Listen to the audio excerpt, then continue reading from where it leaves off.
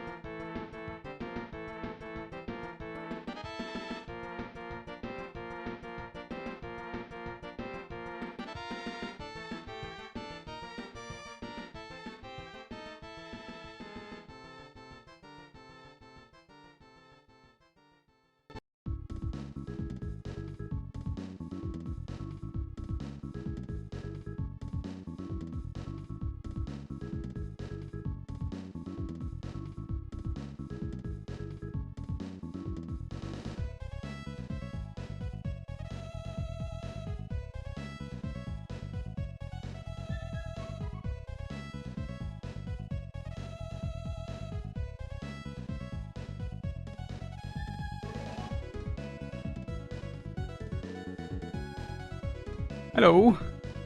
Thank you for the raid. Thank you for the raid. Welcome everybody to the stream. Nice to see you all here. Just started, wasn't away. It was just not at the keyboard. And then I got raided on the German channel. Thank you, Ellie, for the raid. Danke für den Raid. Ich hoffe, ihr hattet einen guten Stream. Was gab's bei euch denn Schönes? What did you people play? I hope you had a good stream. Did the shoutout get through? Did I miss it? Ah, no, there it is. Maybe it was delayed. I think I know why the shoutout didn't get through the command.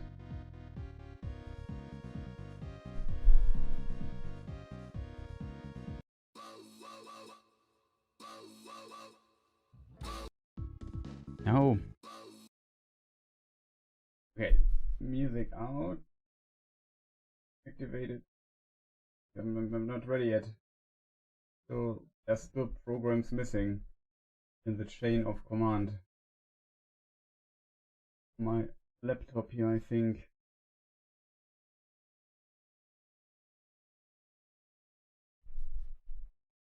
Now it should work. But yeah, what did you people play? Was gab's bei euch Schönes?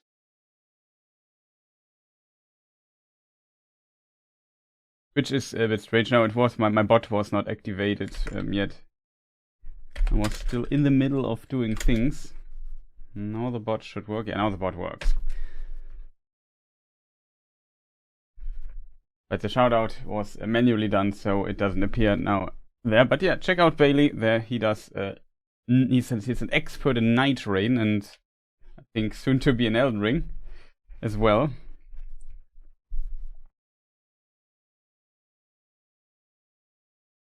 Oh, level 1 runs. Oof. Yeah, I don't know. I think if I would start level 1 runs, and I thought about doing this because I do an Elden Ring, a lot of level 1 runs. By the way, I'm currently streaming also to an English audience. So that's why I talk English. Hope you don't mind. I do a lot of Elden Ring level 1 stuff. I thought about doing it in Night Rain as well. But I think the only way for me personally to do it would be like you need a practice tool and practice the Night Lords, whatever they're called, like just the basic stuff. I think you guys are so advanced already in Night Rain with I don't know how many hours you have. Like I stopped playing Night Rain at I don't know how many hours do I have. 160 hours or something like that. Yeah, 164.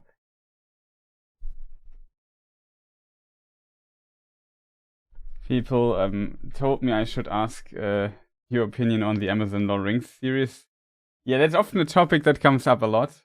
let's say I'm not the hugest fan of that series, but so far. Maybe it gets better. I have to admit, Season 2 got better than 1 already. Let's hope that Season 3 is at least somewhat decent. There's so many weird decisions in it all the time. What is really strange, though, is... I think I turned off... Did I turn off the chat? Yeah, I did. Fascinating.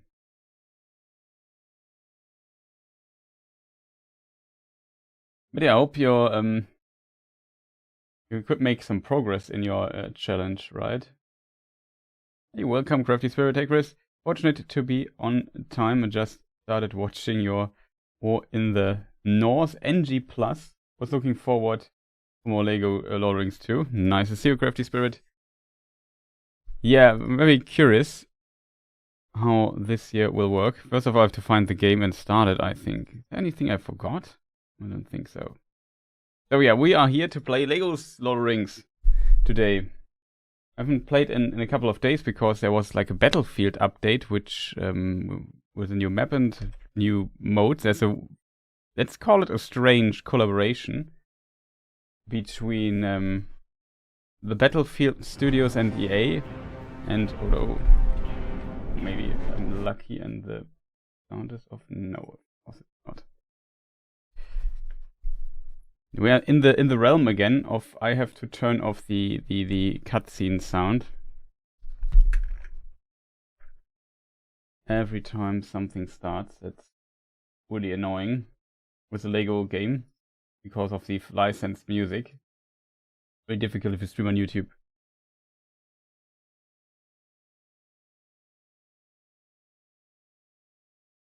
But yeah, like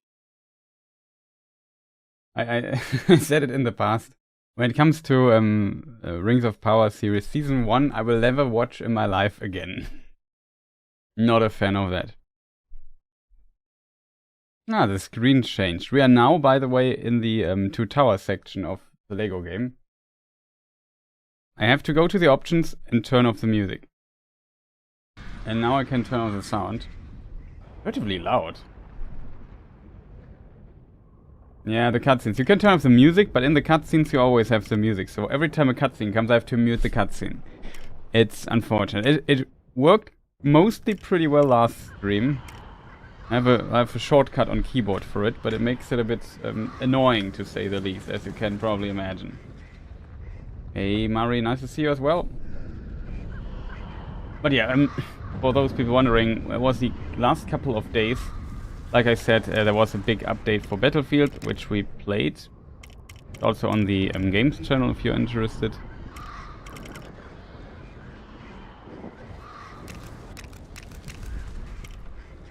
Okay, you can turn on and off anti-aliasing, that's funny. Motion blur must be off. Video settings. Seems to be right.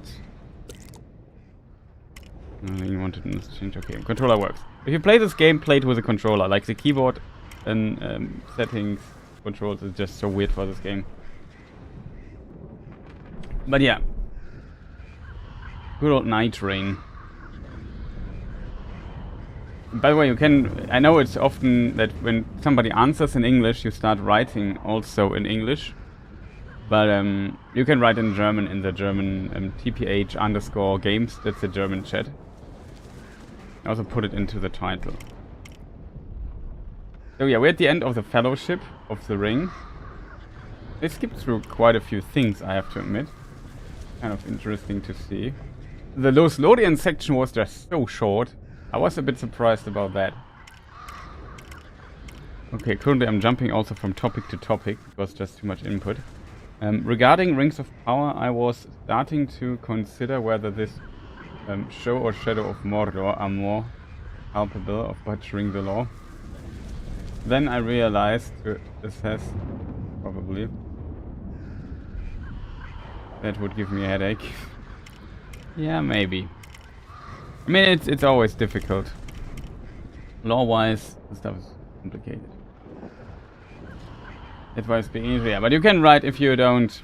I don't mind if you write German answer in English then.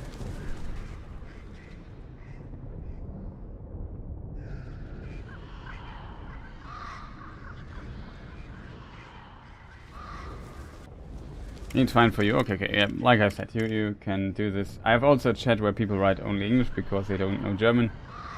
It makes it always very difficult. Like if you have different communities, I have a German community, I have an English community, and then I think most of my German viewers speak English though, so it doesn't make sense to not stream this here to the German channel as well. But yeah, I don't know. Maybe it would be smarter to do this differently. I don't know. So I just stream it. I also have an English Twitch channel, which I'm also streaming to. So it's complicated. I just have too many channels. That's the thing I might say here. I think we can all agree on that's the main problem. Having just too many channels. But whatever. We have seen now these Krebein, or whatever they are. Yeah, they must be Krebein because this is... it's kind of interesting. Okay, we have an interesting observation here. We are now in the Two Towers section of the Lord of the Rings Lego game. And... okay, for a moment I thought my PC just died. So maybe my PC might die and we have to restart the stream. Just a warning. The game is sometimes a bit strange on my system. Let me just think for a moment. Yeah, Two Towers. So there is a lot of speculation often about among the Tolkien fans, which Two Towers does Tolkien actually mean when he talks about Two Towers? Interestingly, the book Lord of the Rings was already completely done when Fellowship was released. Actually, quite a bit of time before that. It was like Fellowship and Two Towers, I think. Let me just double check. Came out in 1954. That was the original release date in UK.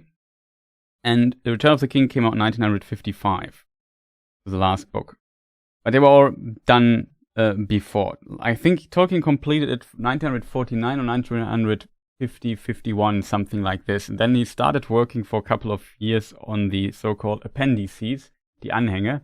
And they became then part of Two Towers at the end.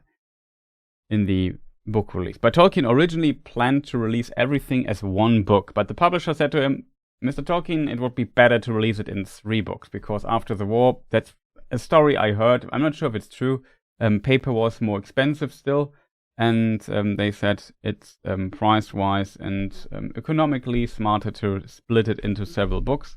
I mean, Lord of the Rings is a big book.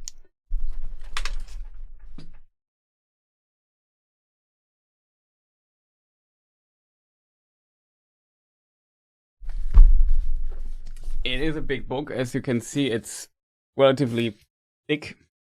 That's a 1-volume version. The 1-volume version came out like 61. Hey, Jack, nice to see you. This is a German version, by the way, of Lord of the Rings. This is the translation of Margaret Carew. I don't have a Krieger translation. That's another translation in German by a man called Wolfgang Krieger, also died. Translated the Hobbit and the Silmarillion as well.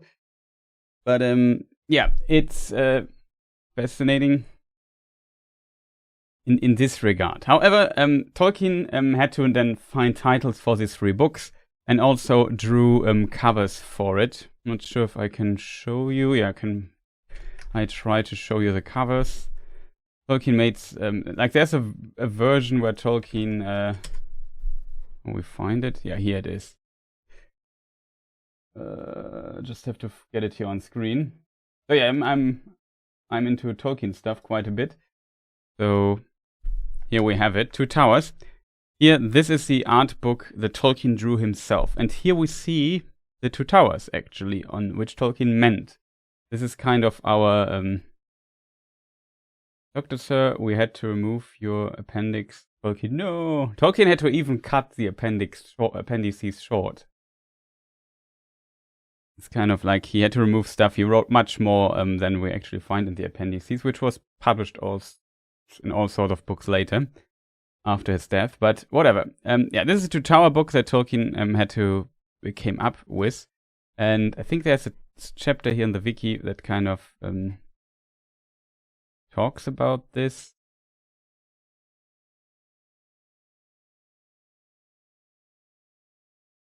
Yeah, Tolkien produced an illustration depicting these towers of the volume Dust Jacket. He sent it to Alan.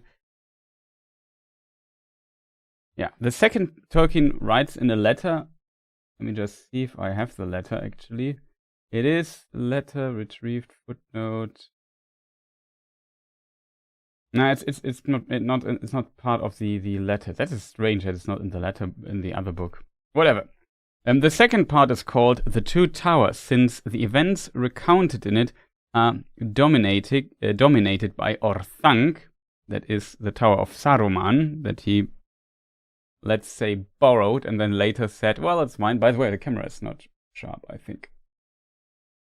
Orthanc, the citadel of Saruman, and the fortress Minas Morgul, that guards the secret entrance to Mordor.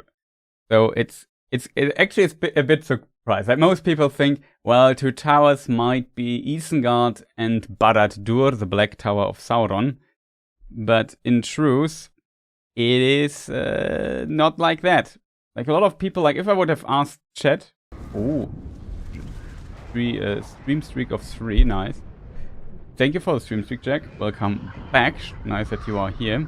Unfortunately, we played the last couple of days Battlefield, so I know why you potentially said, oh no, now I have to watch somewhere else. But yeah, unfortunately we are, I wouldn't say done with it, but mostly we can do other stuff. Yeah, it was hard, unfortunately. So yeah, here in the books, in this cover here, we see Orthanc, the tower, the Black Tower, which is interestingly. Oh, we even see Saruman on top. I never noticed that. Do you see? There's a little Saruman standing on top of the tower. That's cute. It barely survived. But Bailey also survived at times in Night Rain. That's a different topic. Yeah, we're in the background we see the Black Tower of Sauron with the flaming eye. The flaming eye is more a Peter Jackson thing though. But what is also interesting, let me just think about it. Is it possible for Saruman to see the tower? I think no. Like, no. They're too far away. There's also a mountain range behind it. I mean, if it's big enough, maybe. It's a big distance, I think. So, in the meantime, so it's time for map, what we call here map time. So this is where Saruman has his tower. This is Isengard. The pronunciation is a bit difficult because you can interpret the word Isengard as Old English, and in Old English it would be pronounced Isengard. But I don't know. So say whatever you like, I think. So yeah, here we have. So this is Isengard. It's here. This is the Misty Mountains, Dunland. Just to give you an orientation where everything is. This is the Shire here. This is Hobbiton, where Backend is. Bree, Amon Sul, Weathertop. Here are the Trolls, the Troll Shores, Imladris/Rivendell. Misty Mountains. Erebor is here. If you go the Hobbit route, you would go through the High Pass, Carrock, through this road, get lost. Thranduil's realm is here. Erebor, by the way, forgot Esgaros, which is Lake Town, Dale, and so on and so forth, but it's not where we're going.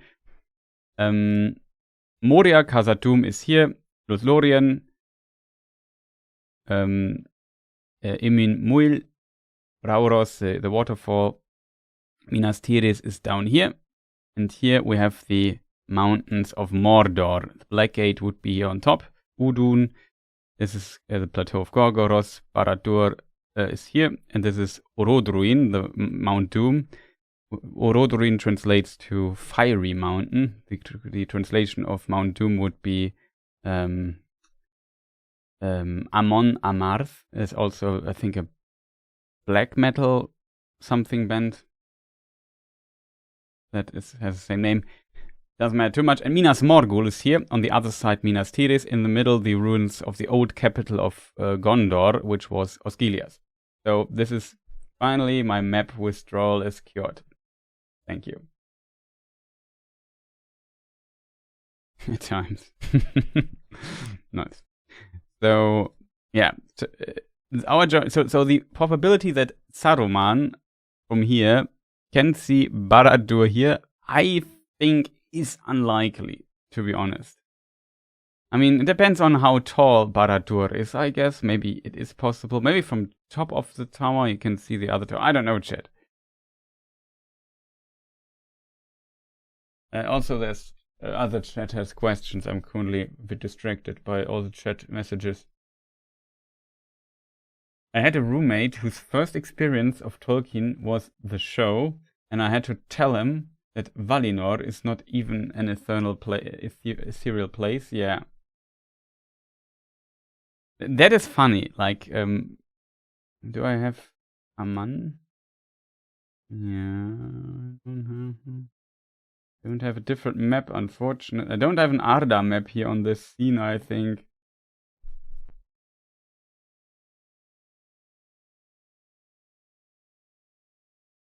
We don't have an Arda. I have a map of Aman, the west continent of the world. So for people wondering what Crafty Spirit means. Arda. Let's take the first age map. No, I can't do that like that. I have to do it differently.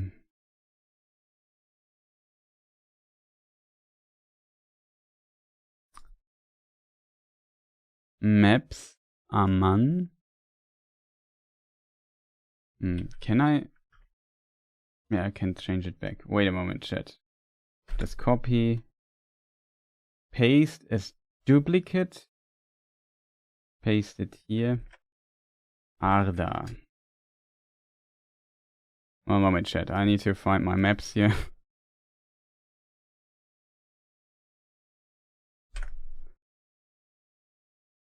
So yeah, this is the world of, like, in the first age it was not a sphere, it was actually flat. The world was flat in Tolkien's world originally, and then it later became a planet, like a sphere. It's too complicated, but yeah. Middle Earth is the continent in the middle. The world is called Arda, and Aman, there's a west continent. That's where Valinor is. Valinor is a specific section at the very west of Aman, where let's call them gods live.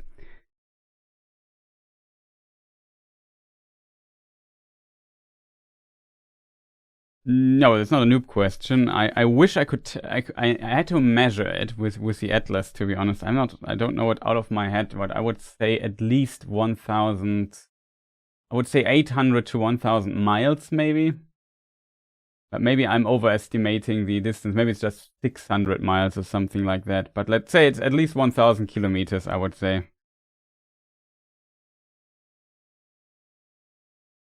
But yeah, where was I? Yeah, so you don't see it here on this map, but this continent Aman, this is where Valinor is, and where the gods or the high angels or whatever you want to call them, like there's a god pantheon. There's something like a god pantheon in Tolkien's world called the Valar, but technically there's only one god in Tolkien's world, which is Eru Ilúvatar, who created everything, and his most powerful servants are the Valar, and they are, as a result, compare more like to high-ranked angels or something like that. Gandalf is a Maiar, so also part of that, like a lower-ranked angel. Doesn't matter too much. In the book, they're never called angels, but Tolkien compares them to angels in his letters and stuff. But something like that. And they are there to shape the world, and every Valar has like a specific territory. One is responsible for the stars, one is responsible for nature, one is responsible for smithing, one is responsible for hunting, stuff like that. So like also the Greek gods or something like that. It was really quite a journey. But interestingly, they did it in like, I don't know, 4 months or something like that. It's kind of the mileage they went in Lord of the Rings is impressive, considering they leave Rivendell in like, I think, late December or early January or something like this. And Frodo destroys the ring, I think, in April or end of April or end of March. I'm not sure. It's kind of fascinating. However, West Continent, to get my sentence completed. If we zoom in, it would look like this. And then we see a big mountain range here that kind of shields a land west of it, where the gods live. This area is where the god lives. Well, these Valar, these high angels live. And the elves that later sail to the west, they sail here also to this place, and they live often here in this regard, like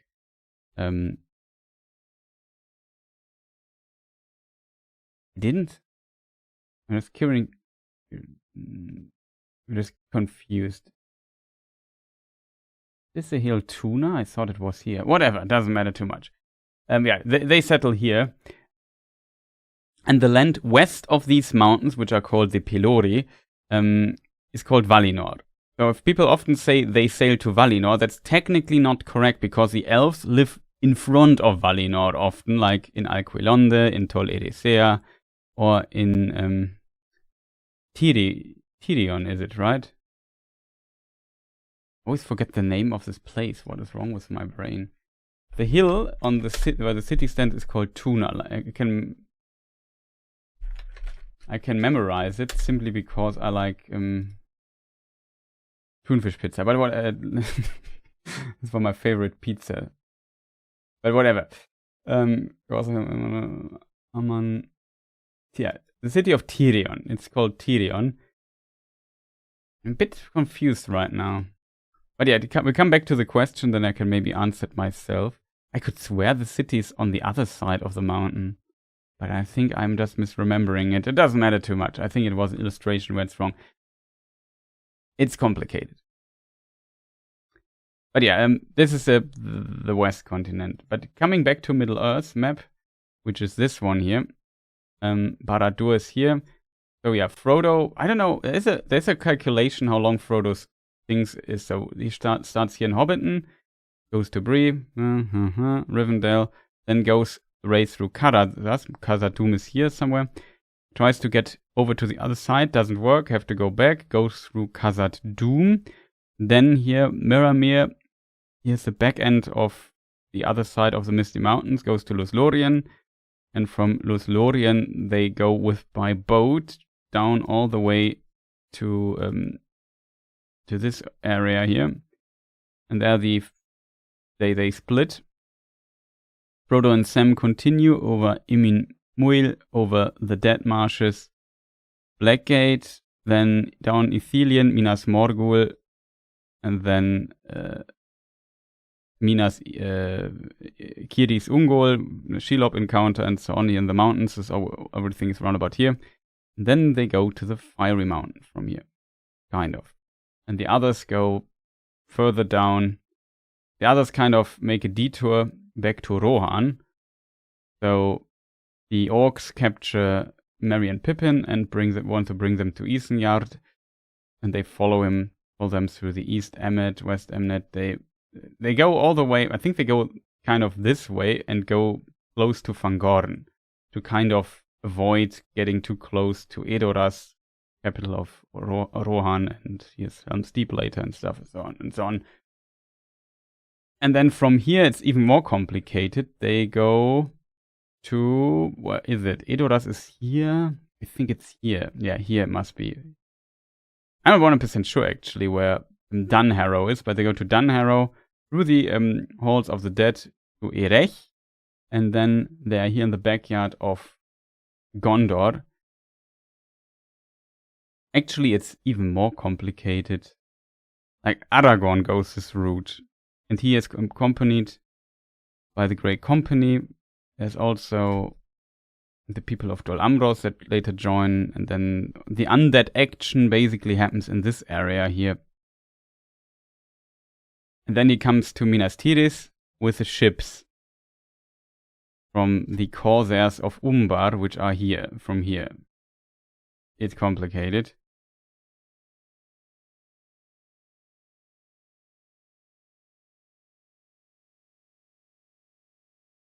The Kingdom of Slumber, enjoy. Meanwhile, my lurk. Okay, Jack, sleep well. So back to the we come to the question in a moment. Minas Tirith, and then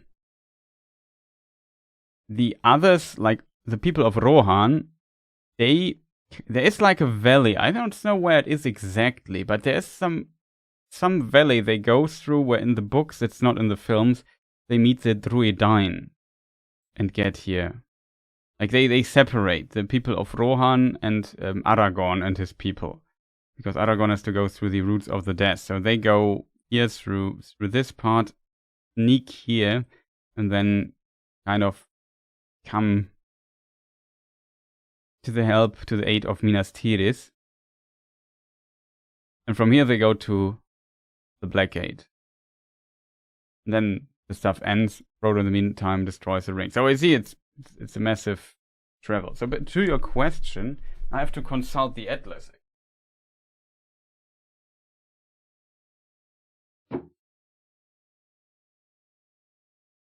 Don't have any tool for this, but there's a fantastic book by Karen Wynne Fonstead called The Atlas of Middle-earth, and that's every time like it's there.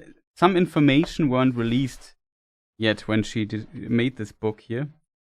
As a result, there are some assumptions of her that are not correct, unfortunately, even though they're really good assumptions. But she couldn't know because the material isn't out. Everything else, though, is very correct in this atlas. Every time I do double check locations and stuff, I always come to the same conclusion as Karen Wynne Fonstead.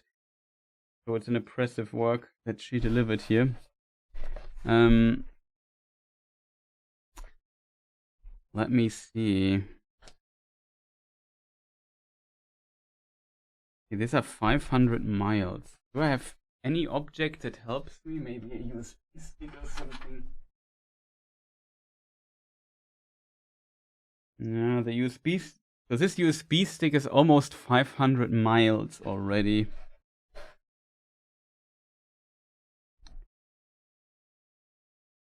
So... Just the line, the airline, Luftlinie. What is the Luftlinie in English? I don't know.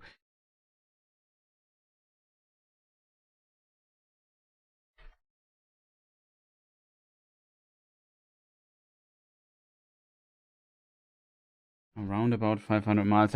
It's maybe not 100% precise.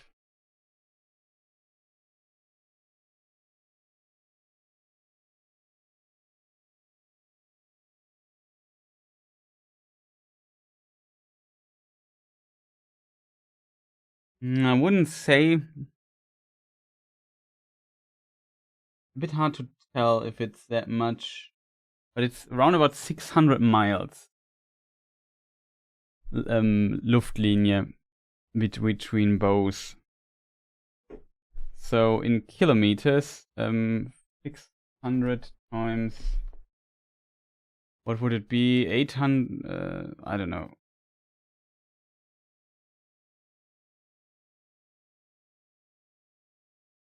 Invisible? That's the atlas. Who's invisible? So let's say it's round about 600 miles. Times 1.6, 960 kilometers. Roundabout. But in Peter Jackson films, one has to admit that often everything there feels a bit like Disneyland, so much smaller, and you can reach everything and see everything from everywhere. Jack's message, okay. And I hope that kind of answers the question. But I always thought it's like 800 miles, so I'm always quite a bit off. But it looks like such a big distance here, but it's just 600, around about 550 to 600 miles roundabout. Luftlinie, to be honest. Chris is invisible. Oh yeah, that's true. I don't have a camera thing here in this mode. But yeah. So we are now, I'm actually sure where we are. We were here in the game a moment ago. So back to the thing. On the map I noticed Amon Hen was very close to falling on a straight line between Orthanc and Barad-dûr. Elon seeing lined up precisely between two Palantiri seeing stones. Interesting coincidence. Yeah, that is true. Welcome, by the way, Joe. Nice to see you. Valinor was land. Valimar was the city of the Valar. Exactly. There's Valinor is the land, west of the Pelori Mountains in Aman. Valmar is the city. Okay. I have to scroll up a bit. Would you buy a Lord of the Rings edition that was purely written in Tengwar? I know that is very hypothetical. I don't know. I couldn't. Maybe if I want to learn to read Tengwar a lot, maybe. There's a writing system.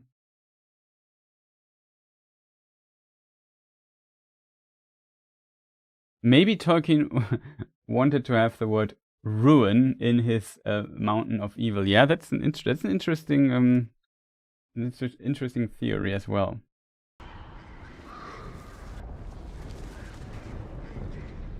600 miles as the crow flies. Thank you for the hint.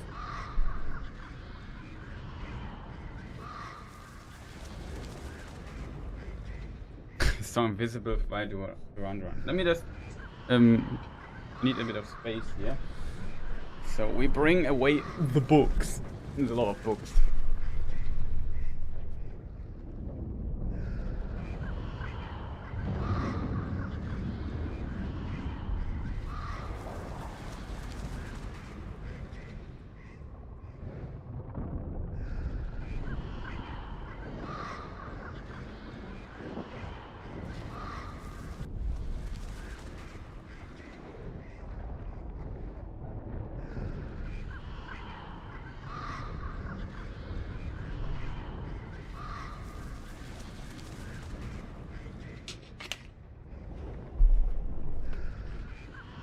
Okay, chat. So, we wanted to continue the Lego game though.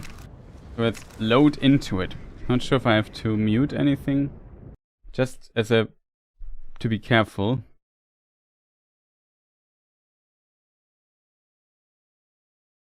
I don't have to. I think we have to close the game, unfortunately, one more time.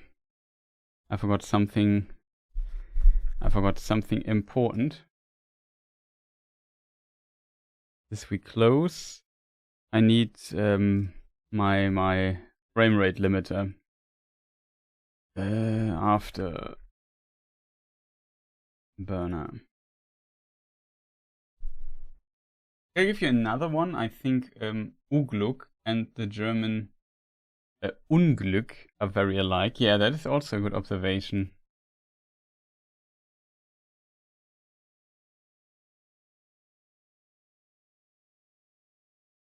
There might be some word plays here and there that Tolkien had in mind. So yeah, I hope Bailey I answered. Sorry for answering the question so slowly. What I need to do? I need to get no, not that. I need this program. Lego. It's on 60 FPS. I hope it works. So this should limit the game. The game doesn't, I don't know, the frame limiter doesn't work in the game. Or it has no frame rate limiter, which is not a big of a problem. I think why do I don't need 300 FPS while playing this in 4K. That's maybe a bit much. But I hope you people are into Lord of the Rings stuff. If you have any questions, feel free to ask. Often we get sidetracked by some interesting observations. Is this muted? Yes. Now the most difficult part about this Let's Play is muting the sound when I need to mute it. TT games, they still do the stuff, but it's kind of cool. The camera I have to admit the camera movement in the Peter Jackson film is still kind of phenomenal when you saw it back in the day. That was so impressive. There's Saruman down there. And every time I close the game and start it new, I have to check the config subtitles. That's what it would be on.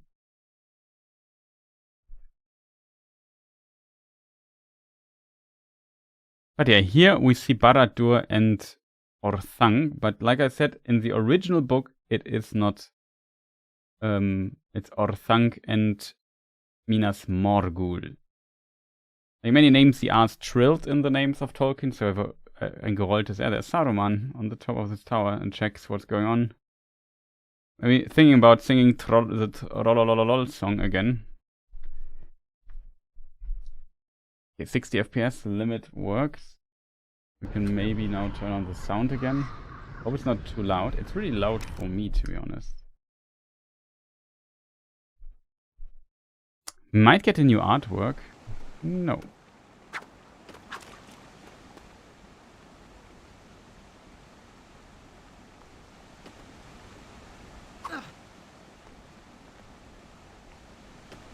I tried last time, we tried to sequence break this. Oh, that's cool. There is Minas Tirith already. Can you see Minas Tirith from here? Maybe-ish. There's some rubble.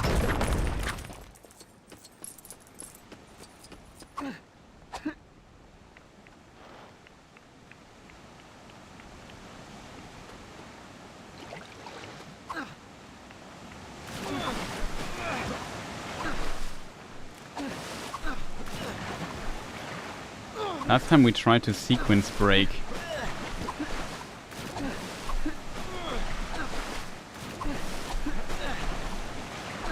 That's too far away.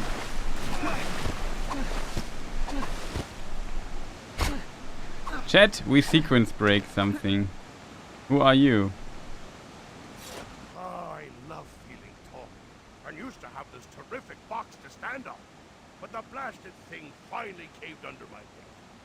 I reckon a feathered tap from Helm's Deep would raise my spirits again.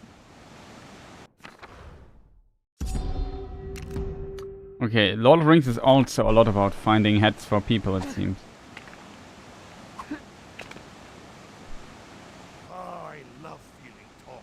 I used to have this terrific box to stand on, but the blasted thing finally caved under my weight. I reckon a feathered tap from Helm's Deep would raise my spirits again. He wants a head to feel tall, okay.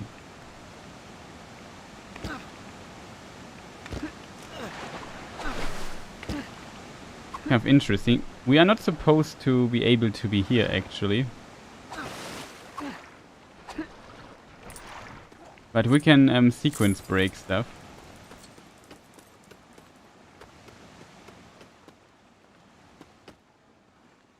I meant to catch enough fish to feed the army, but I'm terrible at it. Craft me a mithril rod, and I might stand a chance. I'll make it worth your while by helping you get 4 times richer.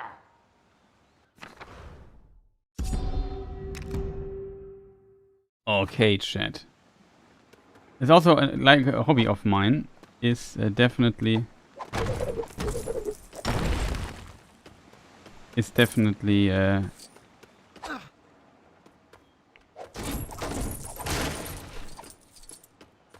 try to sequence break the game. It's kind of funny that it works so well that you can find many funny jumps where you can sequence break stuff. Like, I think we are not supposed to be here yet. Don't want to do too much stuff here. Just want to see if it would be possible.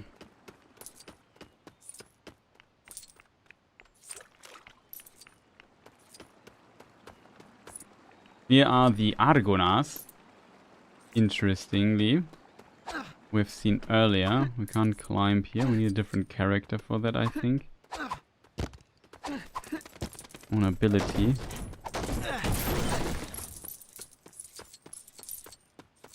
But here we need Legolas to do this to get up here.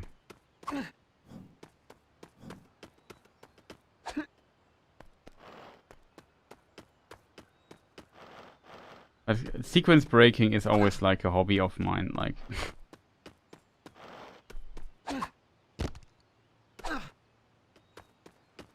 Last time we tried it as well, but it was after a long stream and I was tired. Oh yeah, you need to shoot those things. Like, we're over there already. The problem will be getting back from here. Will be tough.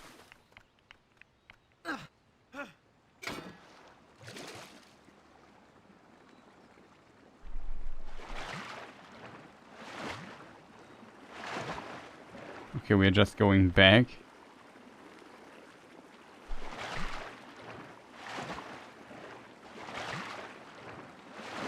Let's go back to Lothlorien. Why not? Hey, Lothlorien's this direction.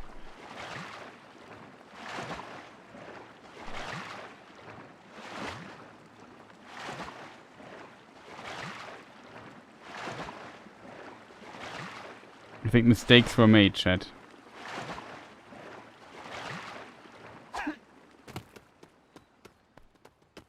And we're back to Lothlorien. Now we can visit Galadriel again.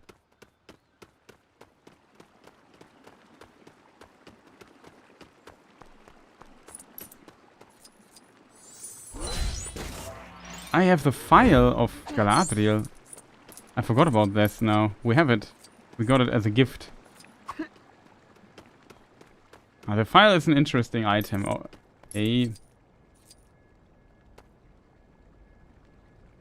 Razorcraft, nice to see you. Also wish you a good night.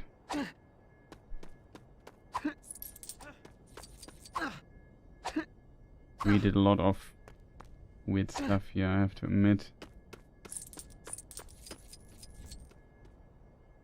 Oh, Sam can use it. I always wondered who might be the person where we can use stuff, actually. Between you and me, I always wanted to try my hand at archery.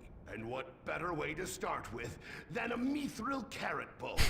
Forge me one, and I'll show you how to attract riches from afar. Spirits from afar is a common phrasing in Tolkien's books. Like, comes a few times, always mysterious. So kind of fitting, a carrot bow. Everybody wants mithril, but mithril is like the male Bilbo possesses, Gandalf said, is worth more than the entire Shire. Just to give you an idea, that mithril is like... Everybody wants to have like a mithril something, but it's kind of unrealistic, to be honest.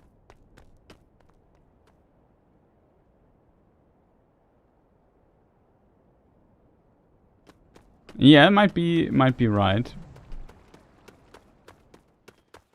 It is a rope that unlocks the stuff there.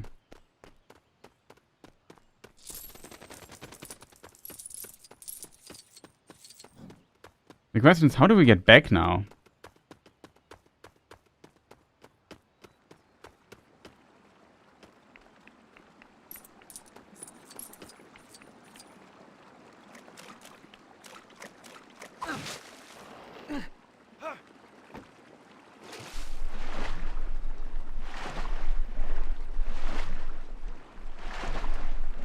Question is... Yeah, we have them here, and we have the Argonas. What is interesting about the Argonas is that they, in the film, they depict...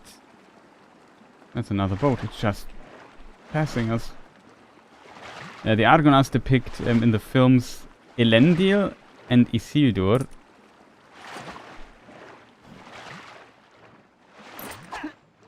Interestingly, in the book, it's the brother of Isildur, Anarion, and Isildur himself, not Elendil. Okay, we need Pippin. We don't have Pippin, though. That's unfortunate, chat. So, my main question, of course, is now...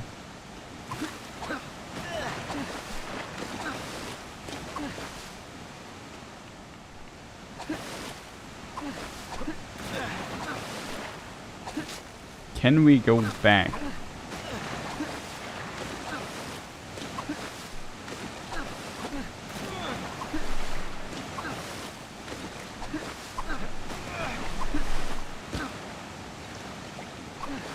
Oh, we can actually do it over these kind of things here.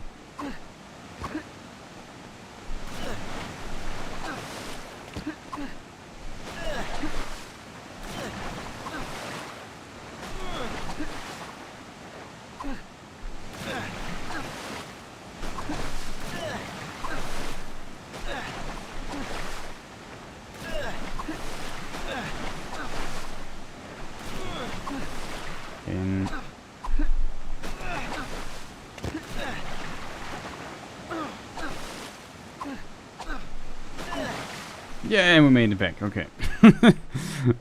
That was tougher than I hoped it would be, to be honest.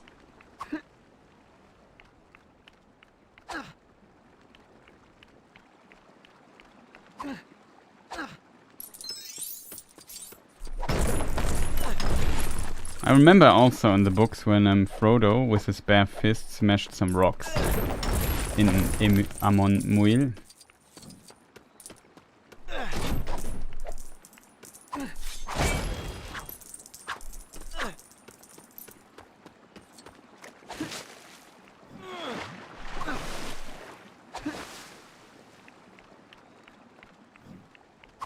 So yeah, here we are. No, I did.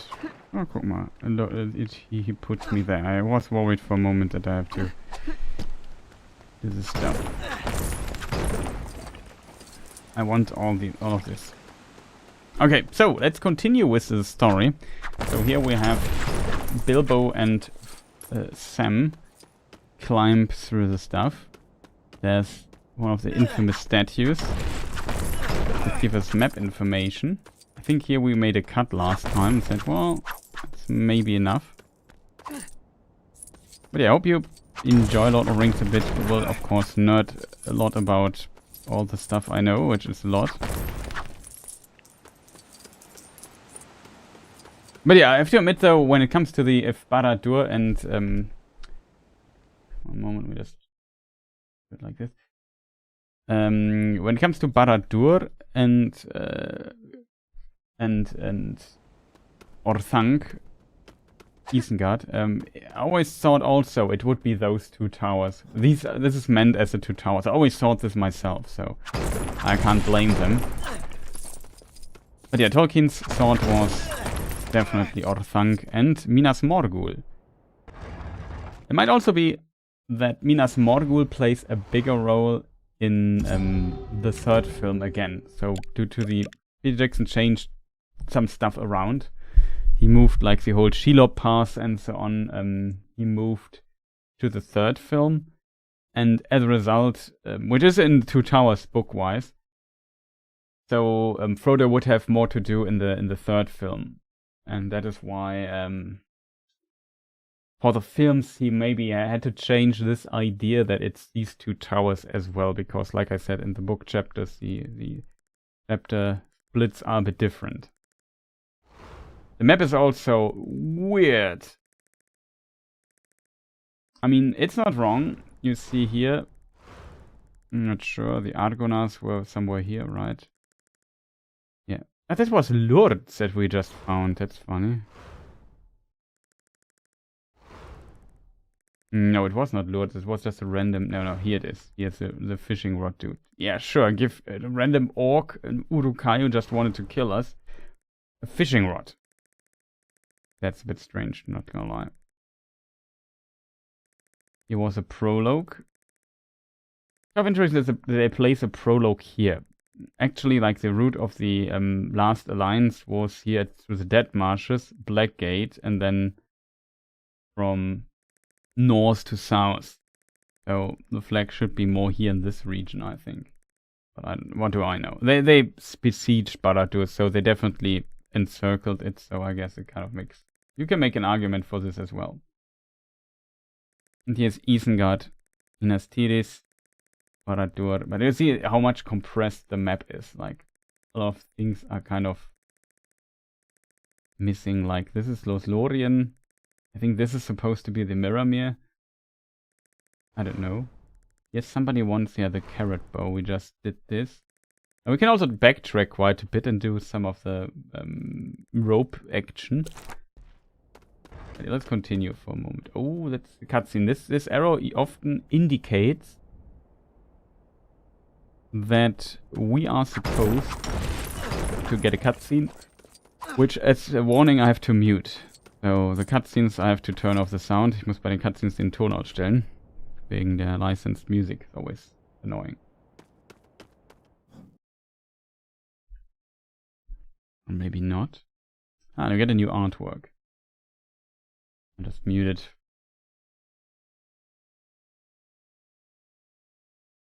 That's cool.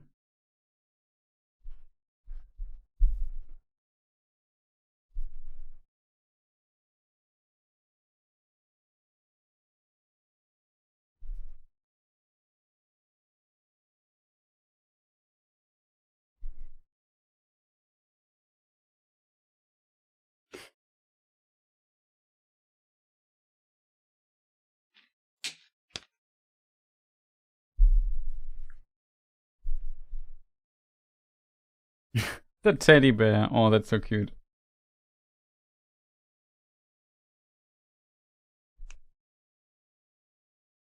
Oh, the parallel montage with Gandalf and the Balrog falling down.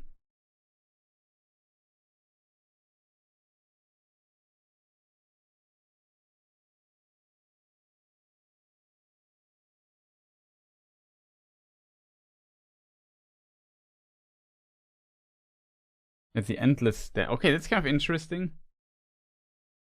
So,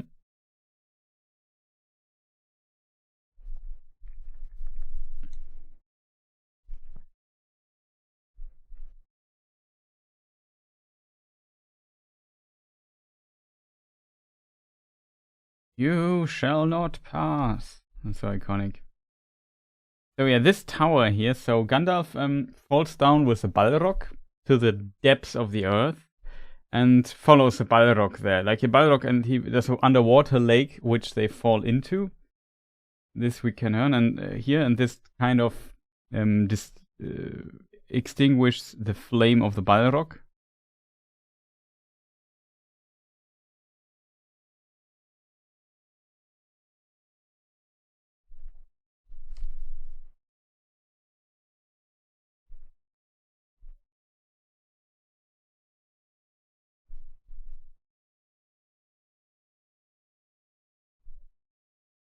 Ah, save. We can save here. Would be funny if a flower comes out again. There's a flower. Cute.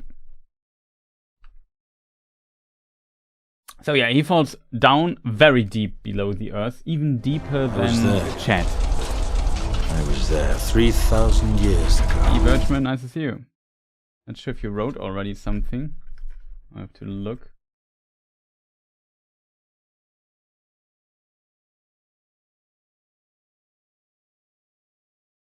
Hey, finally got on English stream. Guten Abend. Yeah, thank you, Birchman, for joining. You can also join the German stream, like most people understand English.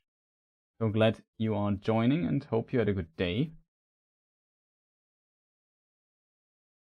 Also time for a short break in a moment.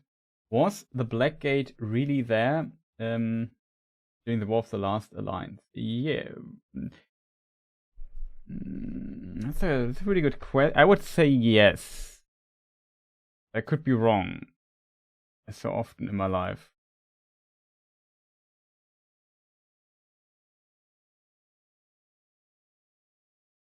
I could be wrong, chat. Let's maybe look into it.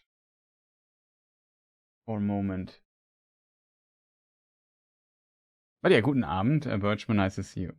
Let me just think. Tolkien books, where do I have them? Let's check Lord of the Rings first, as a source. Second Age.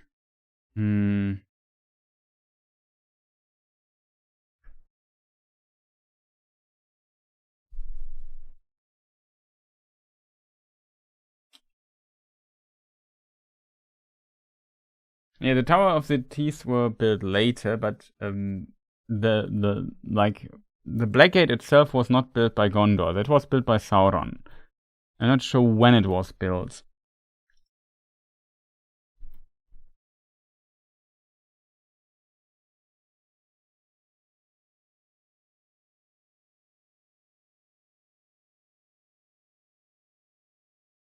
Hmm.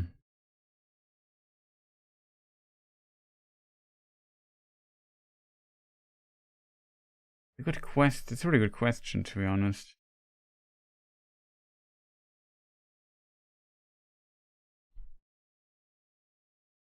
Appendix A, concerning the sources.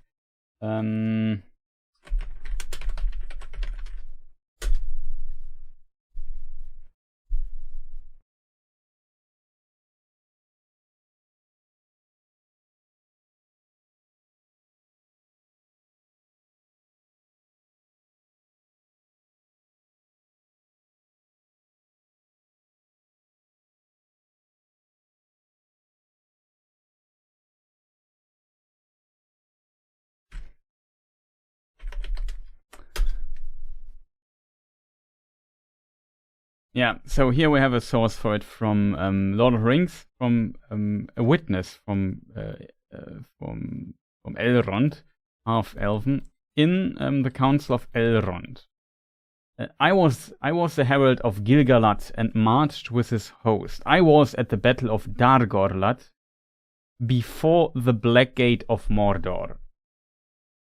There's kind of the question if he means that or not, where we had the mastery. For the spear of Gil-galad and the sword of Elendil, Aiglos and Narsil none could withstand. I beheld the last combat on the slopes of Orodruin, where Gil-galad died and Elendil fell, and Narsil broke beneath him. But Sauron himself was overthrown, and Isildur cut the ring from his hand with the hilt shard of his father's sword, and took it for his own.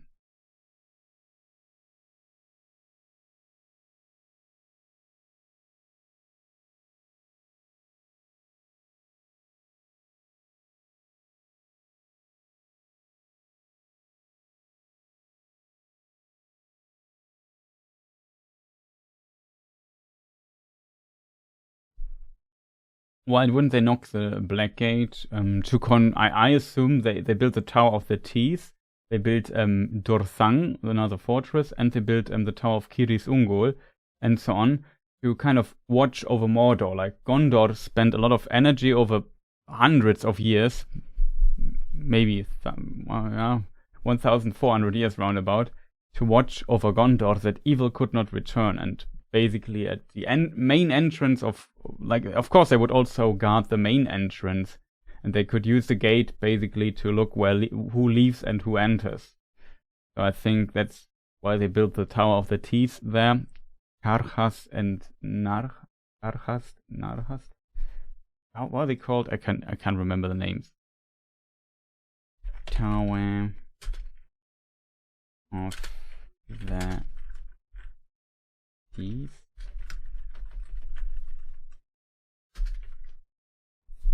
Towers of the Teeth. They are called Narhost and Karhost. I always forget the name. We get a lot of updates here.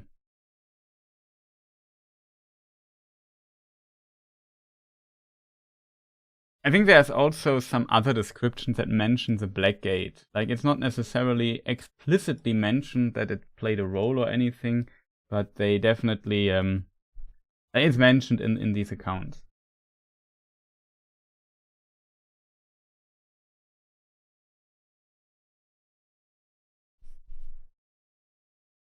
So in this regard, I think they let it stand and kind of made their own fortress around it. Like they expanded the two towers.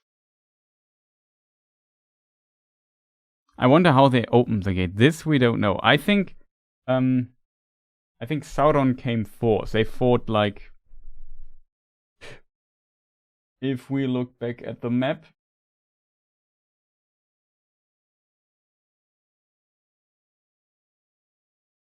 he's Dagorlad. That is where the first battle between Sauron and the last alliance, according to Sauron. I was there, herald of Gil-galad, and marched with his host. I was at the battle of Dagorlad, so the battle before the gate, and I assume Sauron just came out. He knew if he would lose this battle, it would just be a point of time. I don't know. They just opened it, they lost, and after Sauron had to retreat, he had to open the gate to retreat anyway, and the others could just follow him, I assume. If Sauron retreats, they have to open the gate, I guess. And then the others are kind of in. That's my theory.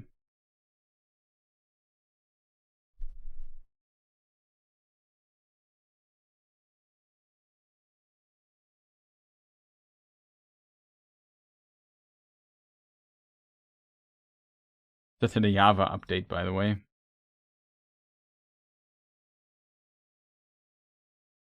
But yeah, we are now in... I think... Is this Keleptil?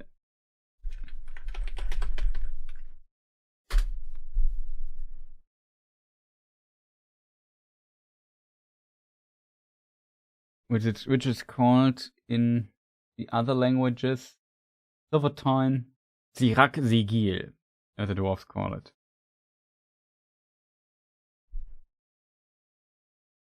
And there's a battle of the peak between Gandalf and Durin's Bane took place. So yeah, this is Elepdil the Silvertine. I'm not sure how it's called in German, to be honest.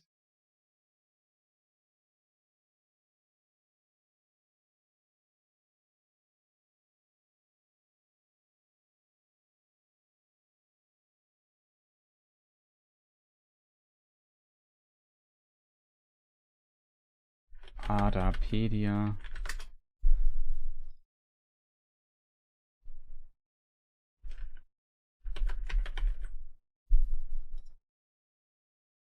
Silberzinne is a German translation, which makes complete sense.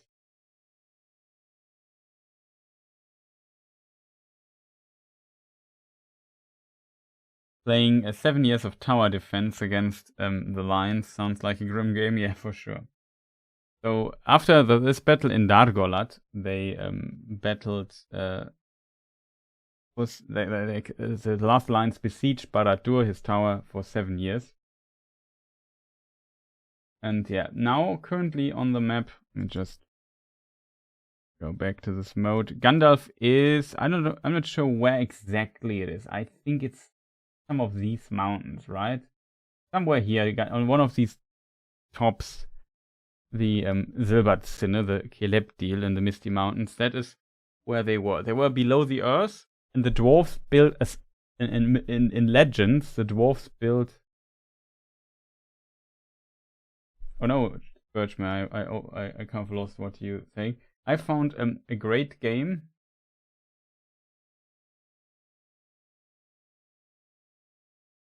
So I had a day of playing. I would better not start with writing too much. What game did you find? What game did you play? Of curiosity.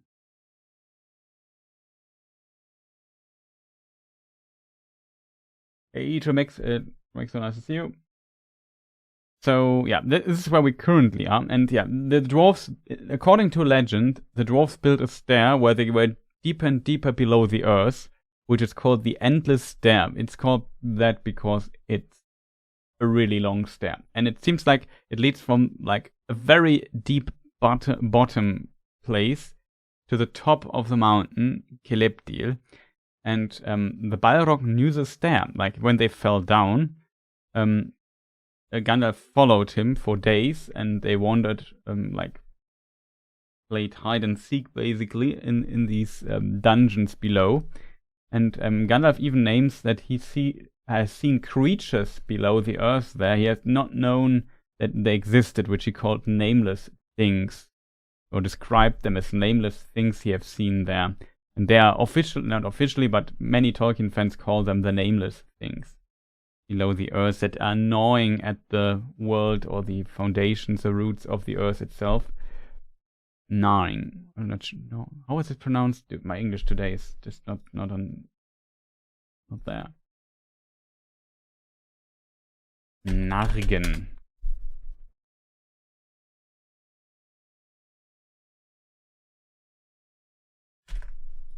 Gnav. Gnaw. No. Okay, English is no, and American English, it's na. Well, that's confusing. You could at least. Why is it? Whatever. They they gnaw at the earth. Whatever. This is where we are currently on the map, and will be wrong. I have to go back to the in-game soon.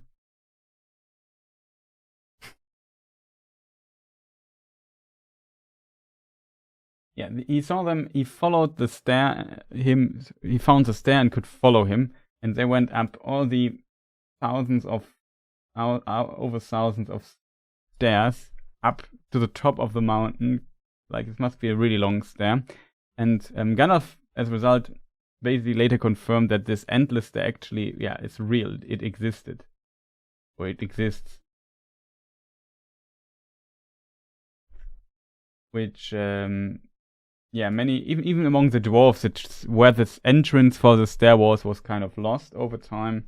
And it became like a myth, but it really existed. And yeah, they both went up on top of the mountain and fought for, like, I don't know how many days, like 20 days or something. They were definitely down there and fighting many days. And yeah, at the end, Gandalf had to slay the Balrog. A very cool description, by the way. We can read it maybe after the section here is over. And now we are here. We see some stairs here. It's like a tower. We have seen Gandalf getting out of some water there, but in truth, yeah, it was water thing very much below the earth.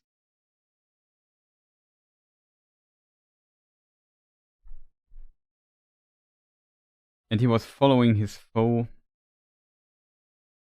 the Balrog, up. The Balrog is also, I said, Gandalf, Saruman, Radagast are also Maiar, servants of the Valar, and also like angels of lower rank, but in disguise of old men, that are also weakened in this form. Oops. My mistake. And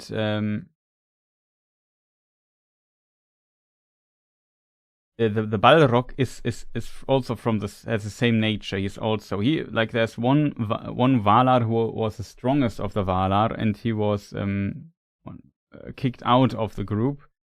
He was called Melkor, and he later became, like, his accursed name became Morgoth, the first Dark Lord. He rebelled basically against creation and Eru himself, you could say, wanted to destroy everything. And also started putting his massive power into the world itself, damaging it, marring it. That's the more philosophical concept of Arda Mart, as it's called. And yeah, the Balrog served him. Sauron also once served him, but then he was defeated at the end of the First Age in the War of Wrath. And from this point on, Sauron became independent and became basically the next.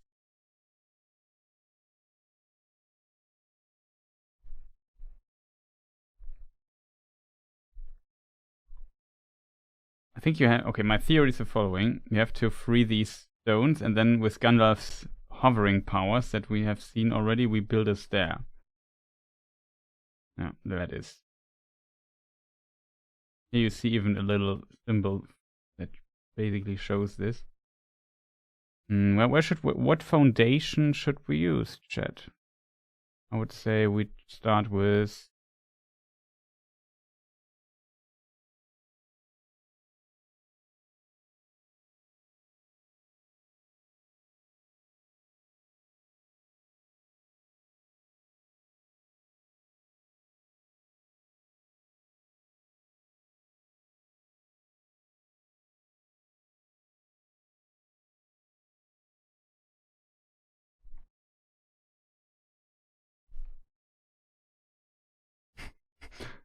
I don't want to say Houston, we have a problem, but we kind of have.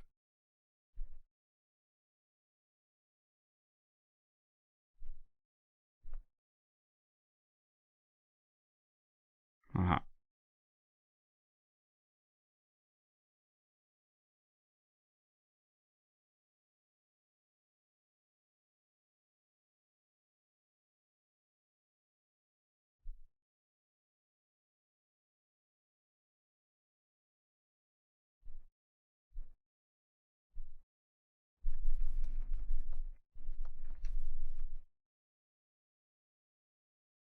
Okay. Can destroy everything, but these things is impossible.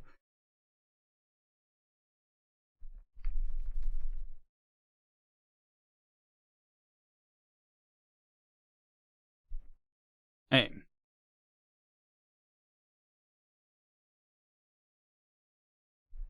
But yeah, there was a door where it led to the stair on top of the mountain. They came out of it, and then there was nowhere to go, and then they had to confront each other.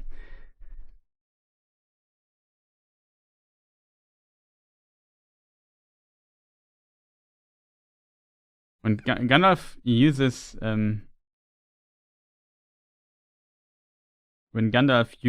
in the books, Gandalf also fights against the Nazgul on Weathertop before Frodo gets there.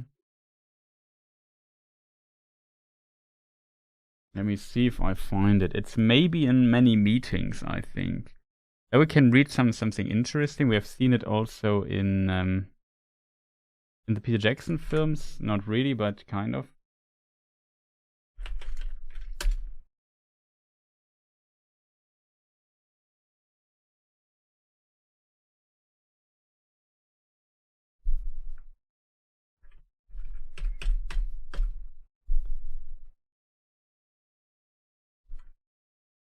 What was he phrasing for it, chat?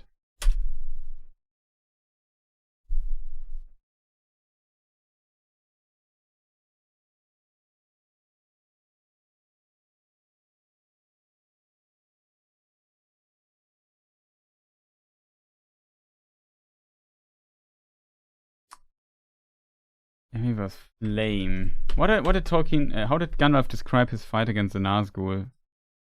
I think he said something like flame or so. I forgot it.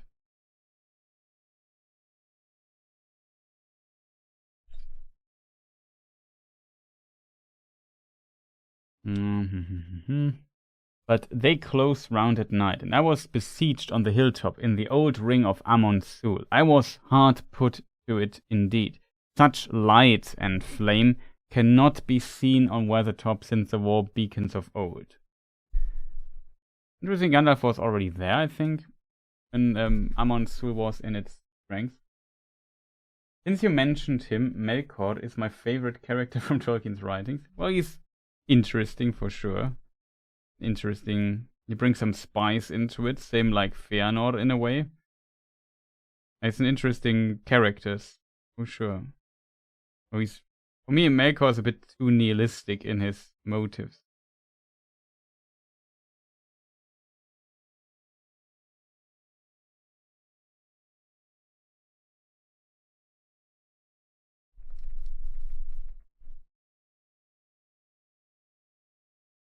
I kind of take some interesting liberty here when Peter Jackson depicted the fight against Saruman with their force push kinetic powers. They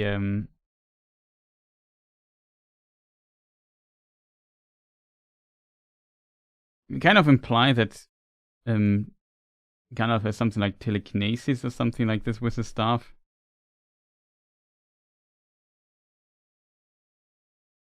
Yes. I forgot to unmute the thing here. Wicked sick.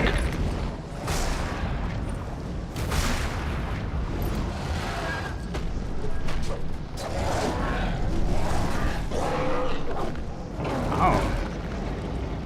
Great.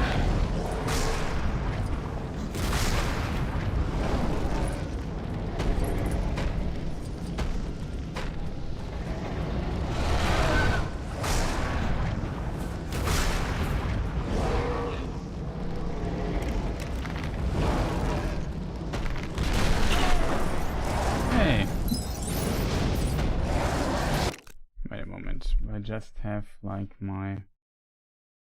What did I just press? No, don't show me the performance on screen. Sorry chat, I have to wait.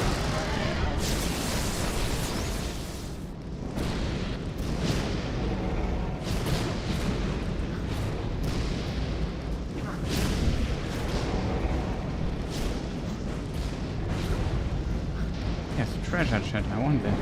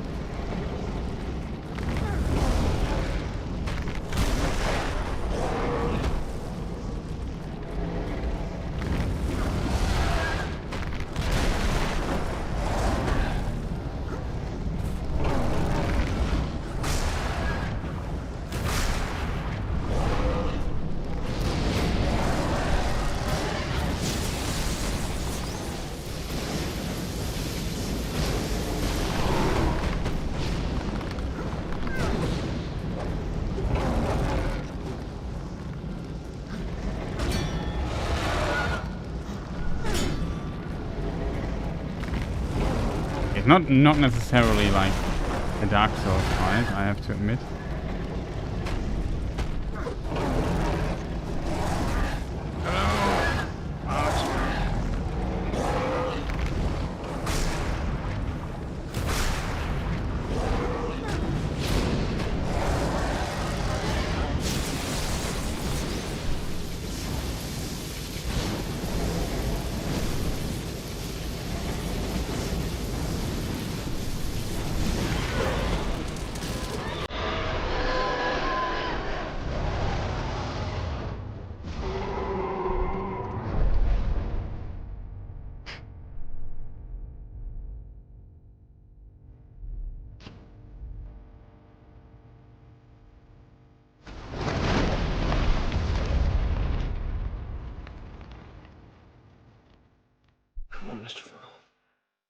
Oh no, I forgot to mute.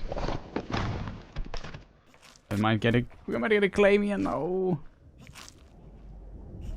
I was too distracted by the cool scene. I just thought about so many things. We can also do certain things here. We can read maybe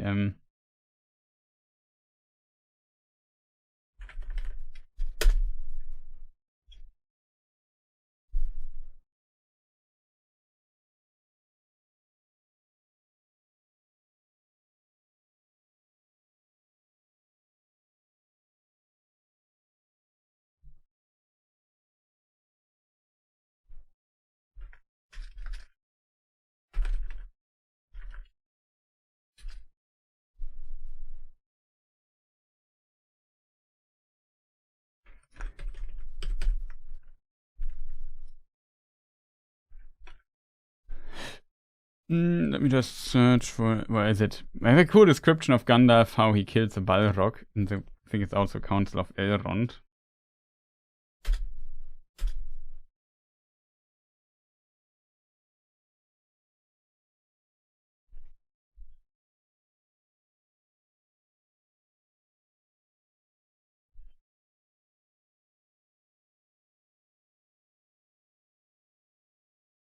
No, it's not in the castle. It's not an Elrond section.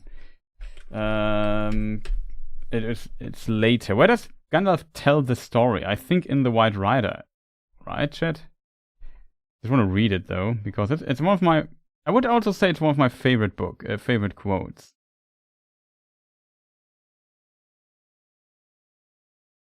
I was in the wrong section here.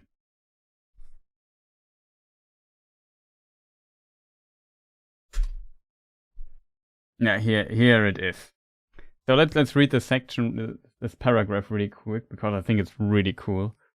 Thereupon Celebdil, Silvertine, was a lonely window in the snow, and before it lay a narrow space, a dizzy, eerie, above the mists of the world. The sun shone fiercely there, but all below was wrapped in cloud.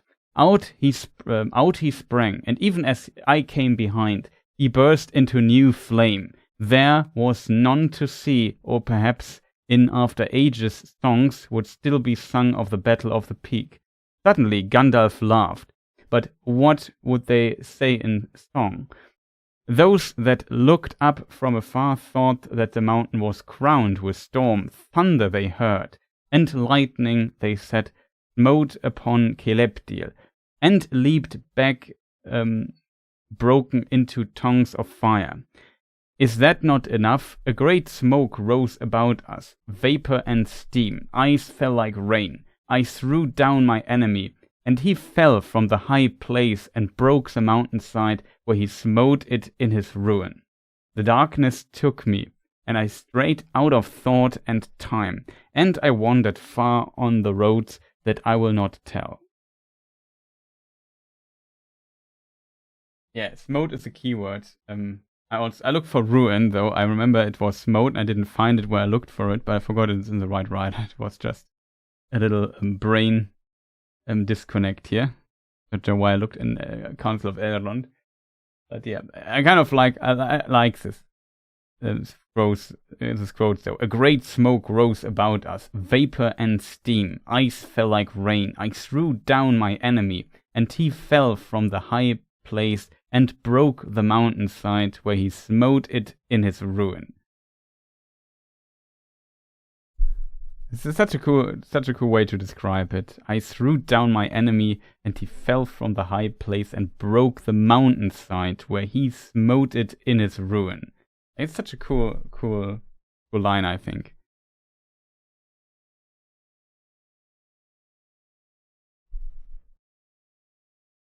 I'm not sure, Chet, how you enjoy this particular line, but it's, my opinion, is pretty cool. Smote the mountain in his ruin. There's another thing I think that sounds somewhat similar in the way it's kind of, maybe it's a parallel. Let's compare this, because I'm just thinking about it, about the death of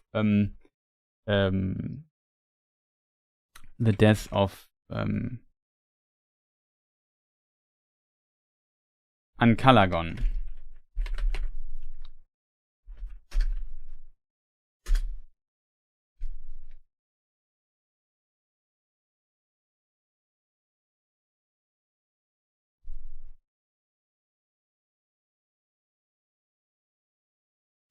I threw down my enemy was your leitmotif for your Shadow of Mordor walkthrough or playthrough. Yeah. It definitely was. Threw down my enemy was for sure my leitmotif then.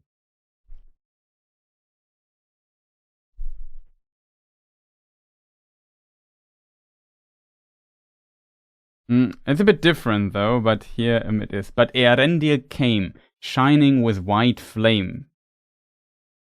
Read again.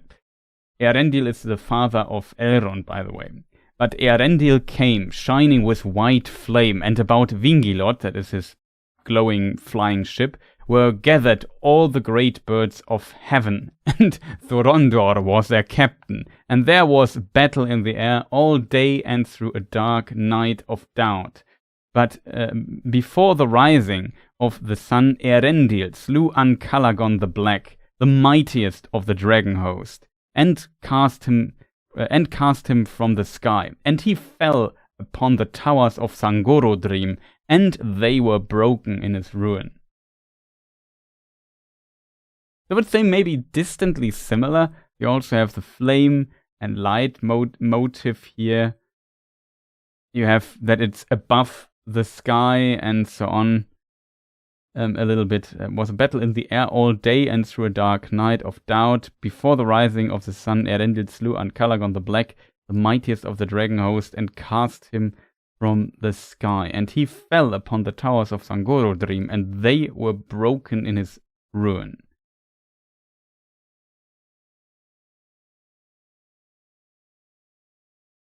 So yeah, I don't know. Maybe there's a parallel here from these lines. It's also a pretty cool section. Ancalagon, for people wondering, was the biggest, mightiest dragon ever mentioned in Tolkien's world. Sangorodrim are 3 mountain book. I'm not sure if they are mountains or if they're more like very narrow towers that are in the way big like mountains. It's a bit difficult to underestimate. In theory, there are 3 volcanoes, but I don't know. So it sounds pretty epic if the dragon falls and breaks these 3 towers falling down, like these 3 mountains are broken. You can imagine how big this thing must have been or so. Some say he was bigger as 3 mountains or whatever. Why is this always, when I tap out, showing me the frame graph here? I'm not sure what the shortcut for it is, but it should stop doing that.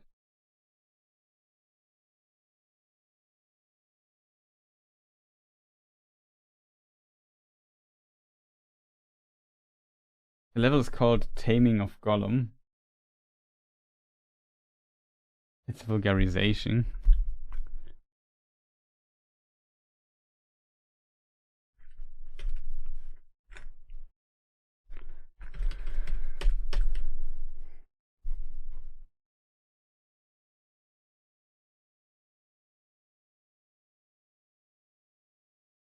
I think it's also in the Peter Jackson films, right?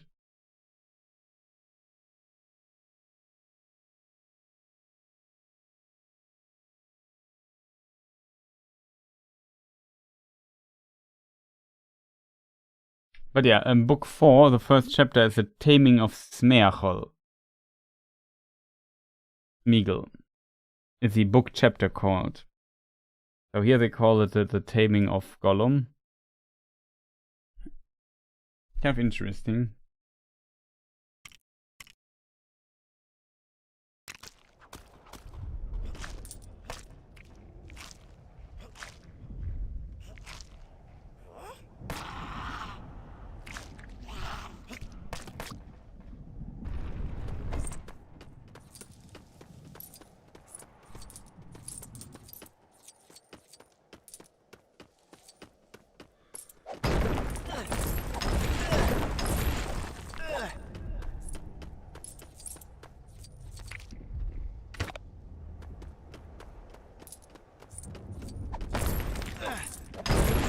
Funny, we can now. What is this?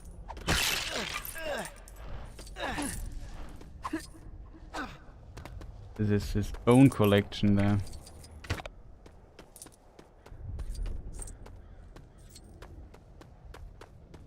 Just have to be. Okay, I'm not sure what that was. Sam can rope things over there.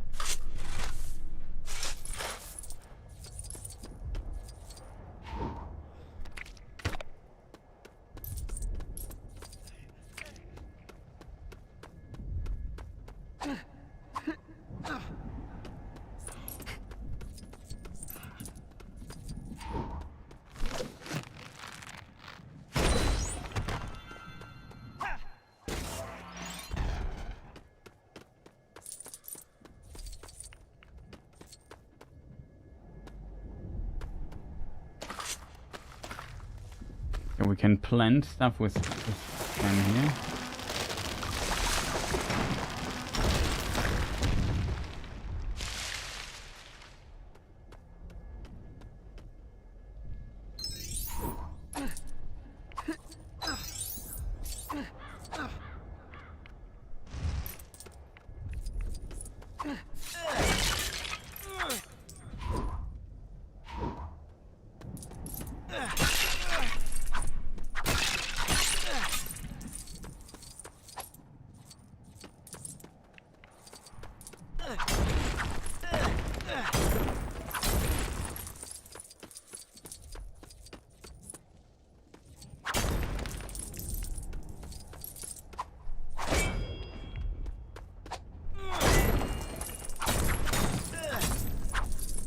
We need all these little things, chat. We need all of them, I think.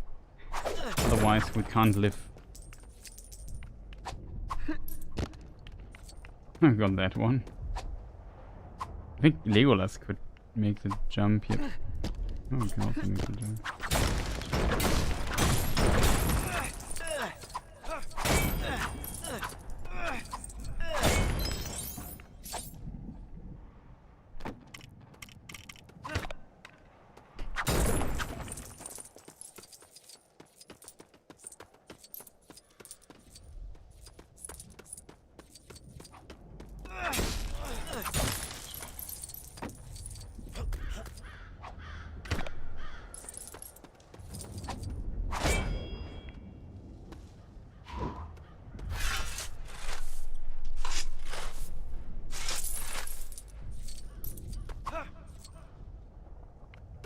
I can put in the things.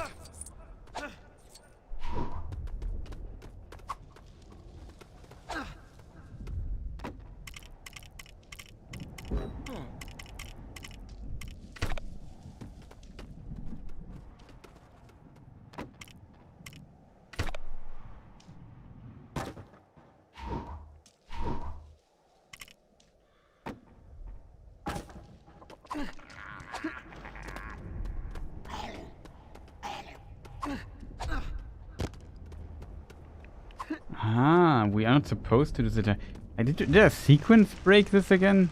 It's so funny, chat, that you can sequence break so much in this game.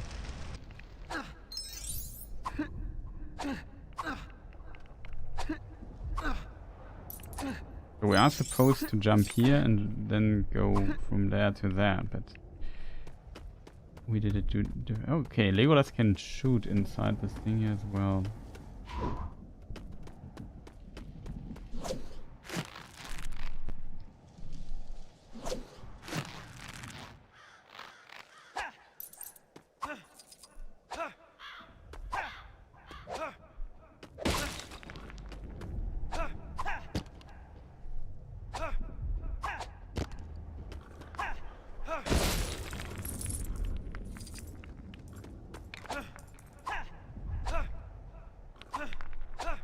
We can climb up here, but not higher than this.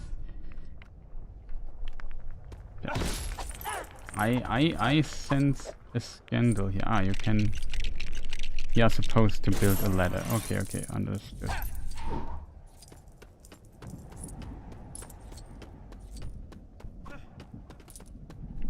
Yo, Sam, stay up.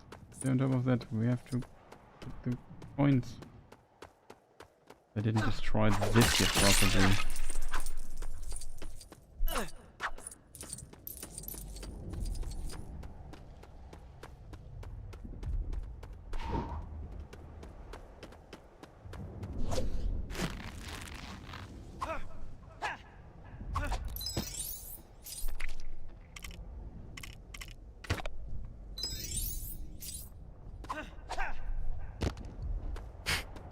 Poor Sam.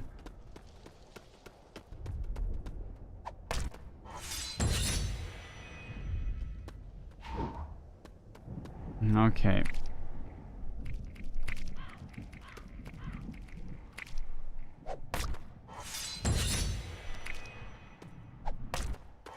No! You have to be kidding me. Now I have to get one of the fishies again? Oh, come on, game. That's stupid. The prompt didn't work and I just threw them away by accident.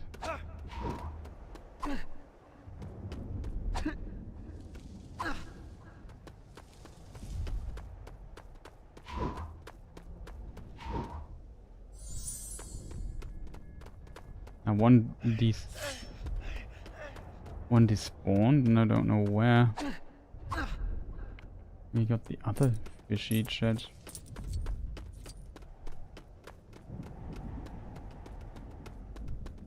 One of the fishies despawned, chat. Where did we get that? Now I'm sad. Very unfortunate, I have to admit. Although we'll take a short break in a moment. I have to do frequent breaks.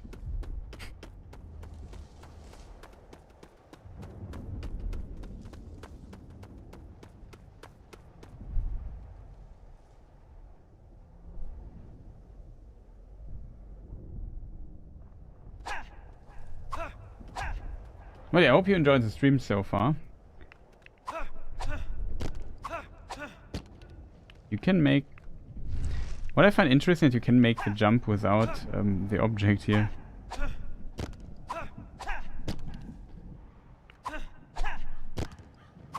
Oh, this time we got blocked. Interesting, chat. We solved the one's called a riddle. And when it was not here, I could just jump from there to there directly. That I found interesting. There was another fish. Eh? We had one more fish in the inventory. It's kind of gone.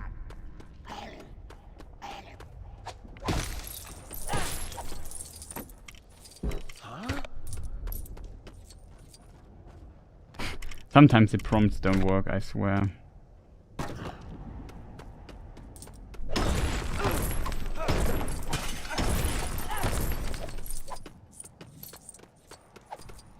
And for this we need Gimli. I think Legolas could jump up here.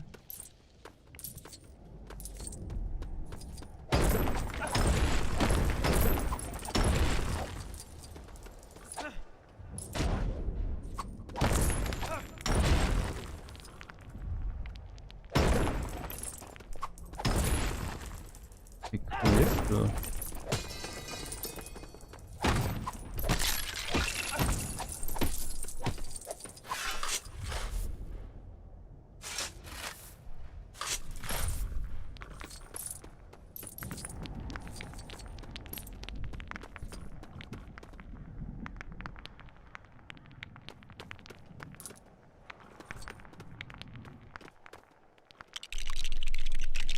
Ah, okay, you have to build this.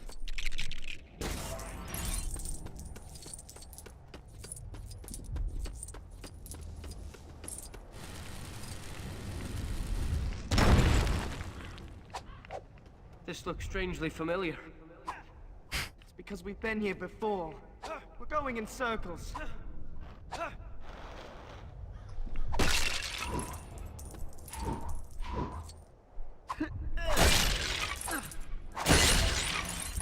Ah, 4/4. We get a treasure from that. That's nice.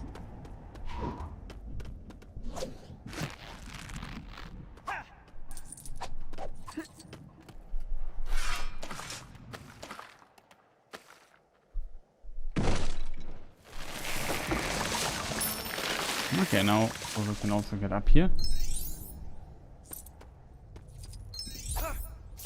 But yeah, we will take a short break, chat. Continue in a moment.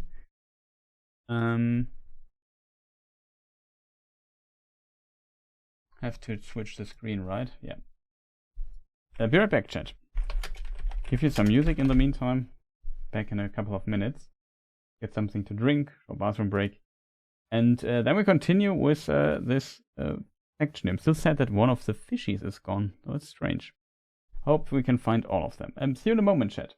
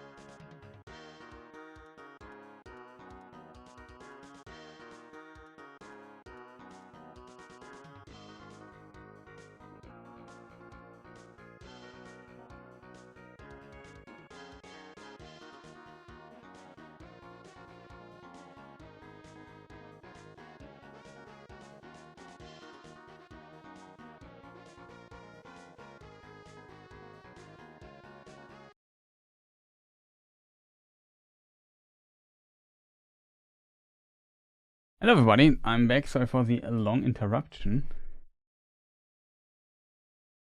But yeah, some stuff to do.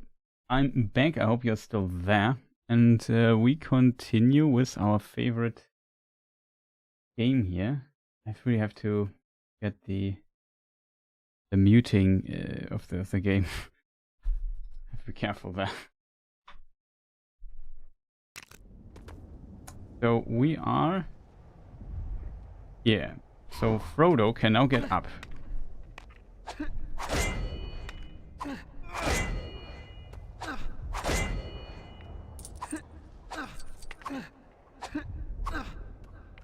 Okay. Will this work?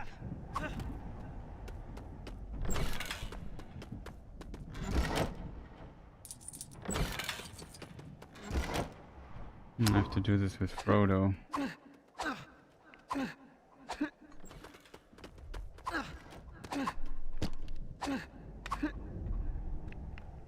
Okay, this works. Because we can't go into the cave without Frodo.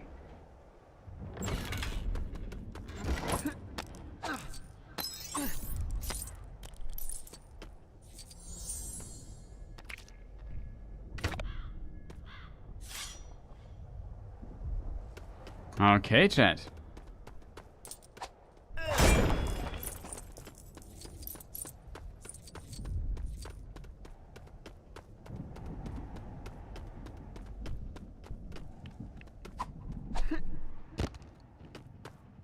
This looked...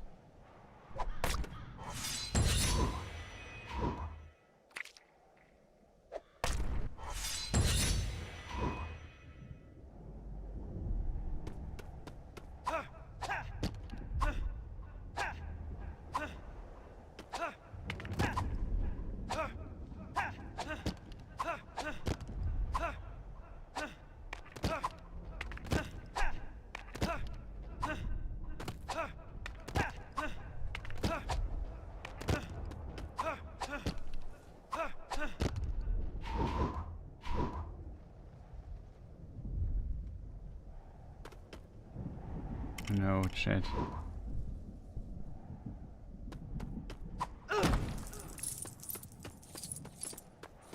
I'm a bit worried, chat. We're one fishy short.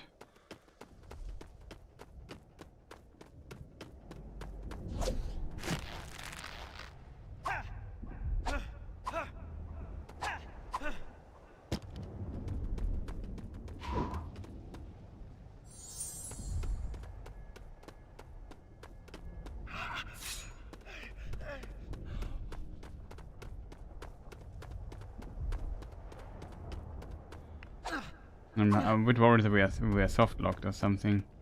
Oh, that would be so bad. Can jump.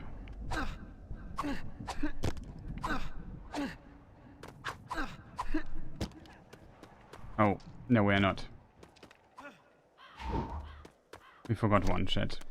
There's the last fishy. Okay, we got everything. I think it went back into our inventory when it vanished. Now we can burn down Gollum.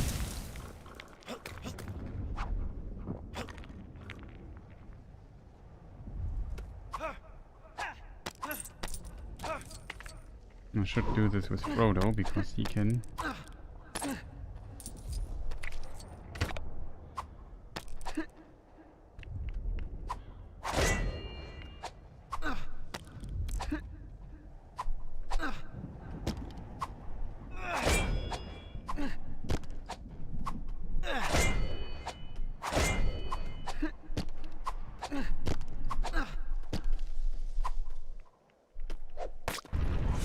Got it. I have to mute the cutscene.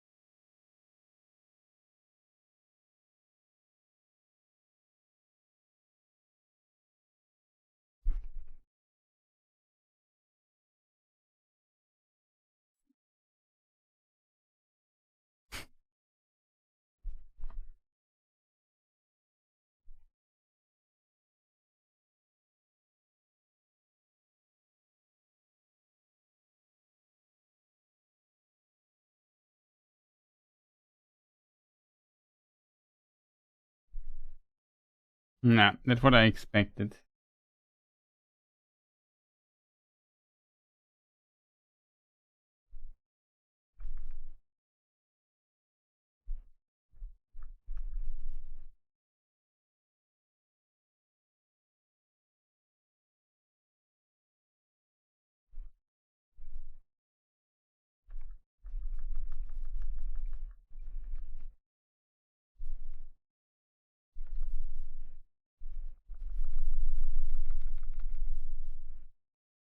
Yay, we found another treasure chest.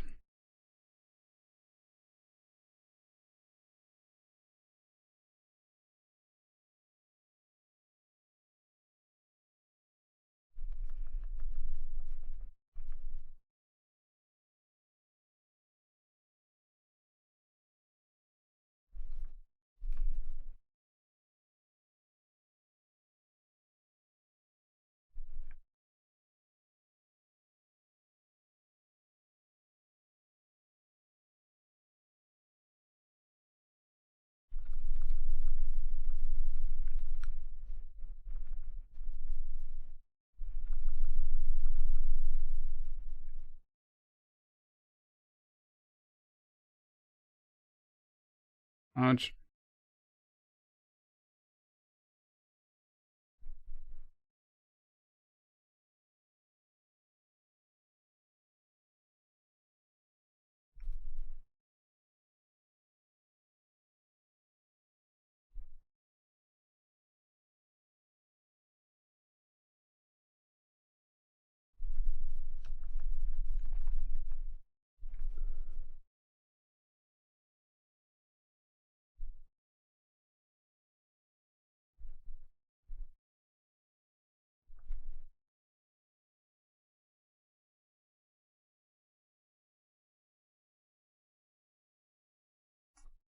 Look how far he can throw. The sound is kind of cute though.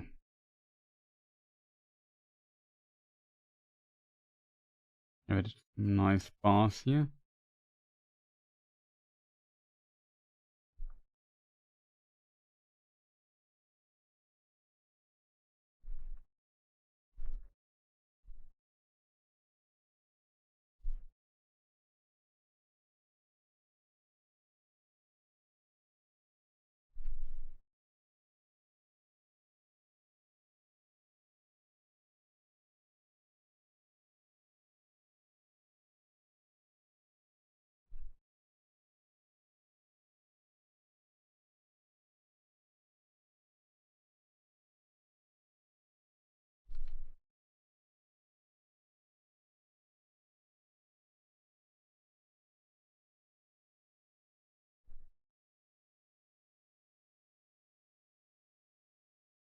Okay, I'm a bit confused, chat.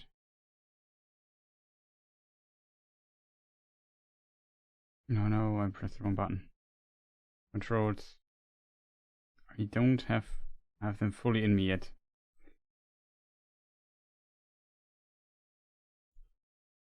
I think we have to kind of oh, come on, Gollum, let me just do the menuing really quick. That's so annoying.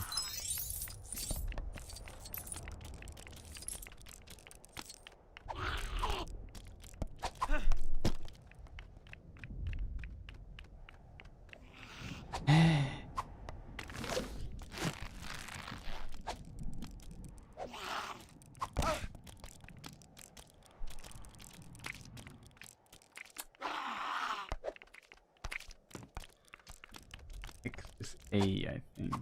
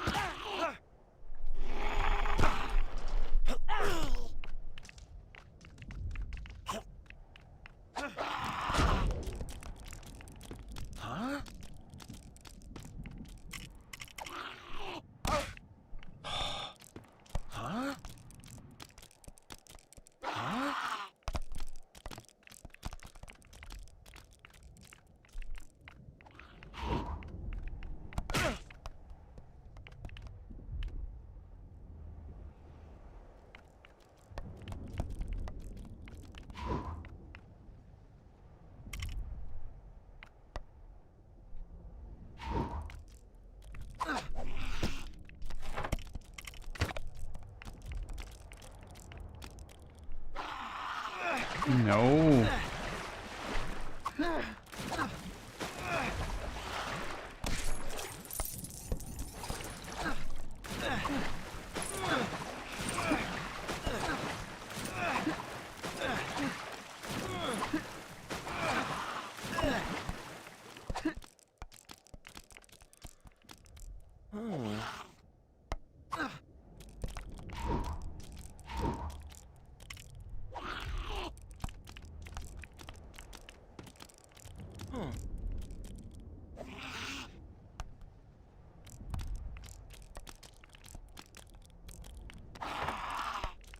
I don't understand it.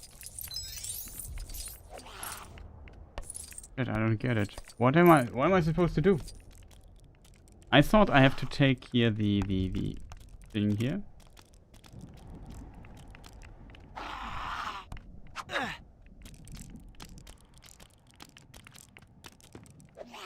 We know that Mary can fish, I think. I don't have Mary though here.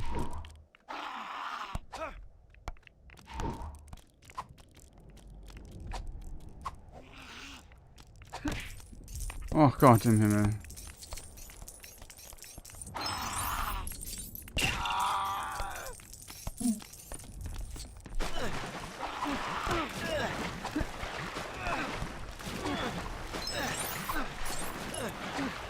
This section is like really annoying, I have to admit. What am I supposed to do? I don't get it, shit. I thought I need to fish or something. That was my idea of how to solve this section here.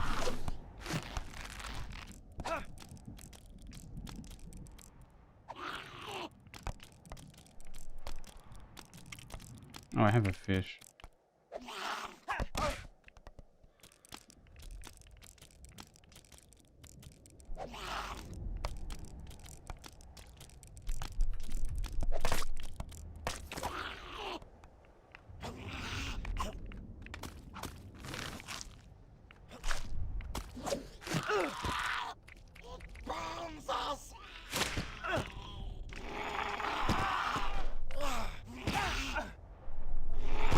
Okay, we already had a fish. I thought I had to get another one.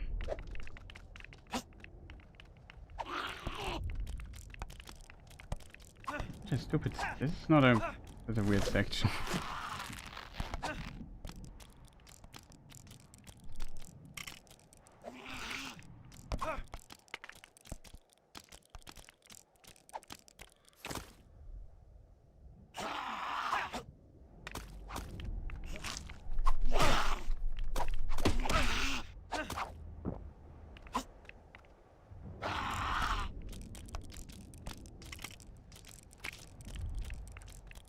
Okay, so you can't hit him or so, you have to try to rope him there.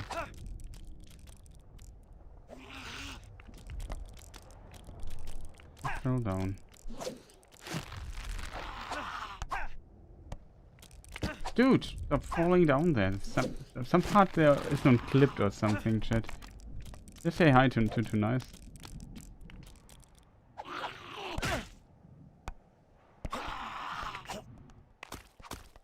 So I rope him again.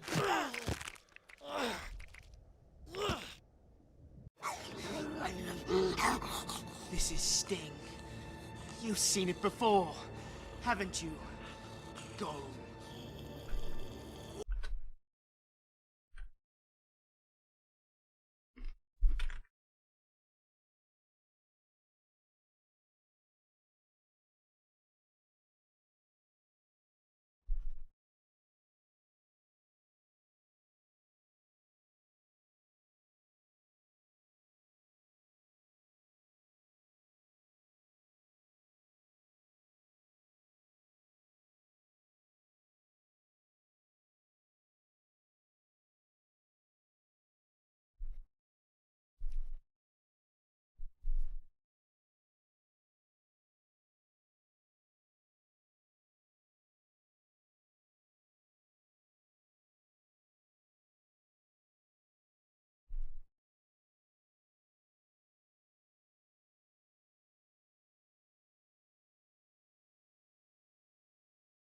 What's the sound problem?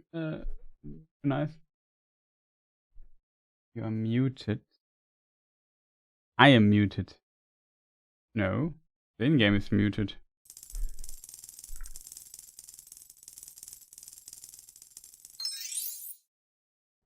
I have to mute the in-game due to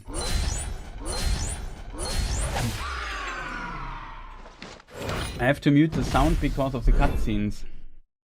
Too nice. But if the cutscene's over, I have to unmute again. So then you have to kind of remind me if I forgot about that. It's a bit annoying, I know. I don't get it. Why this tool here? What is it that it always activates again? Stop that, Mr. Tool.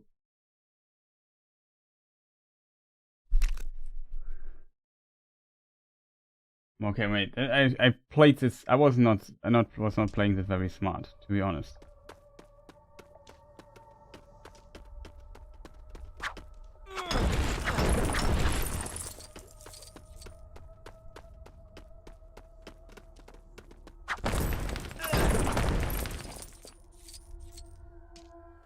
Oh, look, there is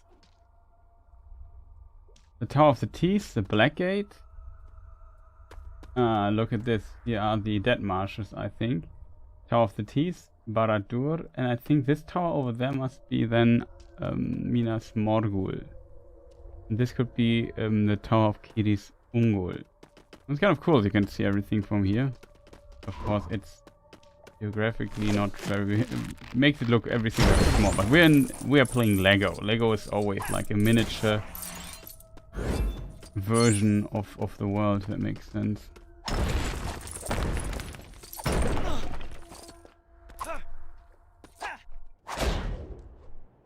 No, don't worry. It's a good hint. It's a good hint. Note.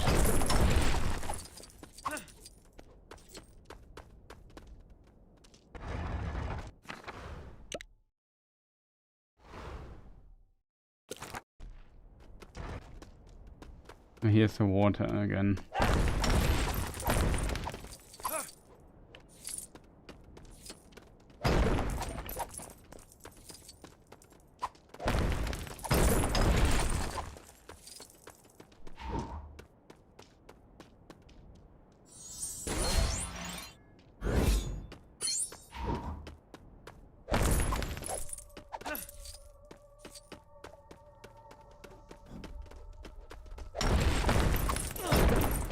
Yay, 600k chat. We are rich. Okay, hope chat and stuff, everything is working fine for you. Sorry for playing that so stupid. I thought I had every time, like, he ate the fish and we had to get a new one. That was my, you know what I mean? That was my thought. I said, okay, the fish is gone. I think there was a fishing symbol there. I thought, okay, we have to just find a new fish. And we got a fishing rod.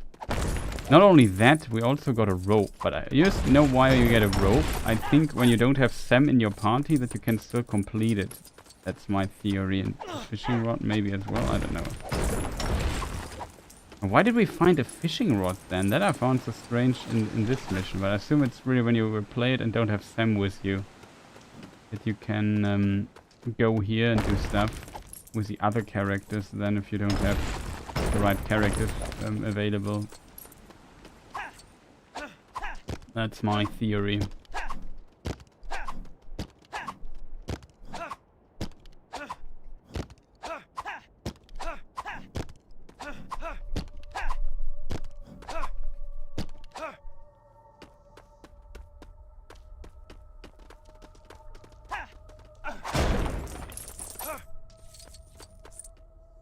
Okay, so there will be a new cutscene in a moment.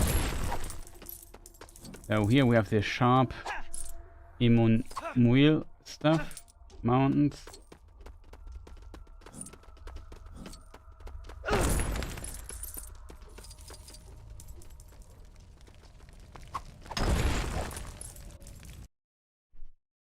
Mute.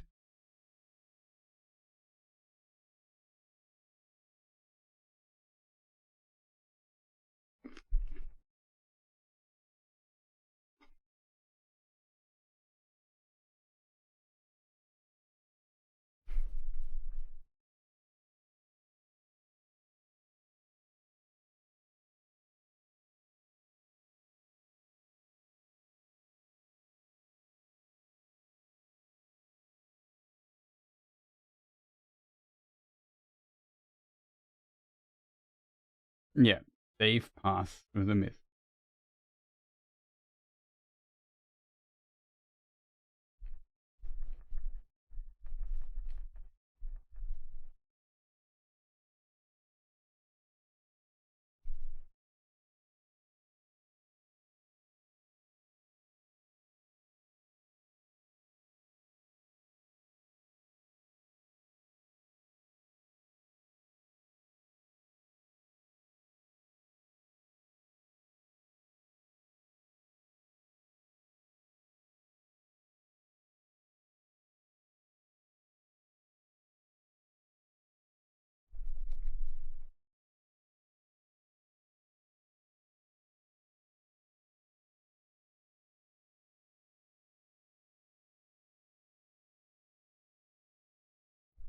I like the distance.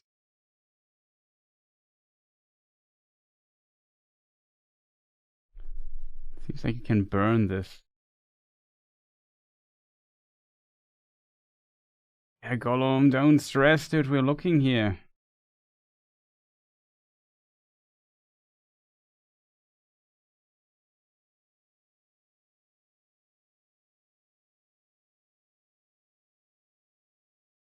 You can turn out the fire maybe with Mary, who I think we maybe dig out a bucket here.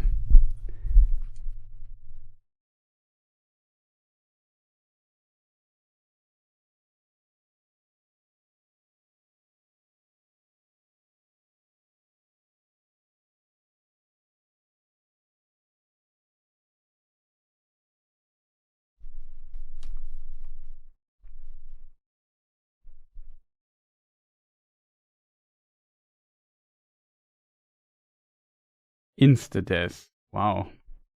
I thought we'd just lose a heart.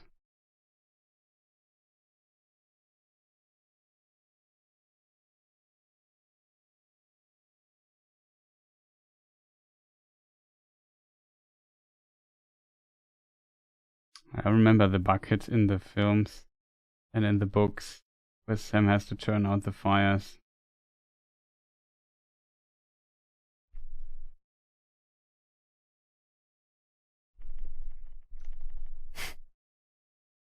It's always kind of funny.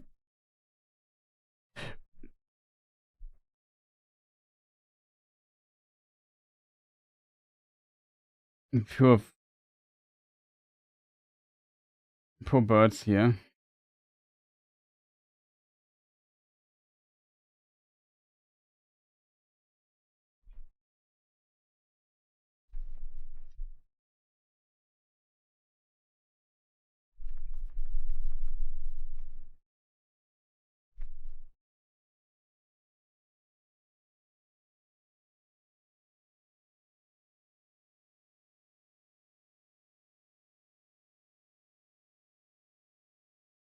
Here we can't go further. Why would we need another bucket here? What is the...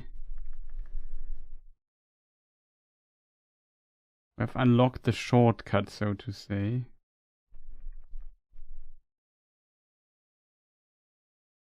Don't fully understand it, chat.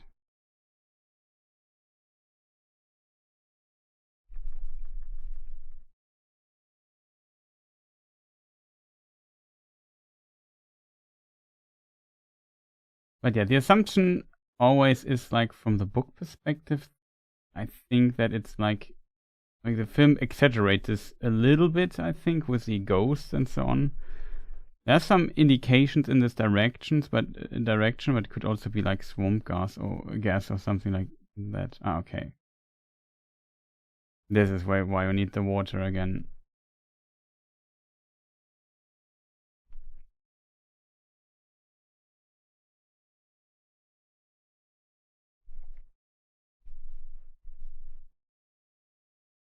Good. Gollum, can you do me a favor and just shut up for a moment?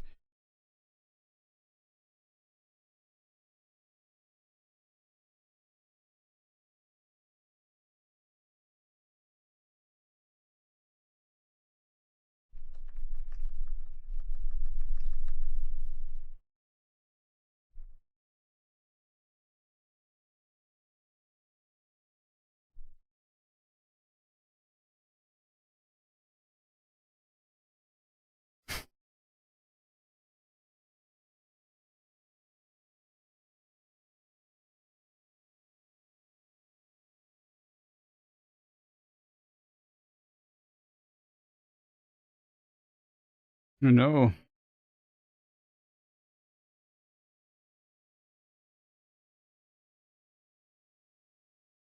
There's a skeleton of a Mumak, maybe. A mini Mumak.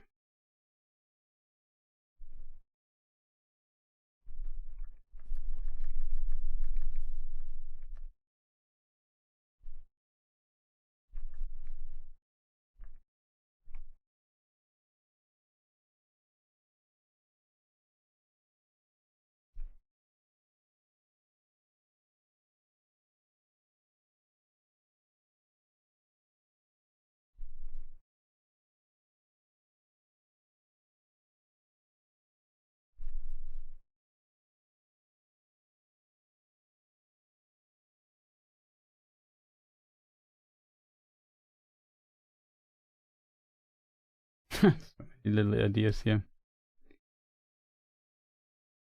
Definitely a cute little game. It's not a little game, it's actually a massive, it's a really big game considering how much stuff you have to do in this thing here. Oh look, there are the skeletons. Here they are, all three of them.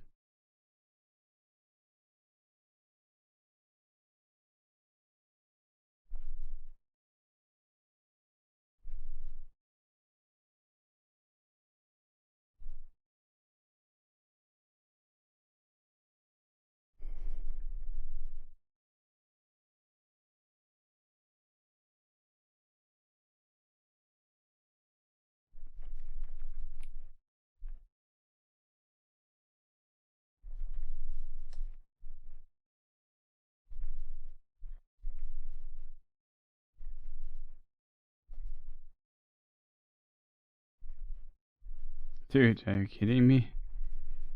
There's like an invisible wall blocking us from sequence breaking this, I think. I managed to sequence break so many things.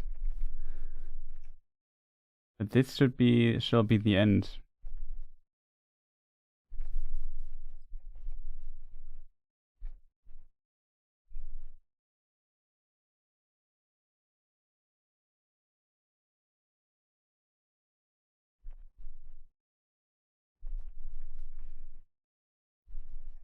So difficult if you don't see the weather thing here. That's... Well, I give up here for now. Oh.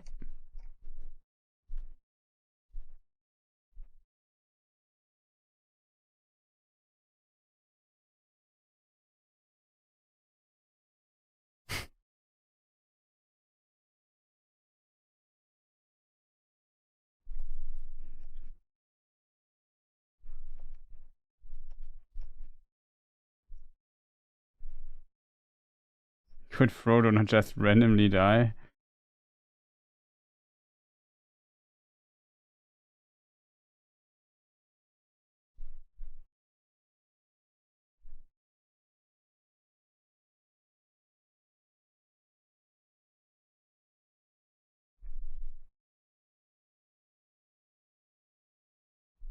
Looks like you can kind of build this stuff here.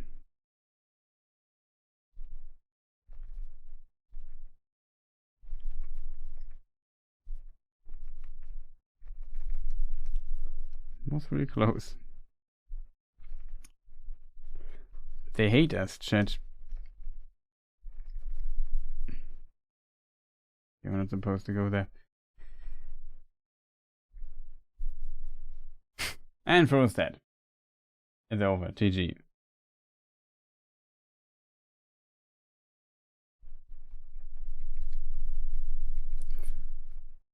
I almost killed Sam.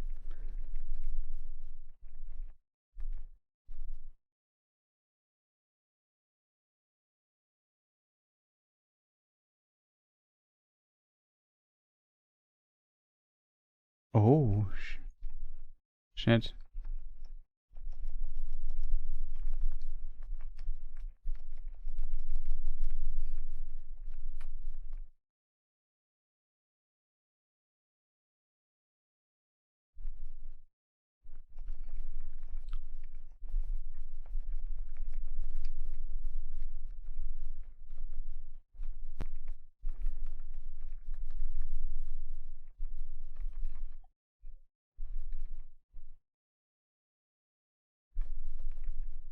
Where did we see the skeletons, chat? Was it here?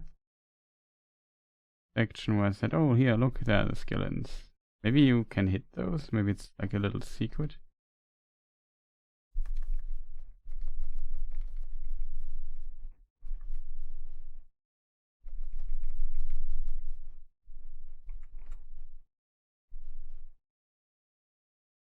Doesn't look like it.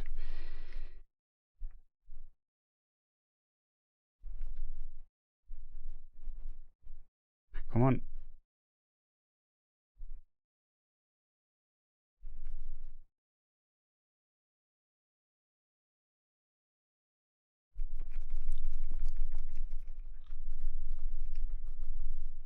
Here you can do something.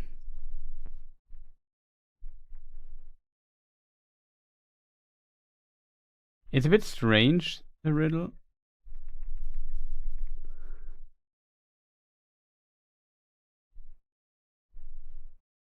Oh.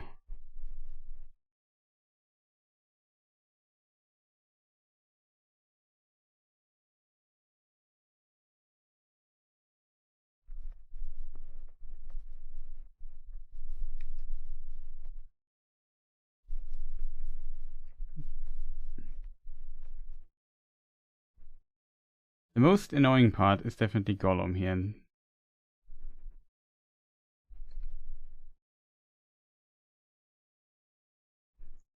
Okay, here you need your teamwork.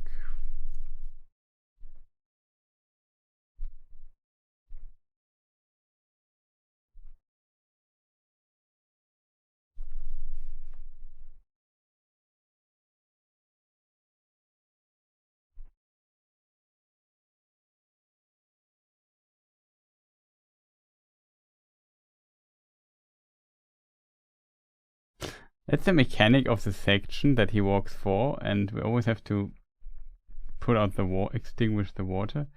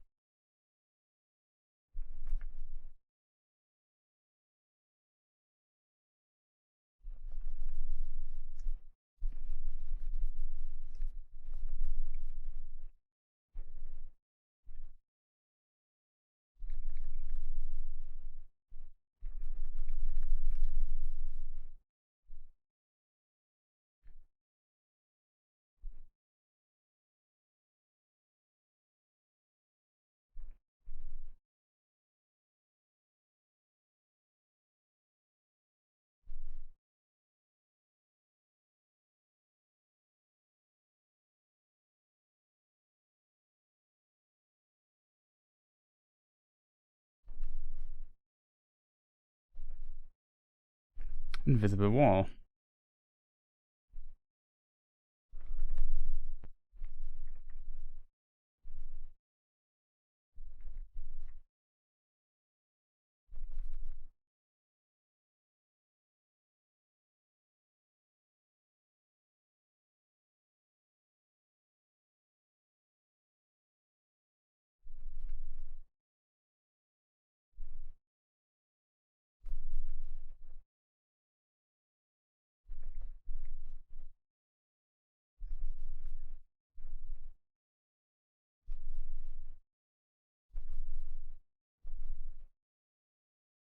Ancient. What does the game want from us? There's an invisible wall. There are some little birds. Ah, here it is. Okay, I didn't see it.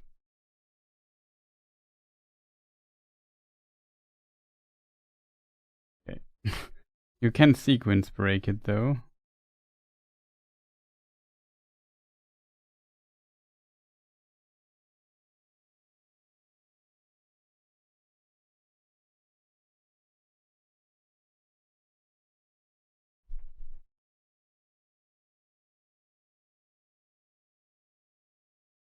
Gollum. Are you not seeing that we are kind of busy?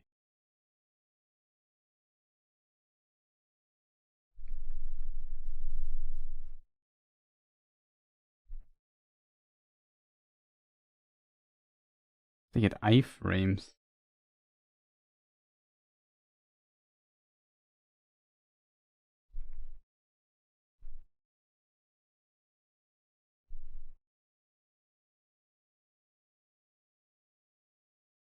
Another treasure chat. Gollum, you are the most annoying thing I know. Just want to point that out. Reminds me a bit of Jar Jar Binks here in this section.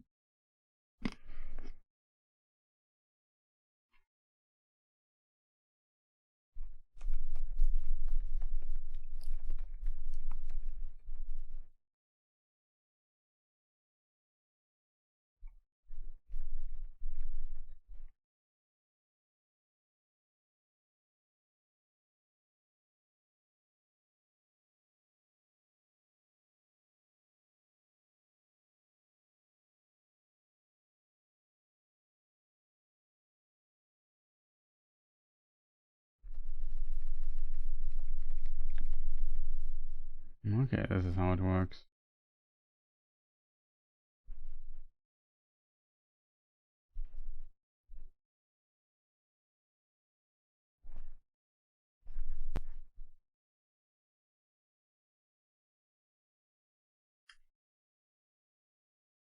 There's a treasure. Oh, it's quite useless in the dead marshes in this film. Well.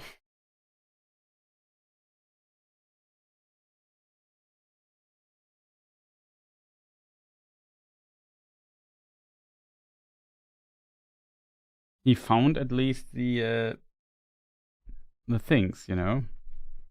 The ghosts. I think that counts, in my opinion. I don't see that you can jump this far to this treasure.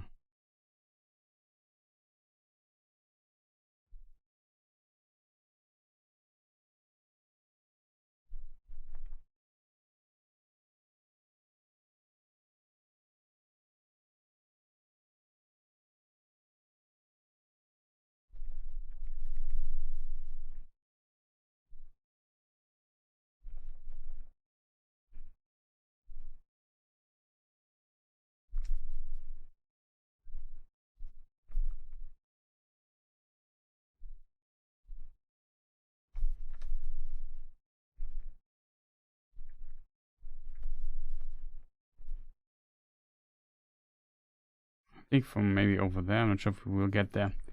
Okay, back to what we actually have to do.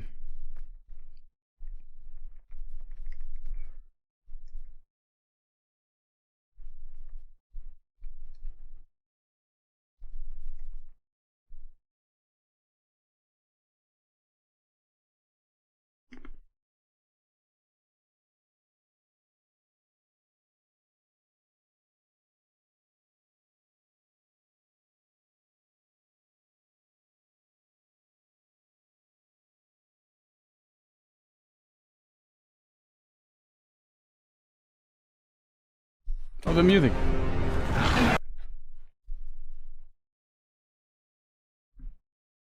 Hide.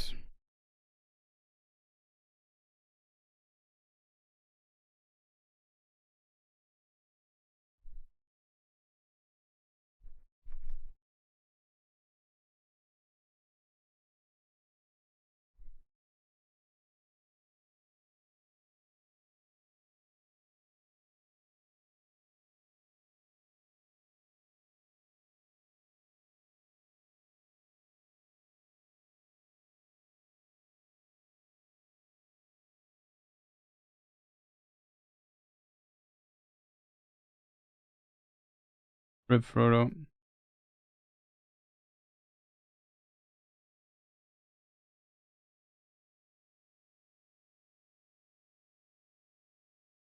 Frodo can... the elven cloak.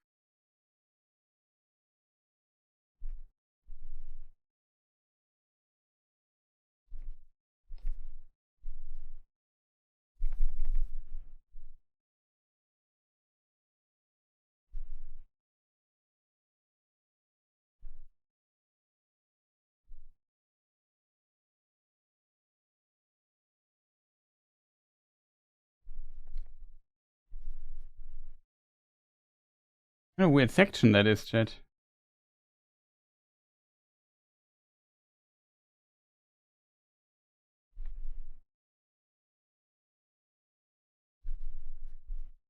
I don't understand this section, chat, but it makes me angry.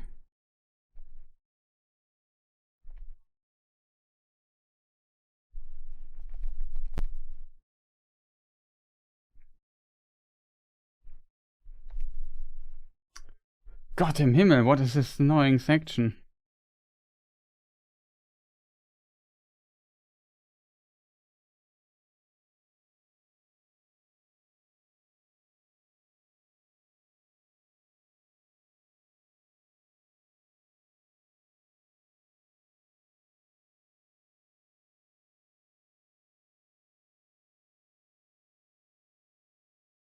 Yeah, it was just too late.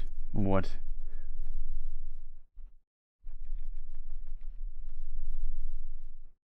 I could have just hit everywhere? Do you understand this correctly, chat? I'm not happy with that.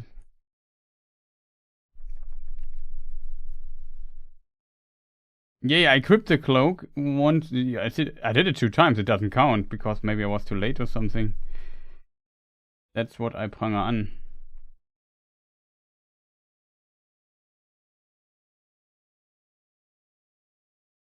Doesn't Sam also have the elven cloak?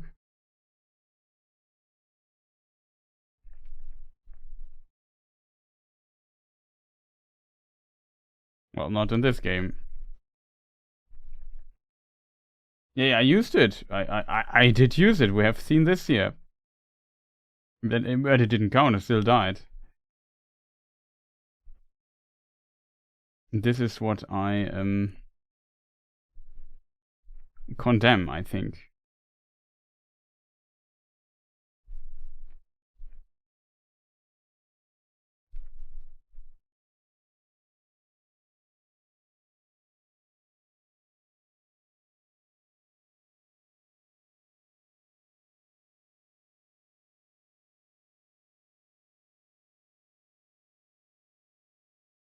Let's have to use it earlier.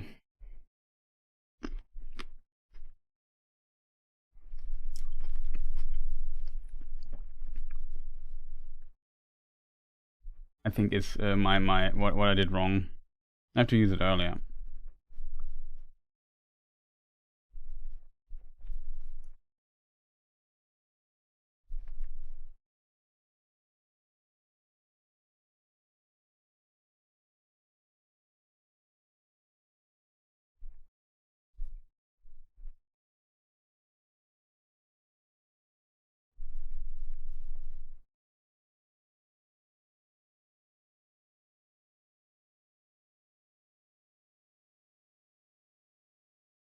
Wait, was there also some valuable treasure behind it? Wow, that was a jump.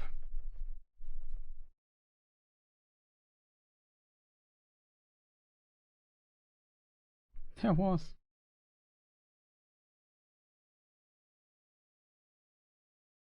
Aha, here, if we would have Legolas, we could get to the other side. Okay.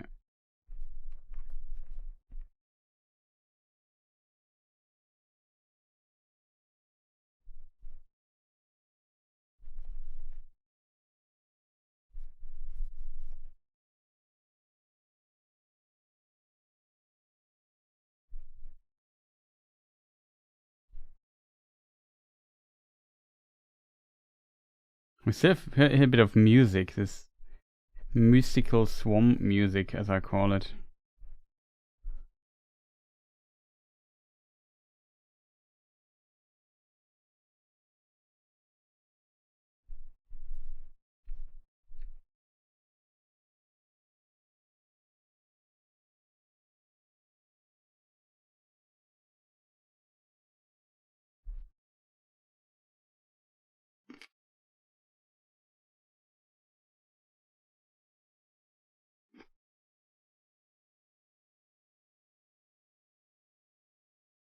Hmm.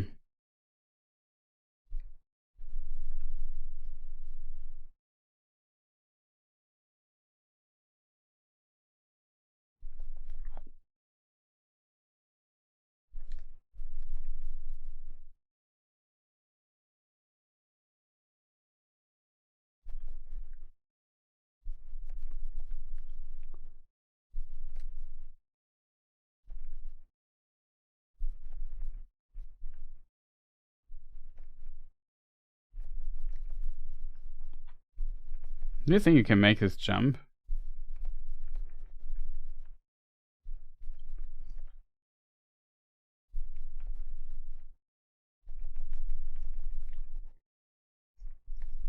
Okay, you can, but it doesn't lead you anywhere. Sorry for trying to consistently sequence break the game.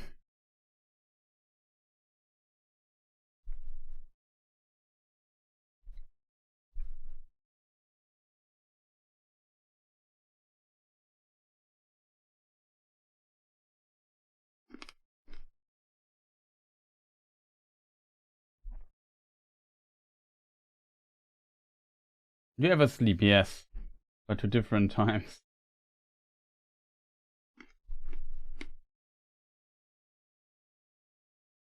I'm going to bed. Just drop by to say I wish you a good night and sleep well. Yes, sometimes I sleep as well. But not when usually people sleep. Let's put it that way. But since this late at night streaming worked so well in the past, I thought, well, why not? Sleep later. So while we're doing this streaming stuff here, I might try to hit these weird times here. I wish you good night, and thank you for saying hi and passing by for a moment.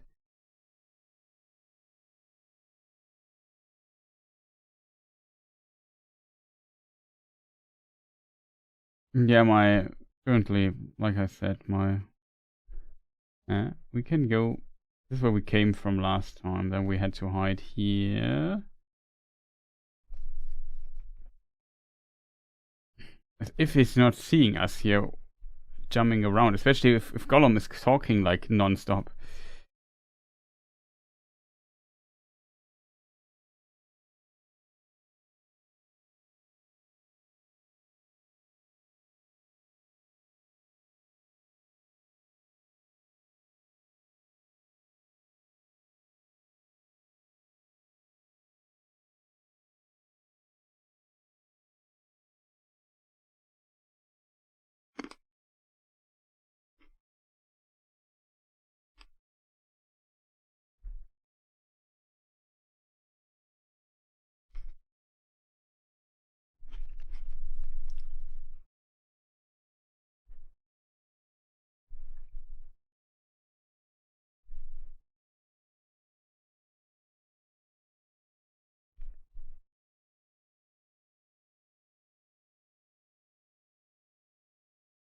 Sympathize with this. I used to have similar sleep patterns.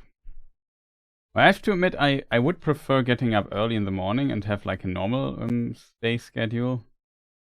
But the problem is often due to the circumstance that I have also some viewers from the United States and so on, and they're like 6 to 9 hours behind, time-wise behind me. Like if they want to watch stuff in the evening, I have to stream or do content late, like live streams or Q&As. So I have to do them in the evening. But if I start at 6, it's always tough to make something at, let's say, 10 p.m., 11 p.m., you know what I mean? Like that's always tough to balance in a weird way. As I've seen, probably do the same, yeah. It's difficult to find the perfect time for everything. Like currently I'm also not 100% happy with everything, but well, as long as people enjoy the content and stuff like that, I'm happy as well.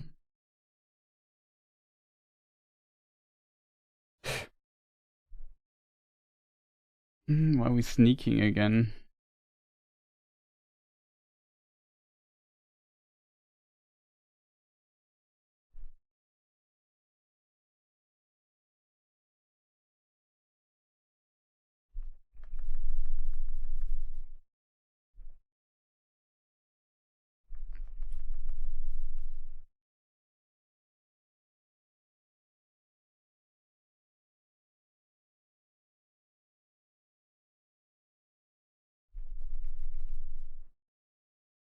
Can't jump anymore.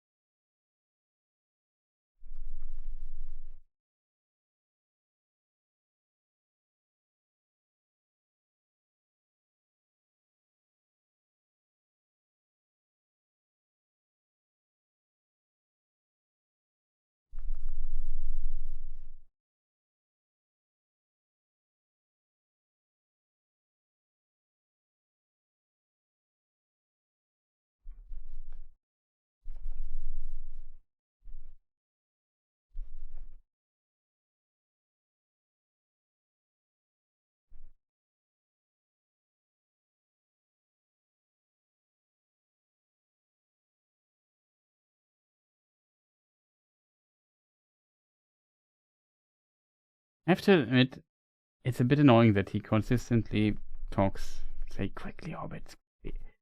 Yeah, I get this, Gollum, but can you please shut up? You mentioned voice actor Laura Bailey in The War in the North as Anvil. I think you may have missed that she also voiced Yoris in Shadow of Mordor. Oh, yeah.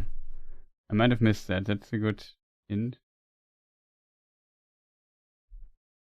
Wife of Alien.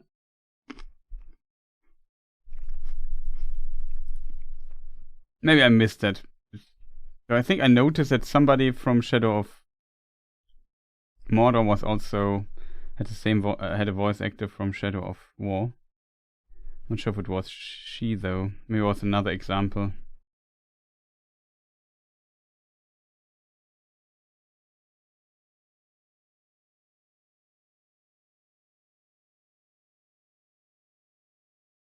It's not.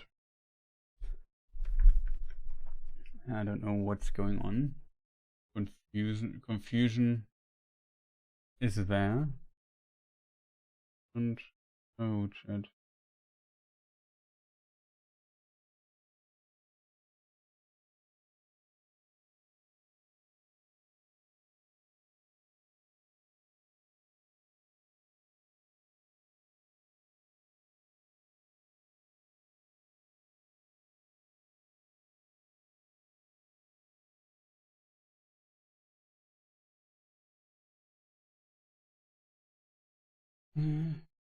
Oh, you don't hear the sound. That's actually, I wouldn't say good, but you have to remind me to turn back on the sound at times.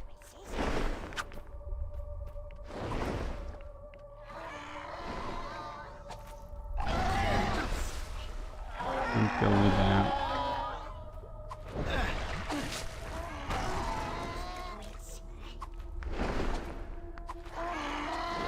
Overlook something, chat? Still one of these nasty brushes.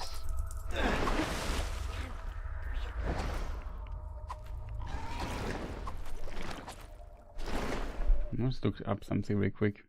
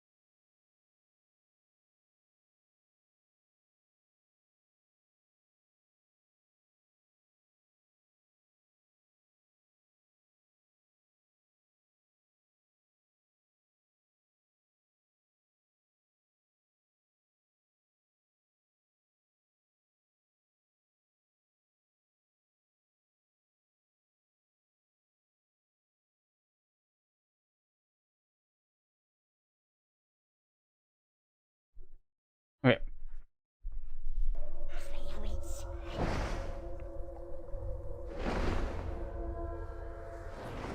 Yeah, sorry, sometimes I forget to turn it back on. This is a sound you missed. And always Gollum says, "Come, Hobbit, says quickly."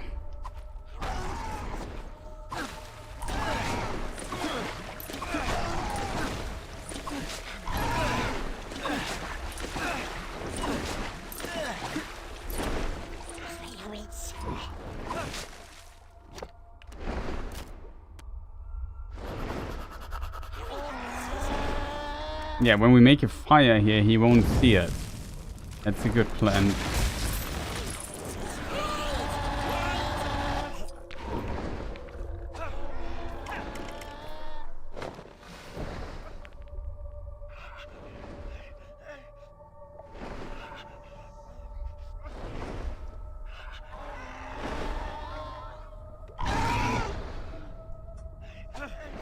Mention voice, her husband voiced some of the orcs. Oh, it's funny.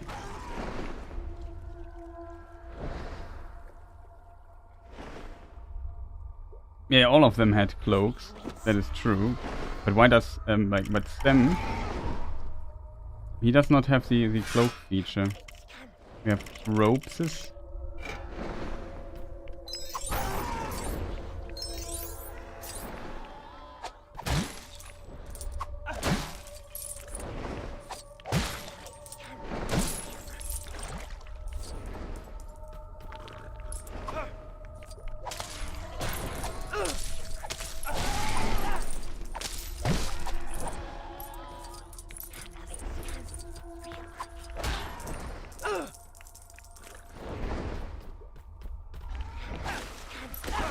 Yeah, Gollum, Hobbits, come quickly.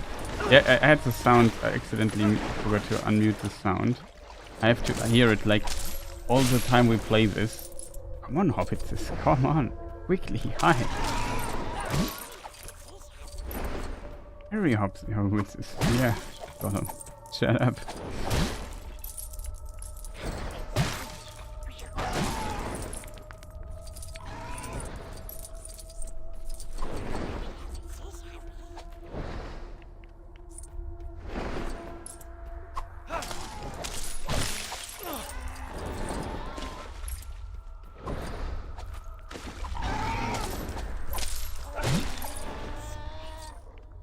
Nasty hobbitses.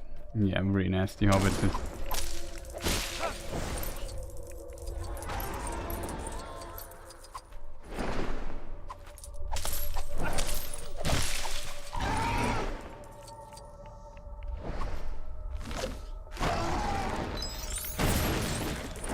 No, Sam broke the tree. No, we have to break the tree to rebuild the bridge. Bless it.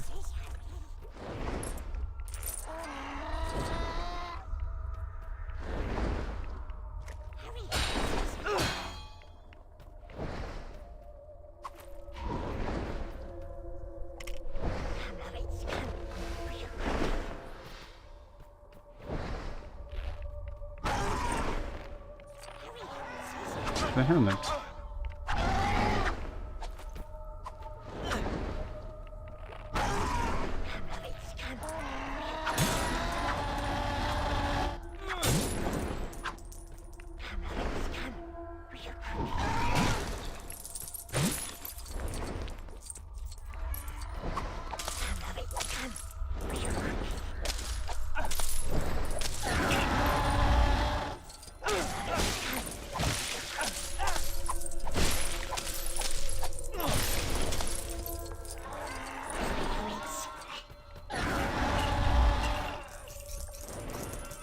Hey.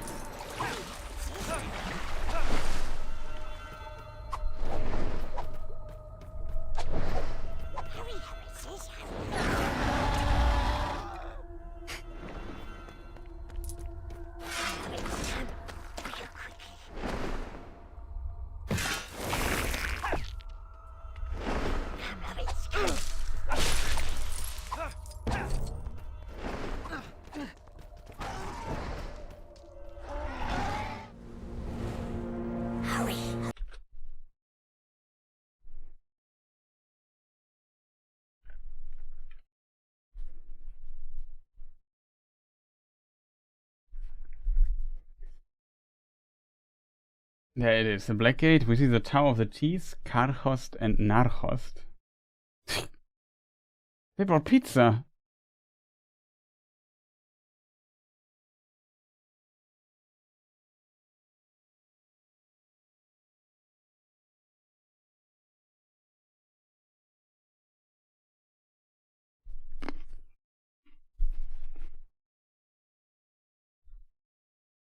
They have a pizza oven as well.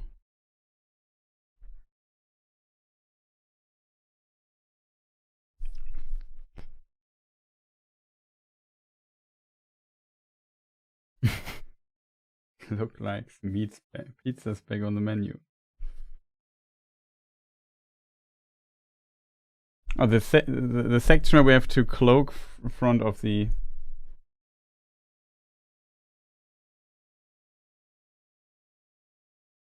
Haradrim. The Oliphant.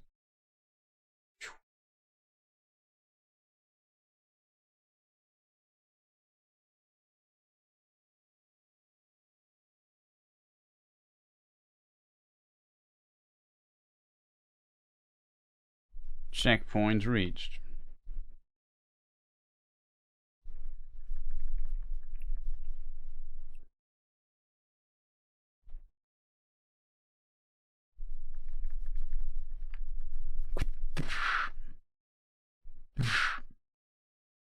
Love the sound. Oh, you don't hear it. It's fantastic. It's the best sound.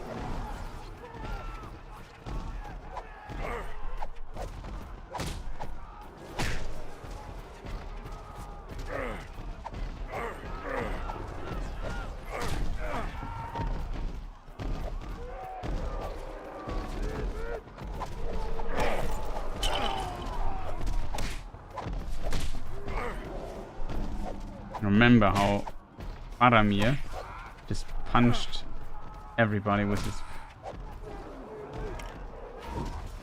Oh, we even have his friend. What was his name of Faramir's friend? Of the other...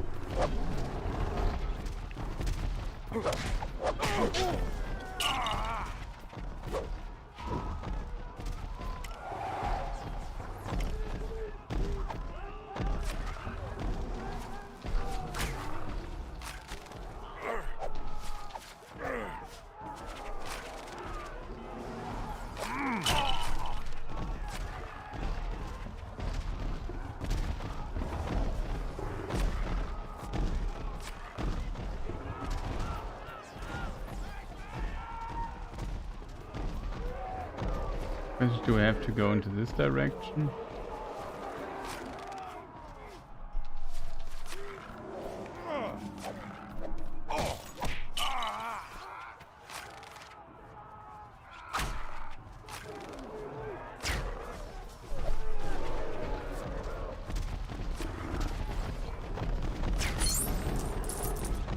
Wow, I have to shoot those things?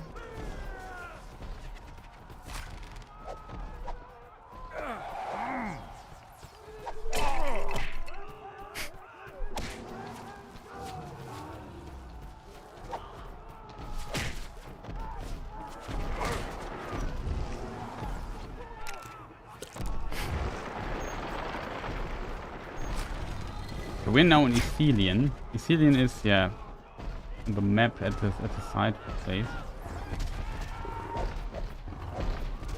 Dude! Oh, over there's another...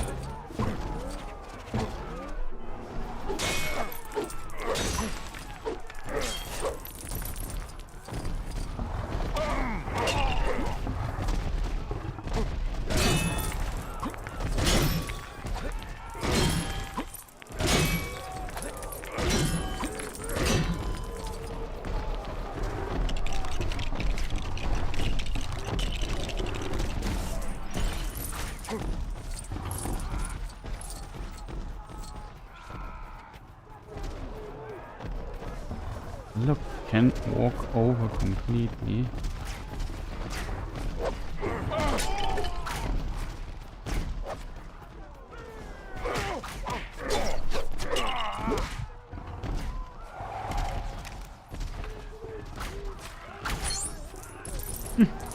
funny. Now we have to look out for other things, right, chat?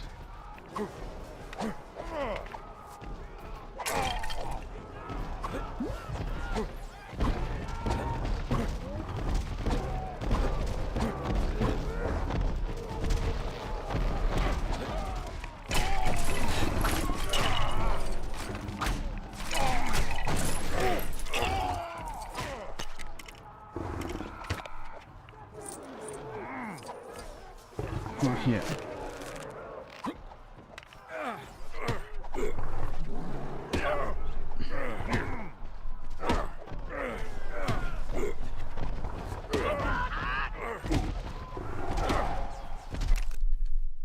I have to maybe.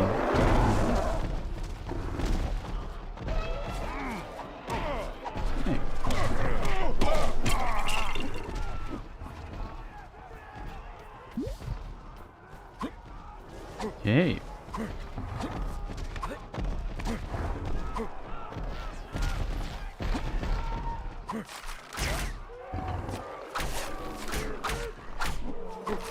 A moment.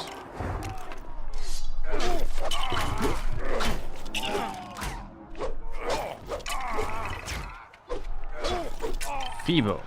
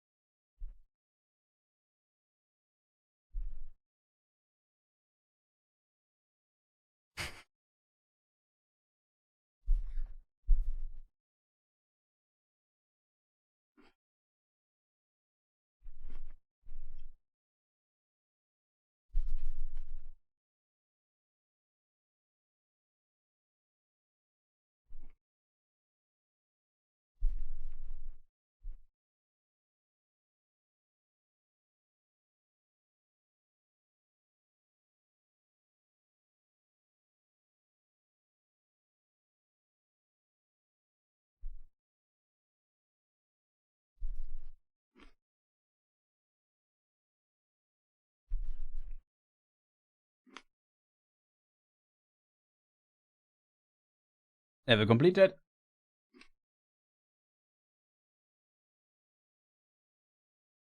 Faramir Madril.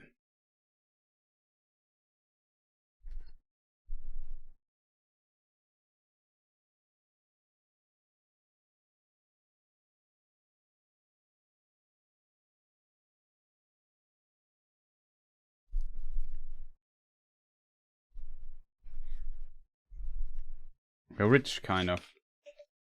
That's the Hobbit question. Regarding Ithilien and Sauron. Sauron had devastated Eriador and permanently marred what became known as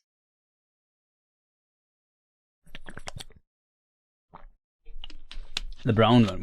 Brownland. Why didn't he burn down the forest of Ithilien? That's a good question.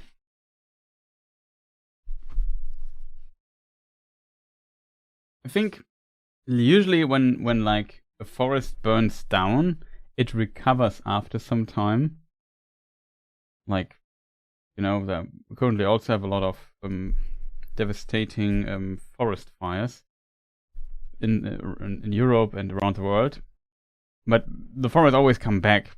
And in the case of the Brownlands, that's why they, I guess, called it, they did not come back after like 3,000 years. So he did something different there, I think.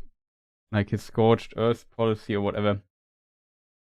And I would assume, back in the day, at the One Ring, his power was still much greater.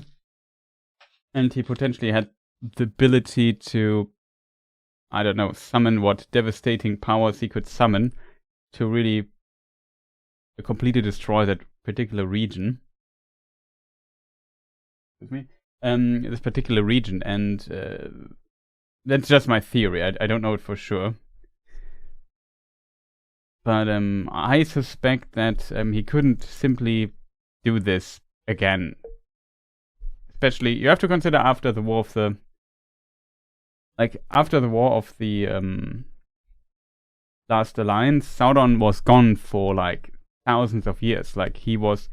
He came back to Dol Guldur when the Blue Wizards arrived roundabout. So he was at least 800... I'm not sure when did Sauron come to Barad-dûr? That's maybe an interesting timetable thing to kind of reconsider here.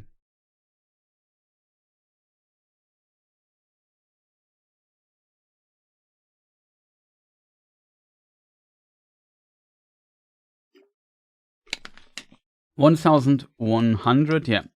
That's when the Istari arrive. The wise, the Istari, and the chief Eldar discovers the evil power has made... No, that's not it.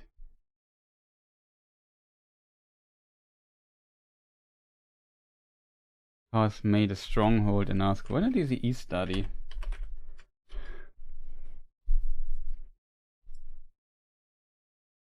When maybe 1,000 years had passed and the first shadow had fallen on Greenwood the Great, the Istari, or wizards, appeared in Middle-earth. It was...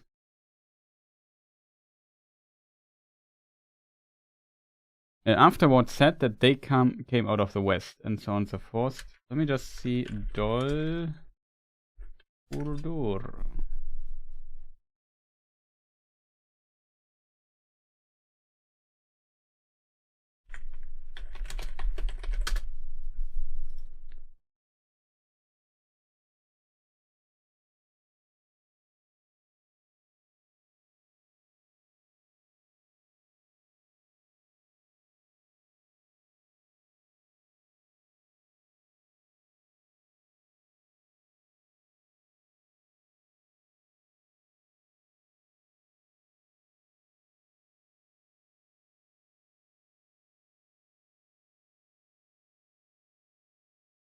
Let me just check the previous dates.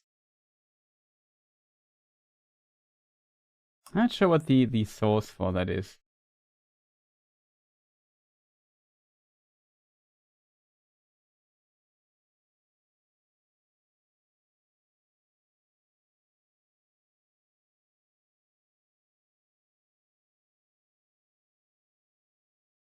$1,050.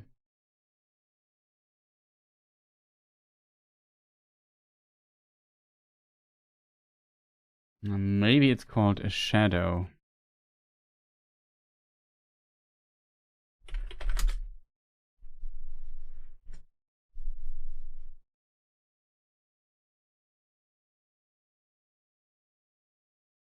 No, here it is. It's the same line. Like when the first shadow had fallen on Greenwood.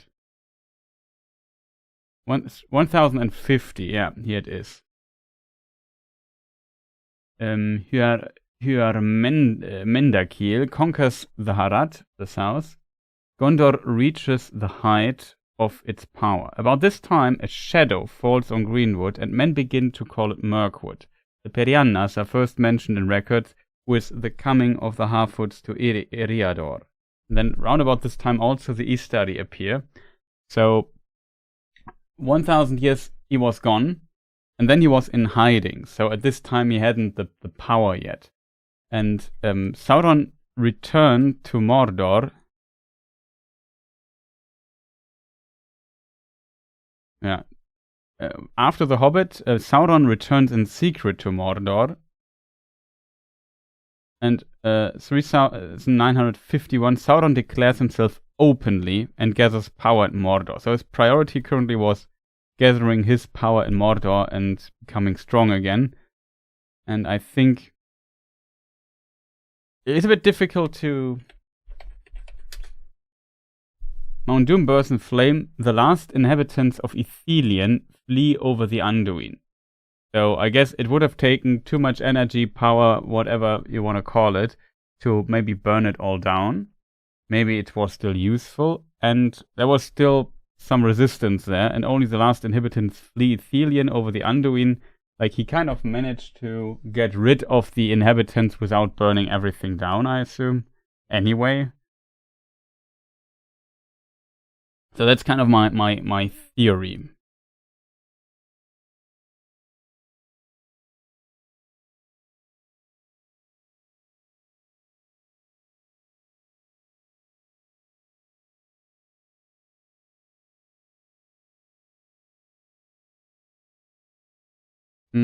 That's a good question. If they leave the Anduin due to its presence.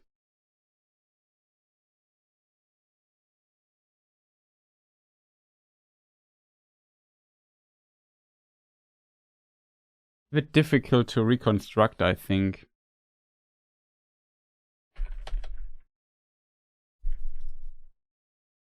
Na, hier steht, alerted by the shadow of Dol Guldur, the Perianas started to migrate westwards. So the Perianas are the halflings. The Elvish word for it.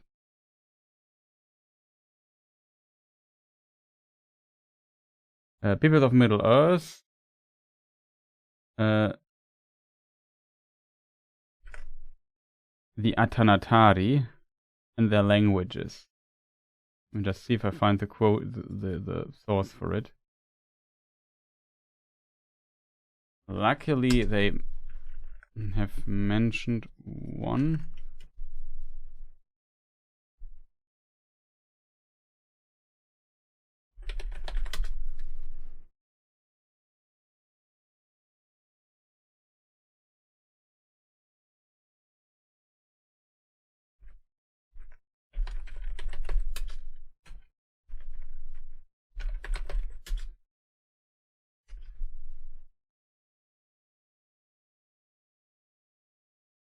And this time evil shadow fell upon Greenwood the Great, and it became known as Mirkwood. The sorcerer of Dol Guldur, later known as Sauron, later known to be Sauron returned, begins to work evil. The Perianas cross the mountains, and so on. Do I have another thing?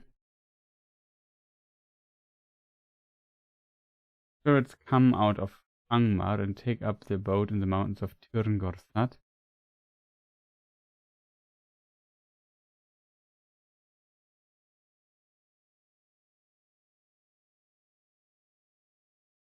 Now, about this time also, the Perianas, of whom there are no earlier accounts among us, are first mentioned in ancient tales. These were a strange small people called by men halflings, but they themselves later in the west of Eriador hobbits. They are thought to have long dwelt in Greenwood the Great, or near its western eaves, and the vale of the Upper Anduin. But at this time they began to move westward over the misty mountains into Eriador. It is said that they moved from their earlier dwellings because men increased much at that time, and because a shadow fell on Greenwood, and it became darkened and was called Mirkwood, for the evil spirit stirred there. The Harfoots were the first clan of the hobbits to enter Eriador.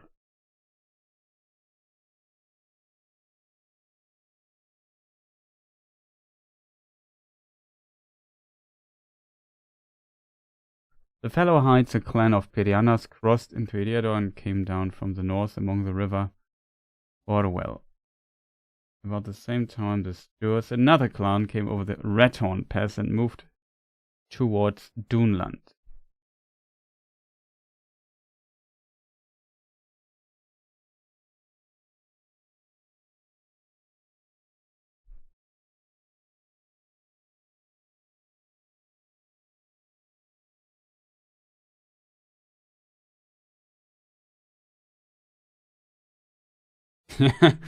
That is very Tolkienian, that the earliest mention of the hobbits paints them as victims of Sauron, but ultimately his bane.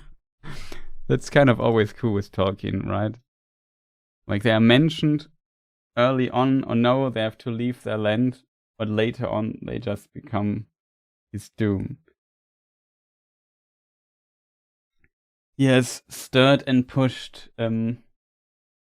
one people to many.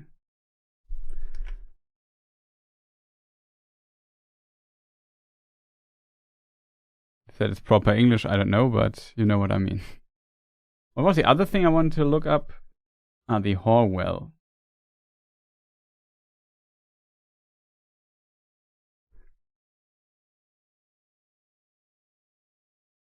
For yawning.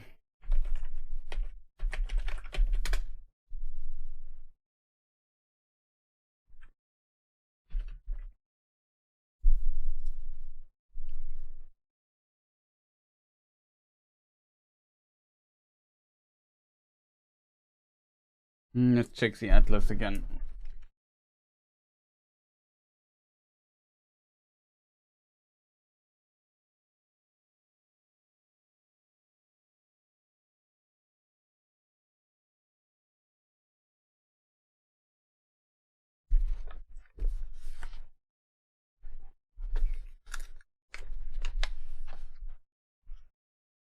Ifeiglir.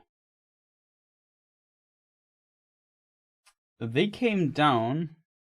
Let's have to check where the Horwell is. My river knowledge is not that great, I have to admit. So everything considered, the Horwell. Where is it, chat? Aman map, yeah. So, yeah, to get you the thing, well, so Dol Guldur is here. Here's Rivendell, Misty Mountains, Khazad-dûm, Bree, Shire. Hobbit is here. Everything is a Shire. And yeah, so the Horwell is in Elvish called the not sure how it's pronounced. Mithithel, I think. The Mithithel, as you can see here, it springs here and goes close or part of the Etten Moors, actually. So here we have this river, and here, this section here, I'm not sure how big it is actually, but it's called Rhodour. I think all this region here has to end, Rhodour has to end here, because Rhodour must touch the Amonsul, because Arthedain, Rhodour, and Shire Cardolan all touched, like had the same border here at Amonsul. It was kind of the cornerstone of all these realms. However, this is the Horwell, and the Fellowhides crossed it here. The Sturs came over Caradhras, the Redhorn Pass, over the Misty Mountains. And what did I just read about the Fellowhides? Also, we have currently, like, I think, a Werbeunterbrechung, as it's called in the so-called Fachsprache. Actually surprised that we have one.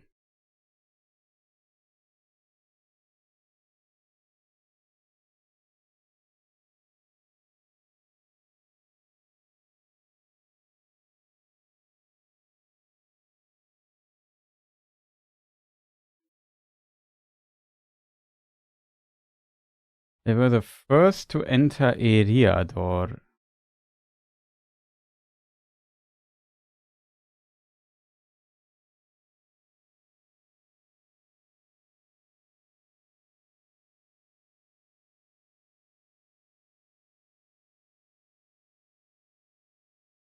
There's note 17. Let's see if I find it.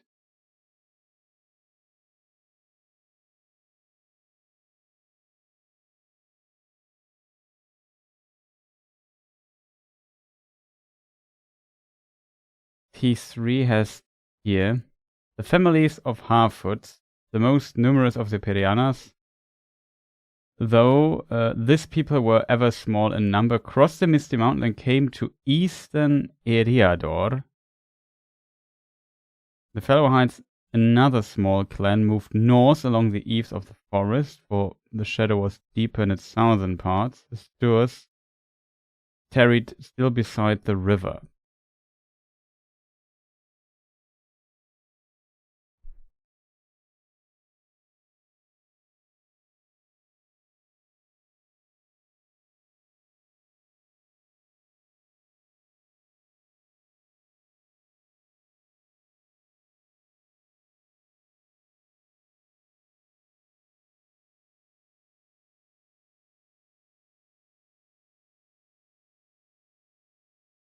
So yeah, the other came later. It's kind of interesting in this regard.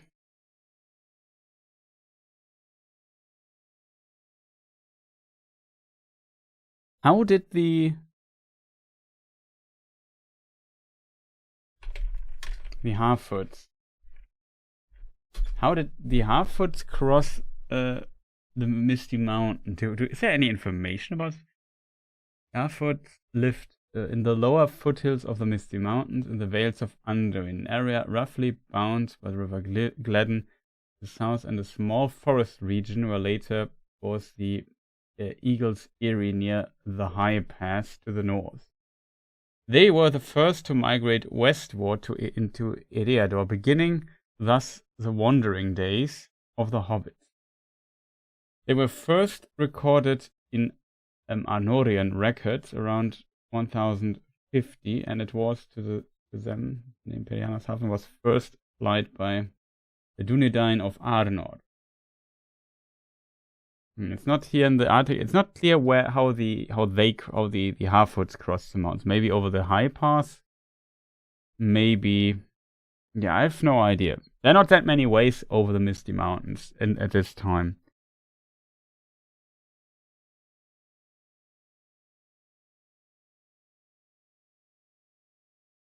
I don't think they went through Khazad-dûm or something like that.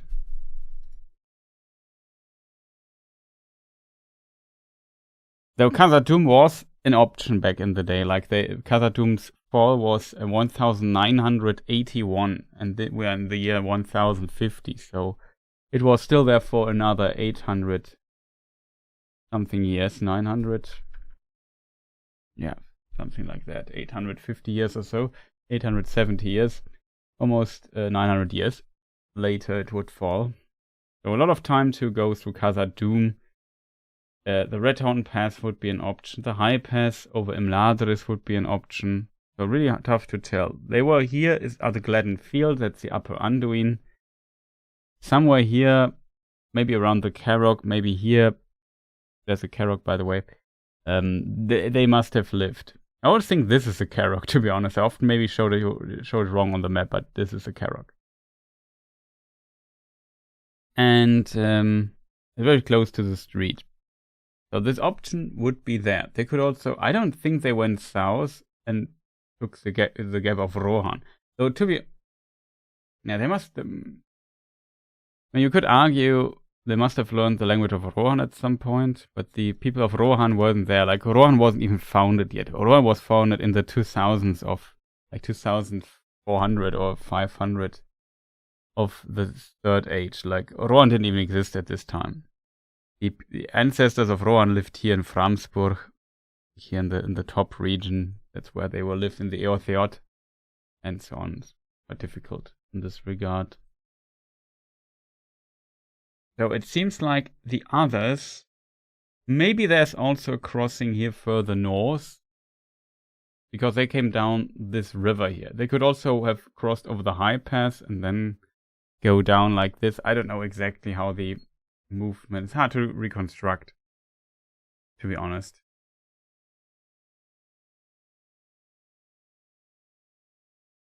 But yeah, a short break, because I think the hour is already over, and due to what do you call commercials that automatically play, I want to just give everybody the opportunity to just get a drink or a snack or a bathroom break or whatever, and also show some ads in the meantime. So we have this duty also fulfilled. Back in a moment, chat.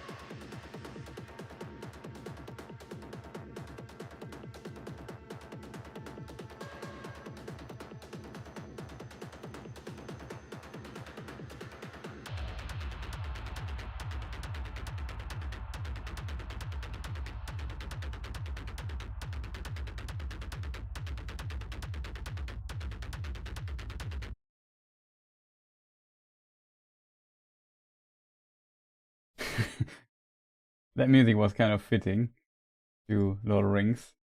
Contra Luna from Cyberpunk. Sorry, but yeah, it was fun, just a bit funny. Sorry for if it's not your type, but I have a Cyberpunk soundtrack also in my list here. However, yeah, what we just read was from People of Middle Earth. We are now back into the game. I hope you also are back in the meantime and so. Click. Here's the sound. Have to mute the sound. I'm curious where we continue next. Oh, Faramir is now accompanying us.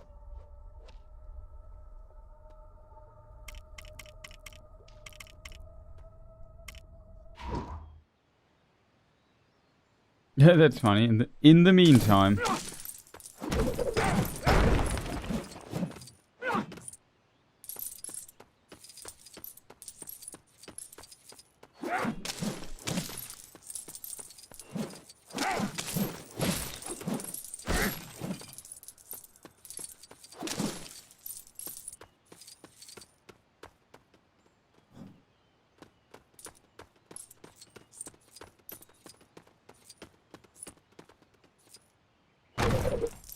I like how his head flies off. The king, the head that fell from the destroyed statue, which was crowned with flowers. Very iconic scene in the film, also in the book.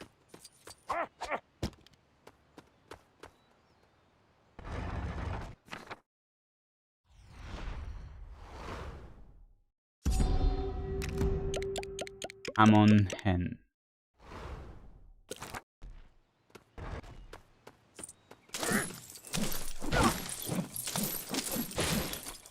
Not sure I can switch between the two groups now. Oh no, here we need them. Wise, I summon thee.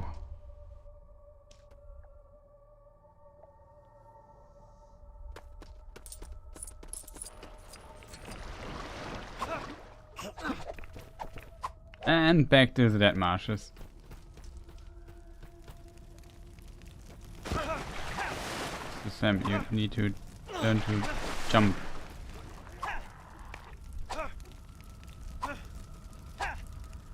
Just hear Gimli in the distance.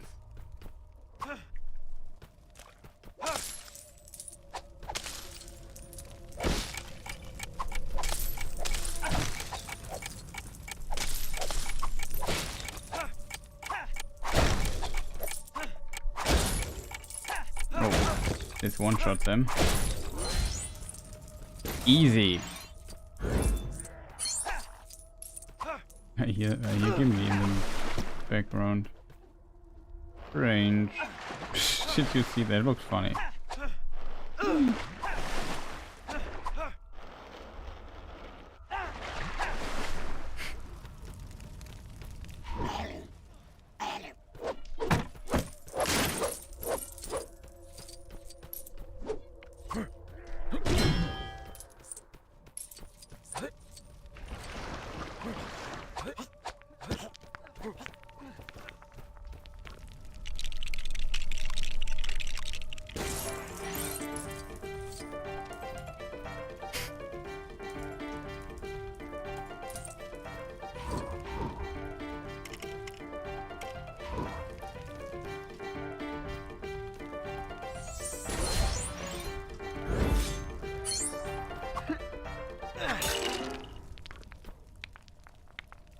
Okay, I don't fully understand that.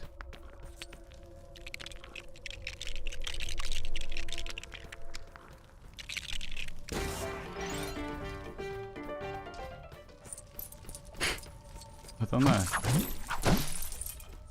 Here we can hit them just instantly. It was different in the level. I'm curious if they changed the design philosophy of this particular section. I still hear Gimli in the background. I'm very angry about something.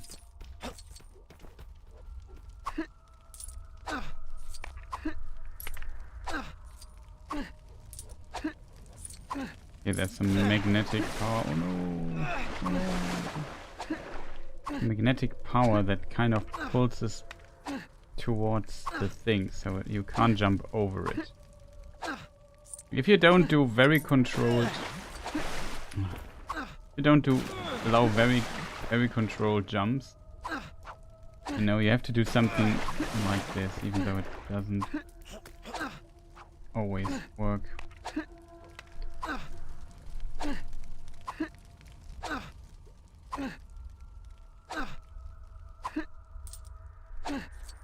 Like the Gollum game does this, for example, not.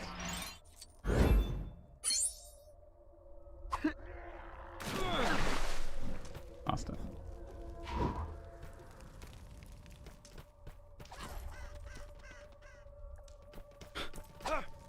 There's some random Urukai here. He has a quest for us. He needs I to... built a house from the bones of my enemies.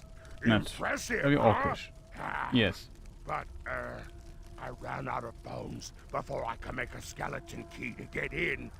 I bet they have one spare in the paths of the dead.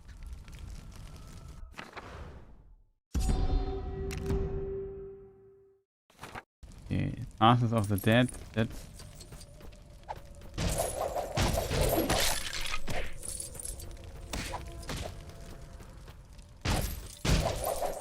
like the stone is on this dude.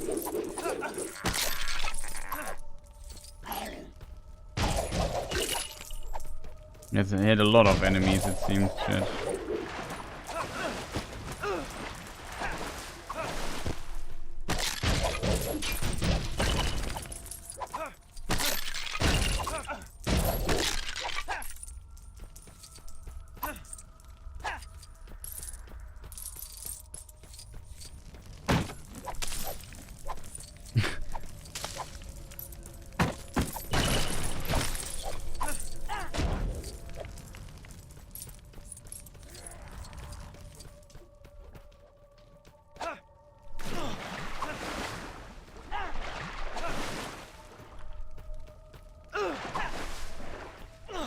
Dude, can you maybe... He doesn't want to jump here.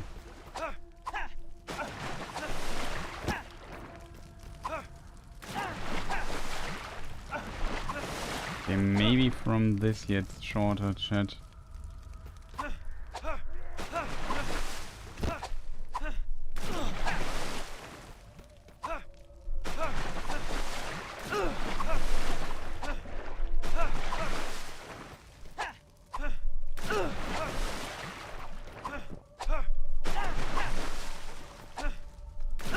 Hey!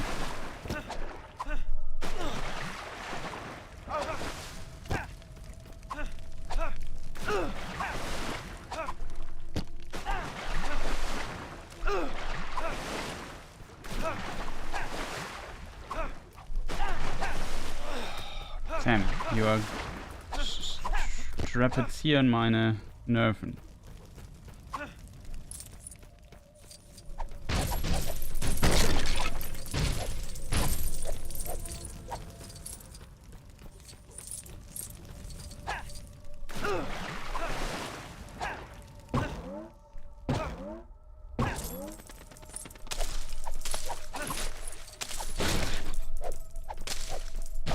A lot of sequence breaking.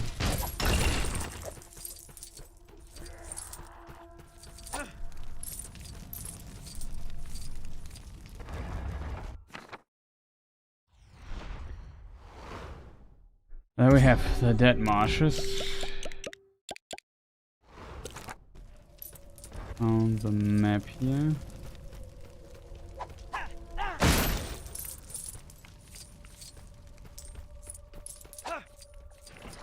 I think this is where we came from.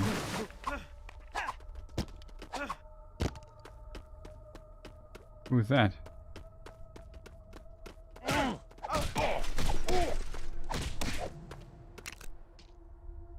That's an Easterling. We had to punch him.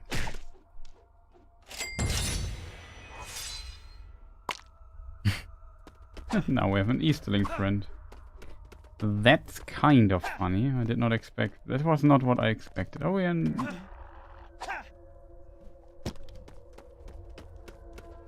We're back to Mordor.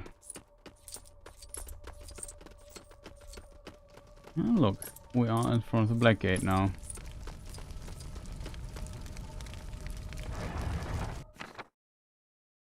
I think we sequence break this though.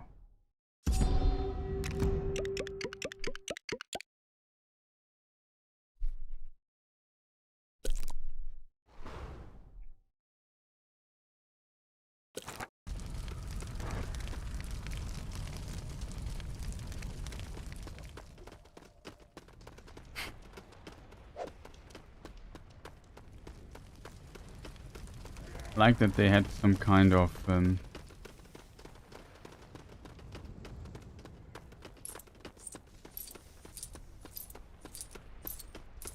bit worried that we sequence breaked here too much shit.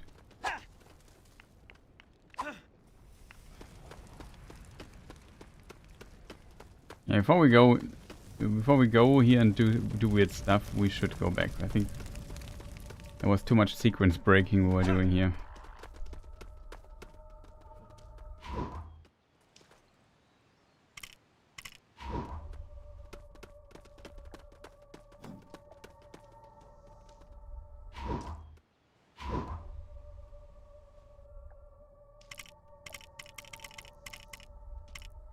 Can't select Gollum? Even Gollum is with us? That's unfortunate, chat. Or do I have to talk with Gollum? Interact.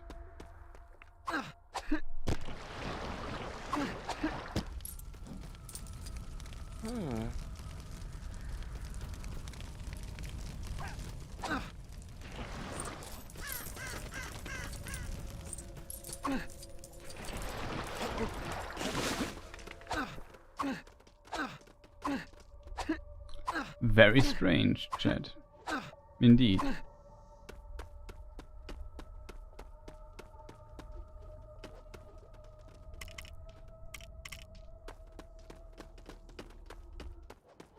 Here we were already, right? Yeah, here we start, we go all the way back.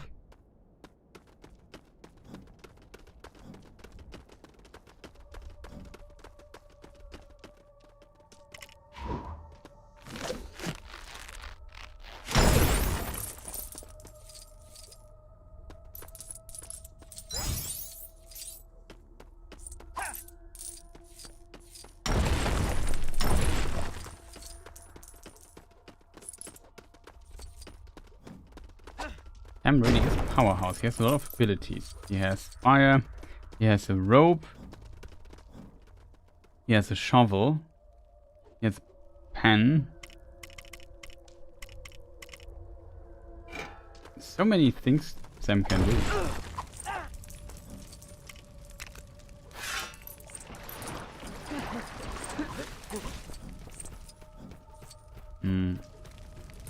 Did I sequence break this then, really?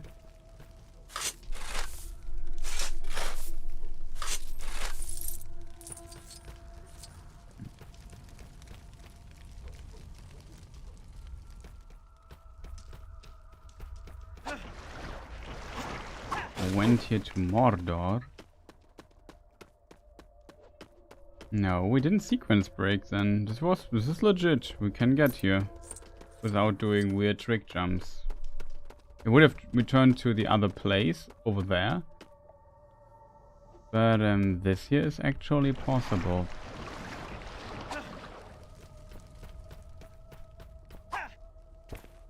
Just getting from the other side there is difficult, I think.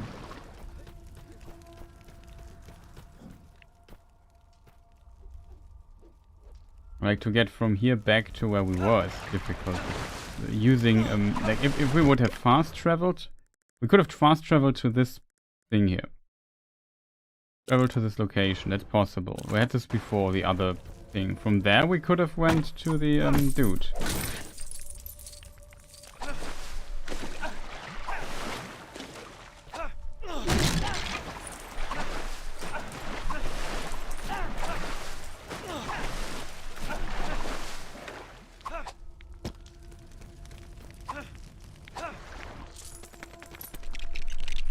There's another music dude.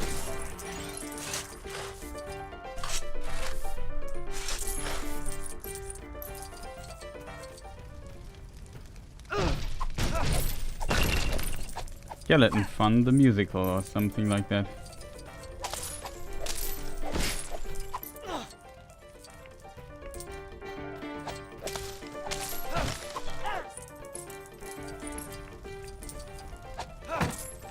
Do you think they decided to against the show depicting the ghosts and stuff? Wow, this is cruel. Like this guy here, tied to the tree with handcuffs.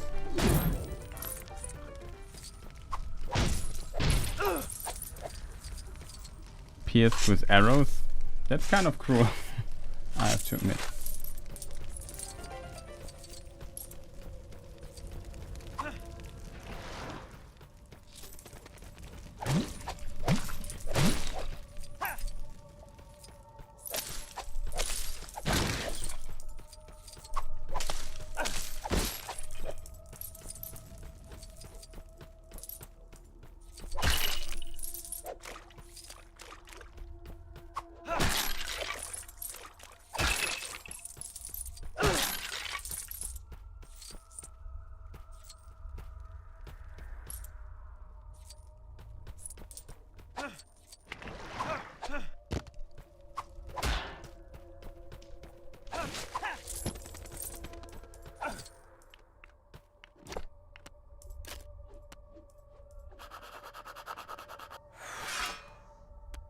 You can, yeah, you also can plant, let things grow.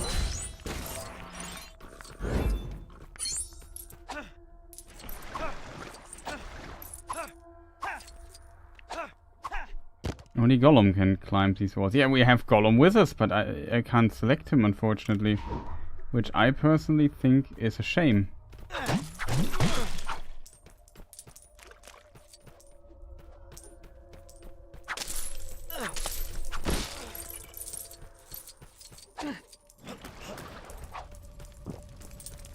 He just snagged a fish.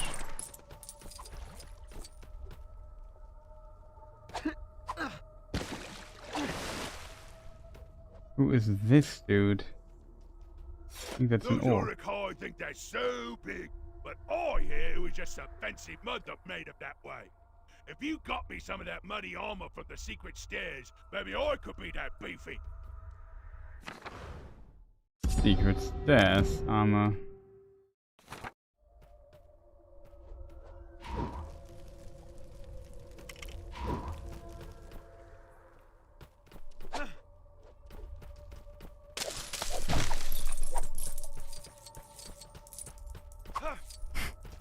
This game, an endless cycle of collecting stuff.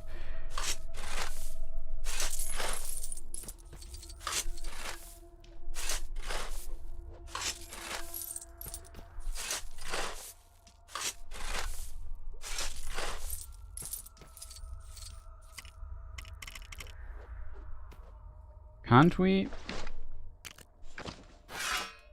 With our mithril shovel. Look, it's much faster, chat, than the normal thing we have. Never known that it's faster than the other. Those Uruk-hai think that.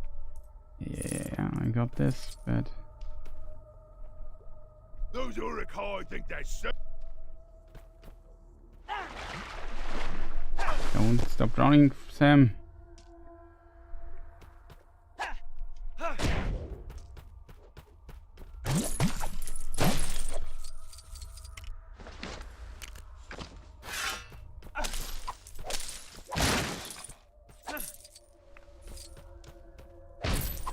Here we have a fun little boat cycle. I'm not sure what character we need for that.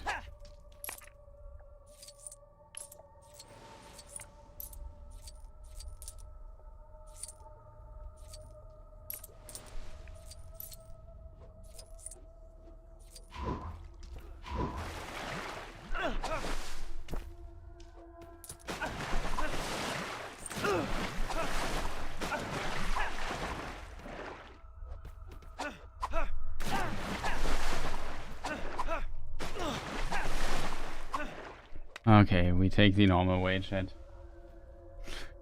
Wait a moment.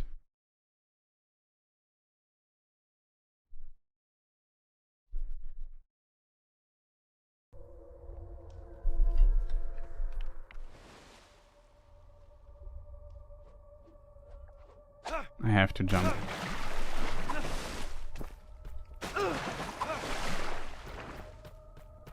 Damn sad shit. Ha! The tryhard deep inside me has to make things more complicated than they actually are.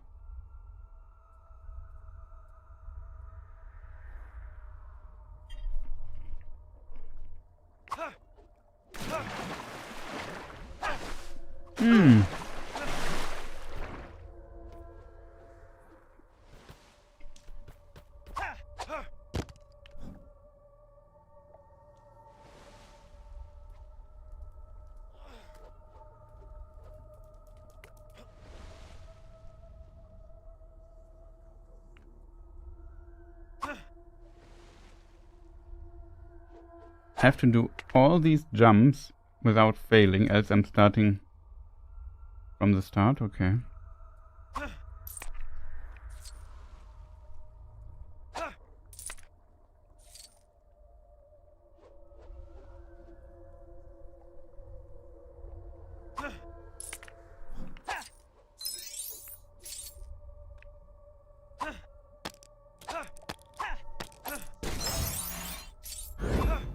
Ha!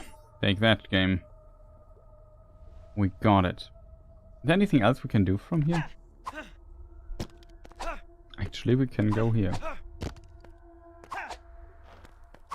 I already found one way to glitch out of the world itself. Unfortunately.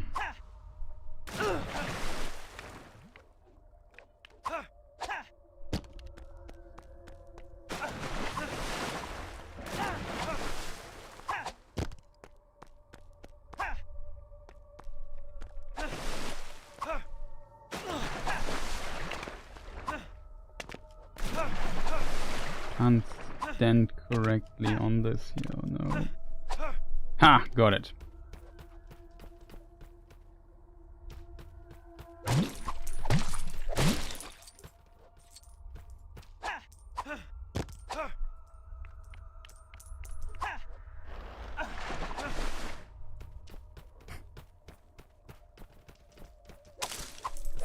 Not bad, chat, not bad.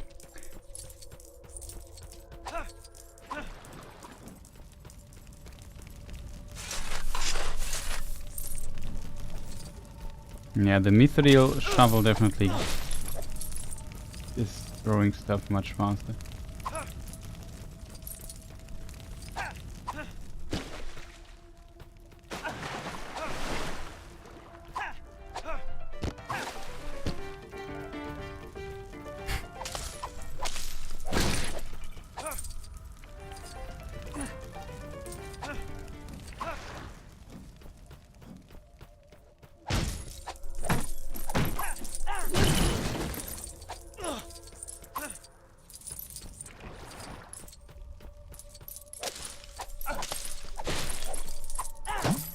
And this is a section for Legolas, unfortunately. We need somebody who can shoot a bow. Wait a moment, we have somebody who can... Chat, we have somebody who can shoot a bow, actually. And it's not Boromir. It is his brother, Faramir. Yeah, the bow. Now, all things considered, we can maybe do something with that. I forgot about this. I thought we need Legolas. But no, we don't need him anymore. Oh, we still need him. We can jump higher than the others.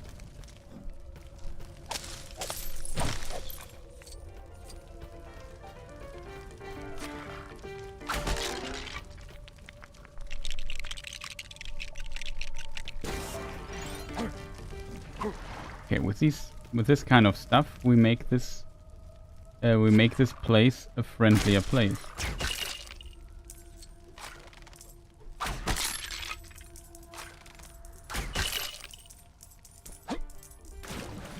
Problem is, I can't collect the coins. How weird.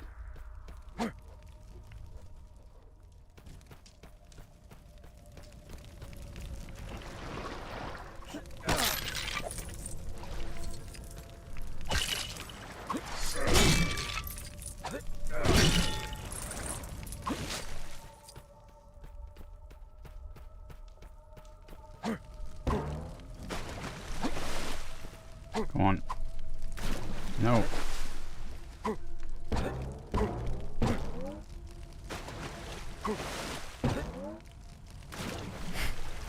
Need to turn the camera around. Dude.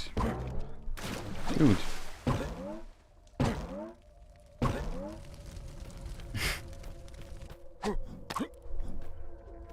I'll get up here.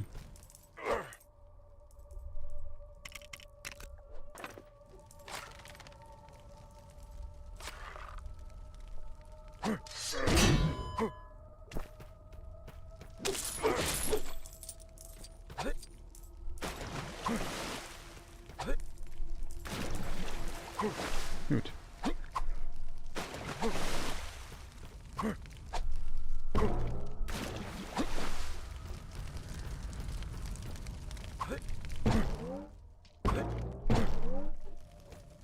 Can I shoot him? Careful.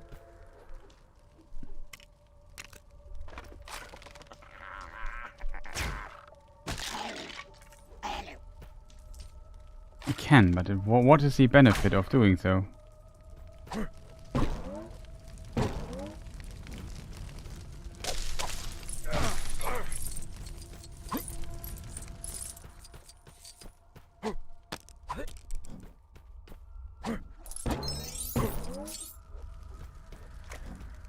Remember when we were here?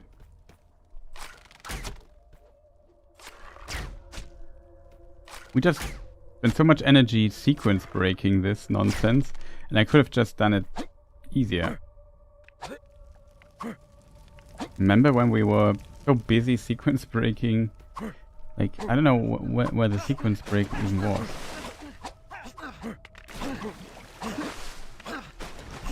Boom, yeah. Jump. The jumping, if the slope you're standing on is too steep, the character doesn't jump. It's sometimes incredibly clunky. I don't know why they decided to design it like this. We went to the sky here, right? And instead of going the easy way, I decided to take the very tough way, which was a sequence break from this here.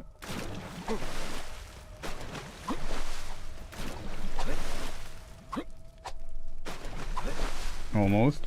But we did this jump here instead, which is possible to make.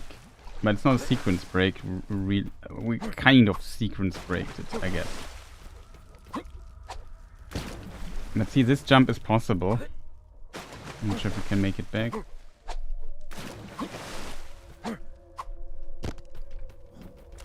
It is possible, but... Good.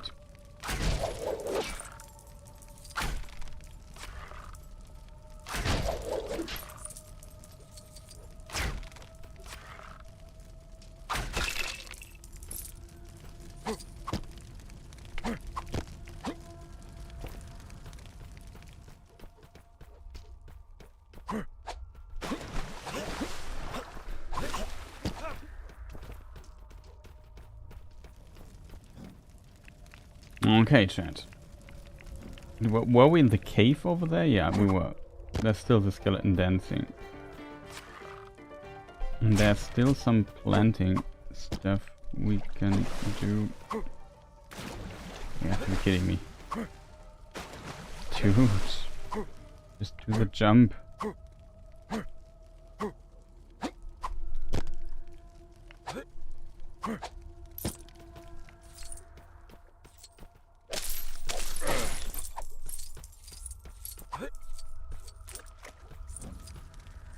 Meet Sam here to do the jumping again. I hope Sam would just...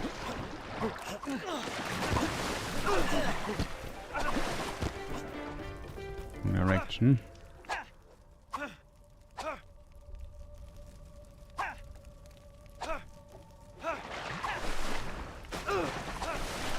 have to be kidding me.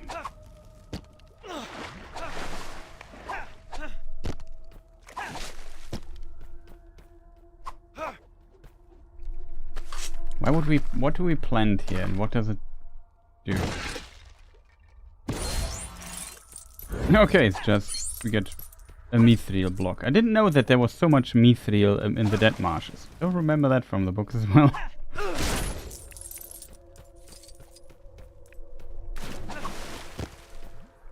Sometimes the character just doesn't want to jump.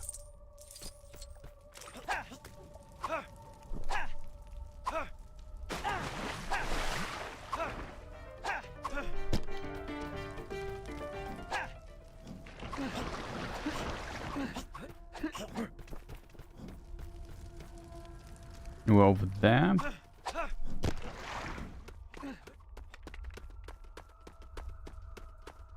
The question is, what is here? This looks like a dead end.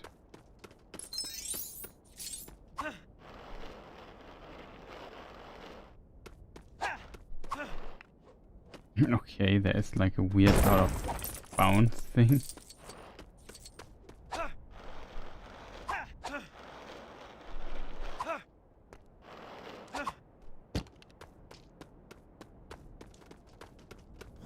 Kind of funny.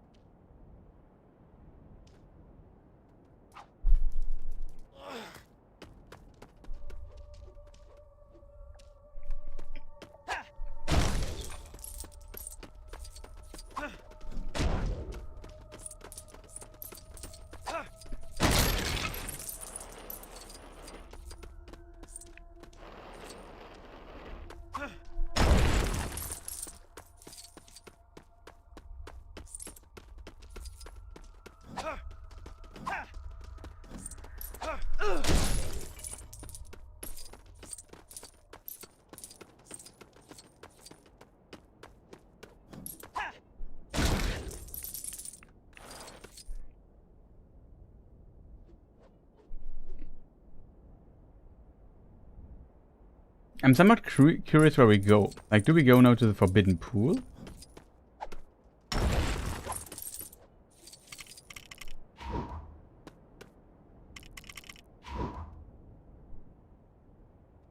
He has only his sword.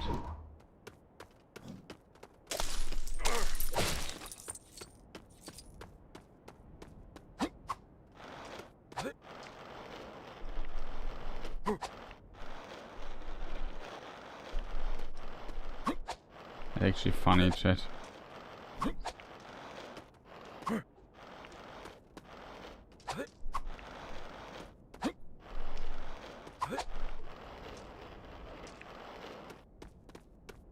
I would say the game... I can throw Gollum.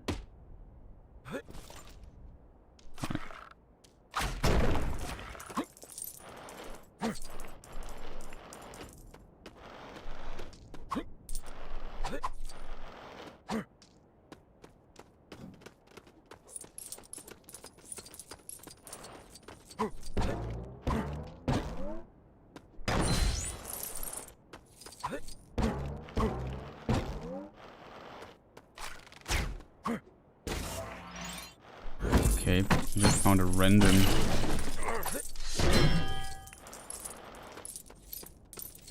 We just found a random...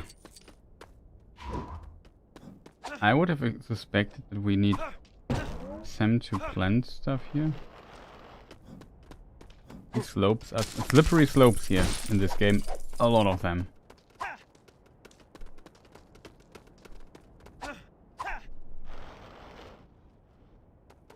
Ah, we go to Osgiliath and then to Minas Tirith, and then we really skip about the Forbidden Pools, huh? I've heard of a wonderful object called the Mithril Tinderbox, which lights fires with a charming fireworks display. If you forge me one, I'll reveal to you the secret of invincibility.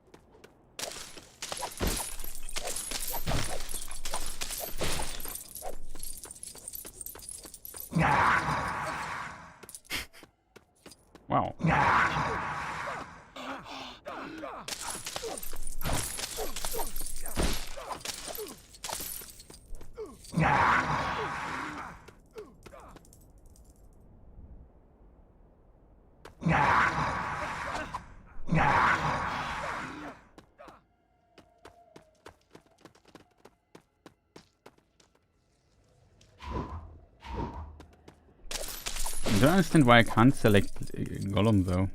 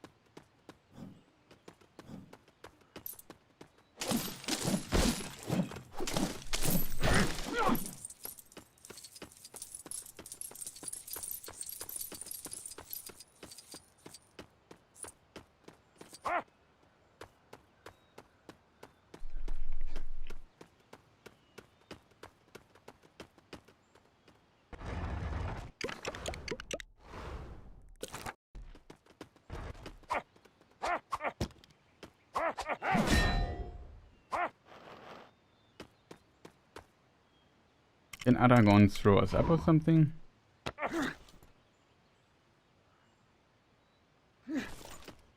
It doesn't look like it.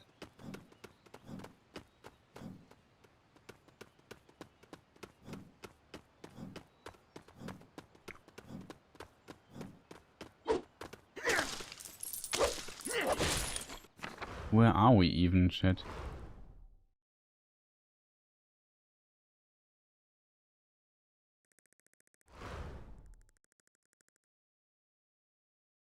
Gondorian Ranger.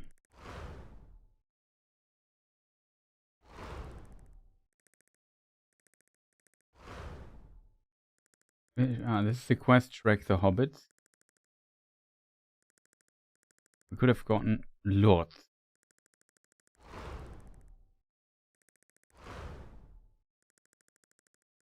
The problem is I can't get up there, chat, from this without Sam. We need Sam here.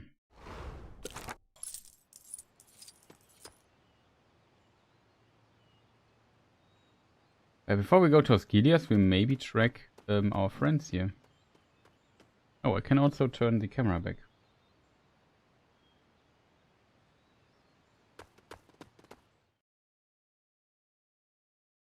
Curious what happens now.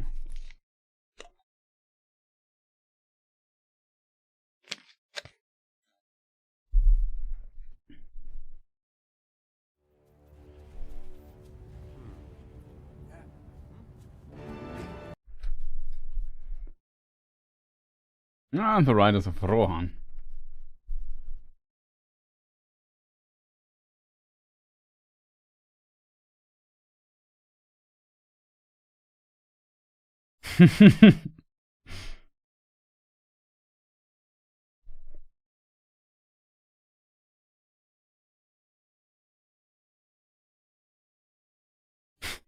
The choreo, great. The choreo, yeah.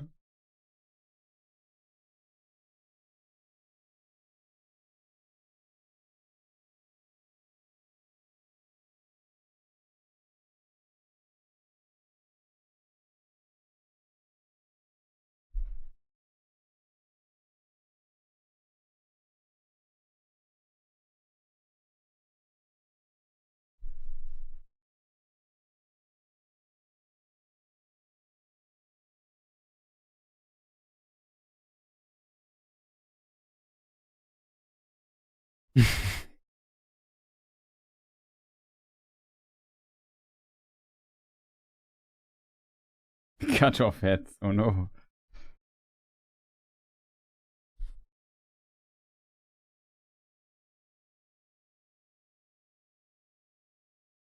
What button is to unmute?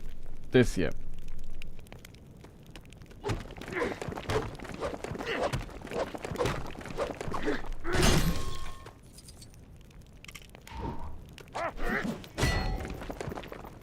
What is this?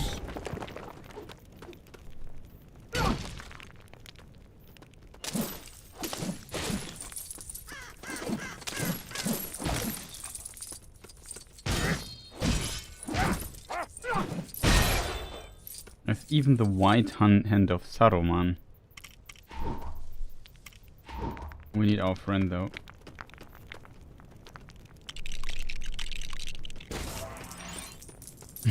Okay, they just randomly give stuff.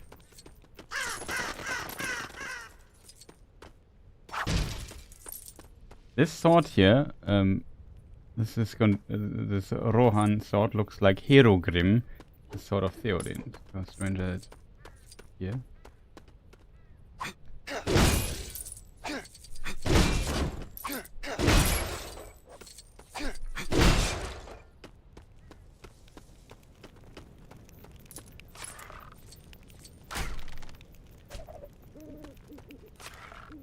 Why do you always shoot at owls?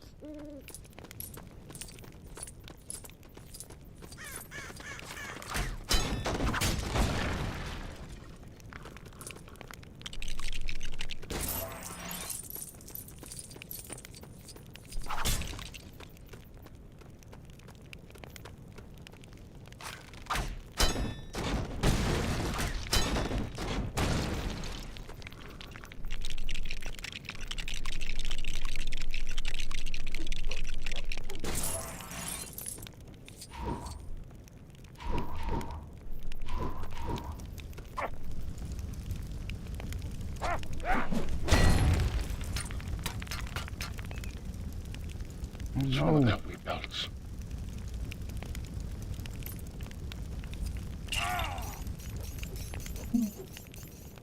Did we just randomly die here?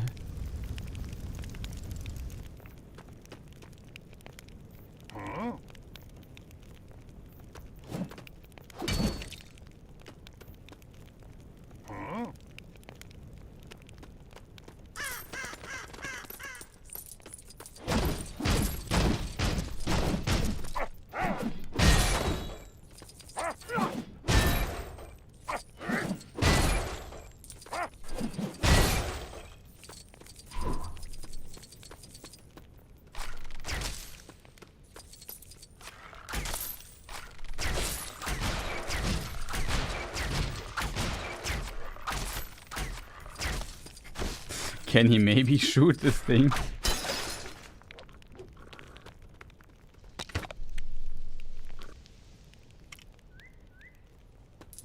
Oh, we have a rope.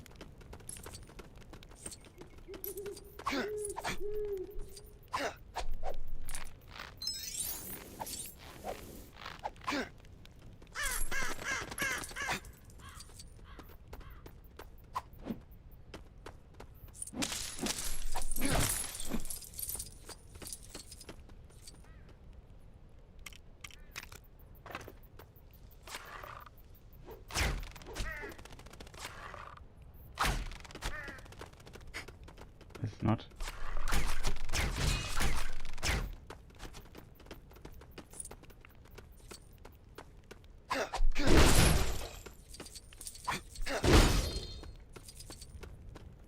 Okay, let's go to Aragorn and analyze the trail.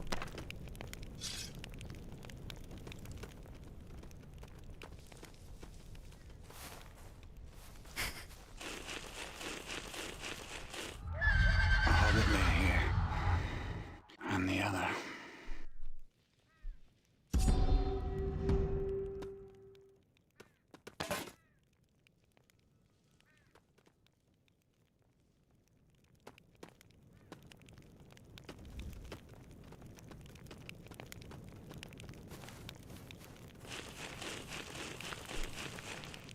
Aha.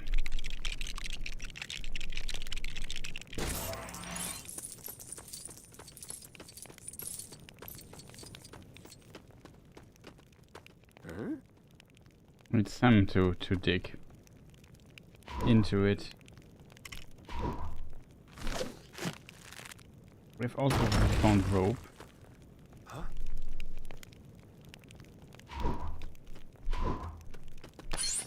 They crawled. Their hands were bound.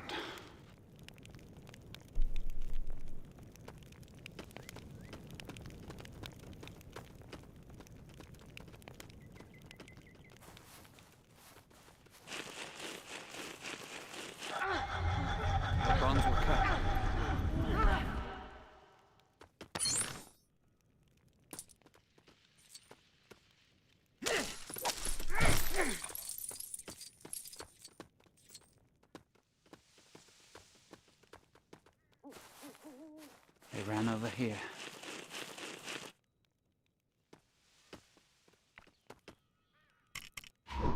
Gimli, that's your job.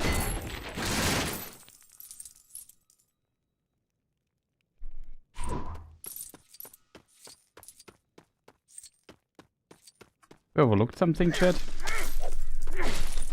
Except for a massive amount of these fantastic coins here.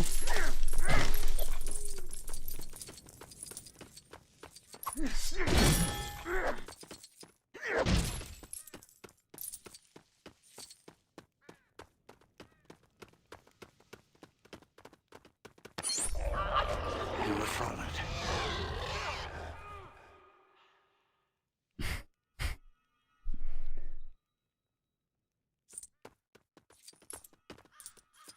Camera.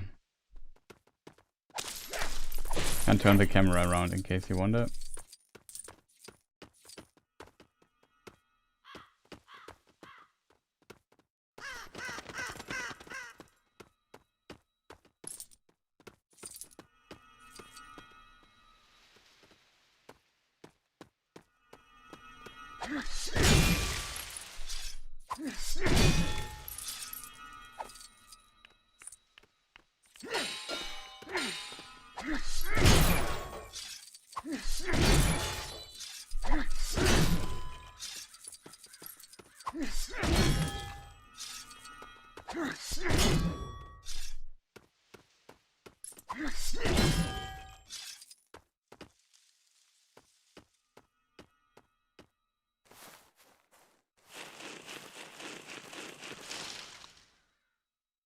These tracks lead away from the battle.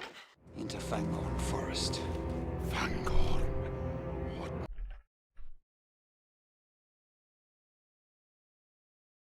What madness drove them there?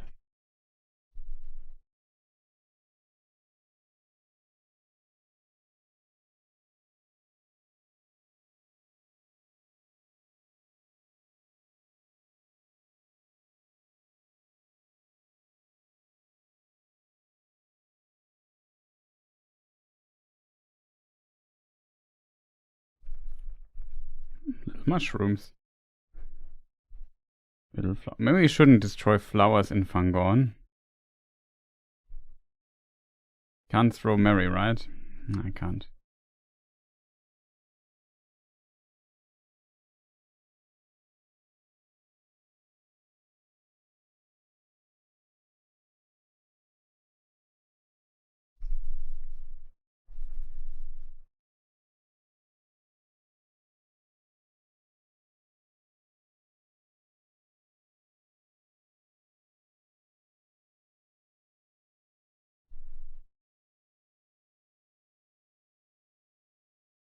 The classic solution is...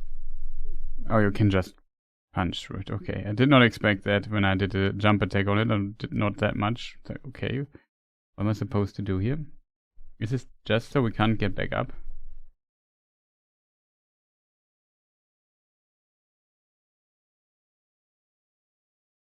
Uh-oh.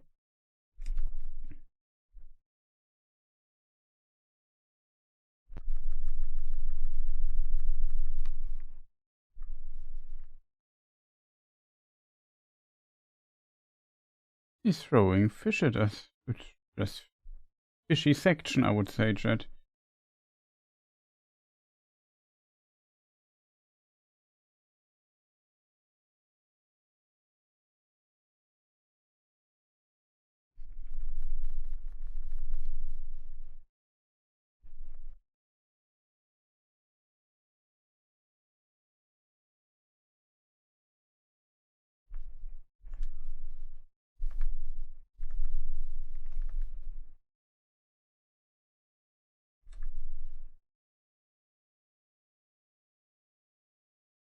He was stuck there as well.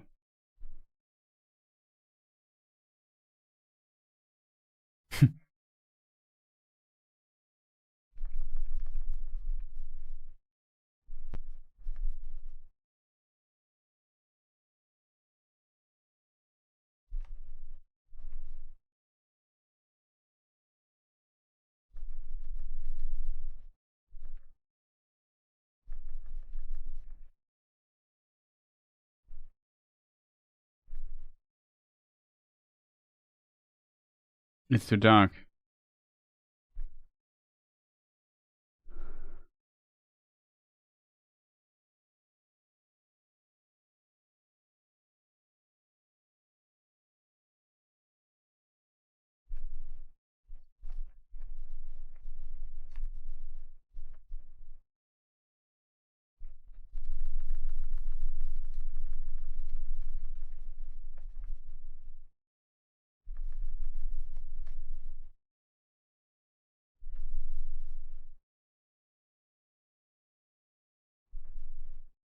Okay, we have a wood armor now.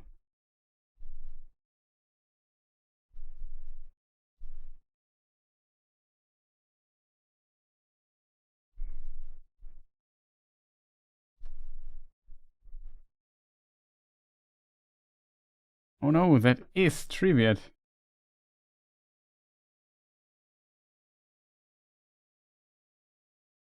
Oh, the cutscene. No.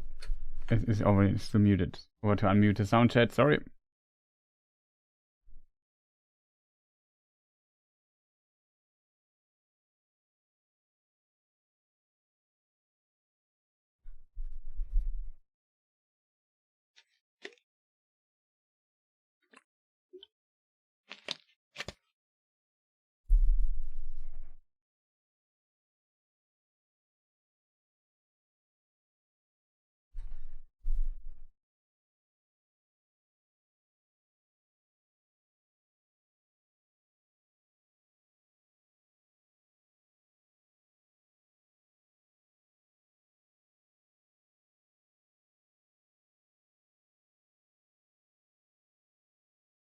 Okay, that's cool.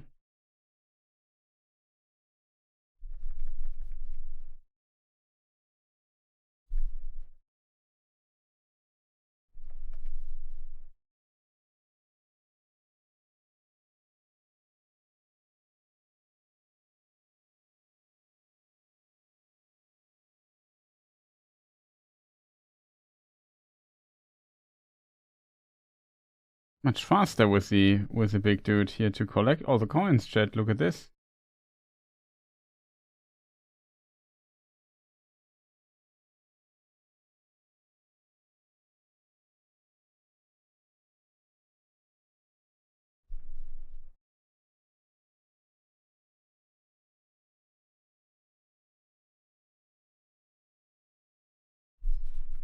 No. We got the sound. I can put Mary down, which is cool. I can't jump. I can't attack with him.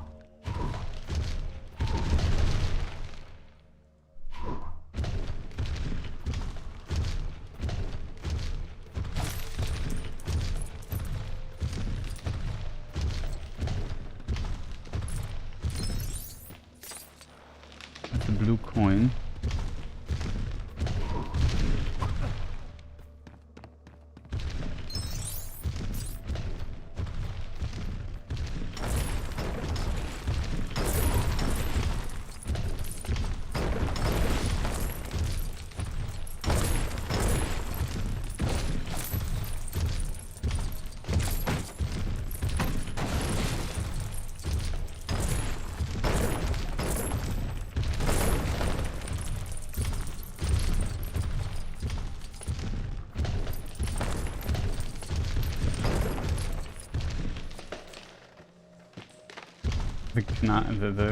The wood sound, pretty cool.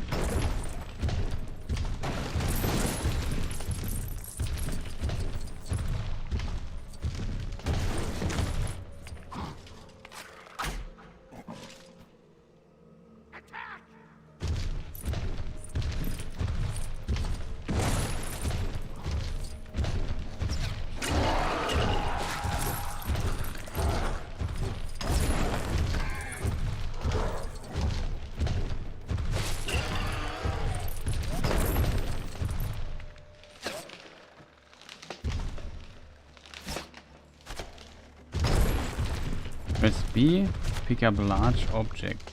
Ah.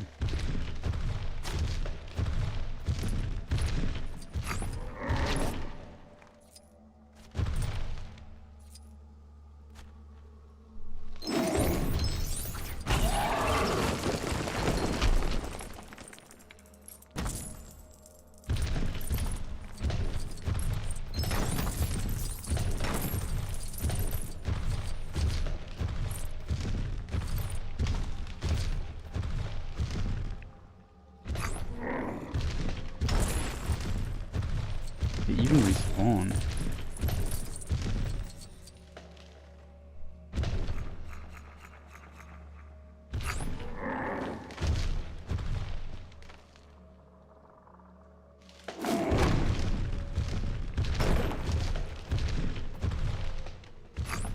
I have no idea what do you think that the game wants to tell me there?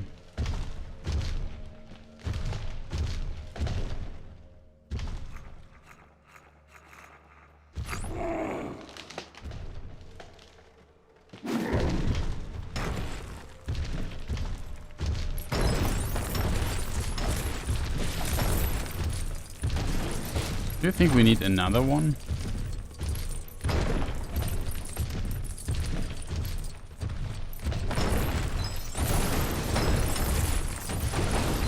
Kind of a cool section, I have to admit. It's kind of fun going through everything.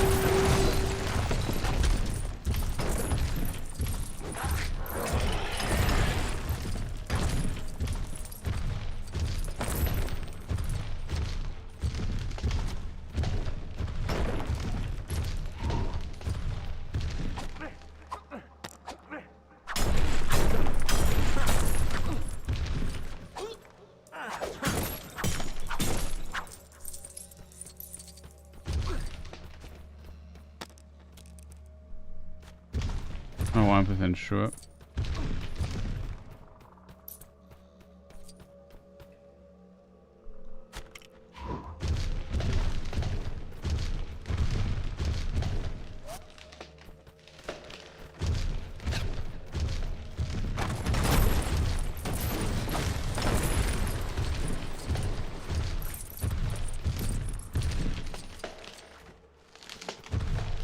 Okay, we have to grab a boulder. I think the treasure up there we can only get with a boulder that we throw. Sometimes when you get older, you could get hit by a boulder. And this is what we're going to do now. Just not... we won't hit us, ourselves, but we hit other things.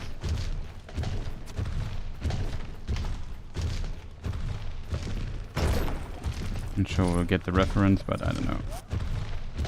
Who's shooting at us?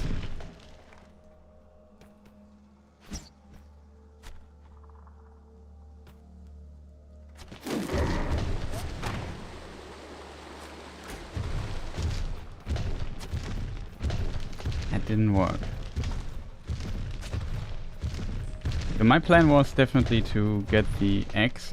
It was actually the treasure chest up there. Throw the boulder there and then we get the treasure, but it didn't work, chat. My plan failed. It's Sauron's plan when he wanted to kind of get rid of the elves. No.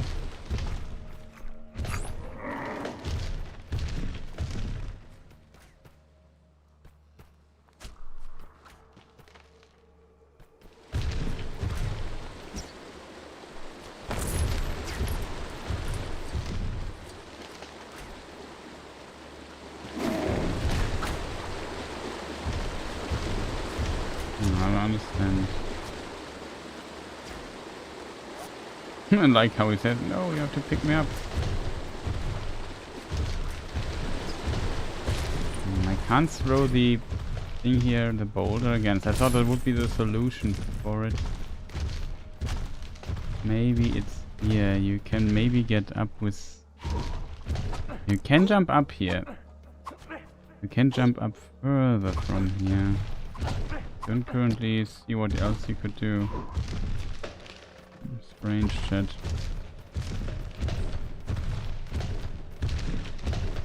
Can't throw him or something. Ah, here you can grow with Sam. Now see it. With Sam you can grow a plant. That's how you get it. I think the bow dude is just there to annoy us. I like my idea more, to be honest.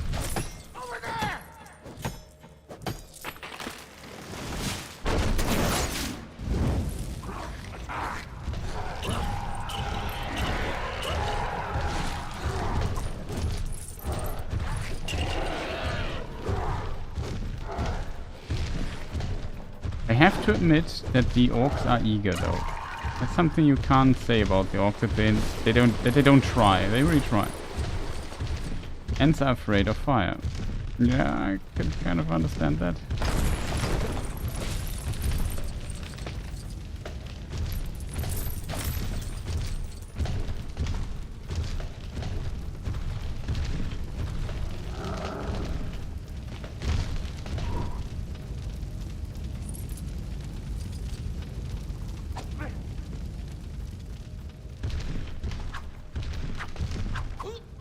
For this I assume here you need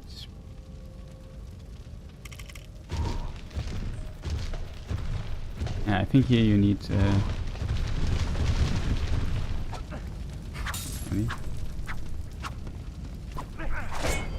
I didn't need Gimli, I think.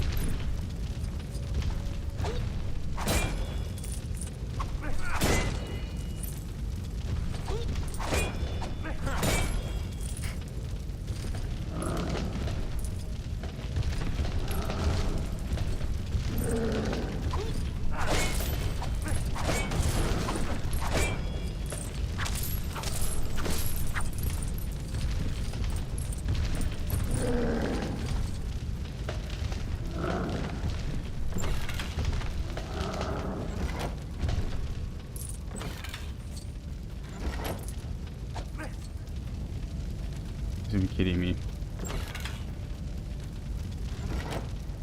Missed the...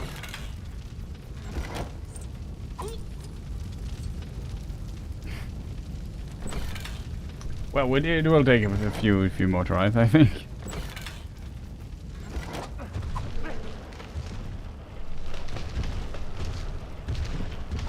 You're not supposed to stand there, but the jump would be possible.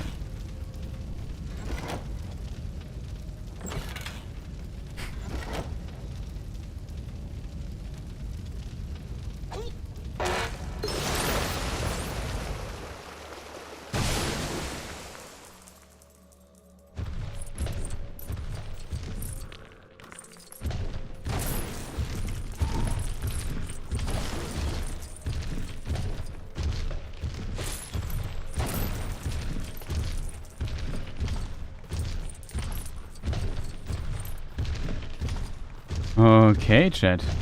Let's bring here our friend with us.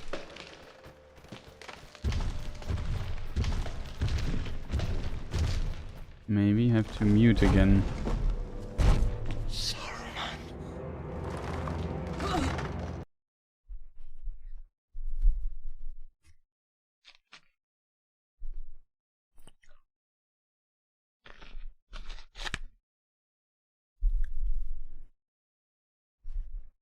Track the hobbits.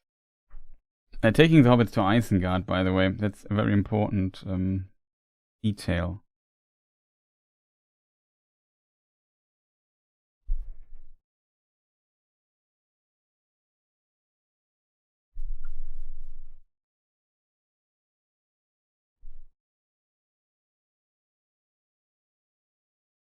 We have the wooden armor.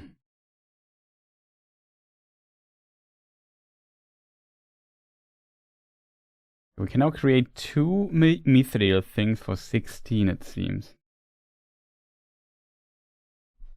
Oh, didn't hear the sound. I should do a short break again, right? I'm not sure how the timer is going.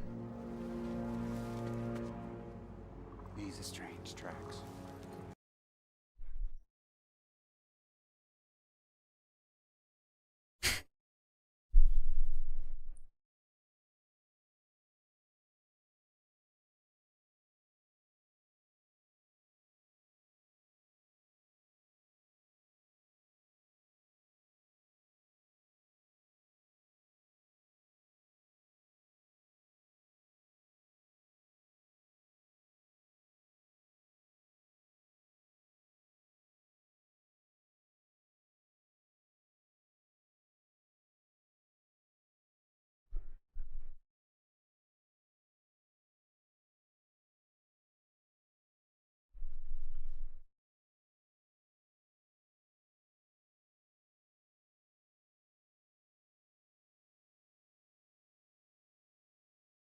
Turn off the tide, chat.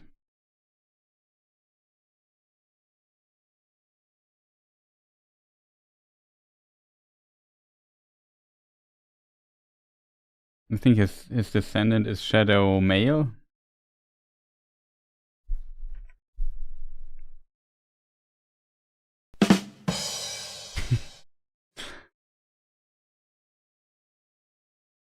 But let me just look what the I should have done that. What does the timer say about our power level, chat? Oh, mistakes were made, chat. How do I get close?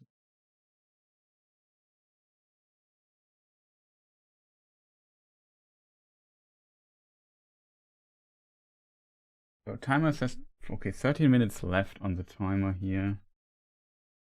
Oh, it should, chat. What's your opinion? Not break now. Okay, we'll play a little bit more. Like I said, once an hour. Not we shouldn't do so many breaks. According to my timer here, we still have like 20 minutes or something. Well, between 10 and 15 minutes, whatever. Which sheet chat do you read mostly? Oh no. Didn't get the message there, Birchman. Like for me it's easiest, YouTube chat is for me the easiest to read. Also German Twitch chat is also easier to read. The English is so little that I yeah, the timer was above it. That explains why I couldn't read your message, Birchman. I'm sorry.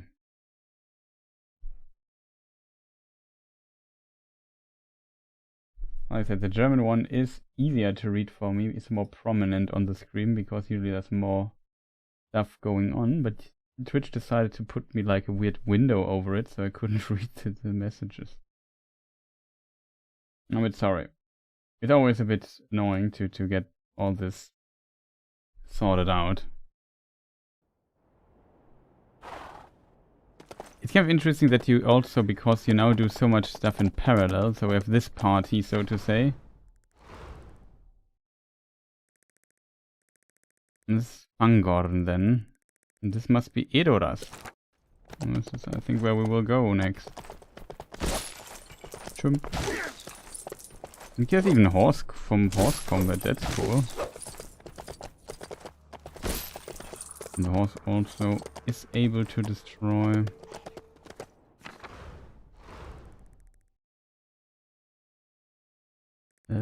things on its own.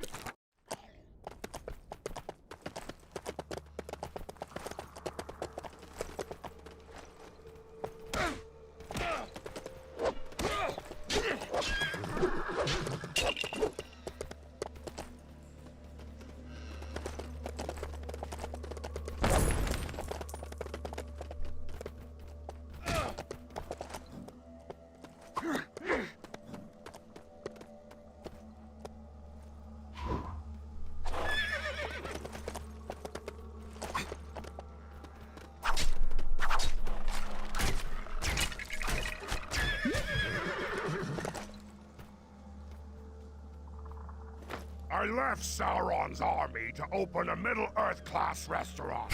But I left my chef's hat back in Kirith Ungol. Bring it to me, so I can finally put meat back on the menu. Oh man. But you left.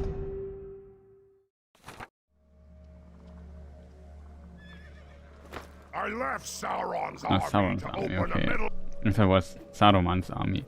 But hey, Kirith Ungol, okay. And it fits perfectly fine.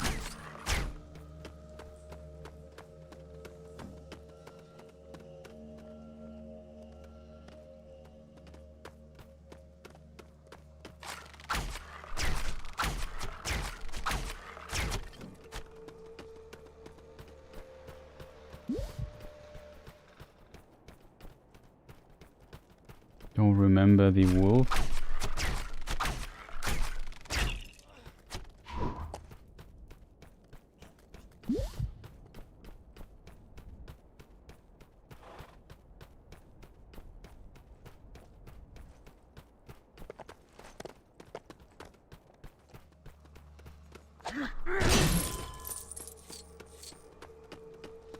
And we can move with the other company in the meantime, I think. Okay. This brush there was prominently immune to anything. Grishnak. Yeah, okay, that's actually a no name.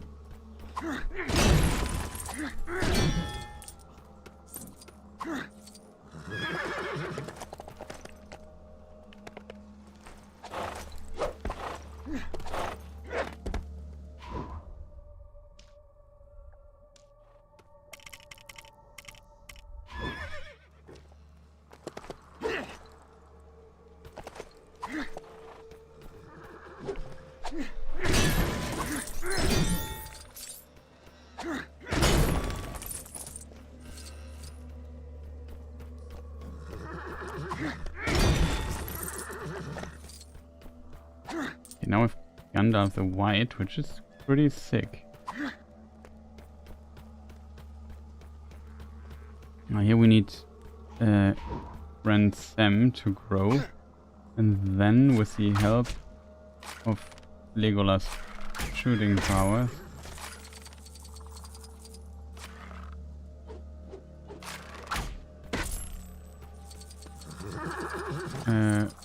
we could get all the stuff here. That's good.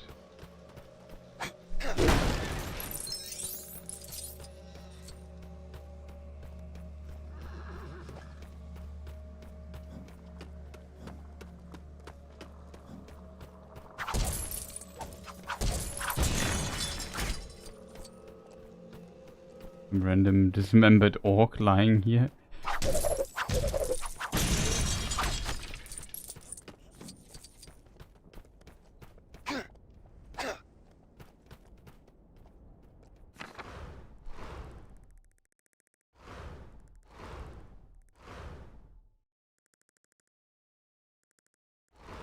Track the Hobbit.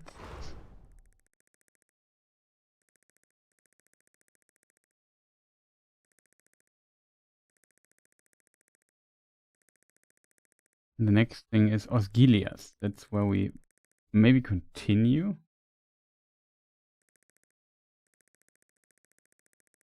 Wondering if you can also go past... I think you can't go past the Gap of Rohan.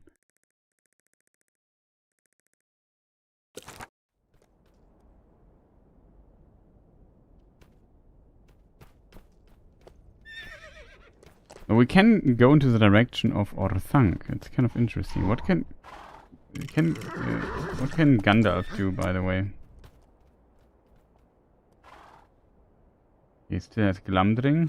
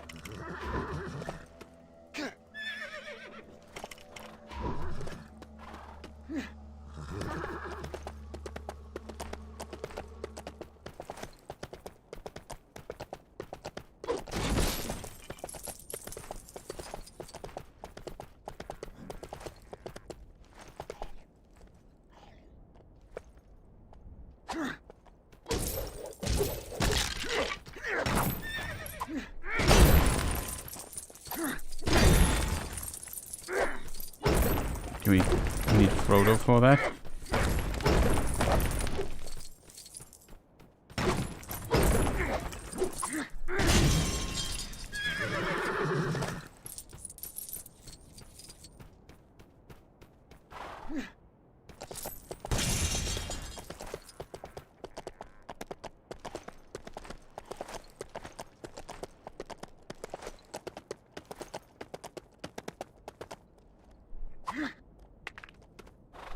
And here we have Isengard. Isengard, what do you call it?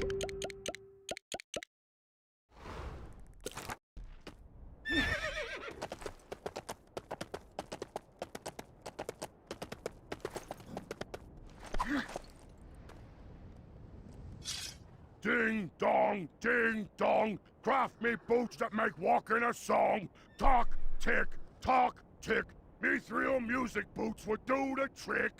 In return, I'll help you build really quick.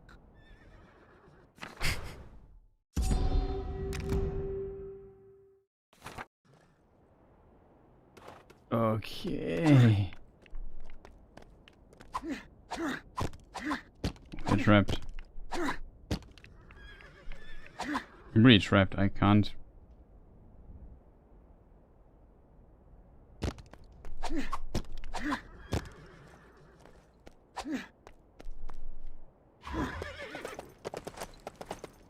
I have to make Aragorn teleport, I think.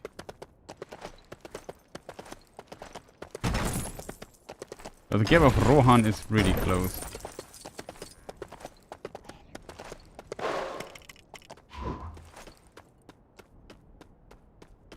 What else do we have here? I need Gollum for that.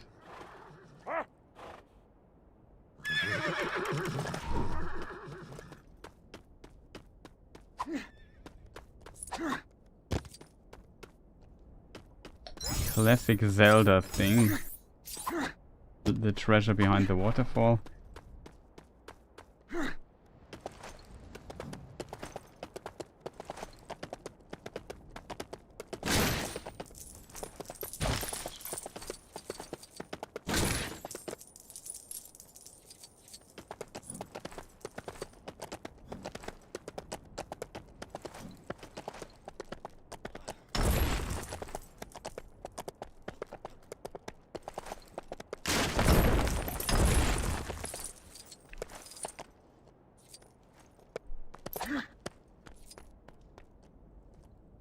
I'm told that anyone can pass foreign Uruk-hai, so long as they're wearing a handprint breastplate. I think I saw a spare near the Black Gate. If I had one, maybe they'd let me join their ranks.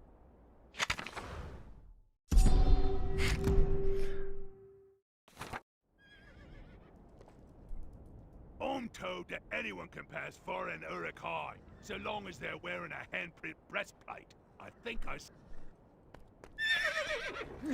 Okay, he wants to join the Uruk-hai. Kind of strange that we want to help him then.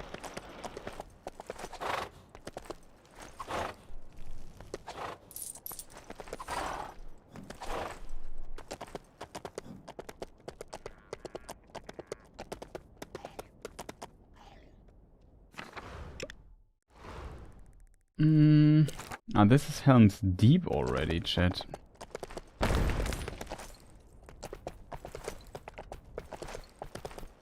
Relatively open plain here, chat.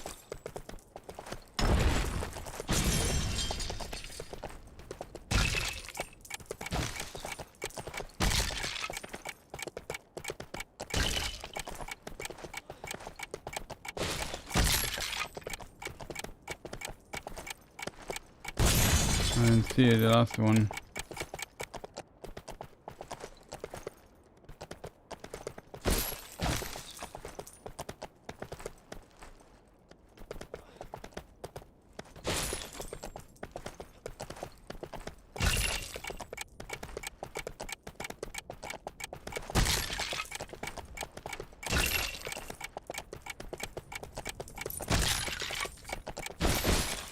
Oh, that was the last one.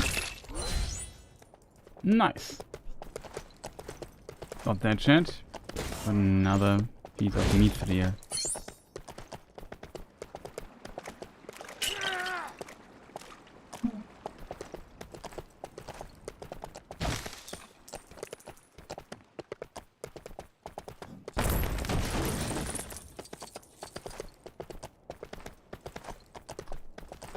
Minas Tirith, Minas Morgul. That's kind of funny.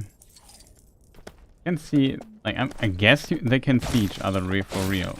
Like Minas Morgul and Minas Tirith, the towers.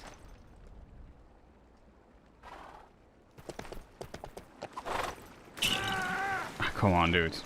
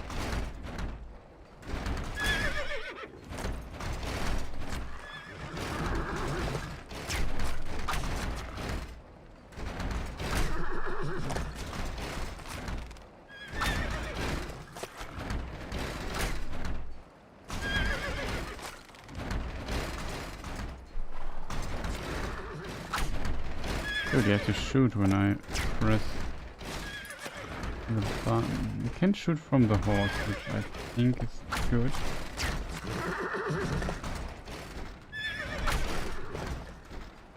I hit. There was a headshot on the orchid. Tough to hit. No, Legolas. Shoot. Where I tell you to shoot.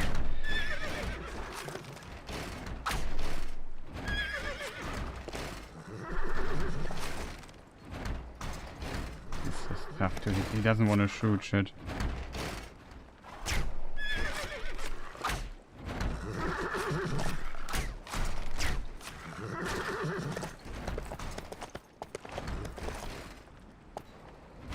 I don't fully understand why the game is sometimes very resilient in shooting where I'm aiming. When he shoots down there, he doesn't shoot.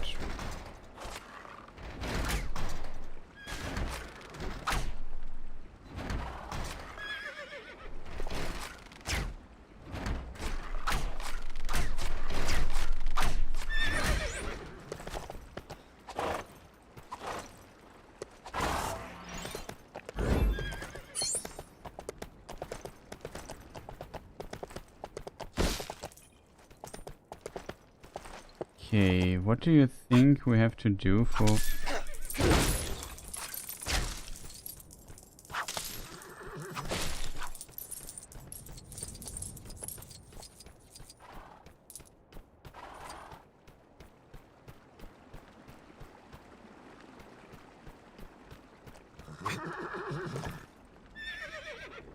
Maybe we get this later on when there's a siege or something, I could imagine. This is...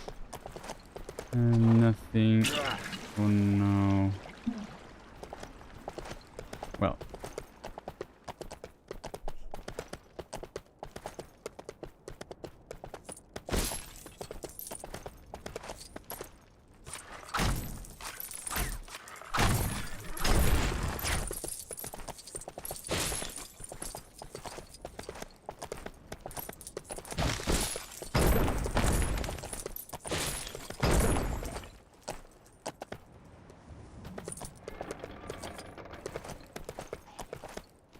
The door opens, but it's at the same time not a good door.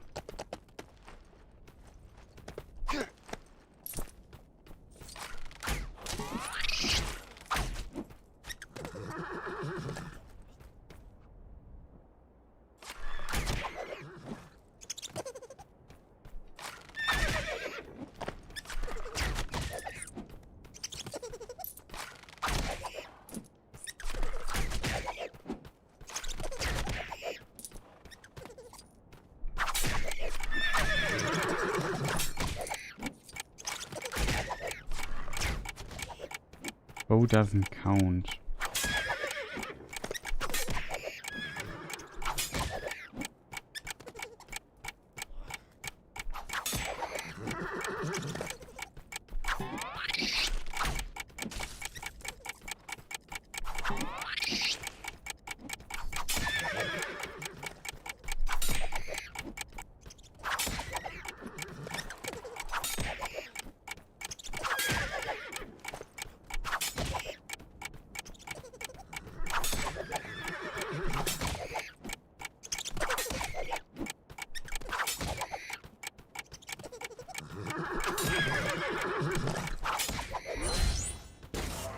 Yay!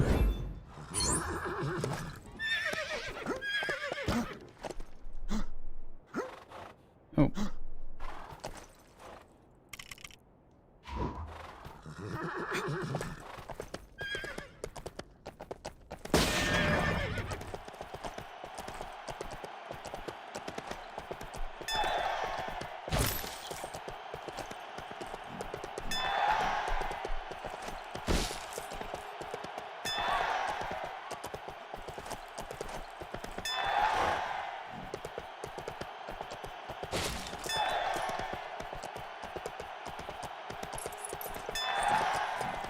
Ah, this is how you get the thing, yep.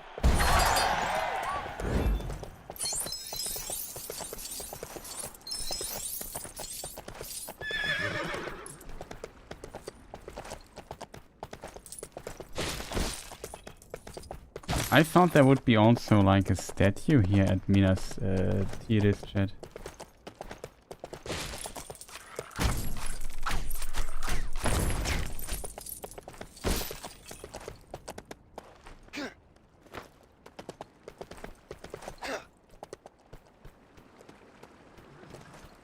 I'm a bit surprised that there's nothing here.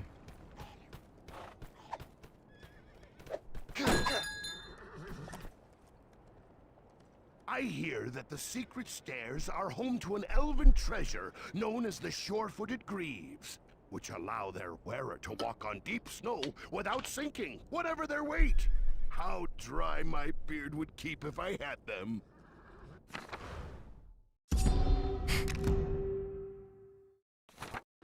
No boots, huh?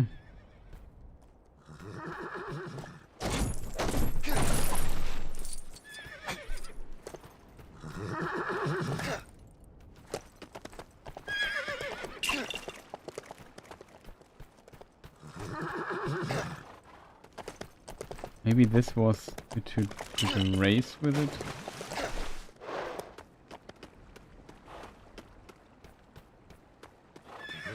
I don't know, chat. Where is my horse? There it is. Probably in case that you... No, it's close.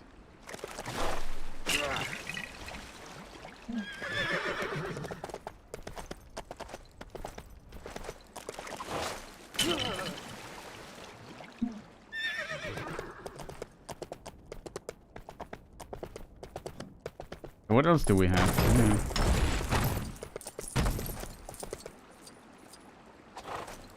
Need a key for it.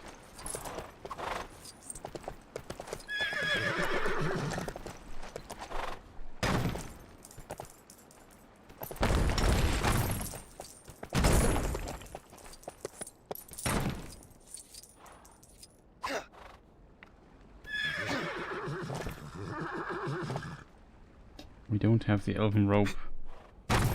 We need Sam for that, I assume.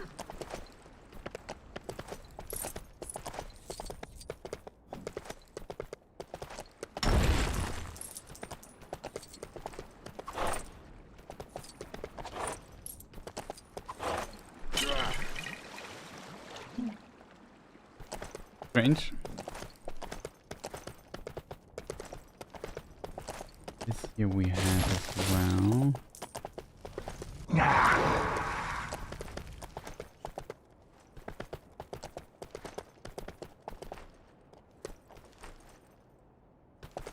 Some random elf there.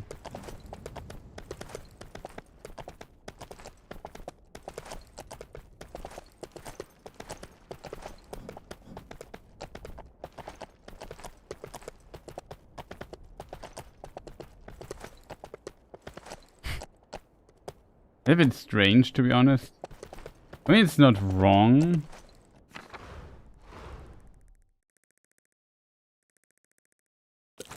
Whatever, chat.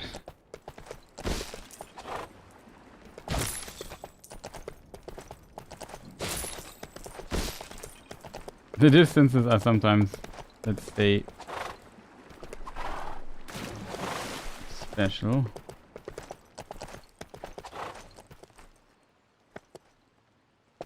Okay, here we would continue the story. Oh no, we have to do grave robbery here. Let's do this before we know Theoden. No.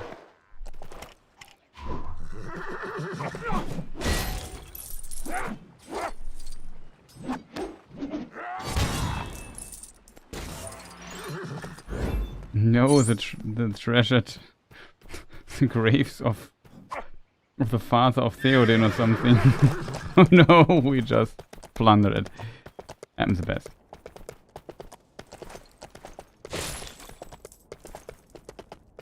And here is, of course, oh, there's another horse race here. Oh, it's the wrong direction.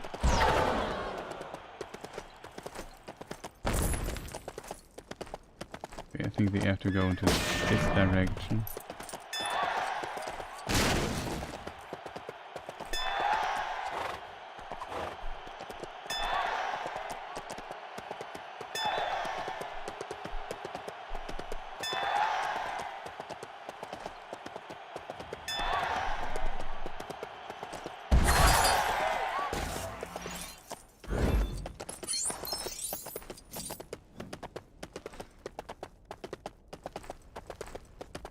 Again, I find it interesting that Minas Tirith has no statue fast travel point thing.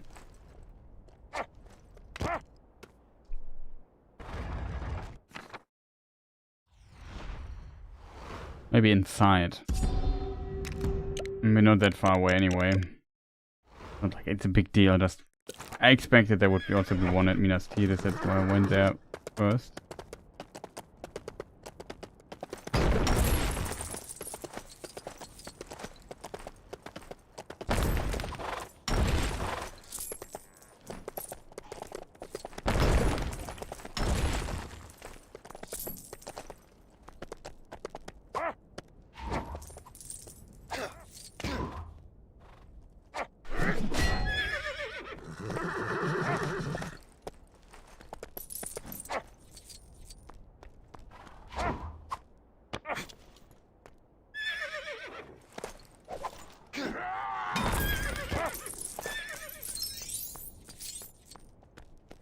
We can already enter this.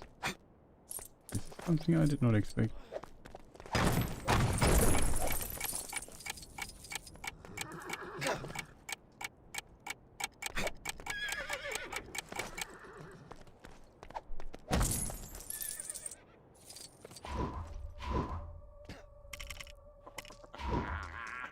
Shrined with Legolas. Legolas may be better for this.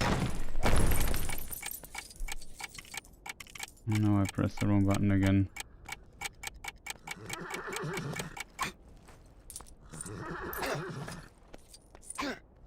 Just try all of this. Maybe Aragorn is better. Or Gimli is better, because we need somebody who can one-shot these statues.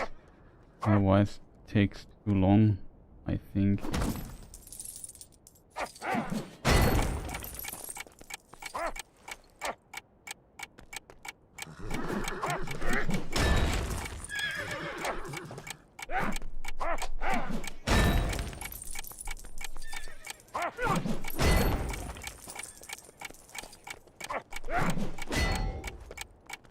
Oh no, we have to do it with Legolas. The reason the reason is Legolas can jump better jumping. He can jump higher. Can Legolas, if I put him to use this here, and he can also one-shot them. Okay, then it's not that big of a problem.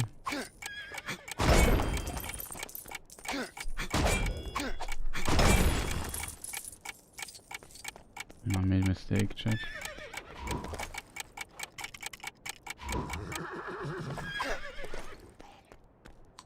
We need... Maybe it's smarter to start from inner thing, go to outer. That's, I think, much smarter, chat. But I never said I would be smart, you know?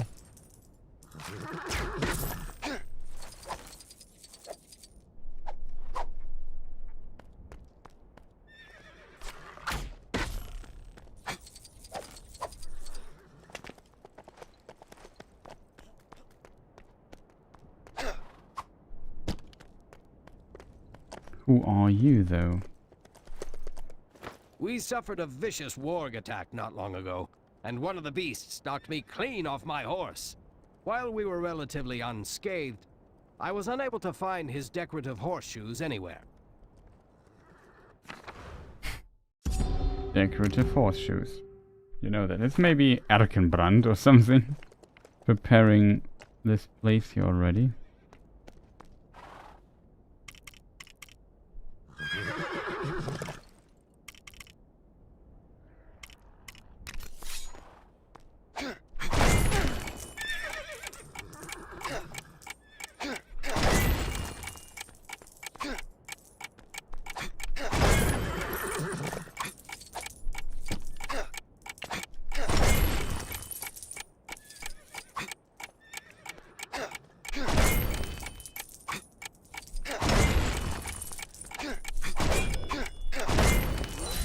Got it.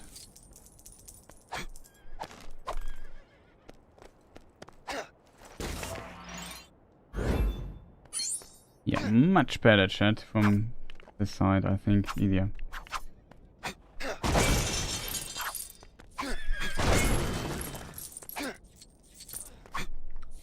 Hey.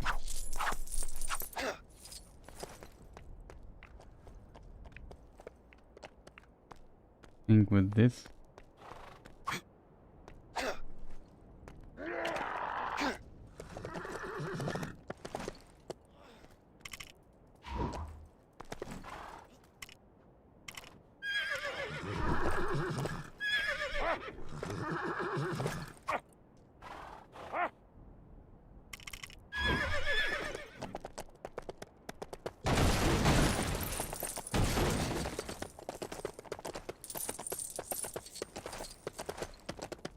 Okay, chat.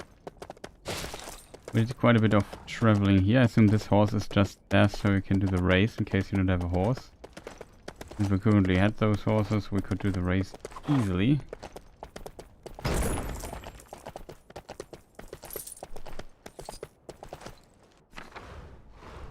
In the meantime, I would switch over to our other friends. And then we make it, before we do so, we do a short break, right? I assume, first of all, we have to, yeah, slide a bit.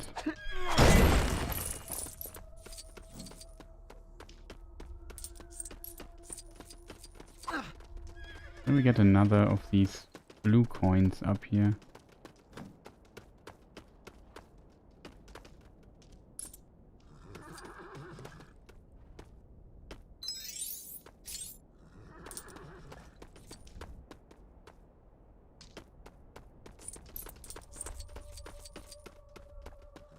We have to start all the way. We have to walk away again. It's unfortunate, chat.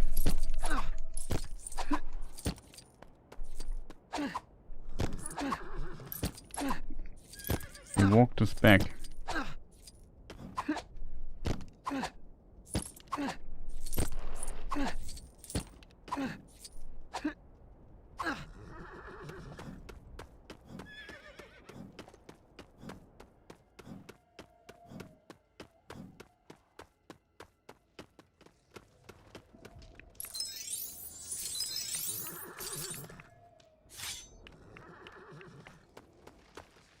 Maybe we can't continue here. I think we have to do the Edoras thing first. I thought we could continue with them. Okay, then we have to go to Edoras first.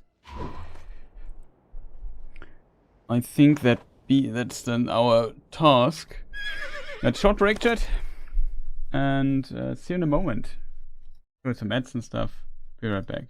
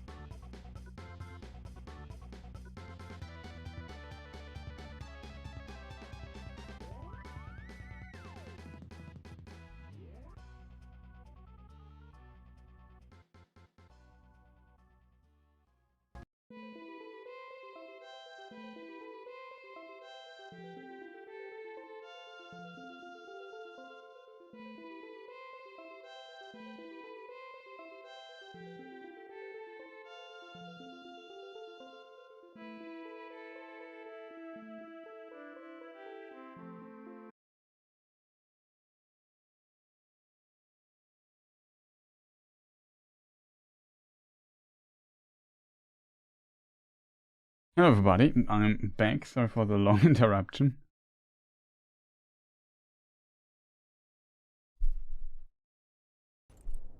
But here I'm back, and yeah, I hope you are still there. Maybe. So it turns out we have to go with our friend Gimli, Legolas, and what's the other game's dude name? I forgot. No, of course it's Aragorn, aka Strider. We have to go to Edoras. Interestingly, Gimli has his own horse here. Is the horse of Gimli smaller than the other horses? Doesn't look like it.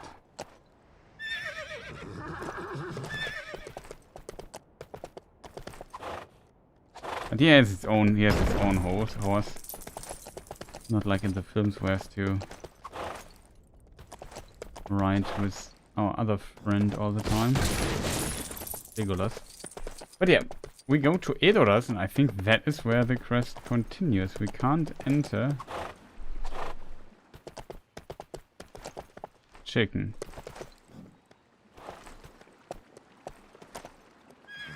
Wait, are you ready?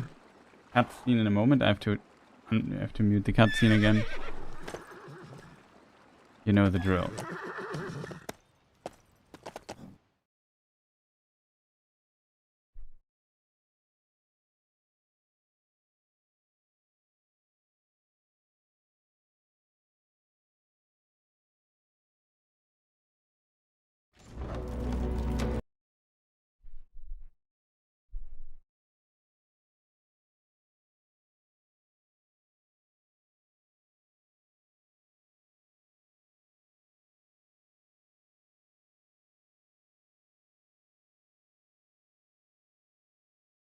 Interesting scene. I forgot something to mention. Aragorn is very reluctant with his weapon in the books because it's Anduril.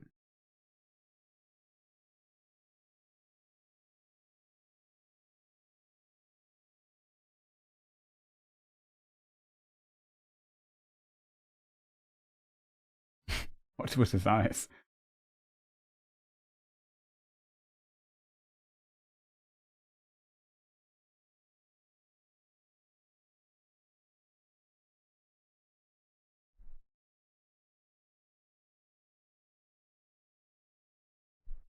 That's my...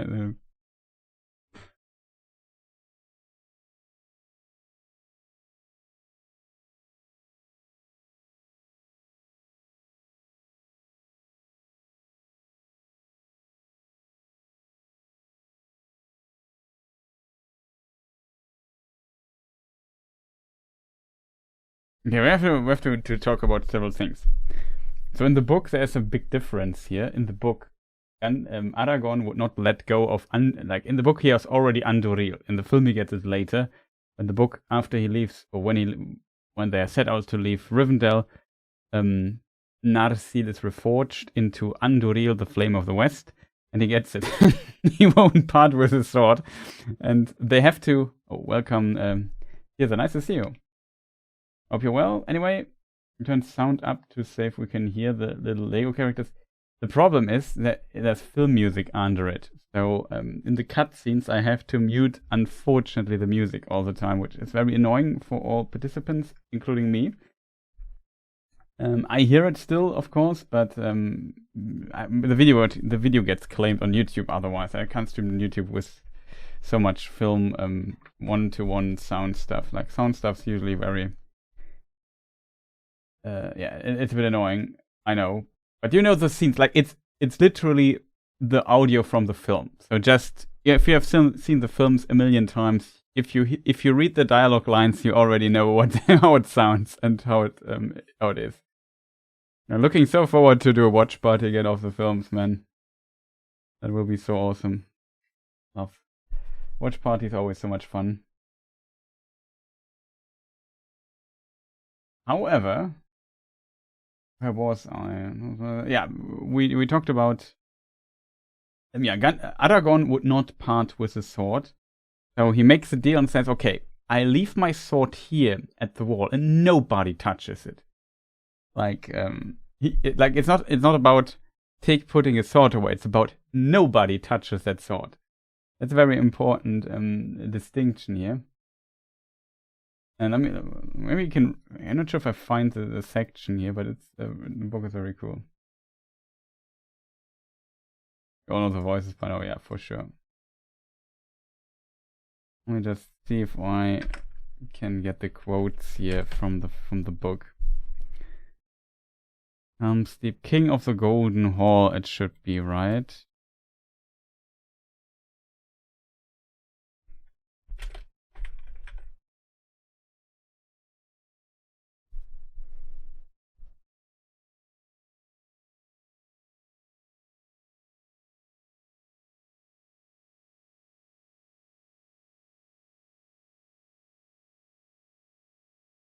Let me just see. I'm the doorward of Theoden, he said. Hama is my name.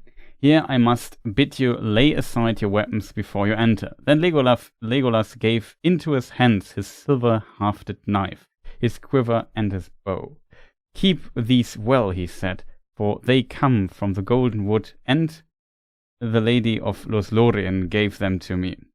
Wonder came into the man's eyes, and he laid the weapons hastily by the wall, as if he feared to handle them. No man will touch them, I promise you, he said.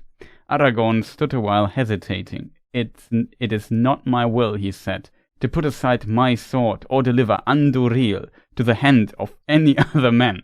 It is the will of Theoden, said Hama. It is not clear to me that the will of Theoden, son of Thengel, even though he be lord of the Mark, should prevail over the will of Aragorn, son of Arathorn, Elendil's heir of Gondor. This is the house of Theoden, not of Aragorn, even were he king of Gondor in the seat of Denethor, said Hama, stepping swiftly before the doors and barring the way. His sword was now in his hand, and the point towards the strangers. This is idle talk, said Gandalf. Needless is Theoden's demand, but it is useless to refuse. A king will have his way in his own hall, be it folly or wisdom. Truly, said Aragorn, and I would do so as the master of the house bade me, were this only a woodman's cot. What is a cot? C-A-T. Wait a moment, chat. We have to look up vocabulary. Liege, Pritsche. Interesting. God, if I bore now any sword but Anduril, whatever its name may be, said Hama, here you shall lay it, if you would not fight alone against all the men of in Edoras. Well, Aragorn could maybe do that. You shall lay it, if you would not fight alone against all the men in Edoras. Not alone, said Gimli, fingering the blade of his axe and looking darkly up at the guard, as if he were a young tree that Gimli had a mind to fell. Not alone. Come, come, said Gandalf, we are all friends here, or should be, for the laughter of Mordor will be our only reward if we quarrel. My errand is pressing, here at least is my sword. Goodman Hama. Keep it well, Glamdring it is called, for the elves made it long ago. In the First Age it was potentially or most likely the sword of Turgon, High King of the Noldor elves and Lord of Gondolin. And the great-grandfather, I think, of Elrond. So, a very noble sword for sure. Long ago, First Age from this perspective is 6,000... I don't know when it was made exactly, but the First Age ended 6,450 years or something ago from this point in perspective. So over almost 6,500 years it's old. It's ancient. It's very ancient. It's kind of cool that all some of them give them their weapons, they have names, they have like legends to them and stuff like that. It's kind of funny in this regard. For the elves made it long ago. Now let me pass. Come, Aragorn.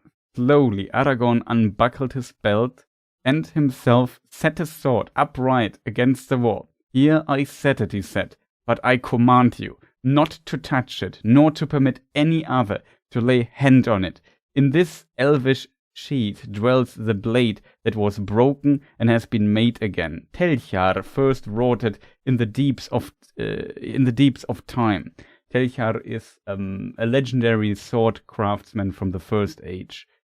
Like, it's a dwarf, interestingly. It's a dwarven sword in origin, which is kind of fascinating. The theory is it went kind of to the original blade into the armory of Ingol, and from there, I don't know, it was somehow landed in the hands of some of the Dunedain, or not of the Dunedain, of the Edain. And then when they became the Dunedain, the men of the West, and traveled to Numenor, it was taken with them and became like an heirloom of the line of kings. Though, to be precise, the line of the faithful, to be precise. It's more complicated than that, but... And as it's also from the First Age. It's ancient Narsil.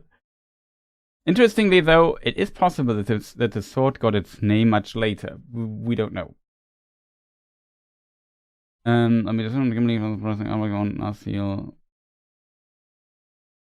Blade was broken and he has been made again. Telchar first wrought it in the deeps of time. Death shall come to any man that draws Elendil's sword, save Elendil's heir. The guard stepped back and looked with amazement on Aragorn. It seems that you are come on the wings of song out of the forgotten days, he said. It shall be, Lord, as you command. Well, said Gimli, if it is Anduril to keep it company, my axe may stay here too, without shame. And he laid it on the floor. Now then, if all as is your wish, let us go and speak with your master. The guard still hesitated. Your staff, he said to Gandalf. Forgive me, but that too must be left at the doors. Foolishness, said Gandalf. Prudence is one thing, but discourtesy is another. I am old. It's actually true, he's very old. If I may not lean on my stick as I go, then I will sit out here until it pleases Theoden to obble out himself to speak with me. Aragorn laughed. Every man has something too dear to trust to another, but would you part an old man from his support? Come, will you not let us enter? Good, well played by Aragorn here. The staff in the hand of a wizard may be more than a prop for age, said Arma. He looked hard at the ash staff on which Gandalf leaned. Ash in the sense of the tree, I think. Asche? Esche? What is it in German? Baum. I think it's Asche. Whatever.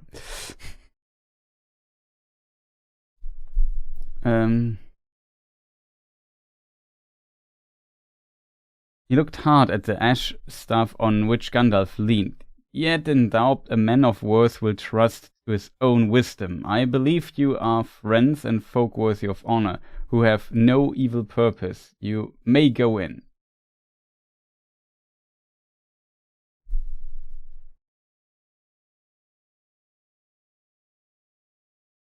Would be funny to see the movie character voices coming out of the Legos. Yeah, those puppy dog eyes at the door were so funny in the film. Yeah, that is true. The guard now lifted the heavy bars of the doors and swung them slowly inward. Yeah, well, don't want to read too much here, but it's a very cool scene here, in my opinion. It really is a very cool scene in the book. I feel like it's shortened a lot here in the films, and we also have a small glimpse of this in the Lego game here. But yeah, like I said, in the book, Aragorn says, nobody touches my sword. So, you have to keep in mind, though, this is not, like, this is big. Like, lore-wise, like, the lore behind the sword and the people who wearing this, especially these weapons, is so massive in Middle-earth.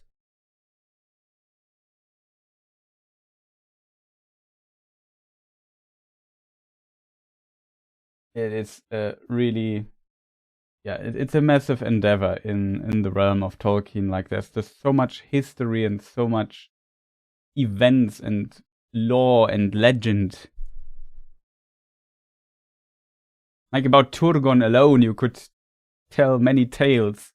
And about Gondolin and its height, glory, and its fall, and so on, and how the sword ended up in a troll cave and found over thousands, like 6,500 years later, in a troll cave by Gandalf and Thorin and company. And then from this point on, he wielded Glamdring, the sword of Turgon.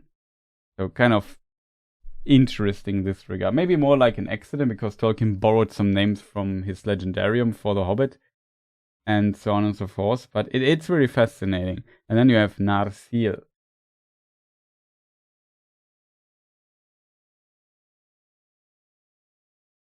It is, yeah. It's funny in this regard, I think, that you have these legendary swords, and Aragorn has this massive task to fulfill. And it's kind of strange in a way. Like, Rohan is a relatively young kingdom. I wouldn't say Rohan isn't important, but compared to the massive history that Gondor alone has, and Gondor also has, like, let me just think. Gondor existed potentially round about as long as Numenor, now thinking about it. Like, Numenor was founded early on in the Second Age, 3,300 years. It lasted round about maybe 3,200 years. Gondor is now also over 3,000 years old, 3,100, something like that.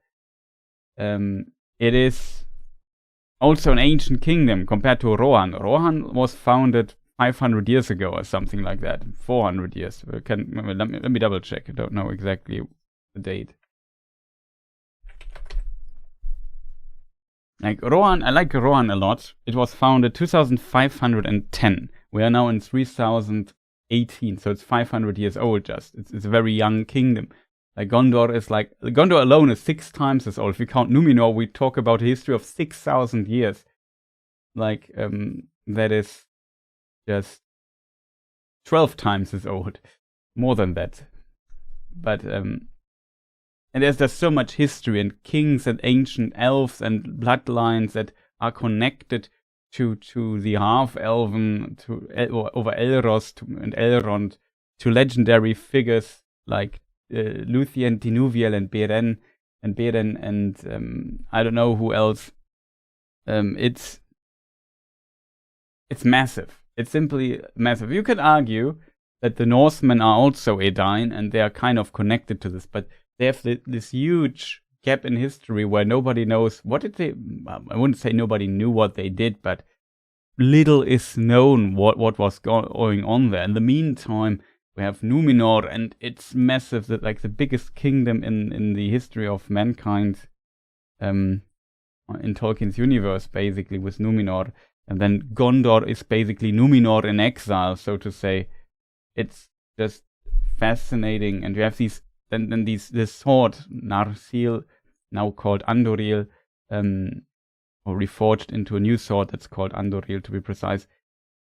Also, like, it's connected to Doriath, that is even older, that goes back to the foundation of the establishment of the elven clans, the original 3 big clans of the elves, and the Sindar, and splitting them. One part goes to Aman, the other part stays in Middle-earth, where Aman is West Continent, and so on. Like, it's such a big history that, like, this sword could be so old and ancient. And the history behind this, and the persons who might have worn it's just,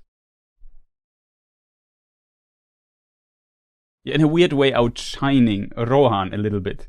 Like, Rohan, they're the new kids, so to say. They're a group of men, and they are honorable men, and there's valor among them, and so on. And they helped Gondor out a couple of times. That's why they got gifted the land, and so on. Like, without them, Gondor would have been potentially in trouble a few times. You have to see it like this. They're the new, but they're not weak in a way. But the moments of their glory was also there in the past, for sure.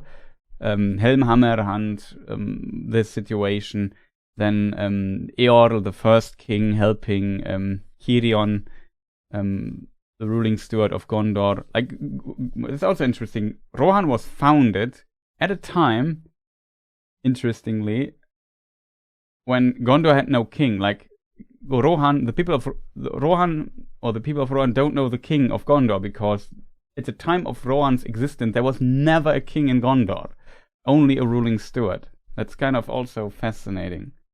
Let me just double check when Earnur. I spelled him wrong.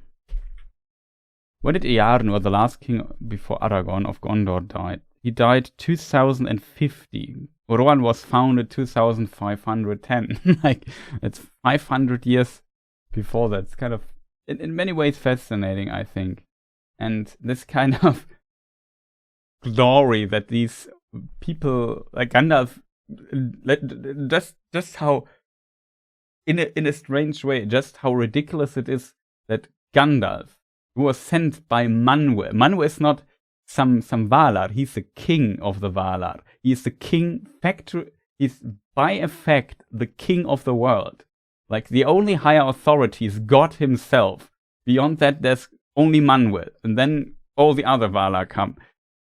And this man, Gandalf the White, was sent by. Not only that, Gandalf died, went to Eru, which is basically God, the creator of everything, and was sent back by God himself to the world. And now he's standing in front of this man who makes demands on him. It's just kind of ridiculous if you think about it. Like, the only reason why this question is even asked is because Gandalf diminished himself to, like, a figure that is distantly reminiscent of a mortal man, because the people there in Rohan couldn't even comprehend the glory or this angelic being that is behind this old man's facet that is Gandalf. Like, it's like just the authority of that Gandalf wields currently alone is just mind-blowing. It's just from another world, basically, and they can't even see that. So in a weird way, if you think about it, that Gandalf is so diplomatic here in many ways is kind of a lot of respect that he shows for Theoden and the people living there. Yeah, it's really, it's kind of, it's in a weird way very funny. You have these small men and these small people, and in theory, like, Gandalf could be, like, if Gandalf would be evil, he would be like Sauron. He would be like, just imagine Sauron walks through the door. Do you think he would care if Hamar says, yeah, give me your weapon? Sauron would just, and it would just explode. It's basically like that. It's, like, the difference in power here. It's kind of ridiculous. If you think about it, this whole scene is ridiculous. Like, that there's any demand to them at all. As Gandalf the White, who's basically just replaced Saruman, and he is this angelic being, super powerful, and has basically the blessing of God himself and of Manwë. So the highest authority in existence, not only on the world, in existence. And it's just so weird to ask me, hey, Gandalf, you have to put your weapon aside and maybe give me your stuff. It's almost ridiculous if you think about it. And like I said, Aragorn, it's kind of similar, just on a different scale. Like, if Gondor would have been at the top of its strengths in Arnor, Rohan would not even exist in an interesting way, because then Gondor would never needed the help of the Eotheod and so on. But due to the weakness of Gondor that befell it over many decades, Rohan basically became their little brother that helps them out a lot. It's kind of fascinating. They earn their respect for it, and of course, it's the Hall of Theoden, and it's very complicated circumstances here, and Gandalf's very diplomatic about it. But you have to really see the like Aragorn is, of course, if Aragorn would be king, yeah, I don't know if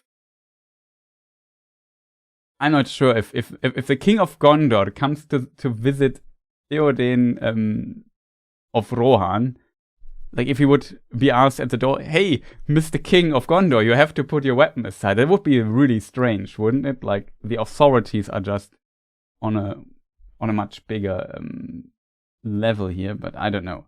It's very fascinating. Like even the swords tell how legendary these people standing in front of them are. Gimli also is from, like, Glóin is also the cousin. Let me just look it up. He's also related to Thorin, I think. Let me just double. Like even Gimli is like from the royal line of Khazad-dûm, basically. Like he's not just some random dwarf. He's a dwarf lord of the royal line. Let me just think. Glóin is. Oh, it's a bit more complicated with him, basically. Glóin is the grandson of Farin, and Farin is the cousin of Þrór. So let me just count: father, grandfather, great-grandfather, the great-great-grandfather of Glóin, so the great-great-great-grandfather of Gimli, was the king of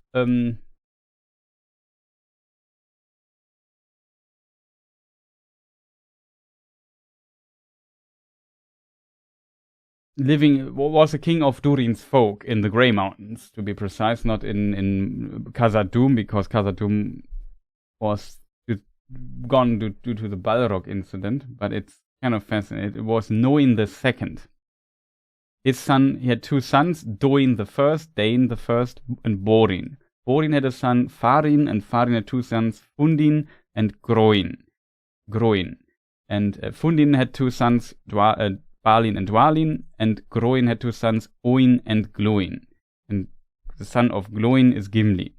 So in this family tree, it's complicated, but it's not like he is the next line in the succession of kings. Well, no, he's not, because we have... It's complicated, because Þrór also had 3 brothers. One died, but Grór survived, and from Grór's line there comes Dóin. So Dóin's line would have to end. So basically what would have to happen, Gimli could become king. A lot of ifs though. So Thorin died. The sister of Thorin II, Oakenshield, is, in theory, she's very old as well, but though she's younger than Thorin, I assume. We don't know when she must be still alive, but she's female, so she's not in the male line. It doesn't work. So if Thorin died, then Dóin or Dain II becomes king. If the line, his line doesn't end, but if his line would end, and Balin would be dead, which actually is true, Balin is dead, and Dwalin is dead, then Glóin, I think. It depends a little bit on Fundin. No, Fundin does not have more sons. Balin and Dwalin need to be dead, and then and don't have, the line must end there as well, and then Glóin and Gimli would be the next in line. So if Glóin died, then Gimli could become king in theory. So even, it doesn't matter too much, like he's a distant cousin of the royal line, but the point is more like, well, it is still that he's from the noble line, like it's a very royal. And then we have Legolas, who is also the heir to Thranduil, who is currently the king in the Woodland realm. So the company there is not just some random dudes that met somewhere in the forest or whatever, some woodmen. These are all from royal lines and kings, and with history behind them that outshines the history of Rohan in many ways. Still, Rohan is such an important place because you need the people of Rohan to win against Sauron in the end. So they need to bring them back to a line. So they're putting a lot of respect in this country, in these people. They deserve this respect. It's not like it is, but in a weird way, it's ridiculous that this claim. But of course, it is due to Grima Wormtongue being a vessel, so to say, of Saruman. This also is a very important detail, of course. But yeah, in strange ways, it's a funny scene in many ways if you think about it. Like, it's completely ridiculous that, you know. But this is also something I think Tolkien believed in. Like, Gandalf, like, if Sauron would come there, either he would do this in disguise and also do it similar, but with evil intent, like he did when he disguised as Anatar. But Gandalf means it, you know. Gandalf is not just diplomatic. Of course, he's a bit diplomatic here, but he puts all his majestic, angelic entity behind. Like, Gandalf was there before the world was created. Like, he is super ancient. He's like a supernatural, angelic being. And he puts all this aside and just plays along the rules, is very diplomatic and humble here. And I think that's the difference between an evil character. An evil character would pretend. Like, there's this...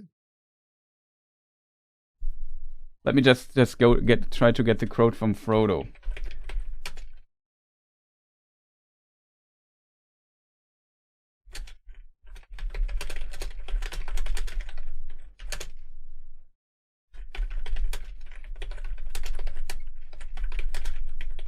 Let me just see if I get the quote right. So Frodo puts it in the film as a cool quote from Frodo. He says basically, I think a servant of the enemy would look fairer and feel fouler. I think it's the other way for it's the other way for Aragorn or for Strider. He talks about Strider here in this context, and I think there's a lot of truth in this sentence in the context of Tolkien's universe, because Gandalf also, he hides his majestic angelic being as an old man on a walking stick. He hides it and is very humble in many ways, even though he's considered the wisest of the Maiar and so on. He has definitely a high standing among those, and currently has just taken the rule of the Istari basically. Of course, he has to still get rid of Saruman, but which he does. But what Gandalf says here, he means it, even though technically he would not. This is not, Gandalf is beyond that, but still he means it, and he plays by the rules, and he is fair. And I think that's a very important differentiation here between the evil characters who would just pretend to be diplomatic but have evil intent behind. Saruman does this a lot. He manipulates people. He says, "Let us have counsel together, Theoden," and so on, with his fair voice, you know, but he doesn't mean it. It's different for Gandalf, and I think that's very important. Gandalf also makes a really cool point in the book here, thinking about it. Let me just see, where was it?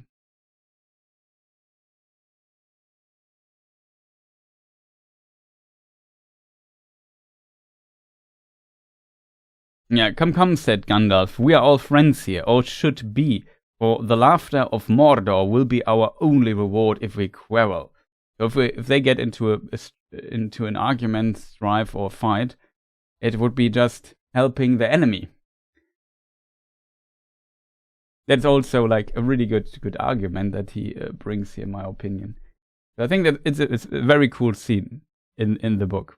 It's very short, compressed, unfortunately, in the film.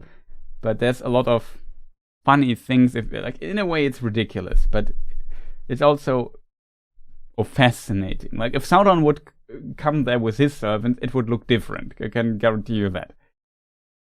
So, yeah, there's a lot of interesting observations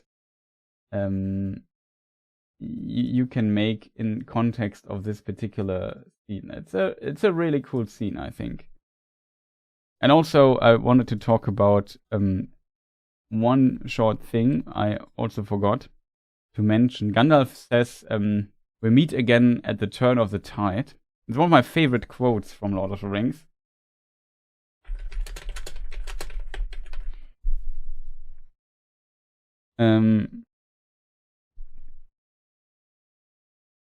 Yeah, in the book, when they meet the first times, he says, "Be merry, we meet again at the turn of the tide. The great storm is coming, but the tide has turned."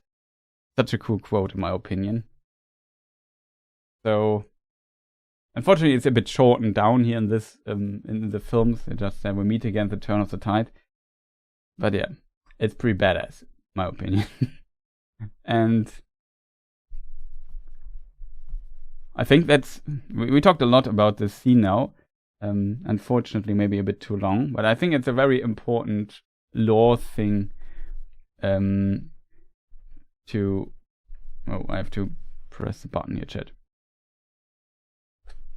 But yeah, it's a pretty cool scene, in my opinion. I like how, like, in the oh no, I don't know why it always comes back, because I put it back up, I don't know.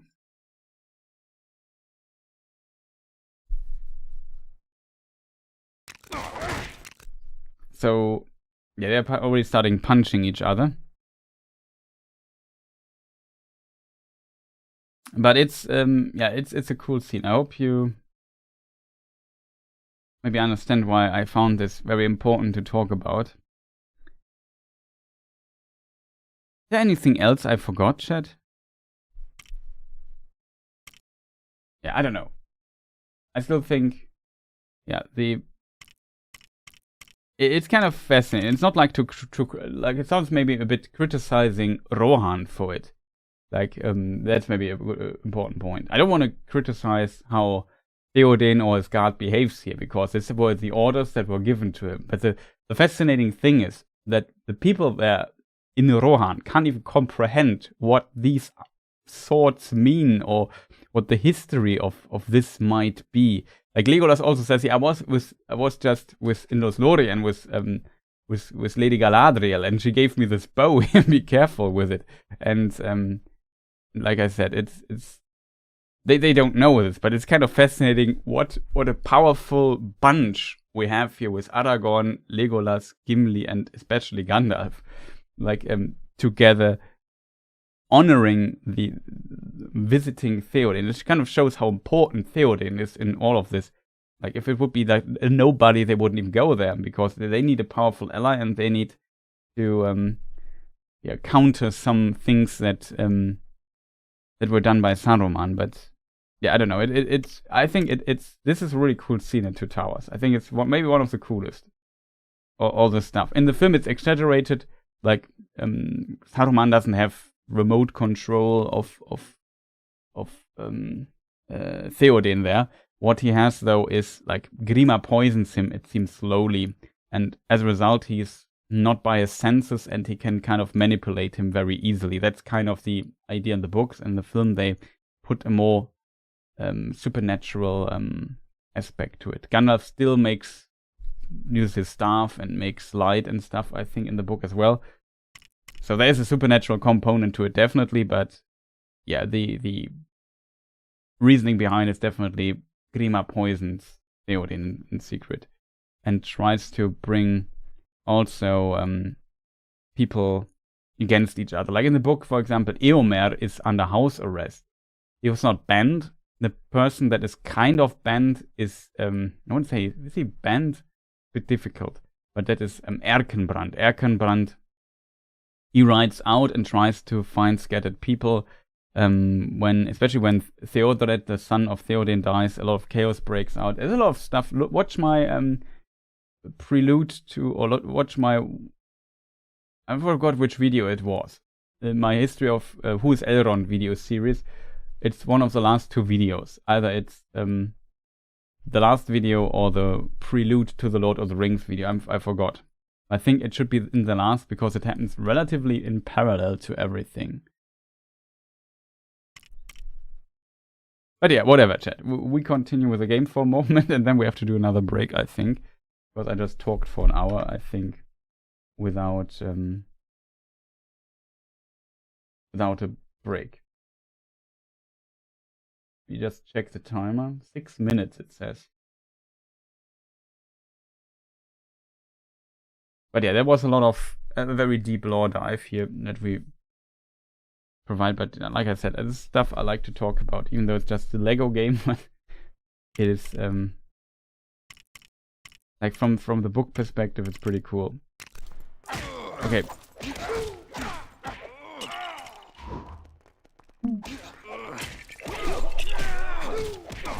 I don't have an axe.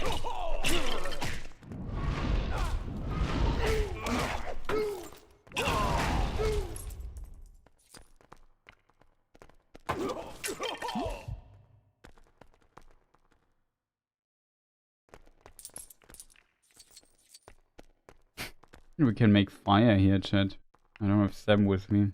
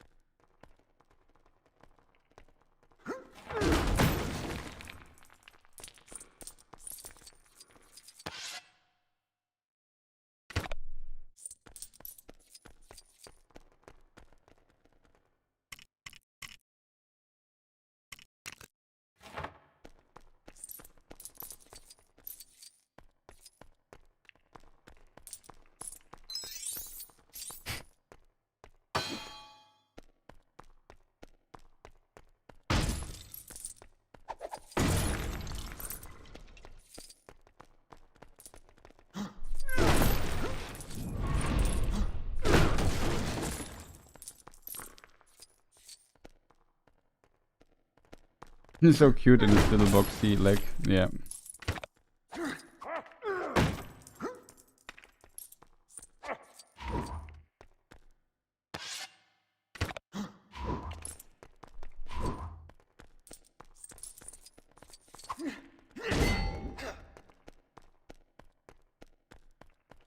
You can use this as weapons or so.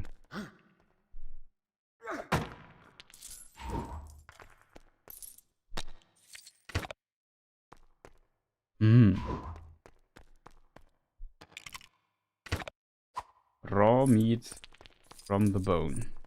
No, red meat from the bone.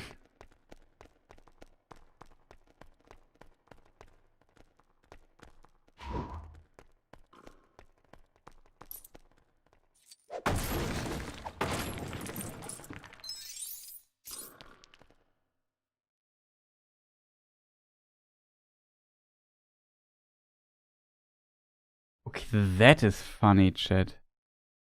I couldn't recognize it, but do you see this here? This is, what do you call it? Tapestry at the wall? This image here, you see a white horse and somebody falling down on his head. If you see this correctly. I don't have a mouse to show it, but yeah, it's here. This thing here. You see this?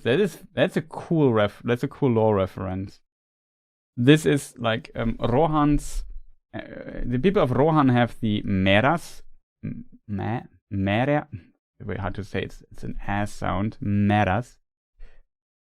I think there's even a diphthong in it or something like that. Yeah, meras should be roundabout, right? And these special horses, usually like Shadowfax is one of it, but Theoden's horse, for example, is also one of the meras. That is Snowmane. And there are some others as well. However, these specific horses have also a story to them. They were once the horses accompanying Narhar, I think it's pronounced. The horse of Orome, one of the Valar. We talked about these high angelic powers of highest rank that kind of are a god pantheon. He is the Valar of hunting. and he's also called Arau by some, and the people of Rohan know him as Bema, so they have also even a name for him. And the horses, the Meras, are related to some horses from Orome. I forgot how they got to Middle Earth, to be honest, but maybe they followed Narha or whatever. I don't know. Narha is a horse of the huntsman Orome, by the way. That's his horse. It has, I think, golden hooves and whatnot. Can also, there's a theory I had that it can ride over water, but I mean, he's kind of like a godly, like a god. Why shouldn't he be able to do that? But it doesn't matter too much how he can do stuff. What he can do, though, is like the Meras became connected to the royal house of Rohan. How did this happen? The first king of Rohan was called Eorl. That's also why the people of Rohan call themselves the Eorlingas.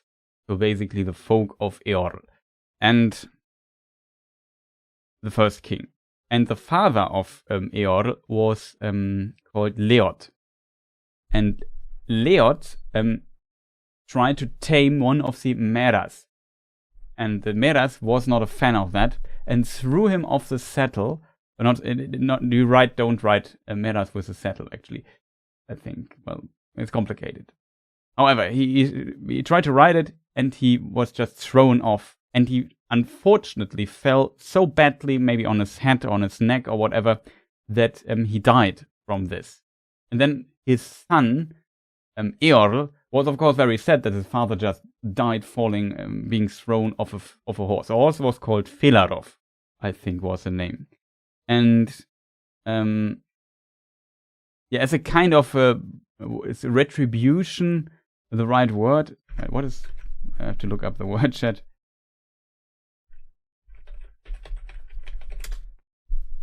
No, it's not Strafe. No, retribution is the wrong word. It's I'm searching Sühne, atonement, maybe something like this, right? I'm not sure, but to make up for it, in a way, the Meras kind of promised to serve the royal house serve Eorl basically and his house. So we have Leod. Yeah, Leod was a great horseman. He was not a king of Rohan yet. At this time, like as I said, Eorl was the first king. Before Rohan didn't exist at this time, and Eorl was very young at this time, like 16 or 19, 17, something like that. I think he was 16. And Leod was a great horseman, and during his rule, he captured a white foal and was that was wild and proud. When the horse was grown, Leod tried to break him, but instead was thrown off the horse, and he hit his head on a rock and died. But he was 42, and his son was 16. It's in the article. His son Eorl later tamed the horse, naming it Felarov. He would be the first of the great Meras.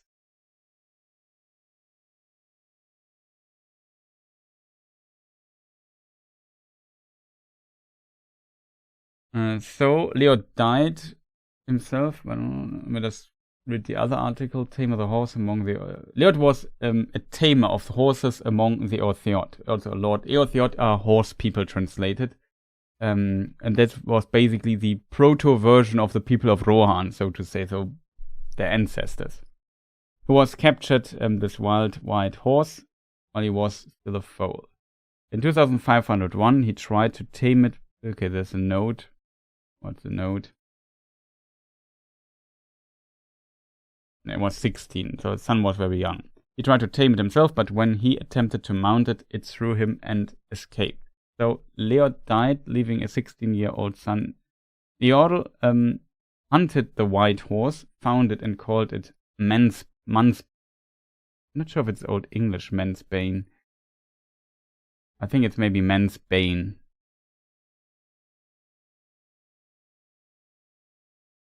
Not sure if there's a word Mansbane, I don't know, could be. And demanded that it give up its freedom in payment for the death of his father. The horse agreed and took the name that Eorl gave it. Felarov translates also to very valiant or very strong. it was on Philarov that Eorl rode to the aid of Gondor and earned the famous victory, one that would lead Steward Cirion to grant them the wide, empty land of Calinardhon, which would become to be called Rohan. So, yeah. That's kind of the story behind it. And I think this little tapestry there depicts the death of the unfortunate death, to be honest, but it's kind of funny in the Lego way. The death of Leot, I think, that we find here. So it's a very cool little detail, to be honest.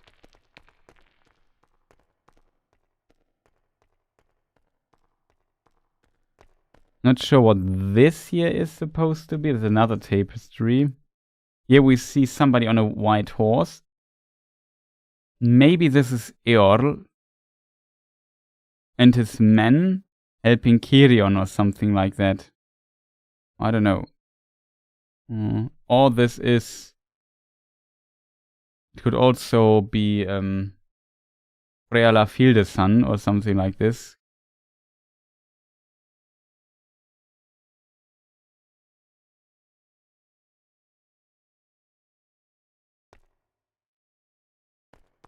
Pretty cool.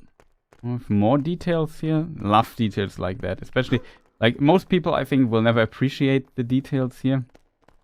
But we of course, as people of the law, we can give Gimli also a weapon, I think.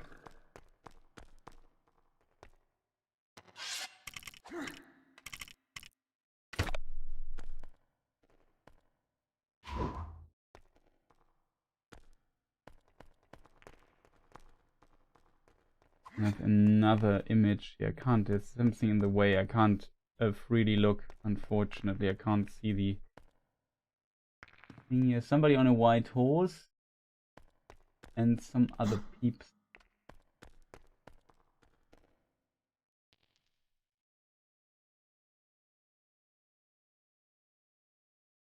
Could maybe this is Gondor. First, I mean, this tapestry could also some very important events in the history of Rohan. I mean, they're on horses, that's why I don't think it's that. But it could be like Cirion and Eorl, basically, like they after, like, Gondor was in big trouble. There was, what was it called, the Belkoth.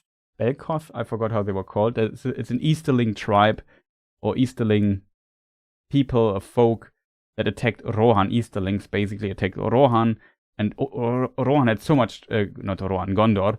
Gondor was attacked, and they had so much trouble with these. They were kind of pushed back, basically half through their realm, and almost died. And then Rohan, in the last minute, came, and even on the way, Galadriel made like a mist, so Eorl could pass Dol Guldur unseen and stuff like that. There's a lot of stuff there in this connection, and then they helped Gondor defeat these people, and this victory kind of made that Gondor said, okay, we were dead, basically. As a reward, we give you all our northern lands, and you can make it your own. It's your kingdom now. And then this became Rohan. It was called Calinardhon, as I read before. And they also, not only that, they went to a very secret place, actually, which was called... No, it's not... Forgot. A secret like, as in there's a note, it's a bit complicated. When Elendil died, he was buried at a specific sacred place at the White Mountains in... I don't know, is it Halifirian? I forgot, but somewhere there. It's north of the mountain. There's a secret place. Nobody knows that it. Let's say very few people know that it exists. And they went there. And I think at the gravesite of Elendil, who was the High King of the Dunedain in exile, Cirion and Eorl swore an oath. And an oath can't be sworn lightly in Tolkien's world, like, especially when these authorities are there. Like, if a king of Gondor, of a Dunedain king, like Isildur or so, we see this with these dead men, for example, in the Wild Mountains. This undead army Aragorn later has the help of. Those also swore an oath to Isildur, and they did not fulfill their oath. As a result, it has severe consequences for them breaking their oath. Like, you can't break an oath lightly, or swear an oath lightly in Tolkien's world, and especially in the realm of kings and those. And this was here similar. Even though Cirion was not king, but just the ruling steward, he swore an oath with all to help each other. We have these beacons, and another part of beyond the beacons is delivering a red arrow to the other party and say, we need your help, and then the other must come and help. There were some cases where the other party couldn't help in time because they would help, but they were attacked themselves or had a war or whatever, and couldn't send people to help in time. This happened, for example, a few times here and there. For example, one example was when the Dune landings attacked Helmhammerand, back in the day the king of Rohan. He also called for Gondor's help, and Gondor was in war with, I think, the Haradrim, or the Warriors of Umbar, or Easterlings, or whatever. And they couldn't send help in time. They sent help, but later on, and so on. So, as a result, yeah.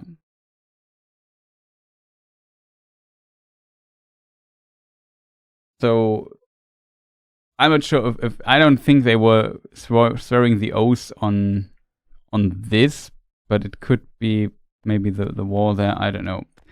Here, the people though on the other tapestry they are standing. You can't really see it. It's really hard to see, unfortunately. Can't find a good angle here, but we see two blonde people in robes, and there is, like, if you look from here, I think there's another. There's another dude on a horse. I don't know. Can't fully see it. I don't know what the other tapestry means, but this here, definitely the dude falling off the horse has to do with foundation, story, history, lore of Rohan. So now, yeah, thank you for explaining the tapestry learning lore. Makes it so fun to watch with you. Yeah, it's like, I mean, I know a lot. It would be unfortunate to not make use of it, right? You know so much, and share it. So yeah, pretty cool stuff here. I like stuff like that. In the meantime, though, we destroy the books. No, we should not destroy books. Just find it out. We need Legolas for that. Oh.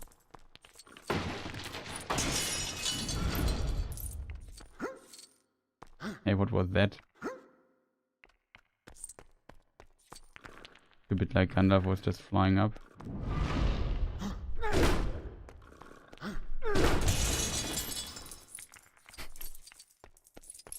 Yeah, whatever, chat. Let's confront Grima after this long detour into the lore of the books and Rohan.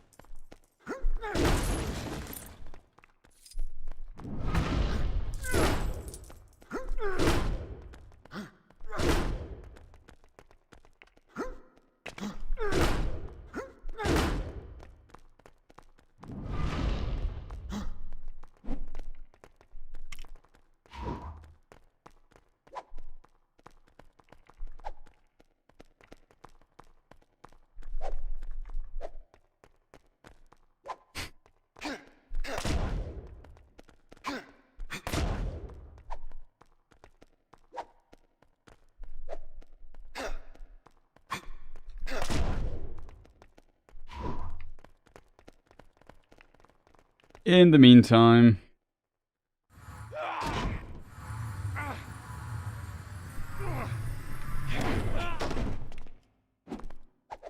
I will draw you, Saruman, as poison is drawn from a wound.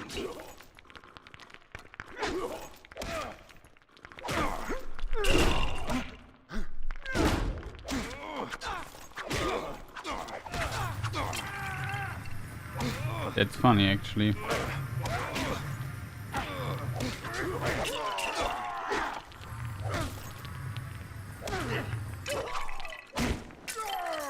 Oh no, he killed Gandalf.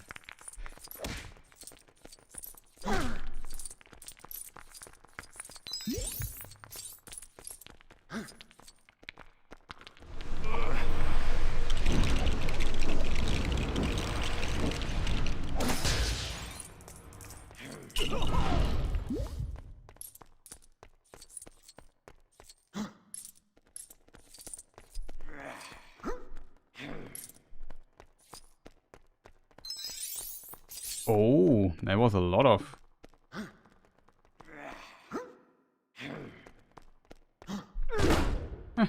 We just trapped Grima Wormtongue. Nobody here anymore. I like the scene in the film, like, a lot. I don't know, it's always found it very cool. Like, Two Towers is such a good film. The problem, I never, like, it's kind of weird that I never say Two Towers is my favorite film of the three films. I wouldn't also say it's my favorite book. So it's a really good book, like, it's really good. Like, the film is also really good. Oh, look, yo, some horse decoration here. But I don't know why. I think I like lore stuff, and the Council of Elrond is just really cool. I really like Bree at the beginning, the forming of the Fellowship, the breaking of it. I like especially, I don't know, just the journey from the Shire to Rivendell and so on. I mean, of course, the Old Forest section is a bit boring, to be honest, but not my favorite section, I have to admit. But yeah, in the books at least, in the films though, I also like this. Like this whole journey was now a bit more compressed and so on. It's just such a good film in a way. Like, of course, Two Towers is also awesome. But yeah, and I think all the three are awesome, of course, but it's very difficult to name like your favorite. It was a 50-minute detour into the lore. Well, welcome to the wonderful world of TPH games. It gets lost in too much lore details. But yeah, I don't know. Every time I watch Two Towers, I'm kind of impressed with it. It has such a good pacing. Like the films, it's really just such a solid movie. The whole watch at east at I forgot. I'm so bad with quotes. Like when Gandalf comes down the slope with Eomer, and then the fighting in the Helm's Deep, and then the elves come. It has this tragedy in it. It has ends in it, which is pretty cool. You know, so much good stuff in this particular second movie and so on, where Gandalf comes back more powerful and so on. I guess the final of Lord of the Rings with the two, with Return of the King, is also just so good. Like, of course, you have the endings. Everybody sheds a tear or two at the ending. Like, it's a film of endings in a way. I mean, we can all agree on that. All the films are really good. Oh, look, the ground plates move slightly when I walk above them. That's interesting. We have now a weapon. Unfortunately, without the axe, can't destroy it. Whatever, chat. Let's return to Theoden. Two Towers is my favorite book in the trilogy too, and the film stands up so well. It's always, it's just really good. Like, I always am impressed if I watch it again, how good it is. I don't know why I never placed it in my personal ranking higher. I can't tell you. Like, it's really good. There's so much cool detail and stuff, and like the whole Rohan section is just awesome. Like, Rohan is just such a cool place. And I like how they portrayed it and so on. Make good changes, I think, to make it a bit more compressed. Removed some characters, which is unfortunate, of course. The whole section here in Rohan is much more complex in the books. But you can't, like, it's too complicated for a film, I think. Especially if you have this parallel montage. What are Sam and Frodo doing meanwhile, and Gollum, and meanwhile what's going on with Aragorn, Gandalf, Gimli, and Legolas. So yeah, let's return. I like how we can just turn around. How did he just escape? If I go, Theoden dies.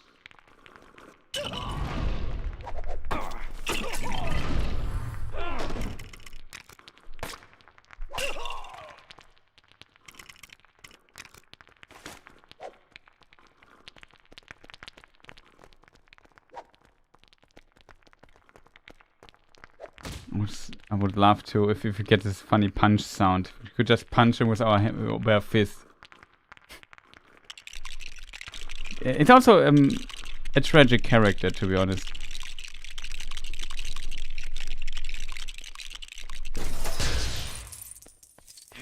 Grima is also a very tragic character. I think that's also what makes this section kind of cool. Even though Grima is, has done some terrible decisions, he also suffers heavily from those.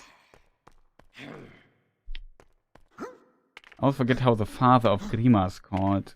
Grima, son of Galmond. Golmund, something like that. Let's look it up.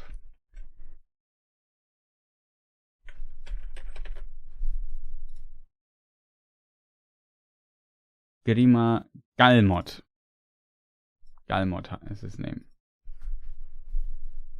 Could be that in Old English it's actually pronounced Yalmod. I'm not sure though. Yalmod. I think it's a long O. I don't know.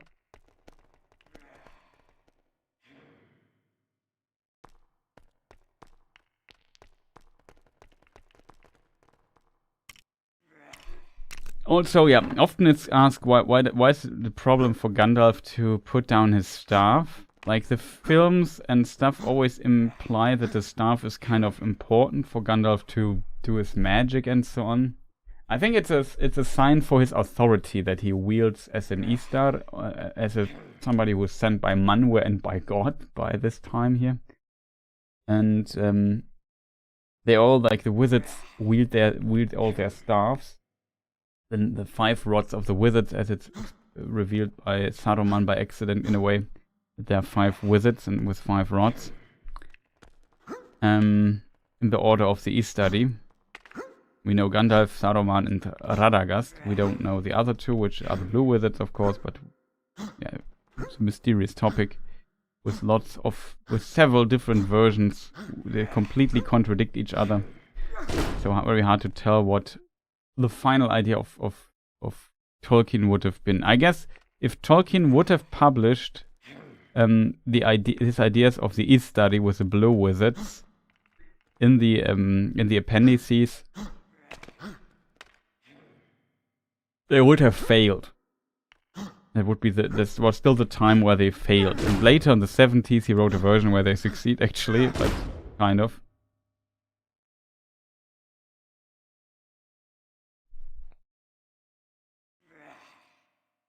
I'm skipping and gathering around, yeah.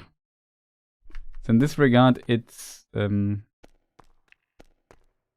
very interesting. But from my perspective, to do his, let's call it magic in the widest sense, Gandalf doesn't need his staff.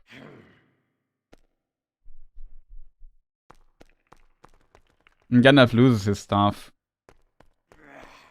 I wouldn't say a few times, actually only 1 time in the book. In the film it's a different story.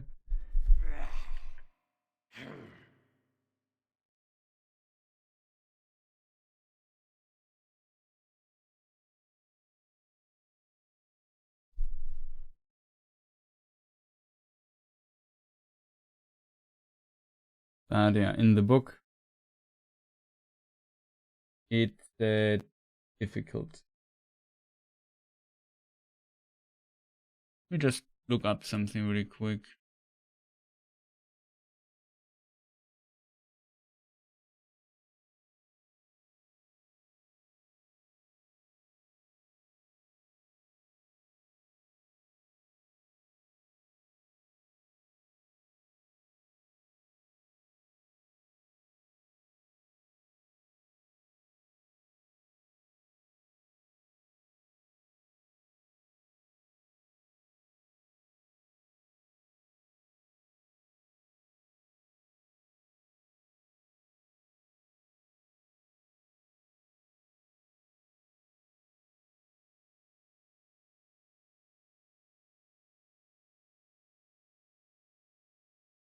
Ah, okay, that's strange.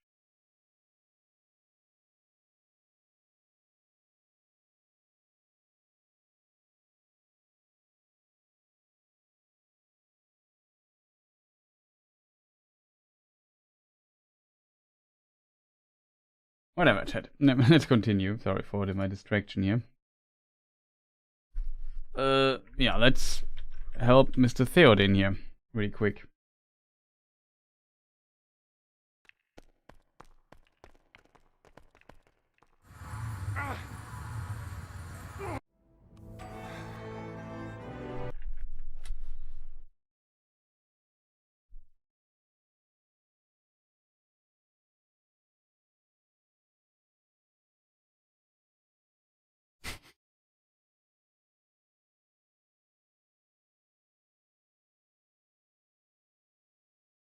That is Herogrim.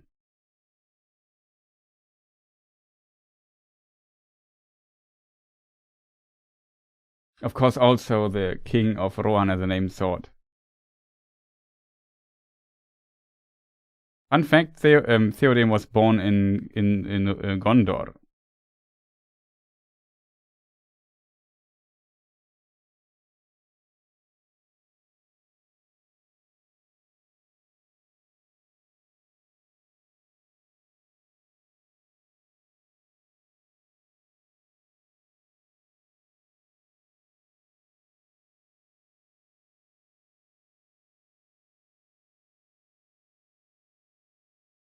That is also different in the book. I like the piano.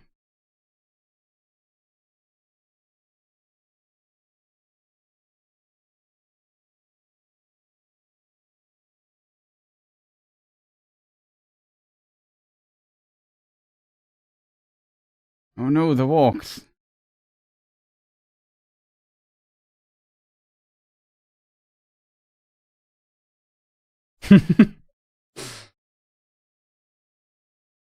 Your win is not happy.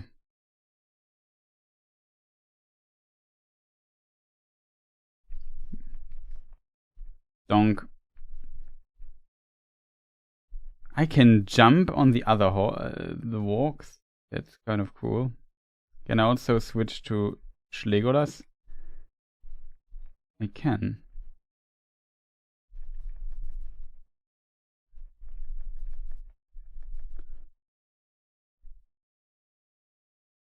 I hit Gimli more than the orc. It's kind of funny.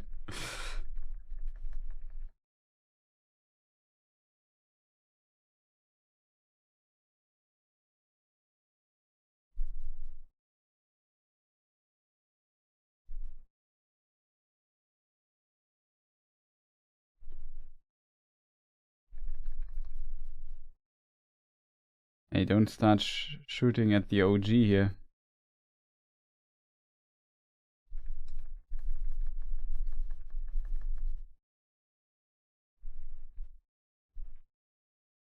I like that he just waited for me to aim. That's very nice of him. Did I kill all the things yet?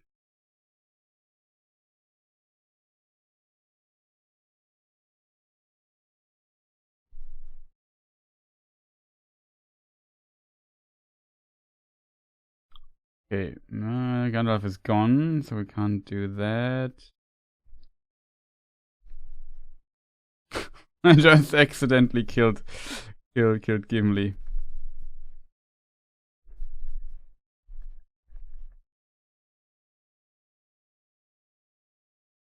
M's the best, chat. Sorry.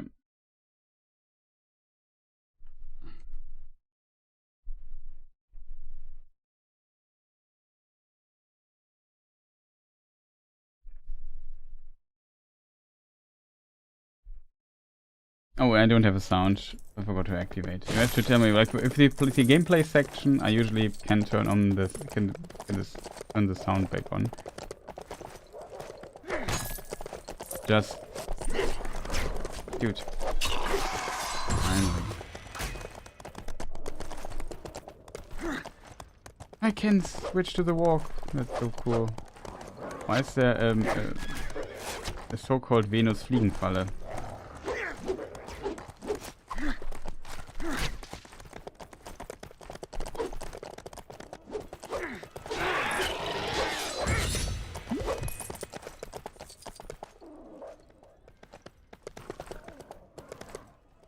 That is a checkpoint or save point.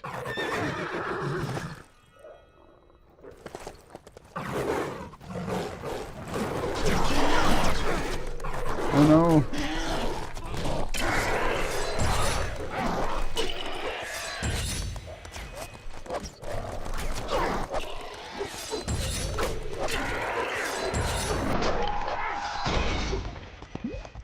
Easy.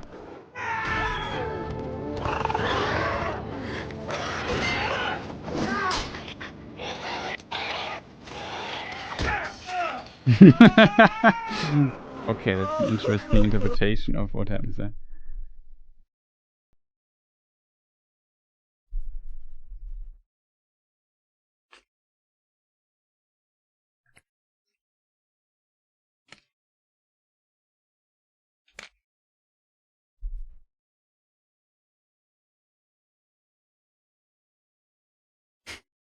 The Lego sound.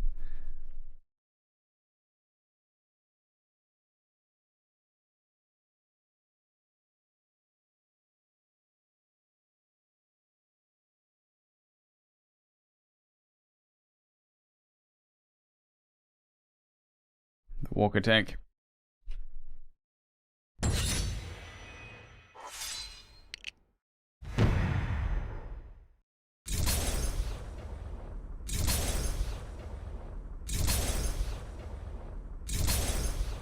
A lot of characters unlocked here. Hammer, Theoden, Eowyn, I assume all those.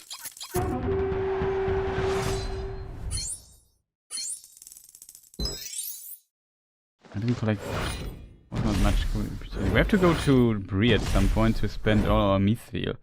Can complete a few quests. There was this capitalist elf in Rivendell who said she teaches me the secret of getting twice the wealth if I bring her something. I'm not sure if I have the recipes though for that. We will find it out. Unfortunately, we have to take another break here.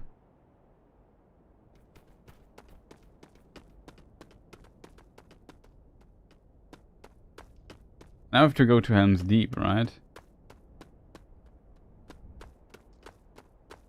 But yeah, there's in these missions. This is now more the open world thing where you can move around relatively freely. And you have also these statues. Here these statues basically show you what you have found so far in this region, like how many secrets and stuff. And I don't know what. And stuff like that.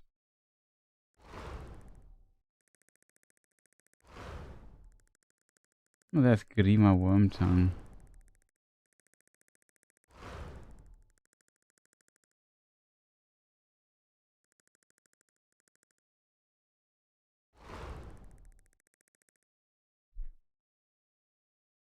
Oh, excuse me, chat. Can recruit in Urukai.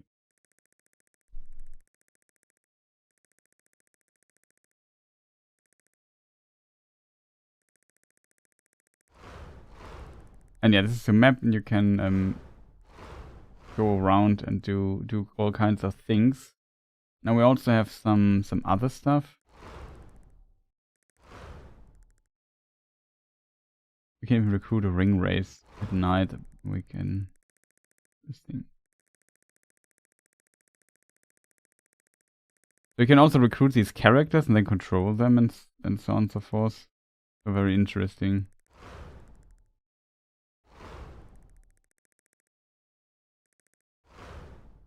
Hier ist Ungol.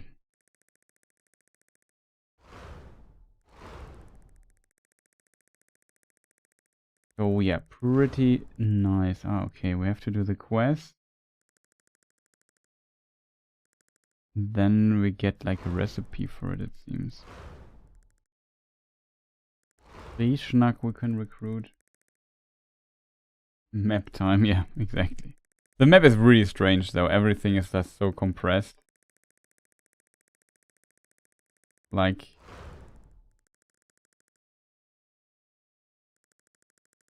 Hobbiton is here.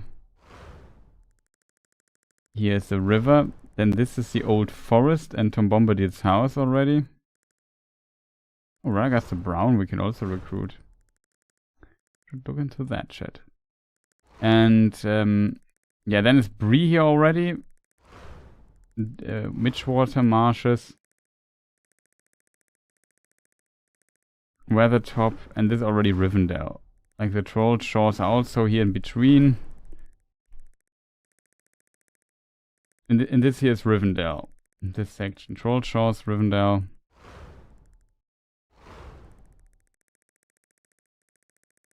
And here the Misty Mountains somewhere. Like it's really weird, the structure of this map. Here's a gap of Rohan.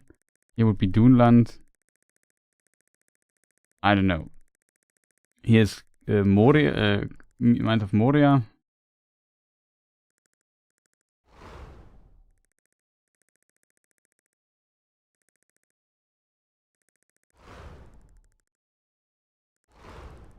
Another ring race. So yeah, a lot of interesting stuff you can unlock in this game. We won't do everything, I think. Just try to do a little bit of side stuff here and there if we find it, and we go a bit about going back and forth regarding some stuff you can find and so on. You know, that's kind of the plan currently. But yeah, short map time break. We break a few things here though.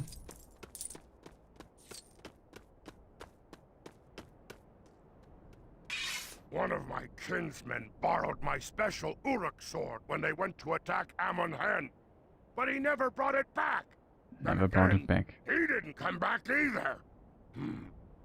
Anyway, find it for me.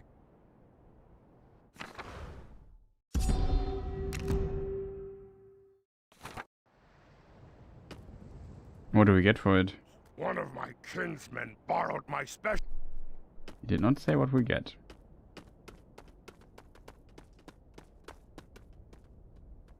That's so small. Here's Isengard. There's Edoras over there. And then a bit further you can also already see Minas Tirith. There's Van Gorn. It's really compressed the world, but it's a miniature world. Like Lego is also always pretty miniature.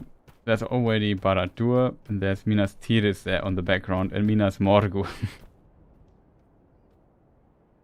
I'm not sure if you can see those all from the same direction, to be honest. Like this here, like the question came up very early here in the stream. The distance between Isengard and Barad-dûr is like 940 kilometers, or I think around about 550 to 600 miles. So that's quite a bit.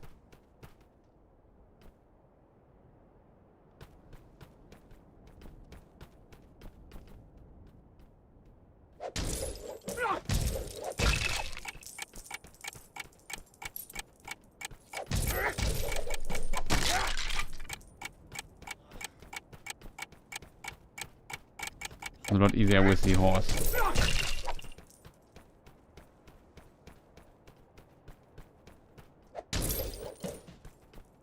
I already did this, so there's not that much we can actually do here. We would need to get another horse back.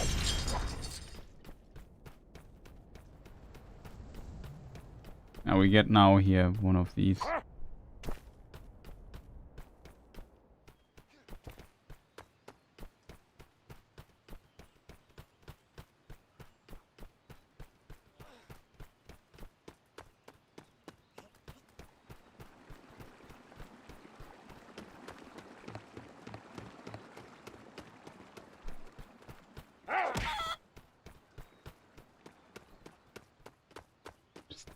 Just punching the chicken by accident. There was no ill intention by my side. I point that out.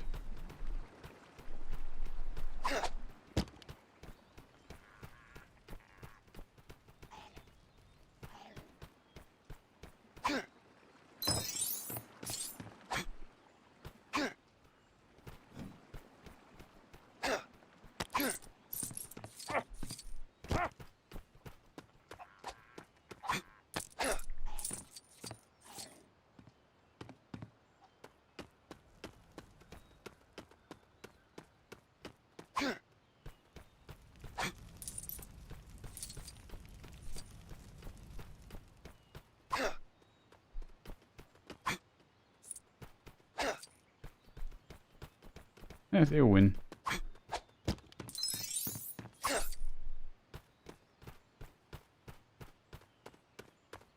I think it's her. Ah, we can... Oh, sorry. Never mind. I can buy Eowyn.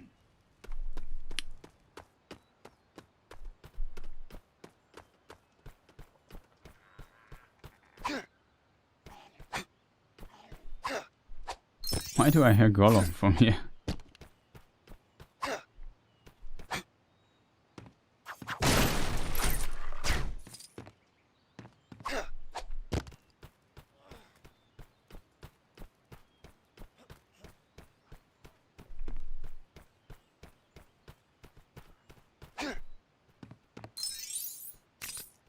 Yeah, we can also buy Hama.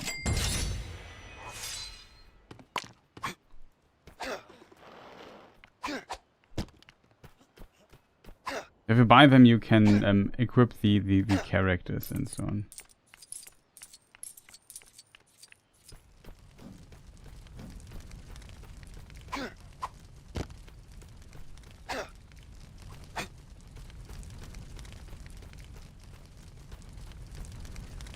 No fire, we need... Huh?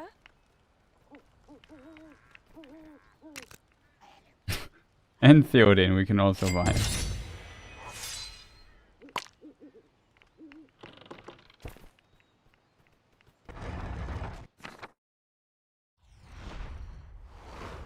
Okay, Edoras.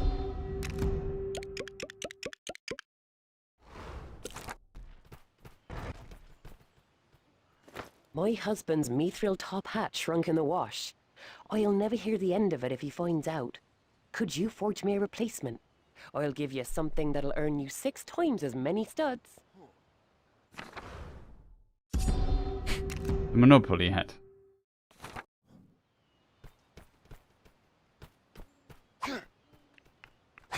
Yeah, we have to find the recipe for hats, and then we have to spend the mithril we always find.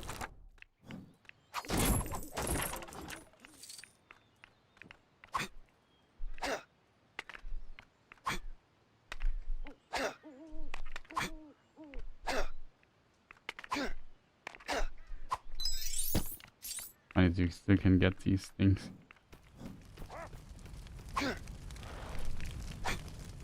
Huh?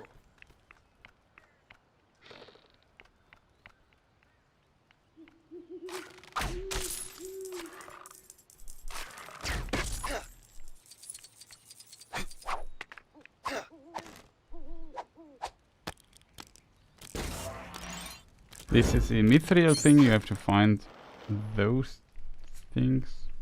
Huh? How do we get on top of this?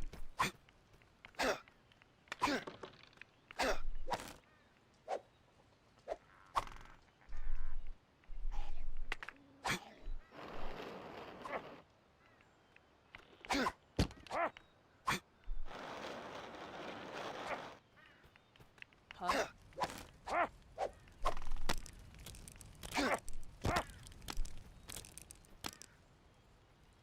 I think you have to get... You can't get there from here. You can't do a jump on...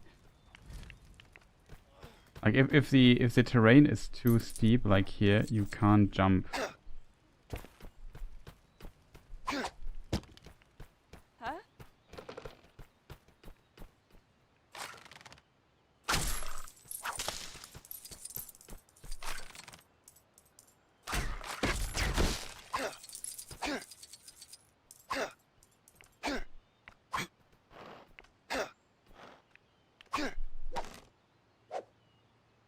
Question is, what is the...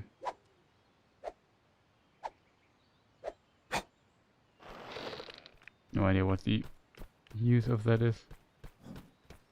Huh? Can grow a couple of things.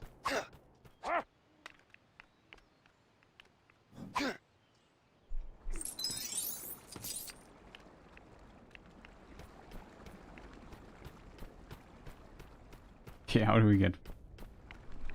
I assume you just jump over it.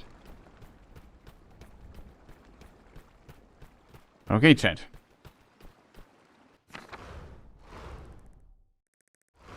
There is also a crafting recipe here in this place. We can also travel to Silmarillion, because I still would like to recruit Galadriel, actually. We haven't done that.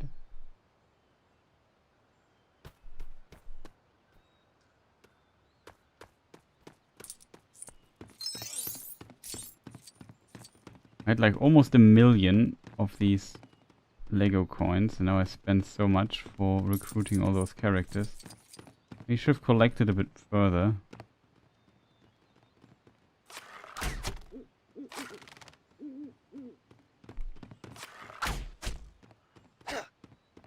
Huh?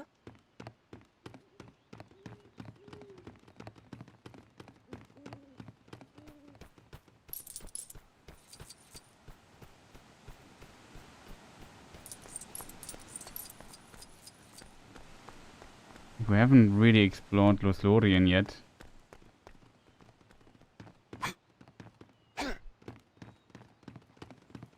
Huh? I'd thank you to keep this between us, but I'm keen to explore combat with a dwarven axe. I'll divulge the secrets of surviving the most perilous drop if you forge a mithril shockwave axe for me.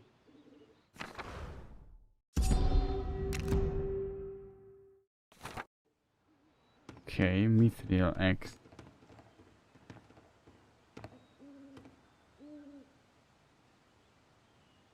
Not sure what she's doing there.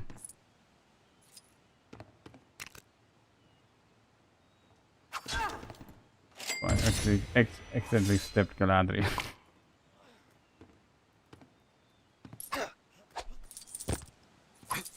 That's been too expensive for me right now.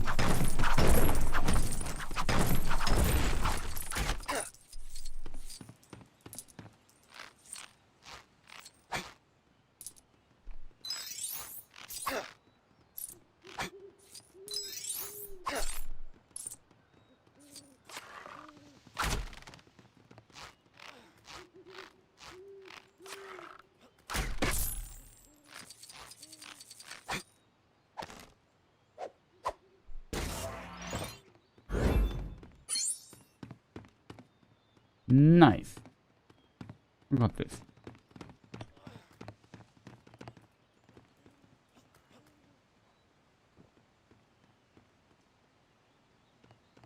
Huh?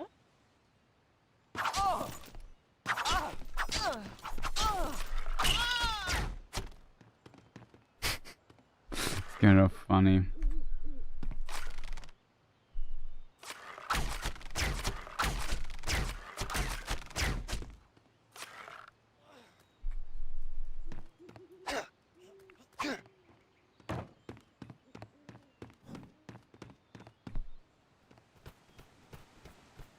There seems to be no fall damage. Just curious.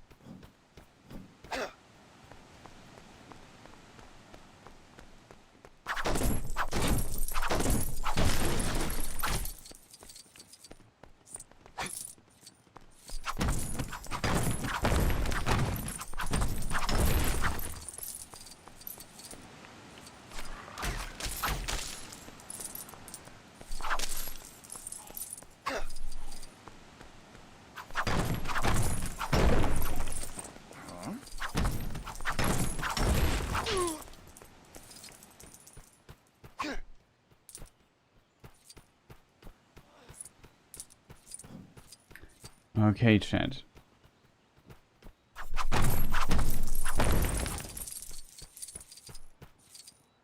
We have to kind of increase our wealth a bit. We just spent too many coins on people.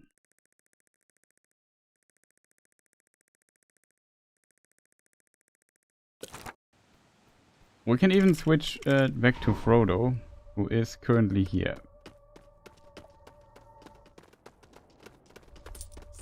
Problem is, I can't tell you where we need to go, if I'm completely honest.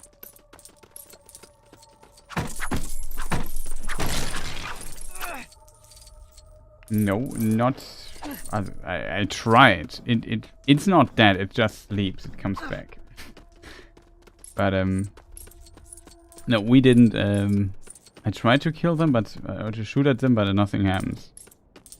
Sometimes they drop some money or so, I think. I tried to shoot at the owl, but it didn't work. But you could shoot at another owl. I always say owl. Owl here and there, but I don't really understand. Oh, it's the gaze of Sauron is still here on this. We go here. It pushes us back. So we are not ready yet.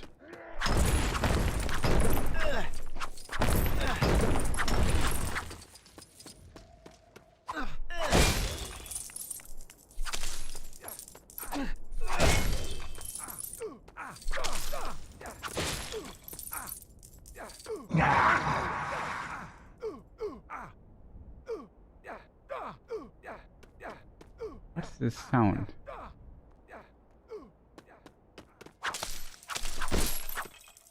That's me as Morgul, by the way.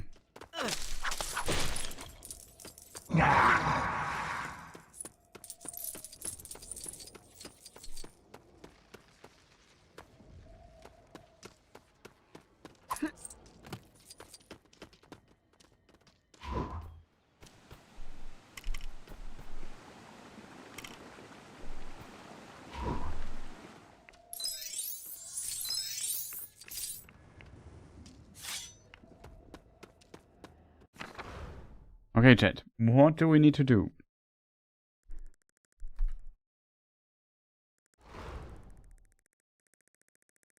Break. That was what I wanted to do, chat. So, short break.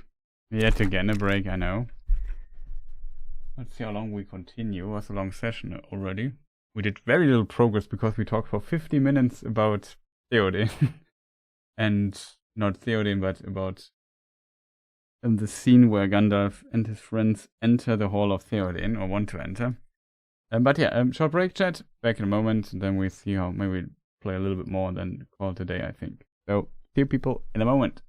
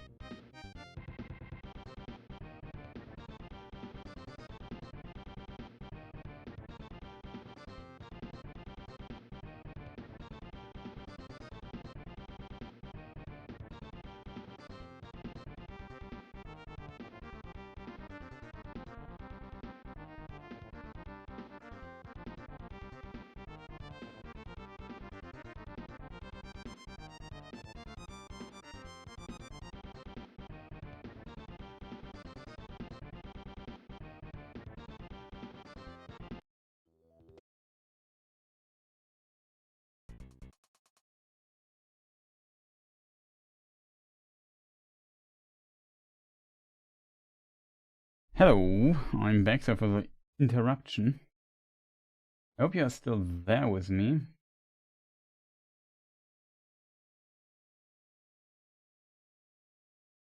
And yeah, we maybe continue a little bit, but I will also soon call it a day. I think we are on for like almost 8 hours again. That's a long time.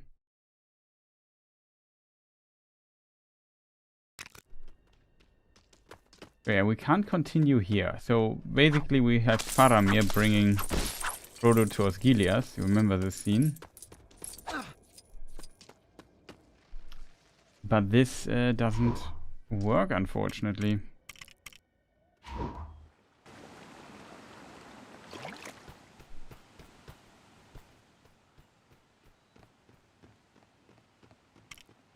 And we are now on our way.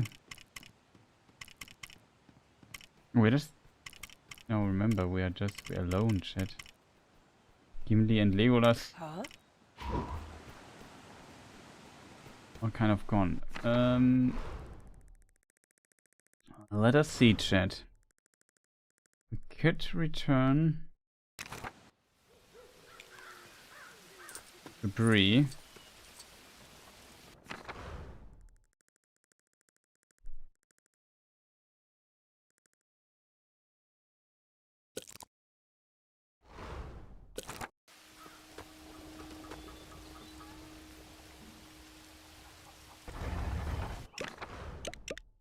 The only thing I don't understand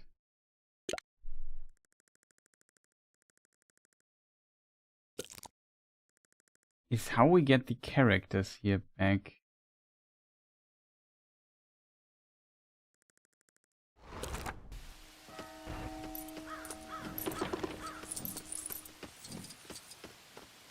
Maybe the game crashed a few times. There's Radagast the Brown. 500,000, I can't even afford him.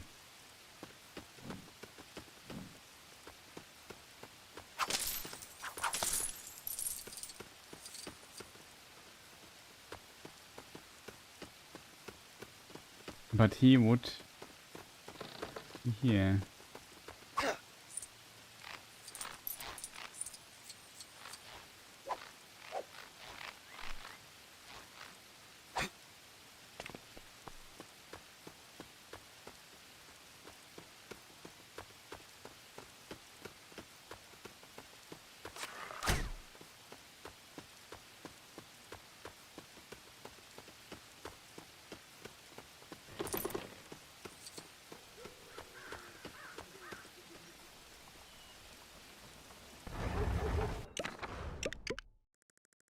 Like you can some missions here and there. I don't think pony. Yeah, sometimes you have this stuff here. The Black Riders, you can say story or free play. And when you play free play, you can replay them with characters you have unlocked.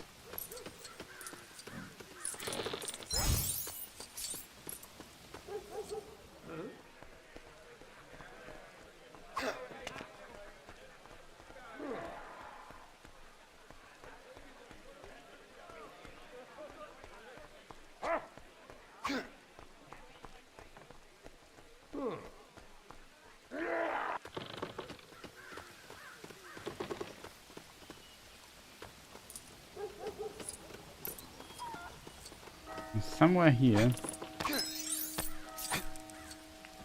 is also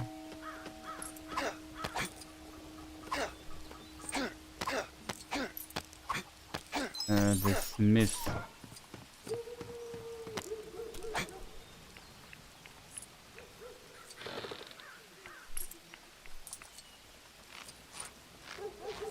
think he's down here. There's a smith. We have to go to him. He can create a mithril stuff.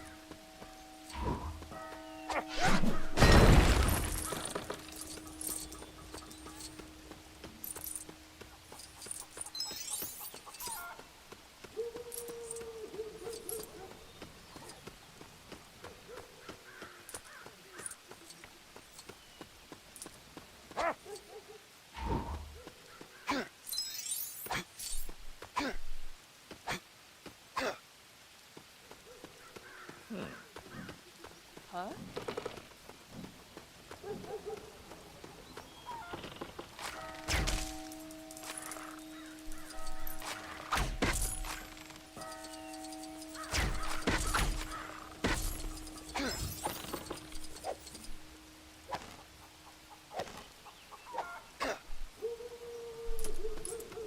Oh, we missed the chat.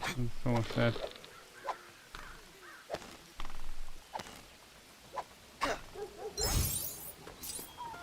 Got it. So here's a smithy, and yeah, if you have the mithril rope, for example, that actually sounds very useful. It's very cheap. So with a mithril rope, we can actually do quite a few things ourselves.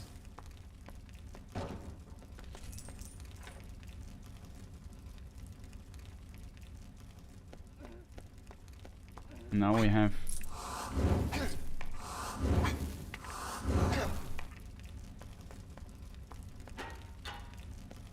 this is how rope is created.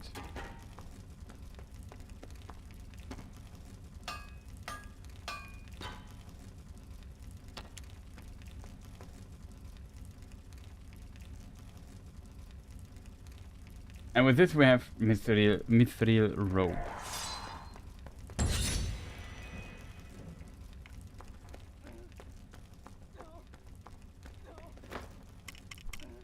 Unfortunately, we didn't find that many. We have a mithril skeleton sword, paintbrush,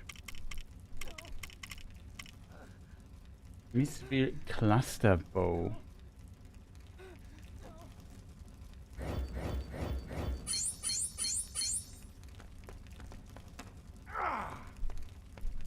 Wait a moment, chat.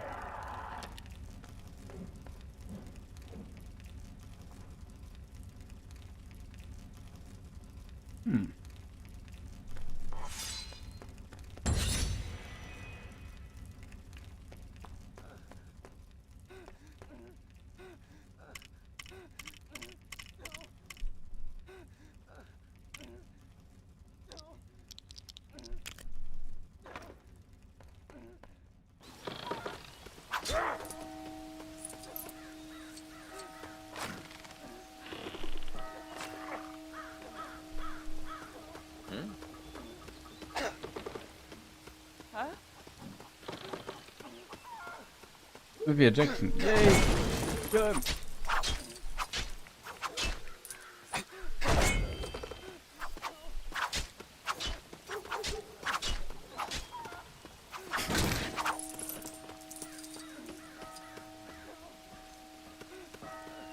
Oh, it's a bit fun. Okay. Yeah, like I said, I'm not sure.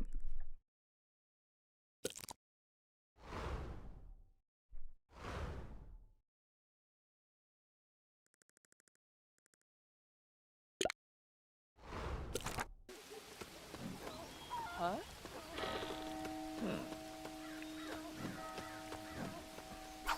Now we need something to open these kind of things.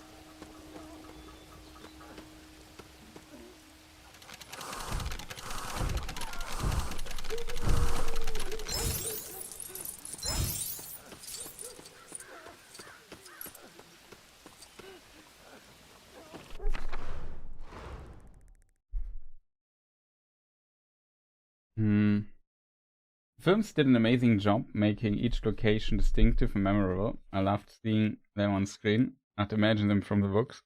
In my case, it was like I have read the books after the films, so my imagination is also massively influenced by how the films portrayed stuff.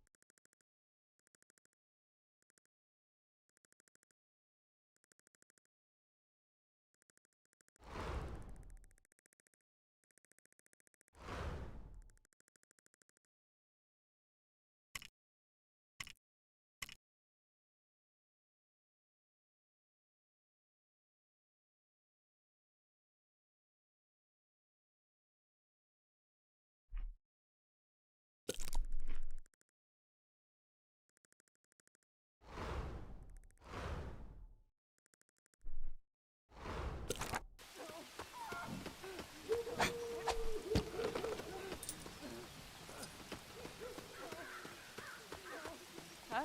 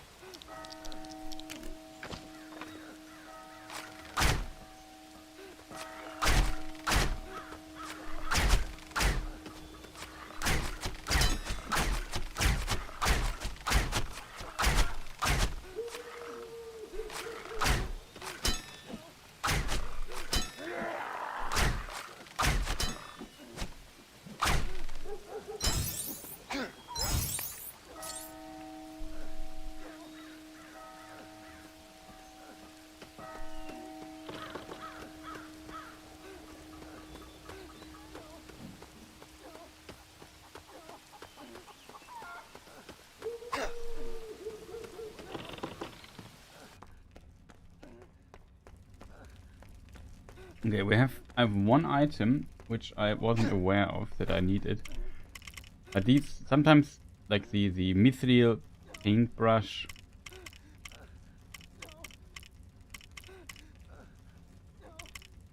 rope, owl, not owl.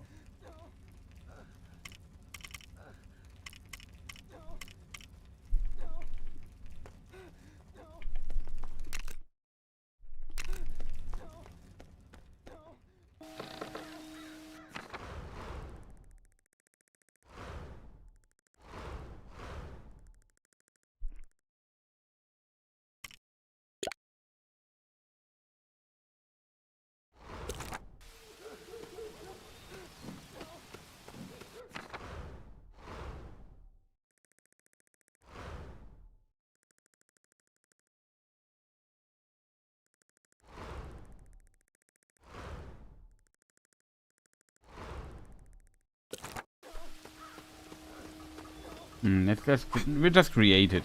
I don't know.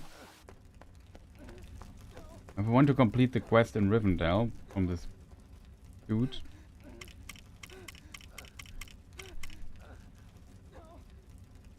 I assume it's this one. The skeleton sword? Forgot who wanted the skeleton sword. There's a lot of mystery that's lost in it.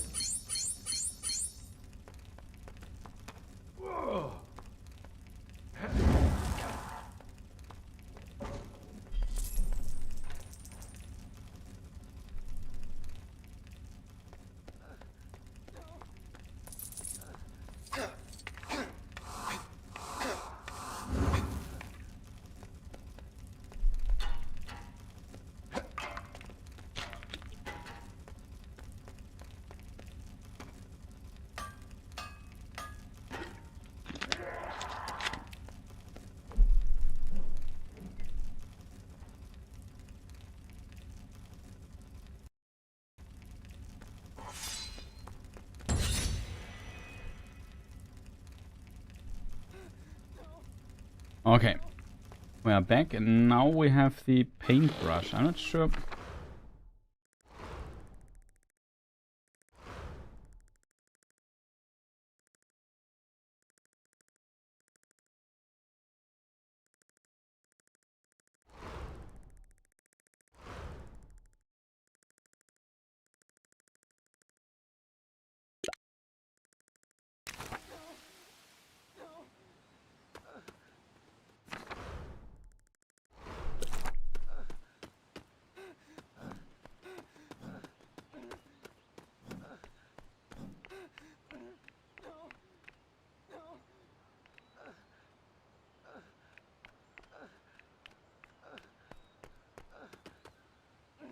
The sound is so weird.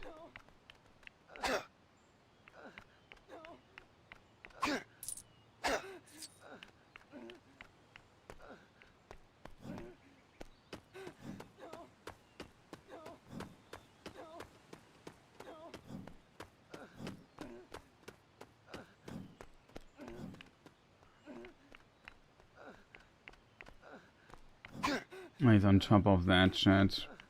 It's difficult to get on top of this. You need a hobbit for that.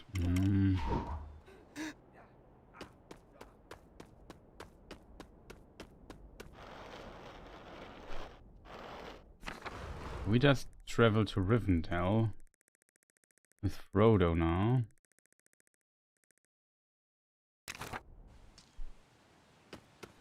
I need a hobbit for...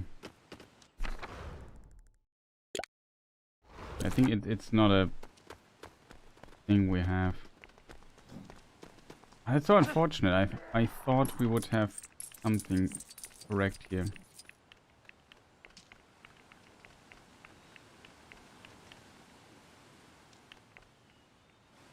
Huh?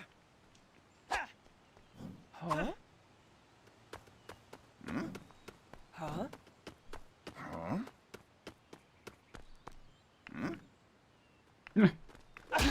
Bonk. Look who's here.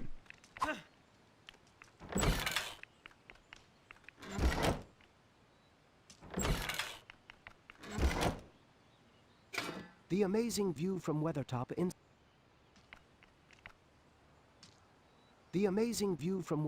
inspired me to write a poem. Trouble is, I left my only quill up there. Perhaps you'd be kind enough to fetch it for me.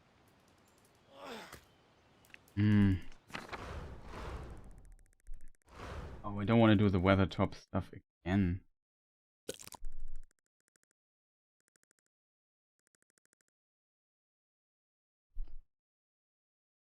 That's unfortunate, chat.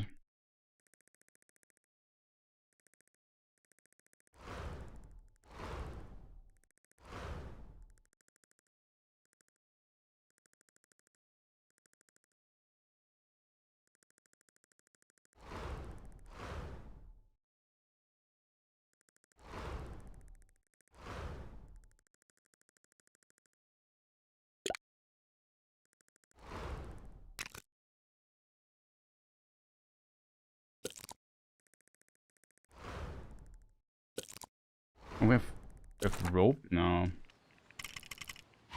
That's unfortunate, shit.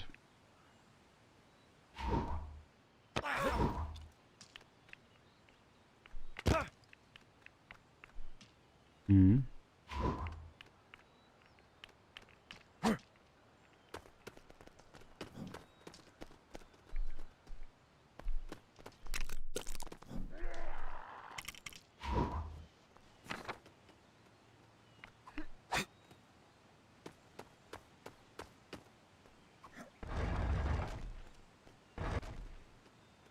Yeah, Lothlorien is in the game. Can't like something is bugged, chat. How it works? No, what it was. Lothlorien is in the game. Yeah, we were there. We still have Celeborn that we could recruit.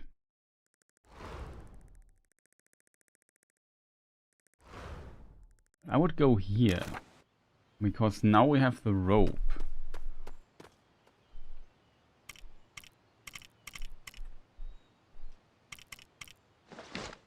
We have the toolbox, and now in the toolbox there is the rope. And with the rope I can climb up here.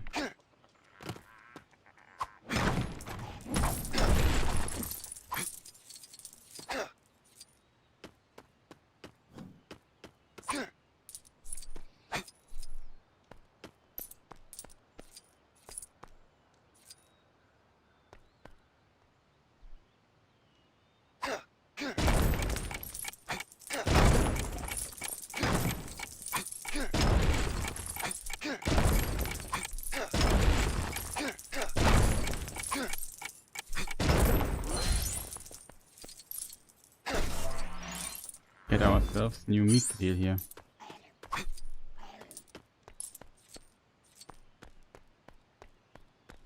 Weird. I still hear Gollum at times. I don't know why though. He's not even here.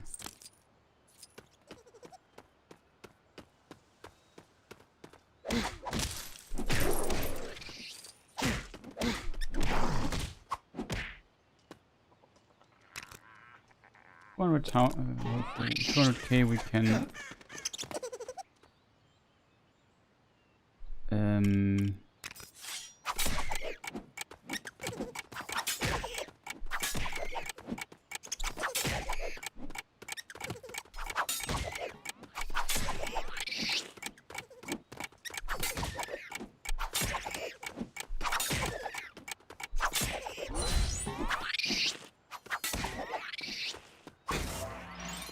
okay, got 20 mithril. Nice.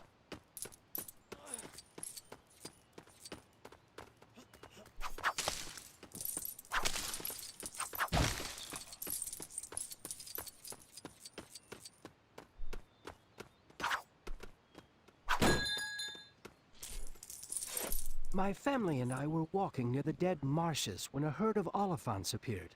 We avoided being trampled, but in the commotion, my son dropped his toy snake. Would you mind searching for it?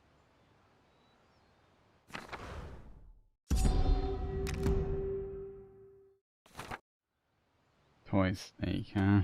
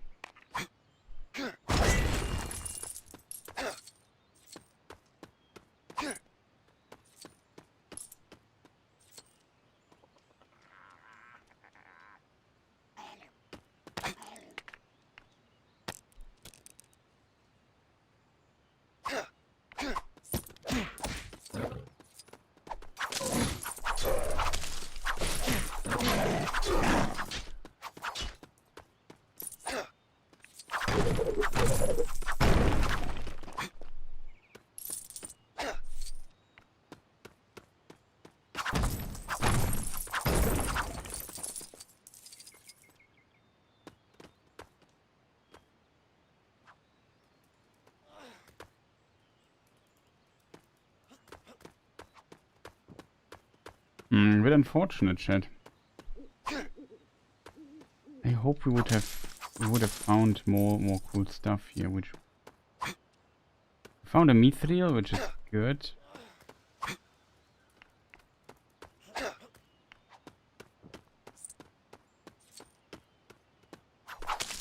On the character, which is also good. But that's basically it, unfortunately.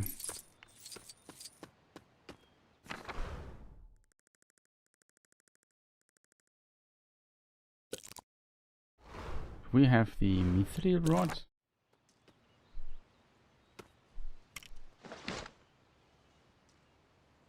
No.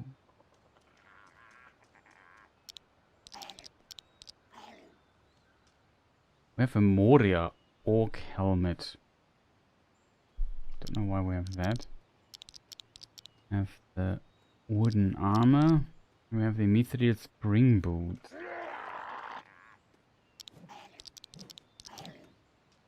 Wooden bucket, but not a mithril bucket. We have the with a paintbrush. Okay, maybe I look it up. Just who wants a paintbrush?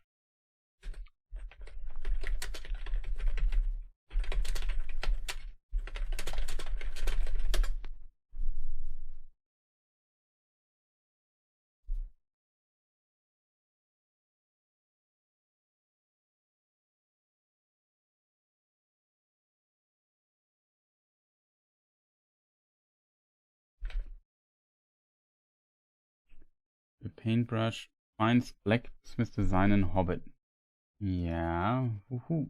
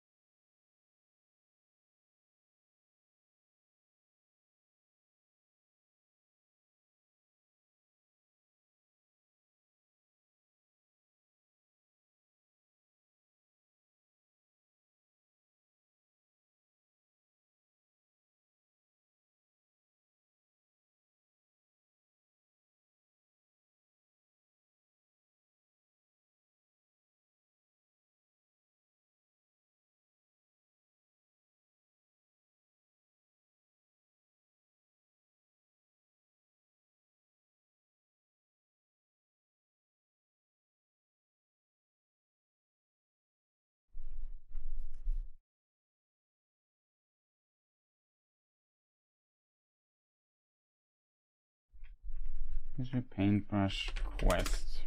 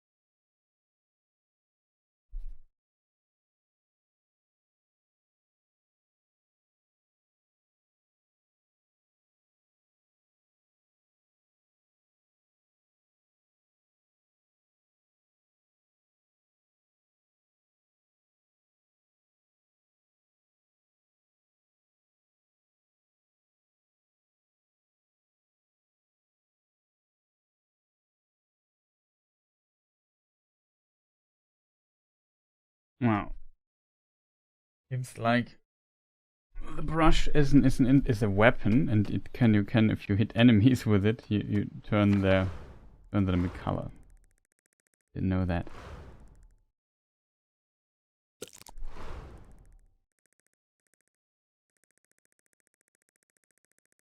Obviously, there's just so much backtracking in this game. If you want to collect everything, like, it becomes really complicated. I guess the easiest part is to just progress through the story as fast as you can, and then backtrack from the start again, basically, and then collect everything with all the abilities. Maybe with some stuff you need here and there.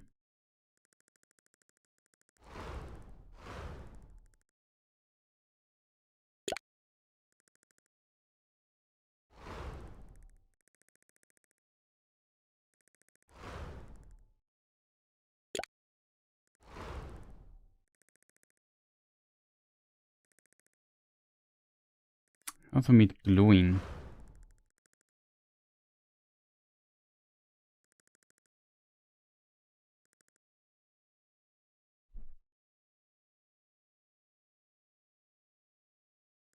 Somewhere, I don't know where that was. Somebody wants a headdress, but I don't know where it was or who it was.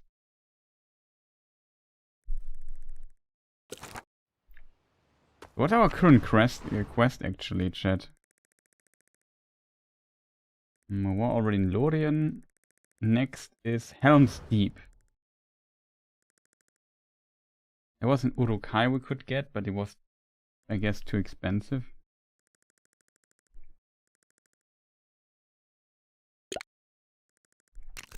Or did he want to have the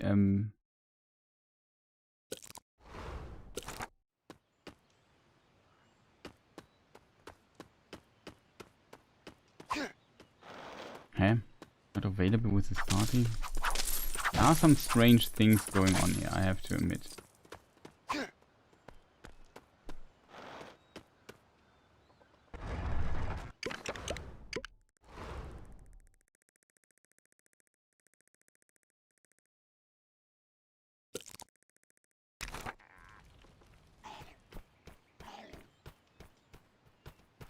The Monopoly head.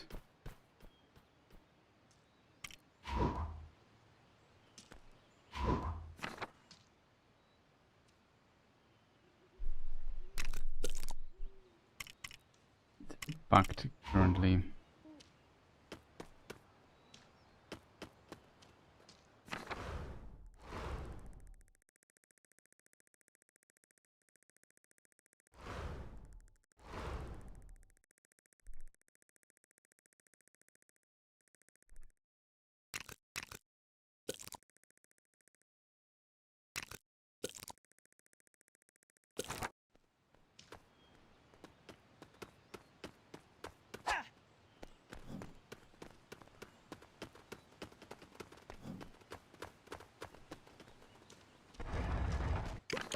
I don't fully understand why I can't go here.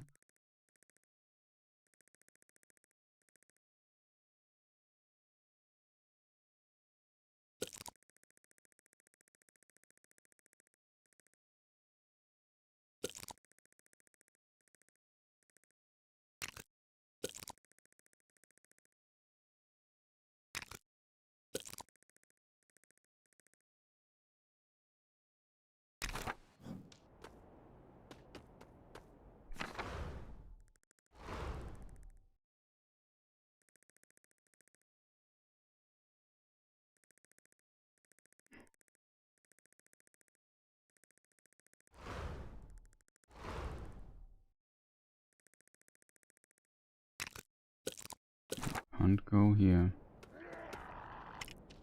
Range. Whatever.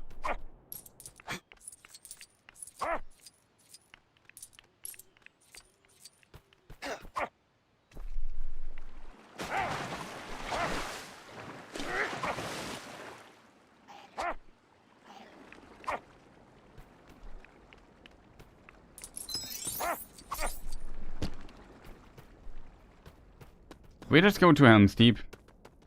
That's where usually Gimli and Aragorn would go. And continue there a bit. We have one heart, which is a bit unfortunate.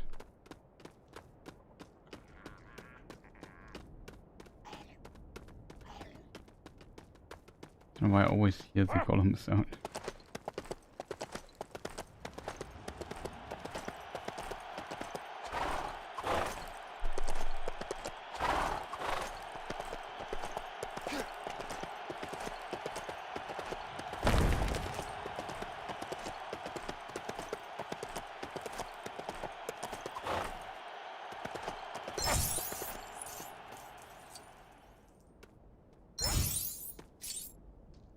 that's 10,000 actually.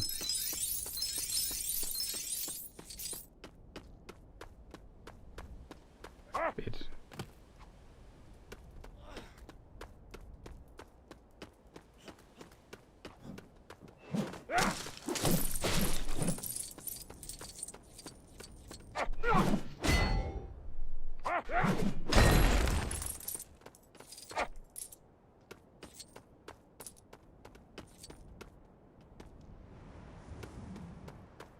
Oh, what's up here, chat?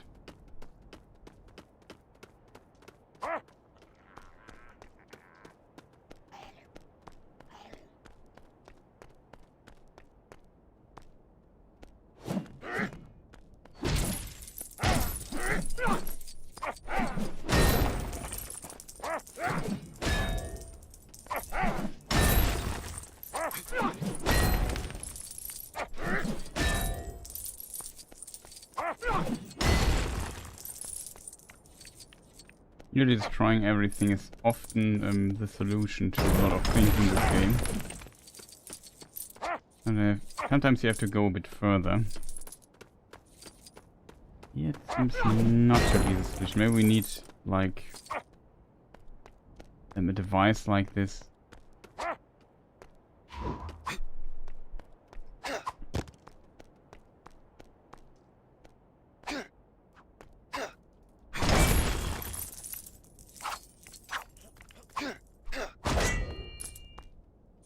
No, that's not it.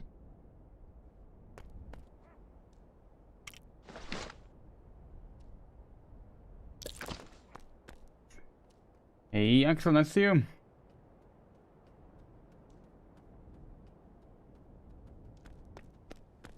That's Lego. Yeah, Legolas. Wrong. That is Legolas, yes.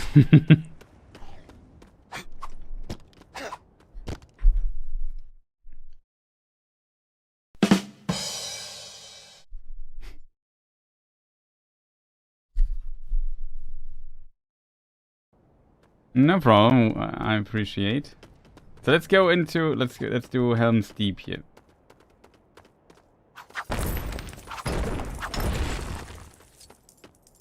What does he want? One of my kinsmen borrowed my The special Uruk sword. I only have a bone blade or something like that. Don't have an explicit Uruk sword here, unfortunately.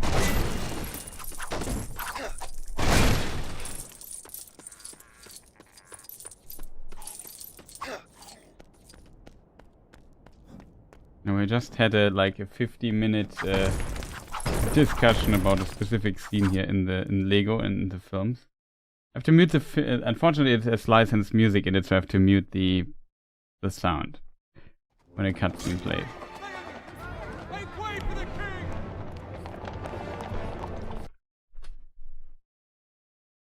That didn't work.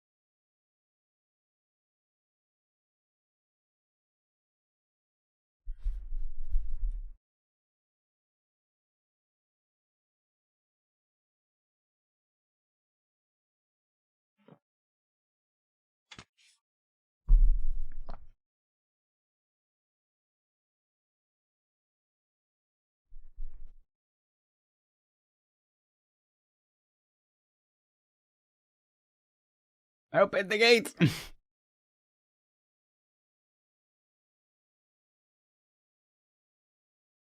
There's quite a lot of Lego figurines.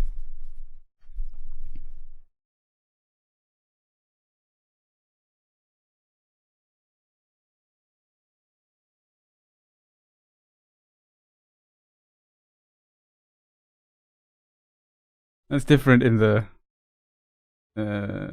books. That's a film invention. Look at all these Lego figurines, orcs. That would be $1 million worth of dollars to buy them.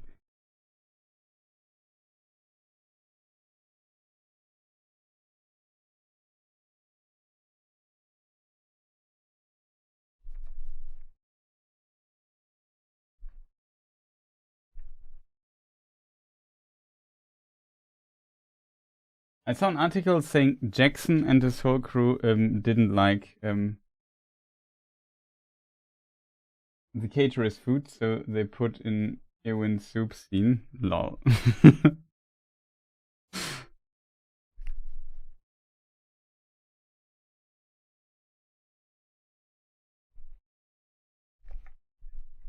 Okay, Mr. Dwarf.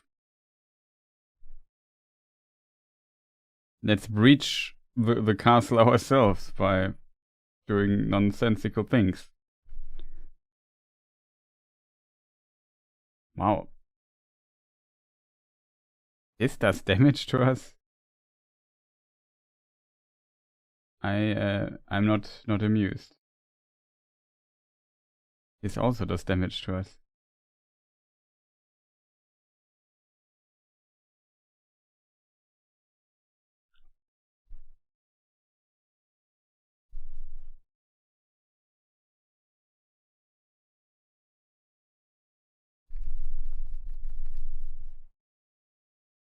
You know, all we have to do is to find... I remember in the films where we have to find the gears and the stuff.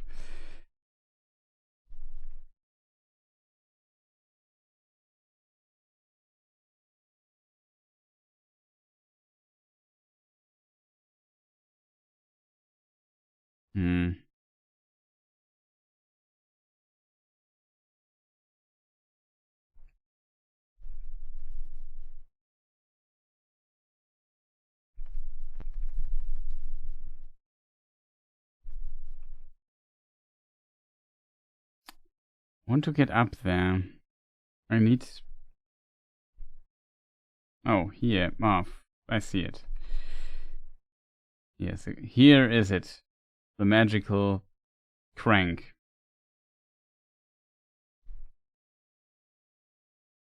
Hope you're doing well, Axel. Aren't you playing Blasphemous currently? How is it? How do you like it?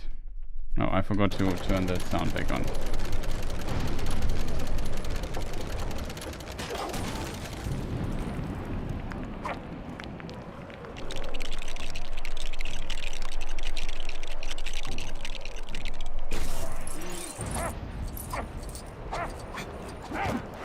Yeah, sure. You can. You're on the German chat. I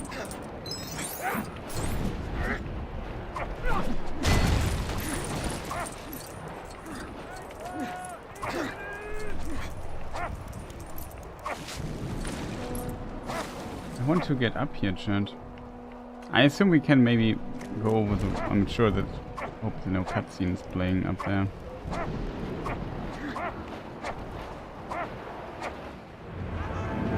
Cutscene.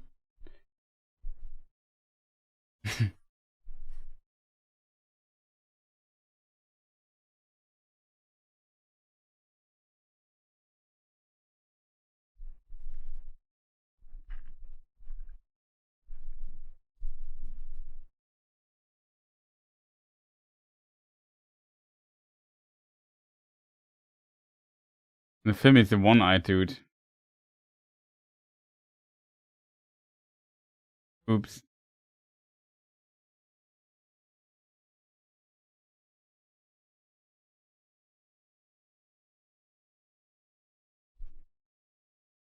To be fair, he could have just stayed home.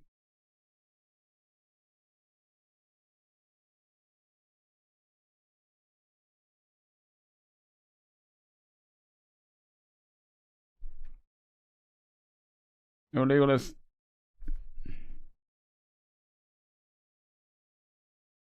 Oh, well, I didn't pay attention there.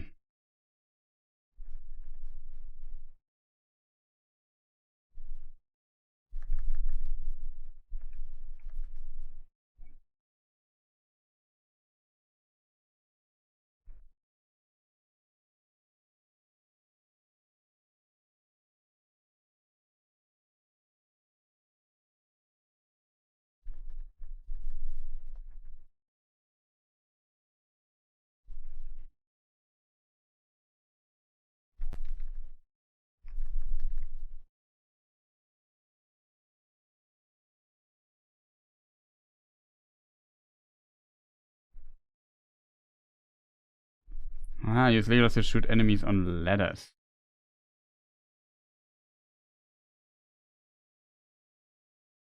I can't jump down there anymore. So sad. Dude. We are just here in the middle of the menuing.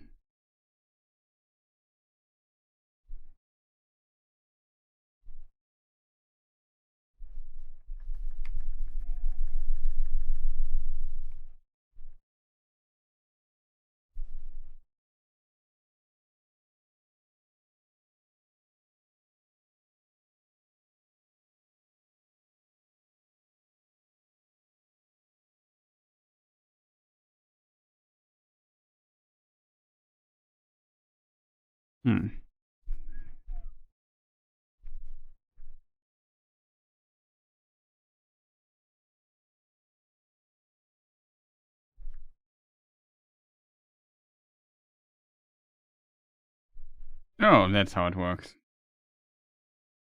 My mistake.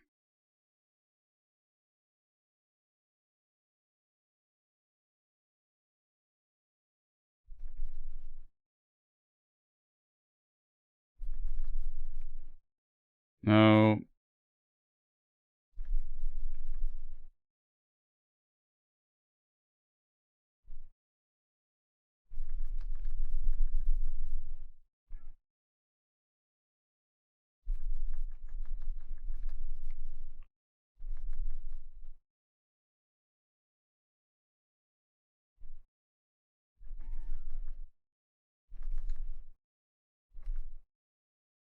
No idea how to do this.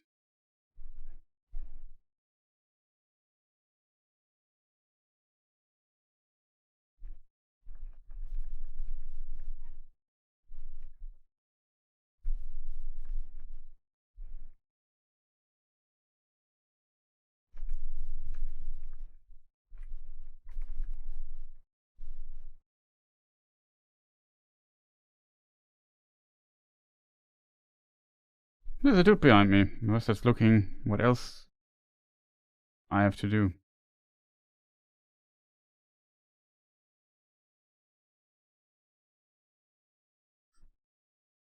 It's laughing, yeah.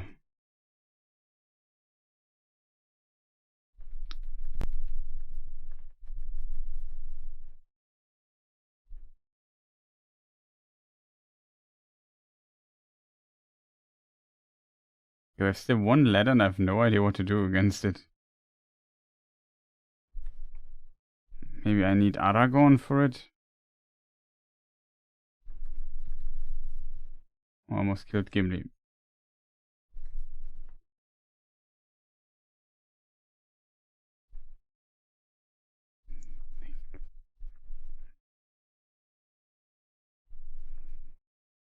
Range.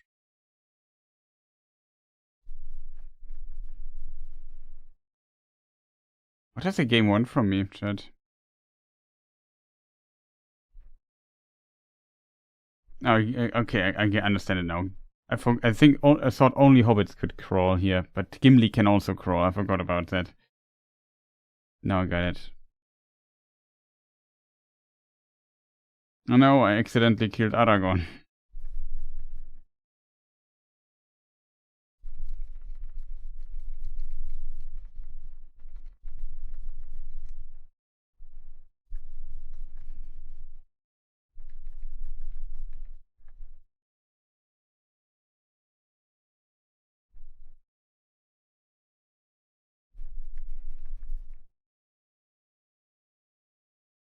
Okay, finally.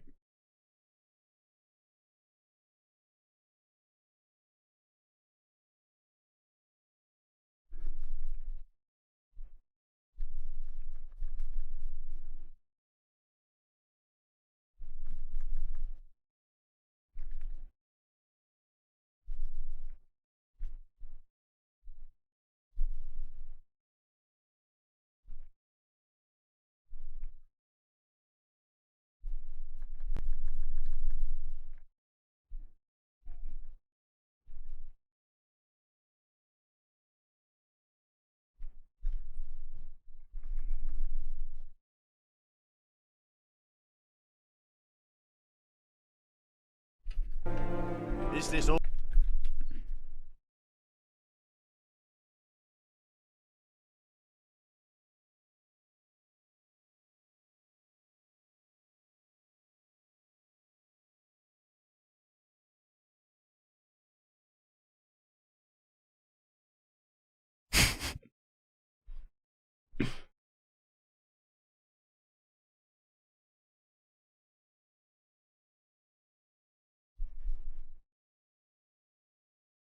I've seen where the wall might break.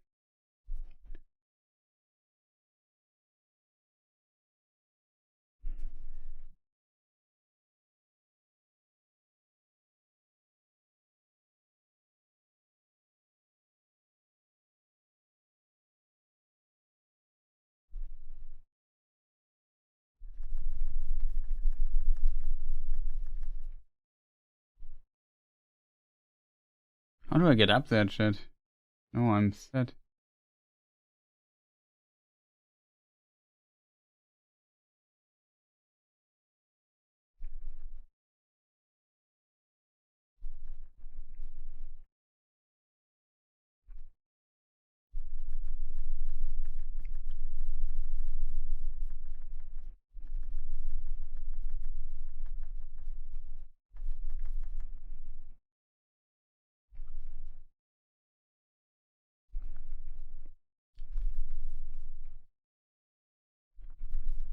Ah.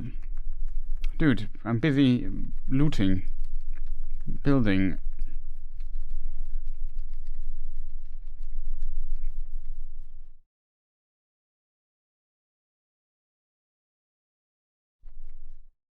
Yay! Don't know. Ah.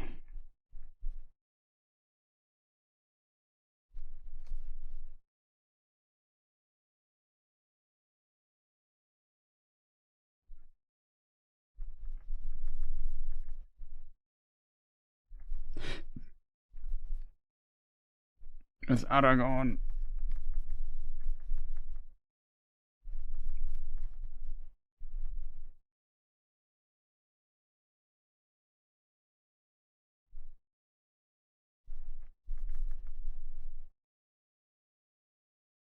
Oh.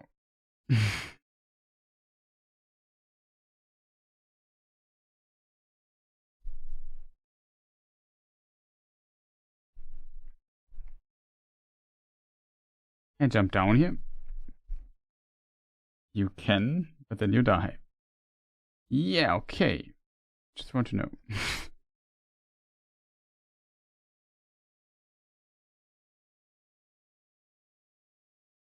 You need stem for that?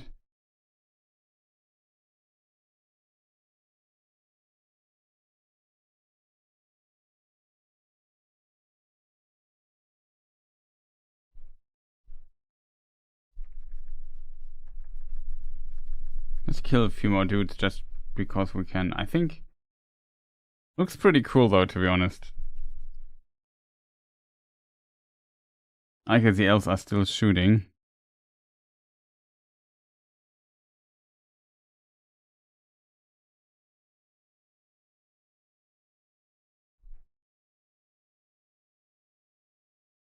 Okay, we already retreat. Unfortunately, I think I killed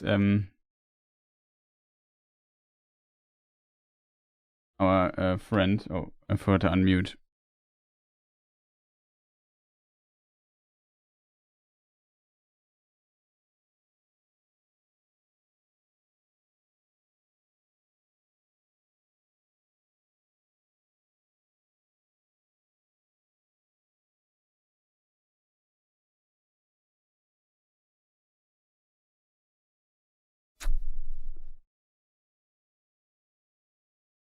But yeah, much success with the Lies of P and Odess tournament. Do you practice a lot? In the background?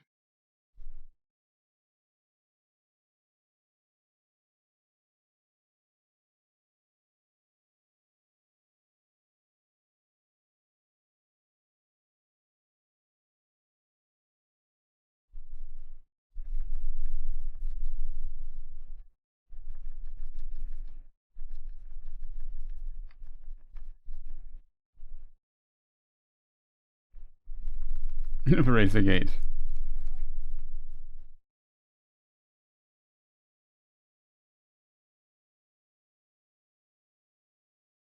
I'm a bit worried I did something wrong. Like, we accidentally, I think, killed our friend there.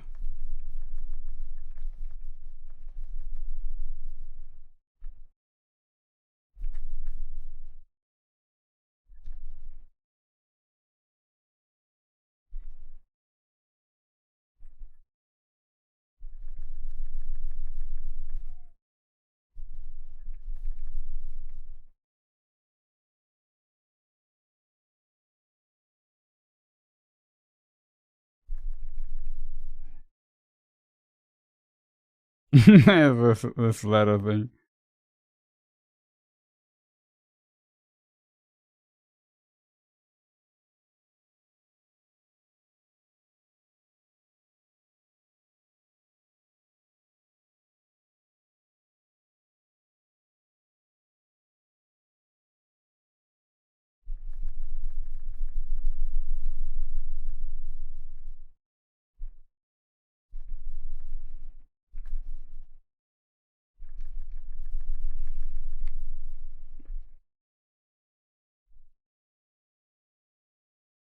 What's the button for it? This.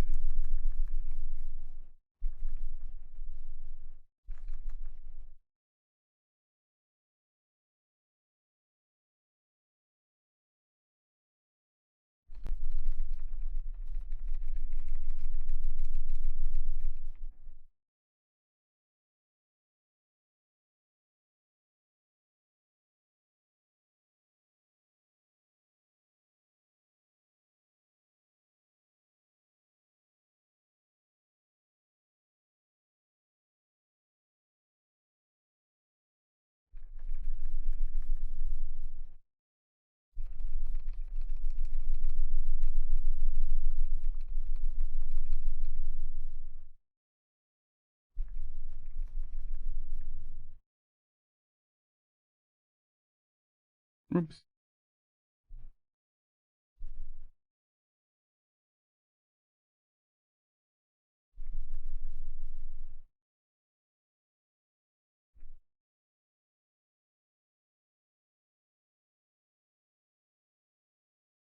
He could have made the jump anyway.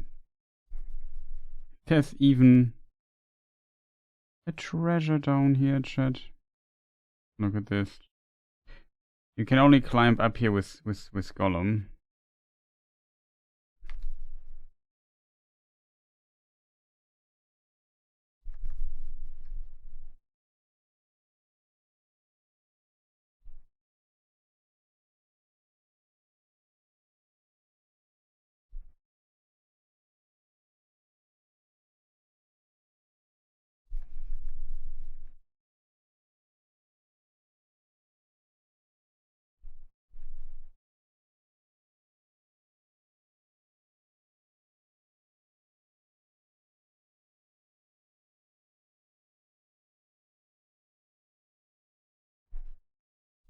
I forgot to unmute again, chat.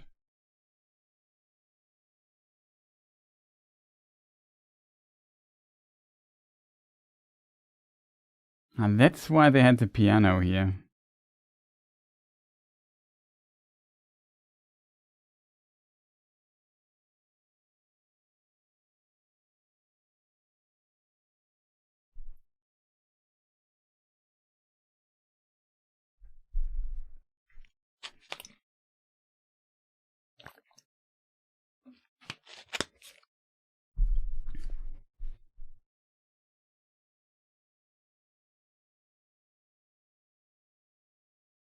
Let this be the hour when we draw swords together. Such a cool scene. Always get goosebumps.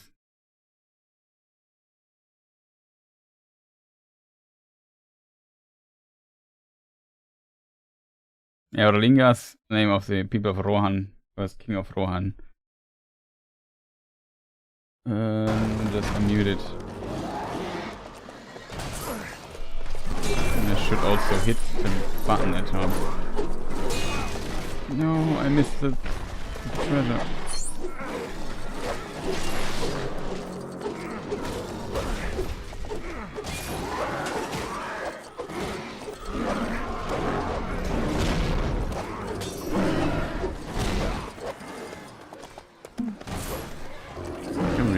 can you restart it? That would be cool to restart it, just, you know. You can replay each of these missions, of course.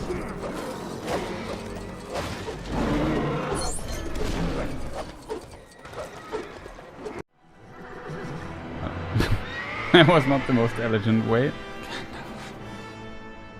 Théoden King stands on... No.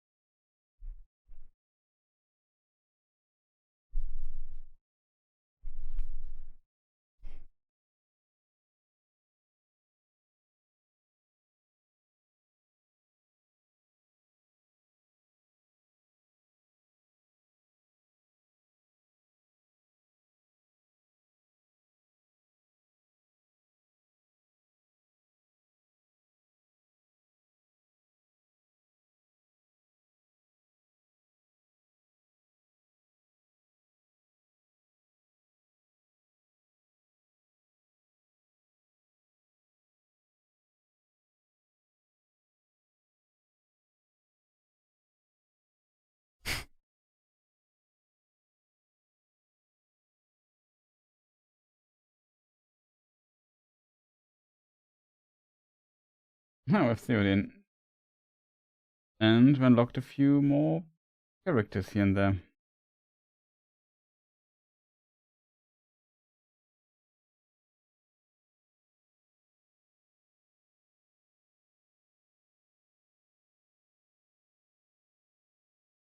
Unfortunately, I didn't jump when I saw the treasure. Now I'm sad. Didn't get the treasure box.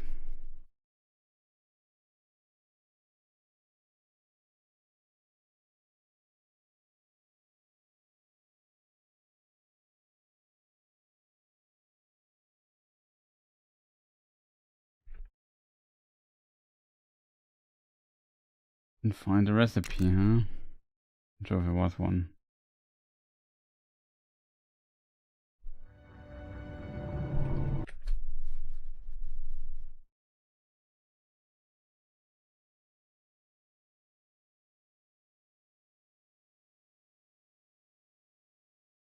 Now we can't enter Isengard.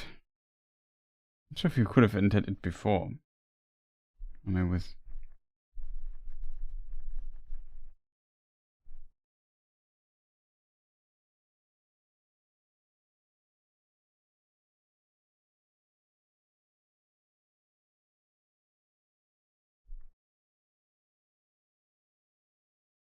Now we can continue the story though. The next fault for us is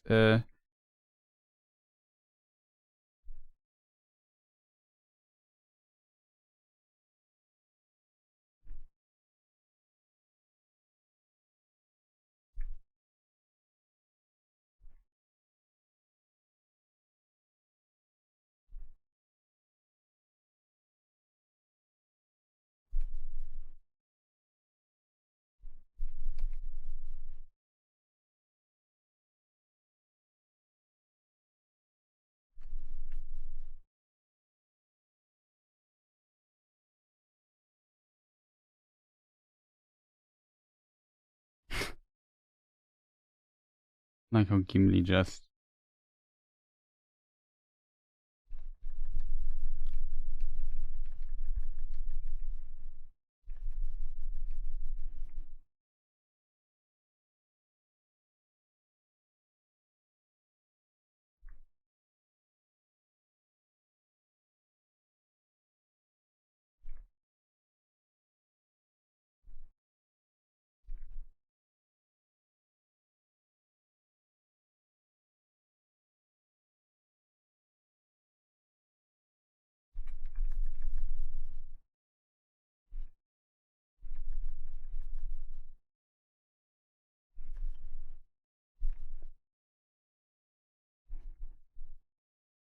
Dude, can you maybe shoot this thing? Thanks.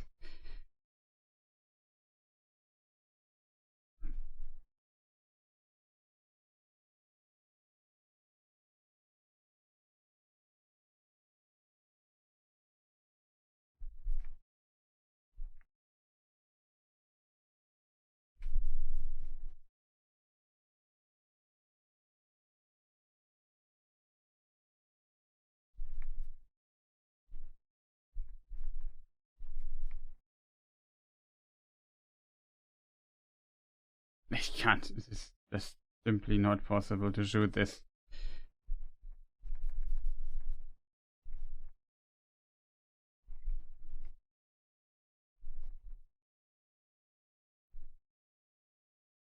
On game.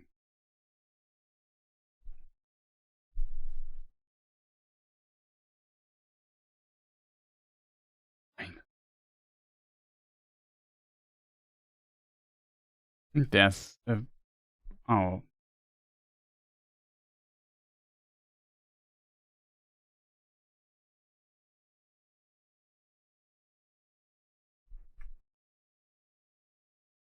No idea what's going on with this owl.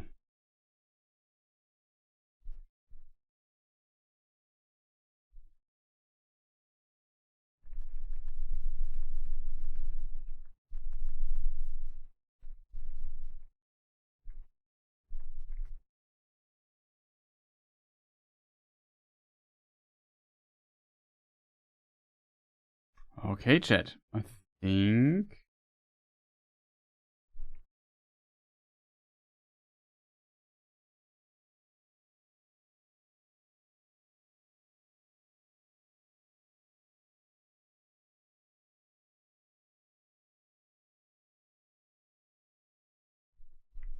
Okay, that is not the original horse that we had. Where's Lord Gimli?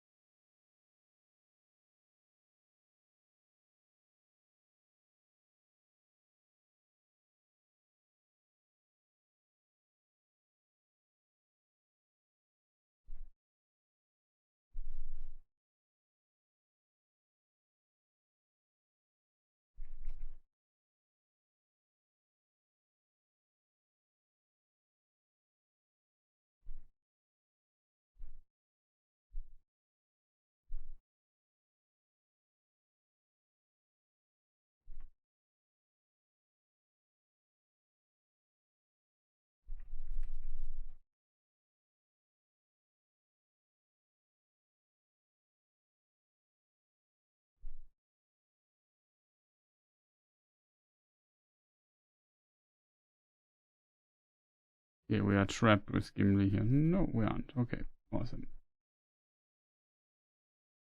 Hey, Gandalf the White, it's your turn. No, it's actually the turn now of our Hobbit friends on the other side of the map. We just went, just is a good, maybe a bit exaggerated. It was ages ago. Oh. Ages ago we went to this place here and couldn't go to Osgiliath because it didn't work. There was Sauron's gay side was on it and it was blocked as a result.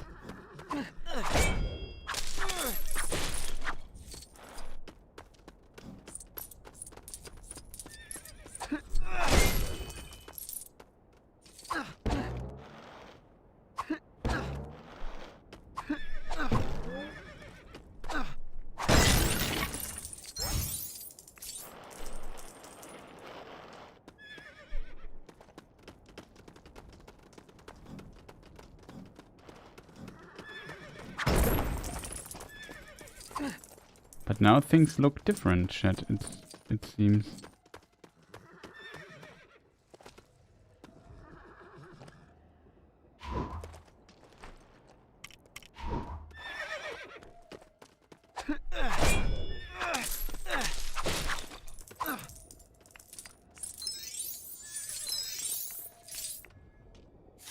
Quite a bit of stuff here.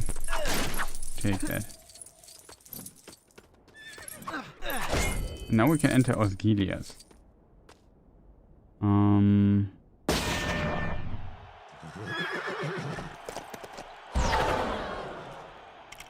Okay, that was a weird accident.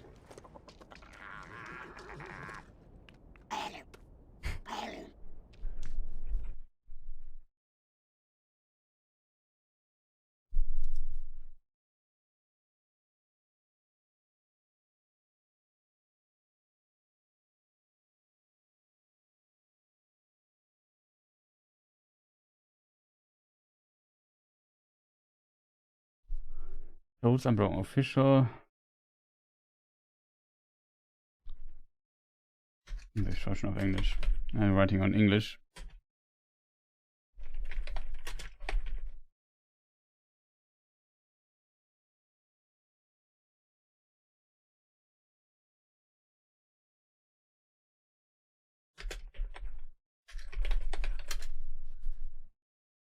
Viel Erfolg beim Turnier auf jeden Fall, Axel. Much success.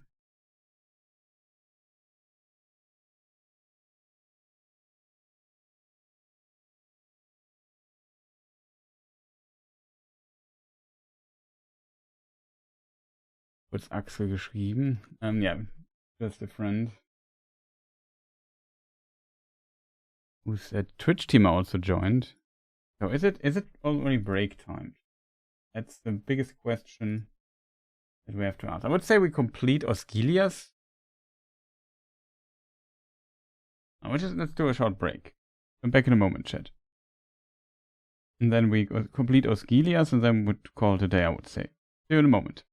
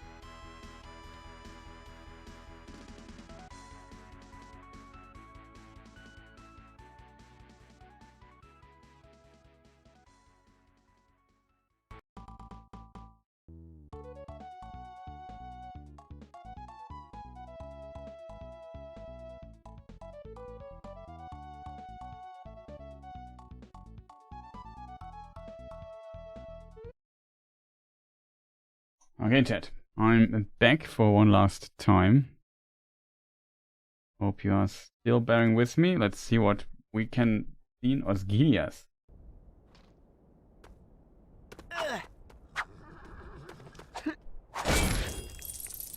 Before we go to Osgiliath, we destroy this plant here. Okay, are you ready, chat? I guess I have to mute again.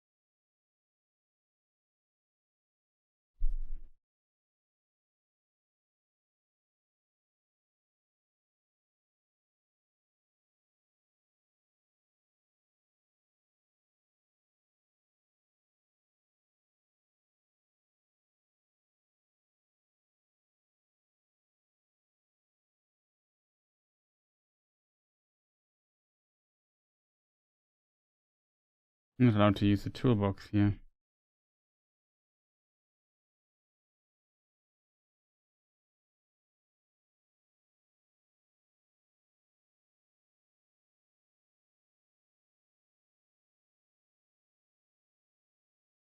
Oh, we can play with Gollum. With Gollum some ability. His hands are tied. He can hit Frodo still. That's, I think, problem.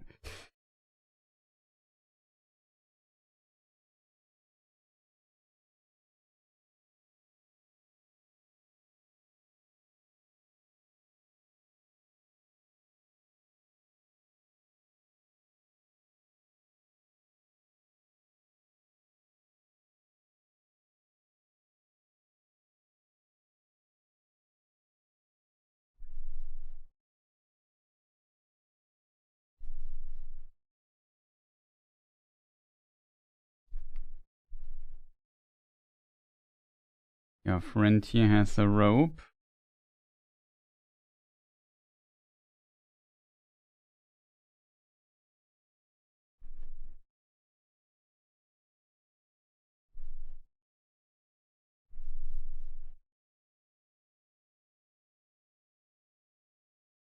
Oh no, it was destroyed. An unfortunate turn of events.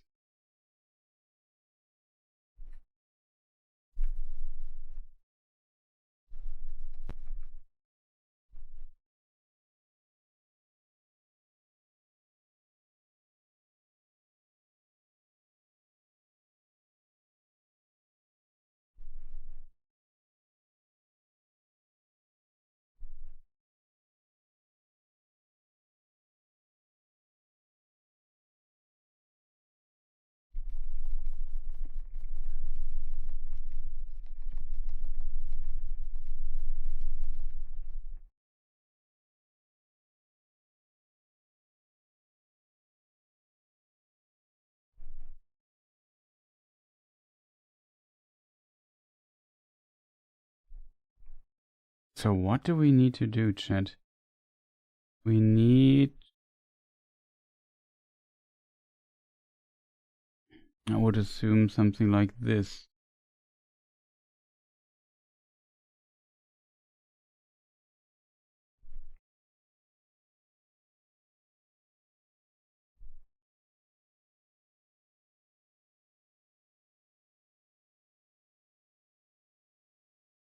Okay, I have to first of all do this.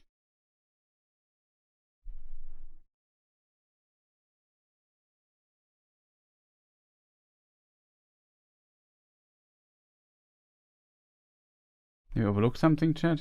And just double check, but I don't think so.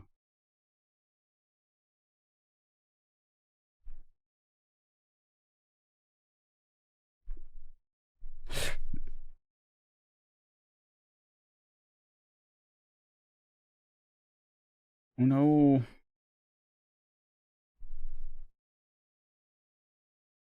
Orcs.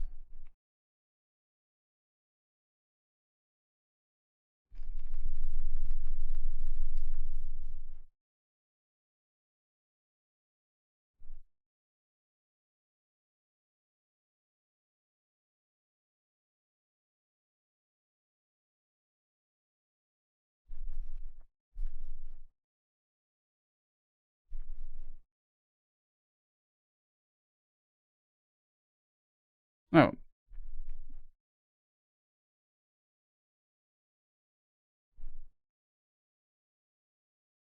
Gollum can climb that. No.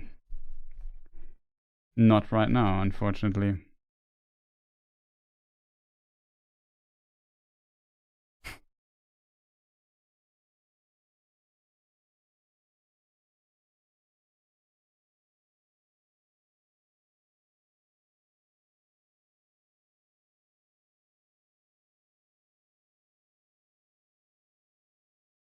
Good that as if I would have known.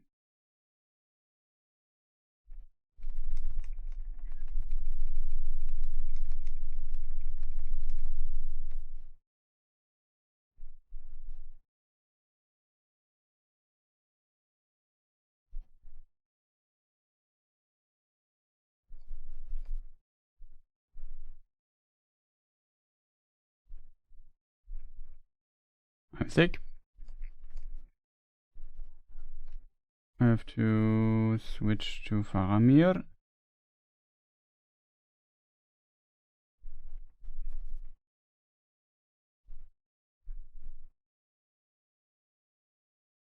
I like how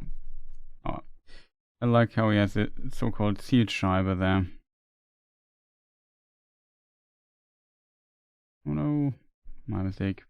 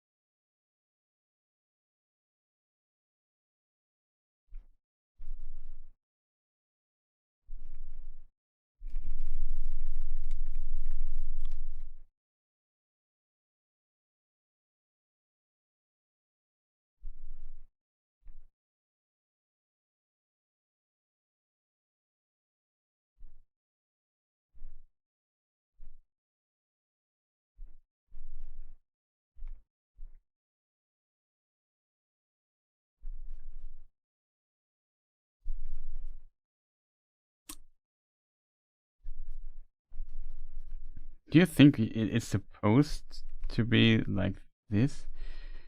That you can't, that you're supposed to walk around this here?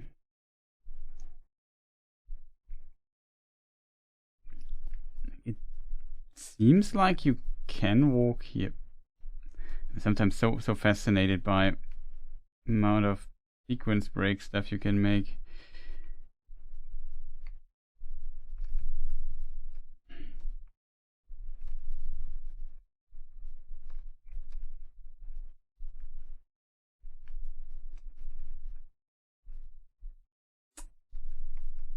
How did I do this, chat?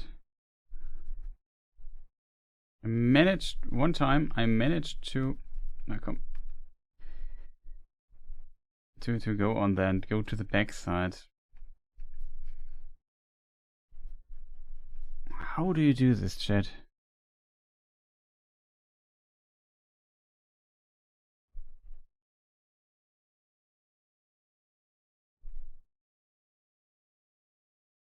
Look at this, chat. Do you think that was intentional? I can't believe that, to be honest.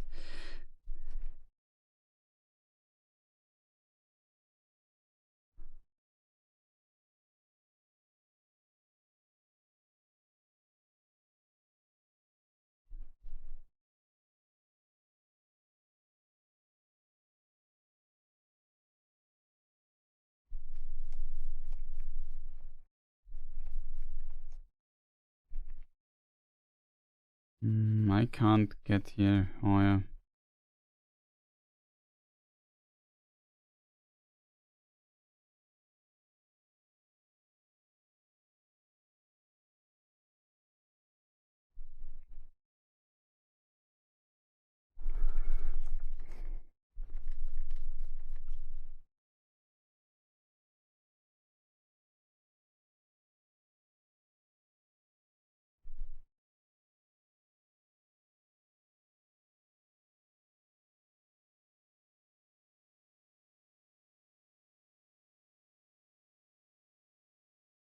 There was a recipe, chat. At least we found that.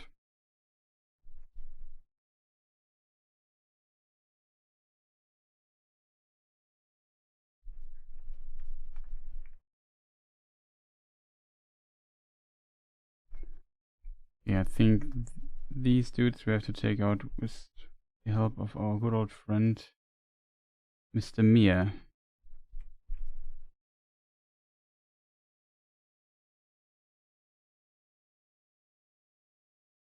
Was this intentional, chat? Who knows? But it worked, and that's all that counts.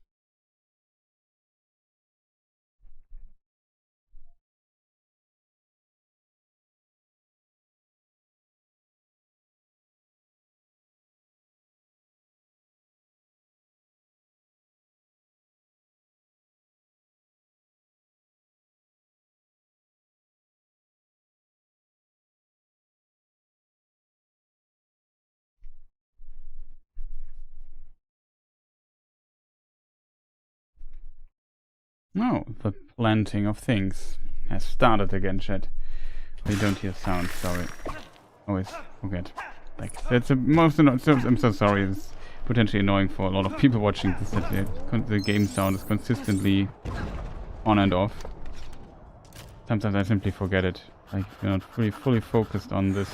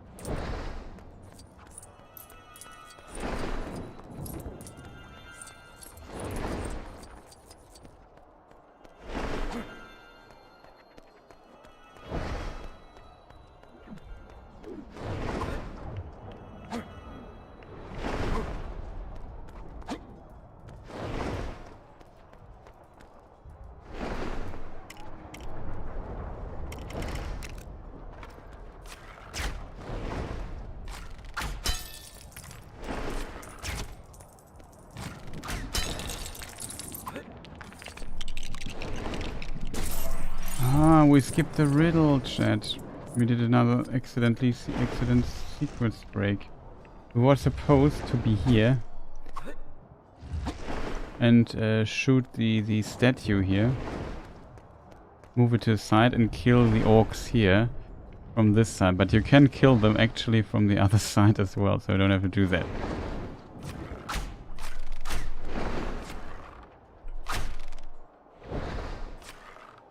That is so stupid.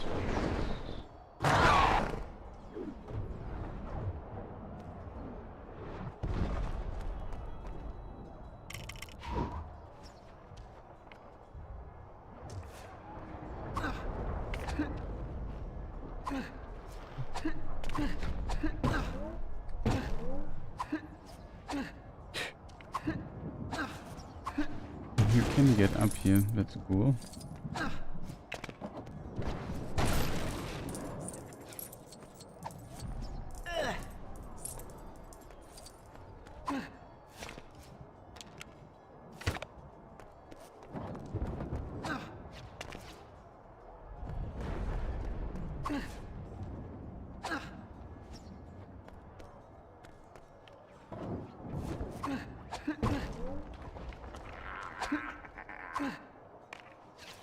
I think you have, if you replay this mission in free play.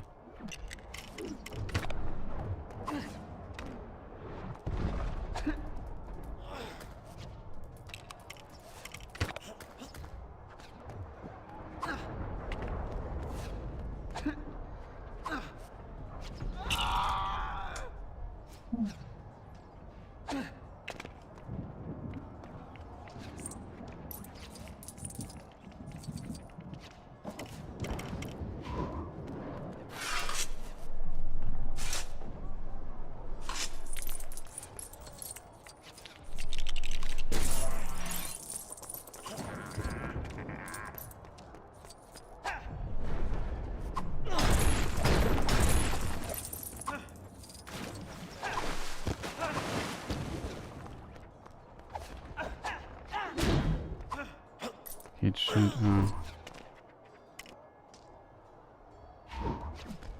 Gollum can fish, I forgot about this.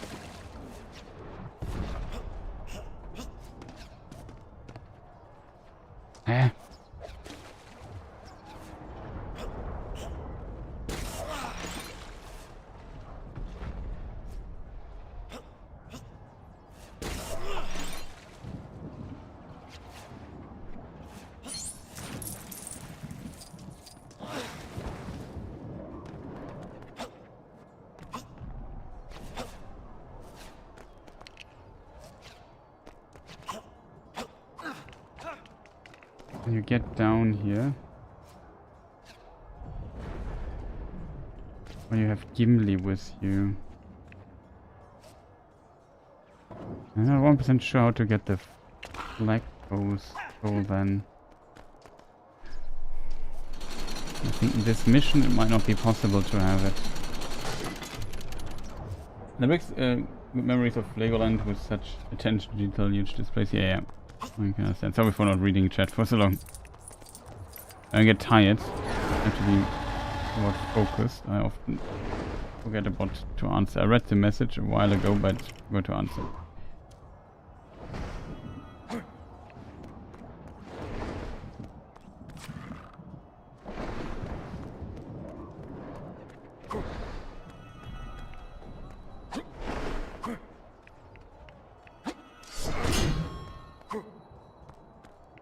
Can't open that.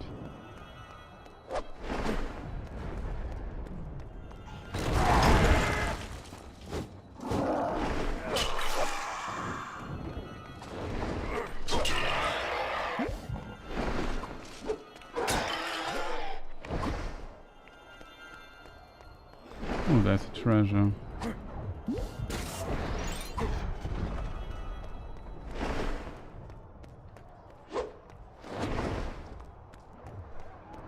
I think we have to go here.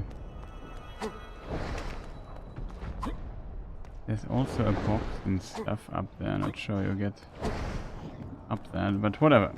We'll figure it out. Maybe.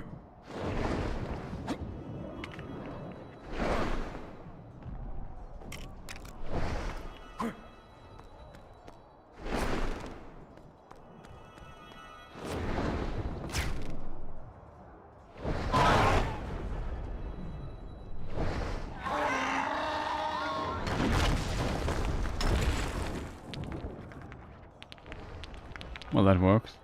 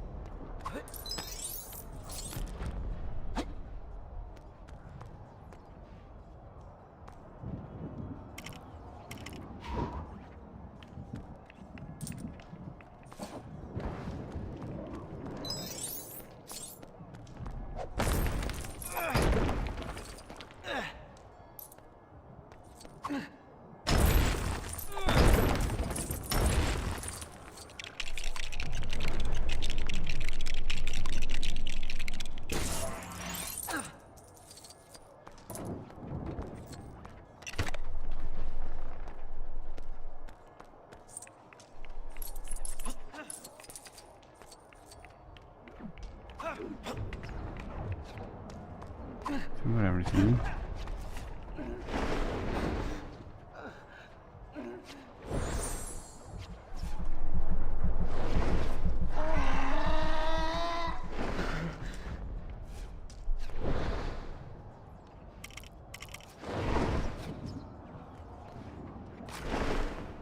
Price.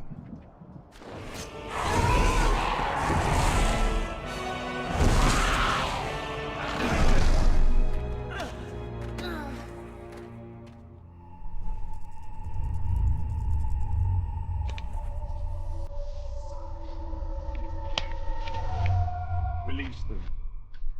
I think at last we understand about Frodo Baggins.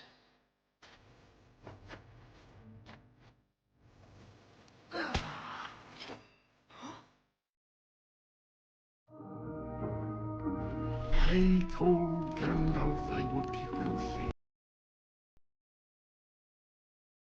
I forgot, chat. I forgot to mute.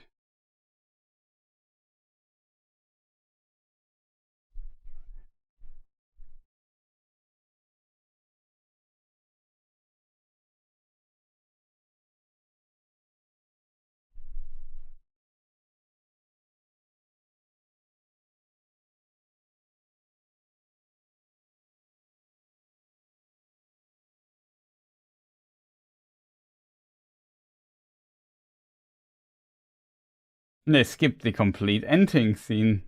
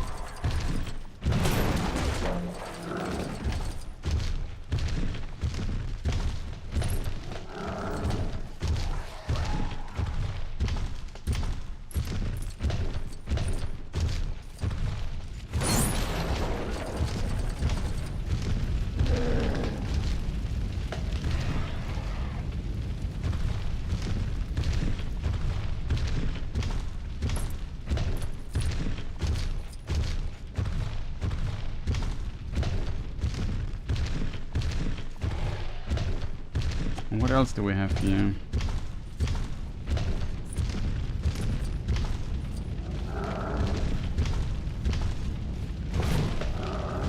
Okay, for that I think we need...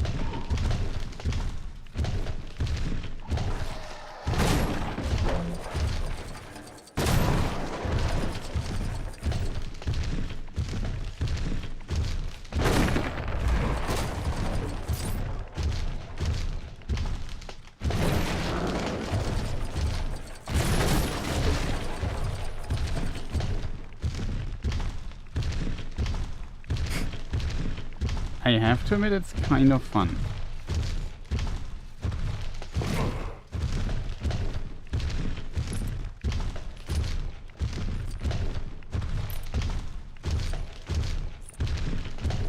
Quick beam and the no.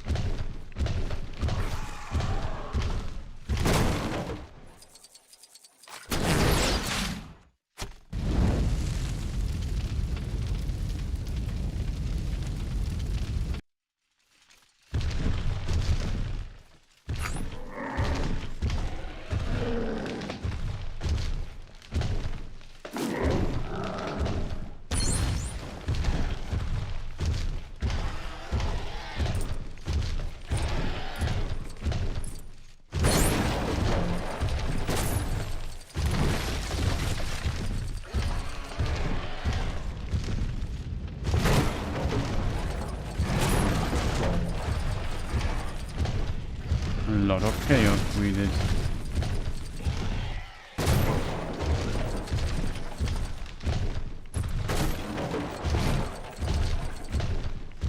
The thing holds water, so I knew it. We need it. Was just a guess. I assume you throw the water thing at the fence there over there to extinguish the flames.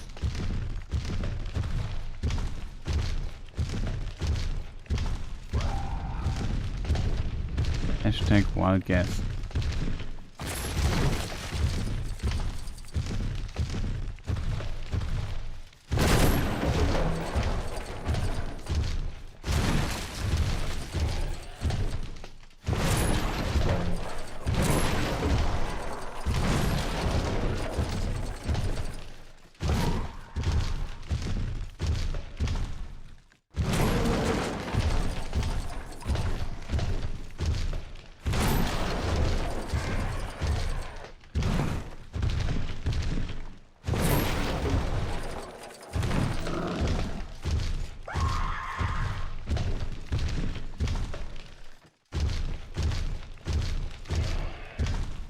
By my other comrade. So strange that you can't switch. Can't switch.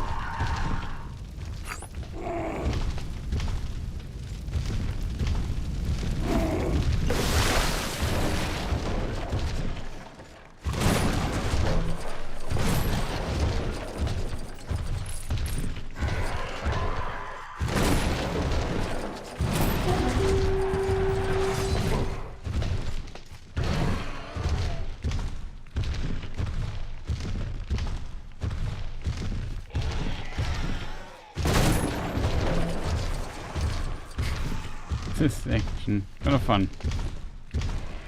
With music it would be maybe a bit cooler, to be honest.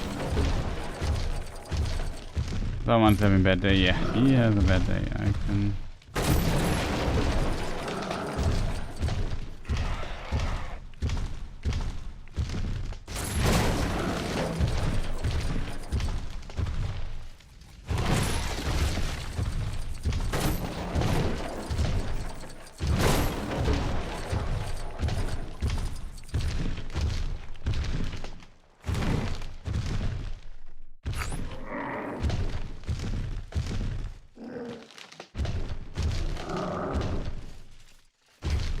What was that?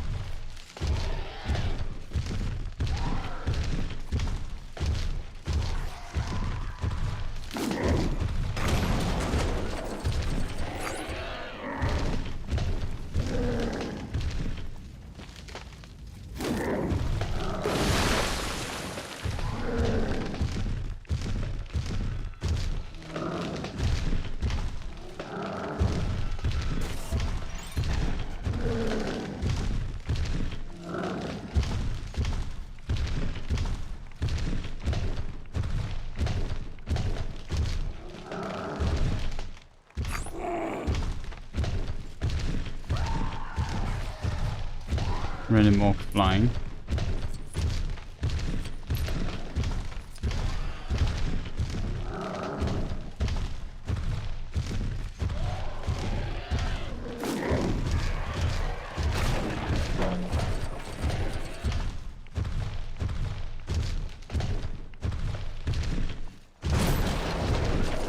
We just destroy everything, chat. Just to be careful.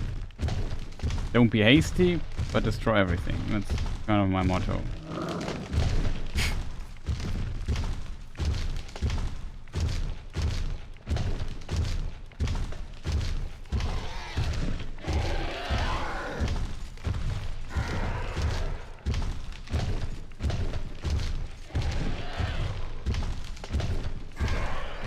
The first of many bad days? Yeah. For sure, he is having quite a few bad days. I would also assume that.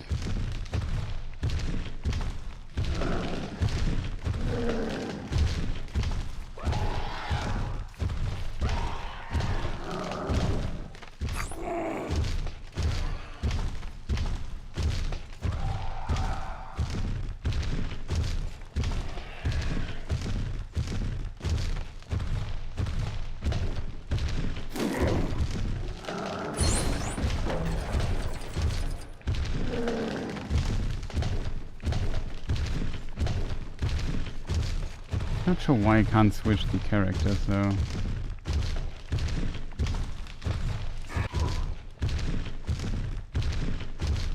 When I'm too close, chat. That is strange. Strange indeed.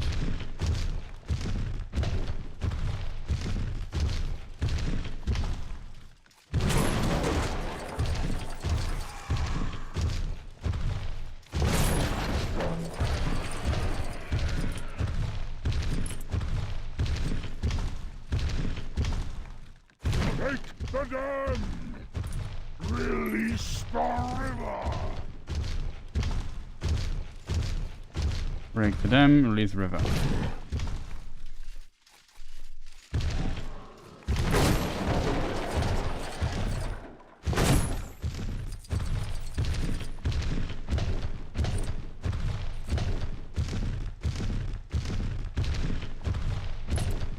We have now a lot of stones that we are, I assume, supposed to throw against the thing, so that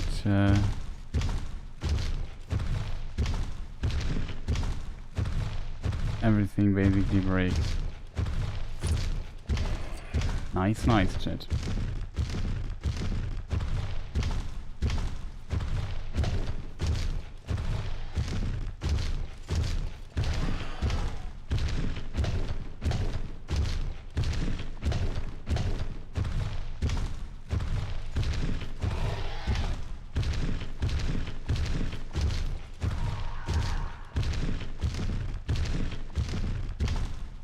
Yeah, little orcs are left. question. I think you can't kill them all.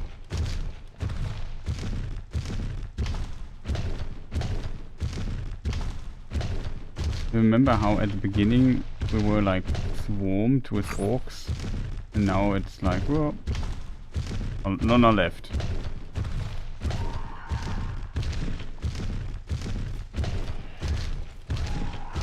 A few are left though.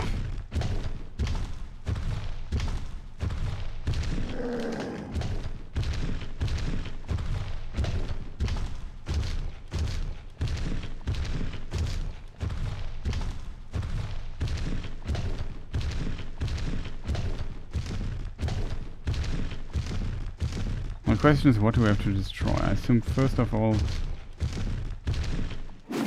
this here.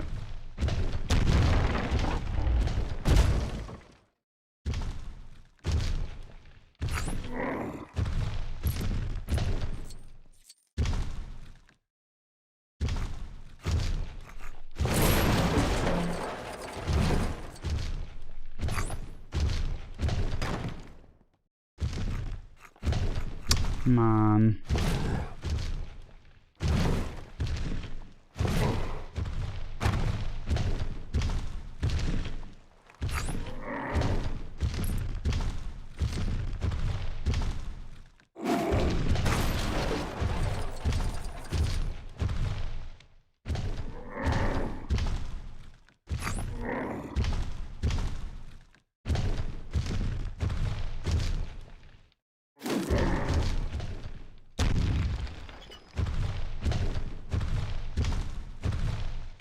Oh, there's a card.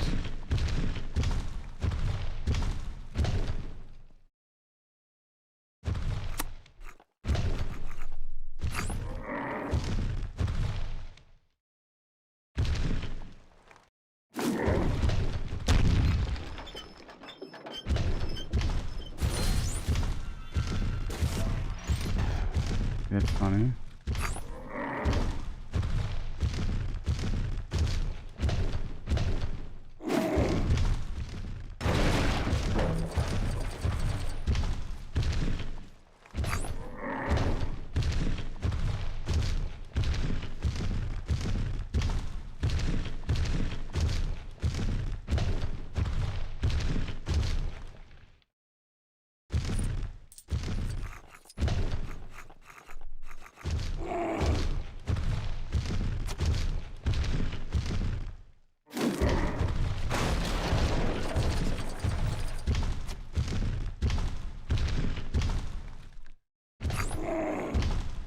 We destroyed everything, I think.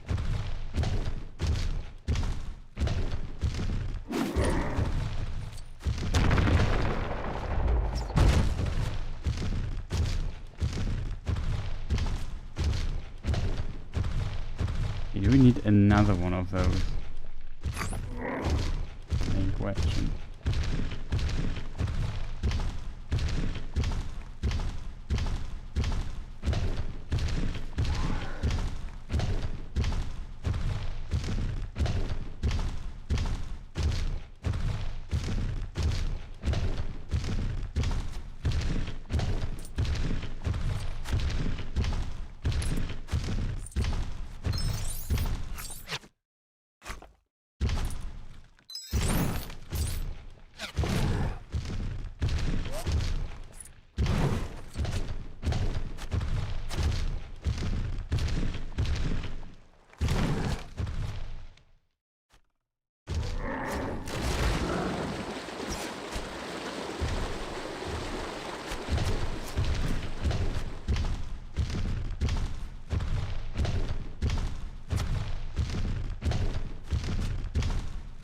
You have to throw this?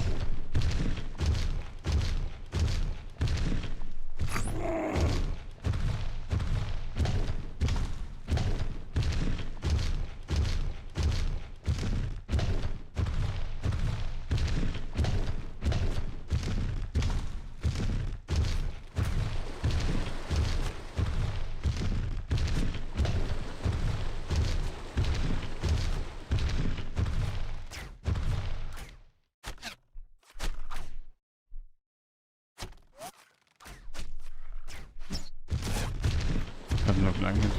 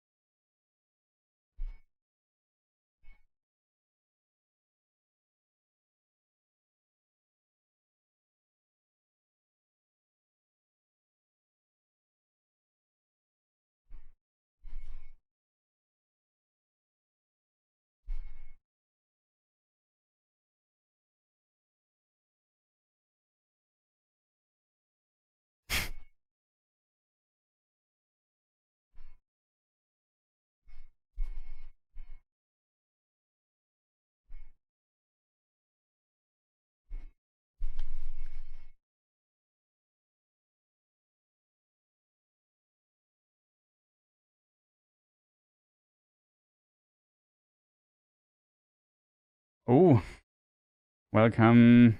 Yes, I'm Lobster. Yeah, have to be careful here. Yeah, you have to be careful here. It's the story of Lord of the Rings.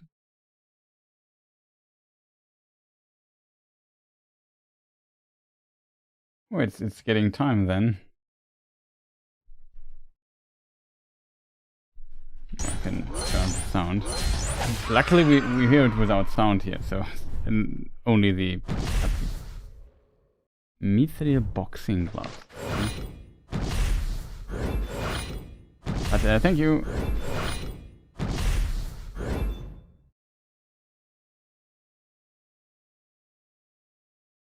I expected I would stream this long. Smeagol?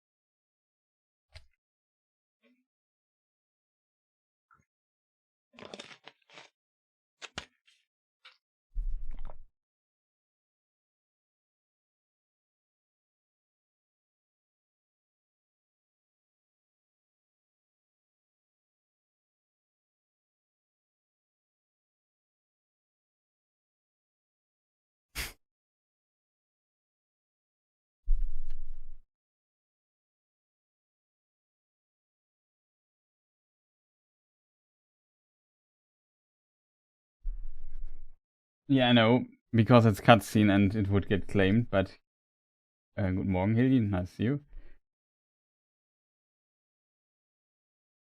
I'm not sure if we have sound here. We don't.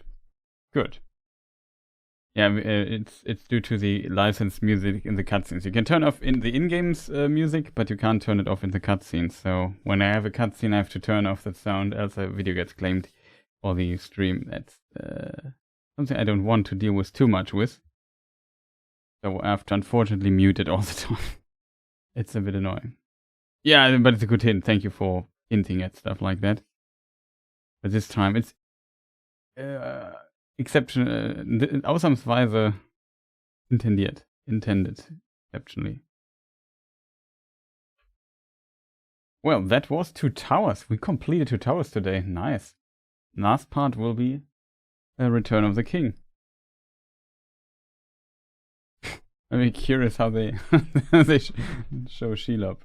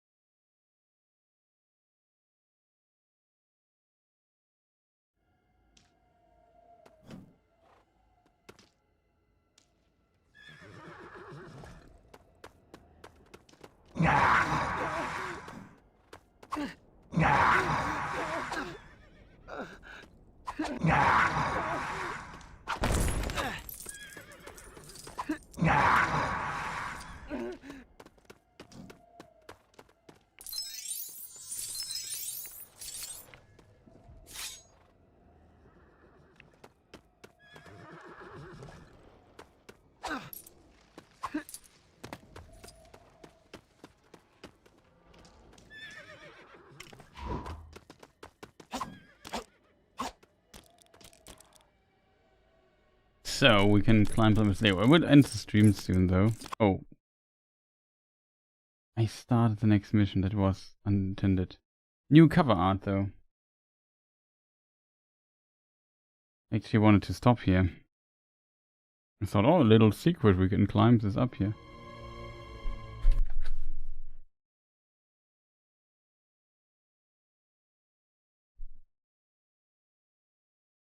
That city, Minas Morgul.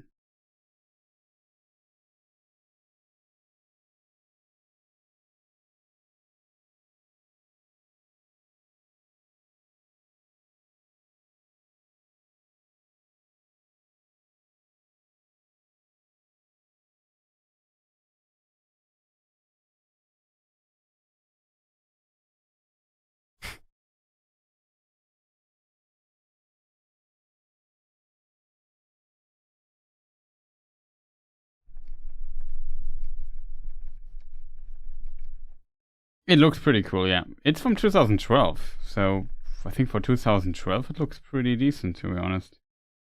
I've seen worse games.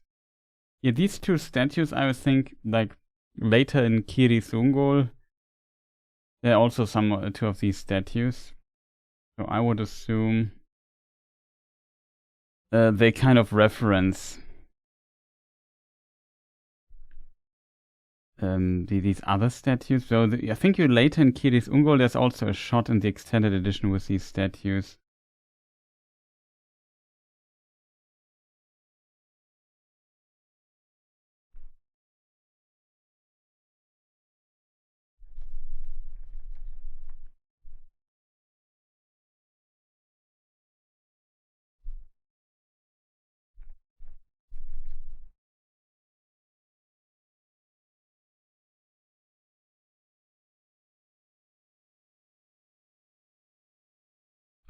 But yeah, it looks pretty nice and eerie, like Minas Morgul looks.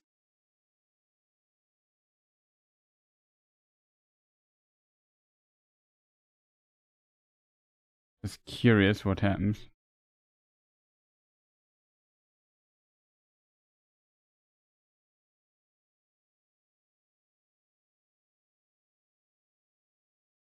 Oh wow. This is 10k. But yeah, I would love to quit to Middle Earth.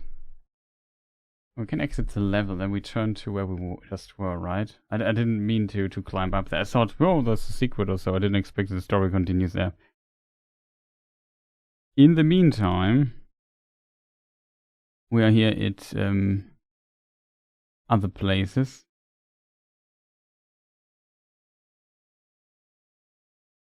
And there's Helm's Deep over there. Here is Isengard. Can't enter it though. So let us see.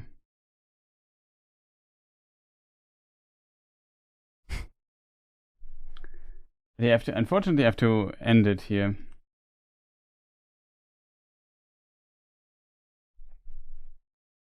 Turn to Windows, people. I have to end it here. All today for now. We continue next time, but it's nice that we got 2 towers also complete.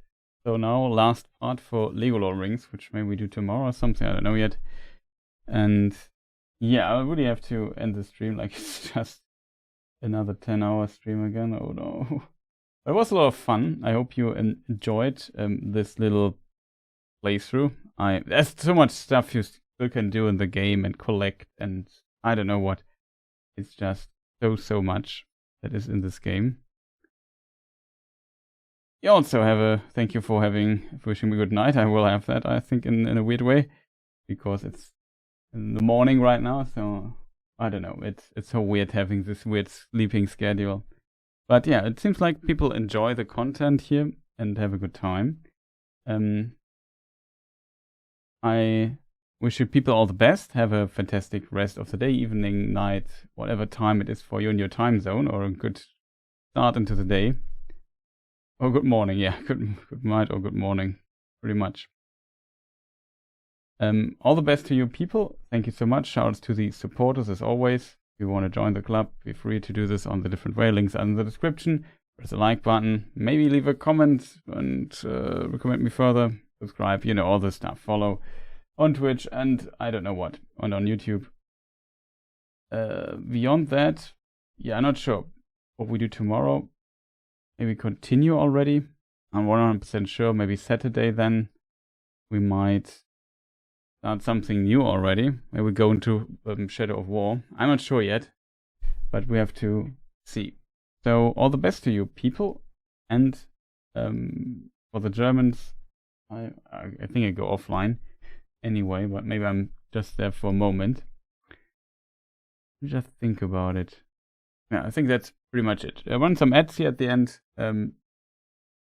Maybe for the German stream, I'm back in a moment. And yeah, the English streams, people, see you people next time. Have a good one. All the best to you, and thank you for watching. And see you next time. Goodbye.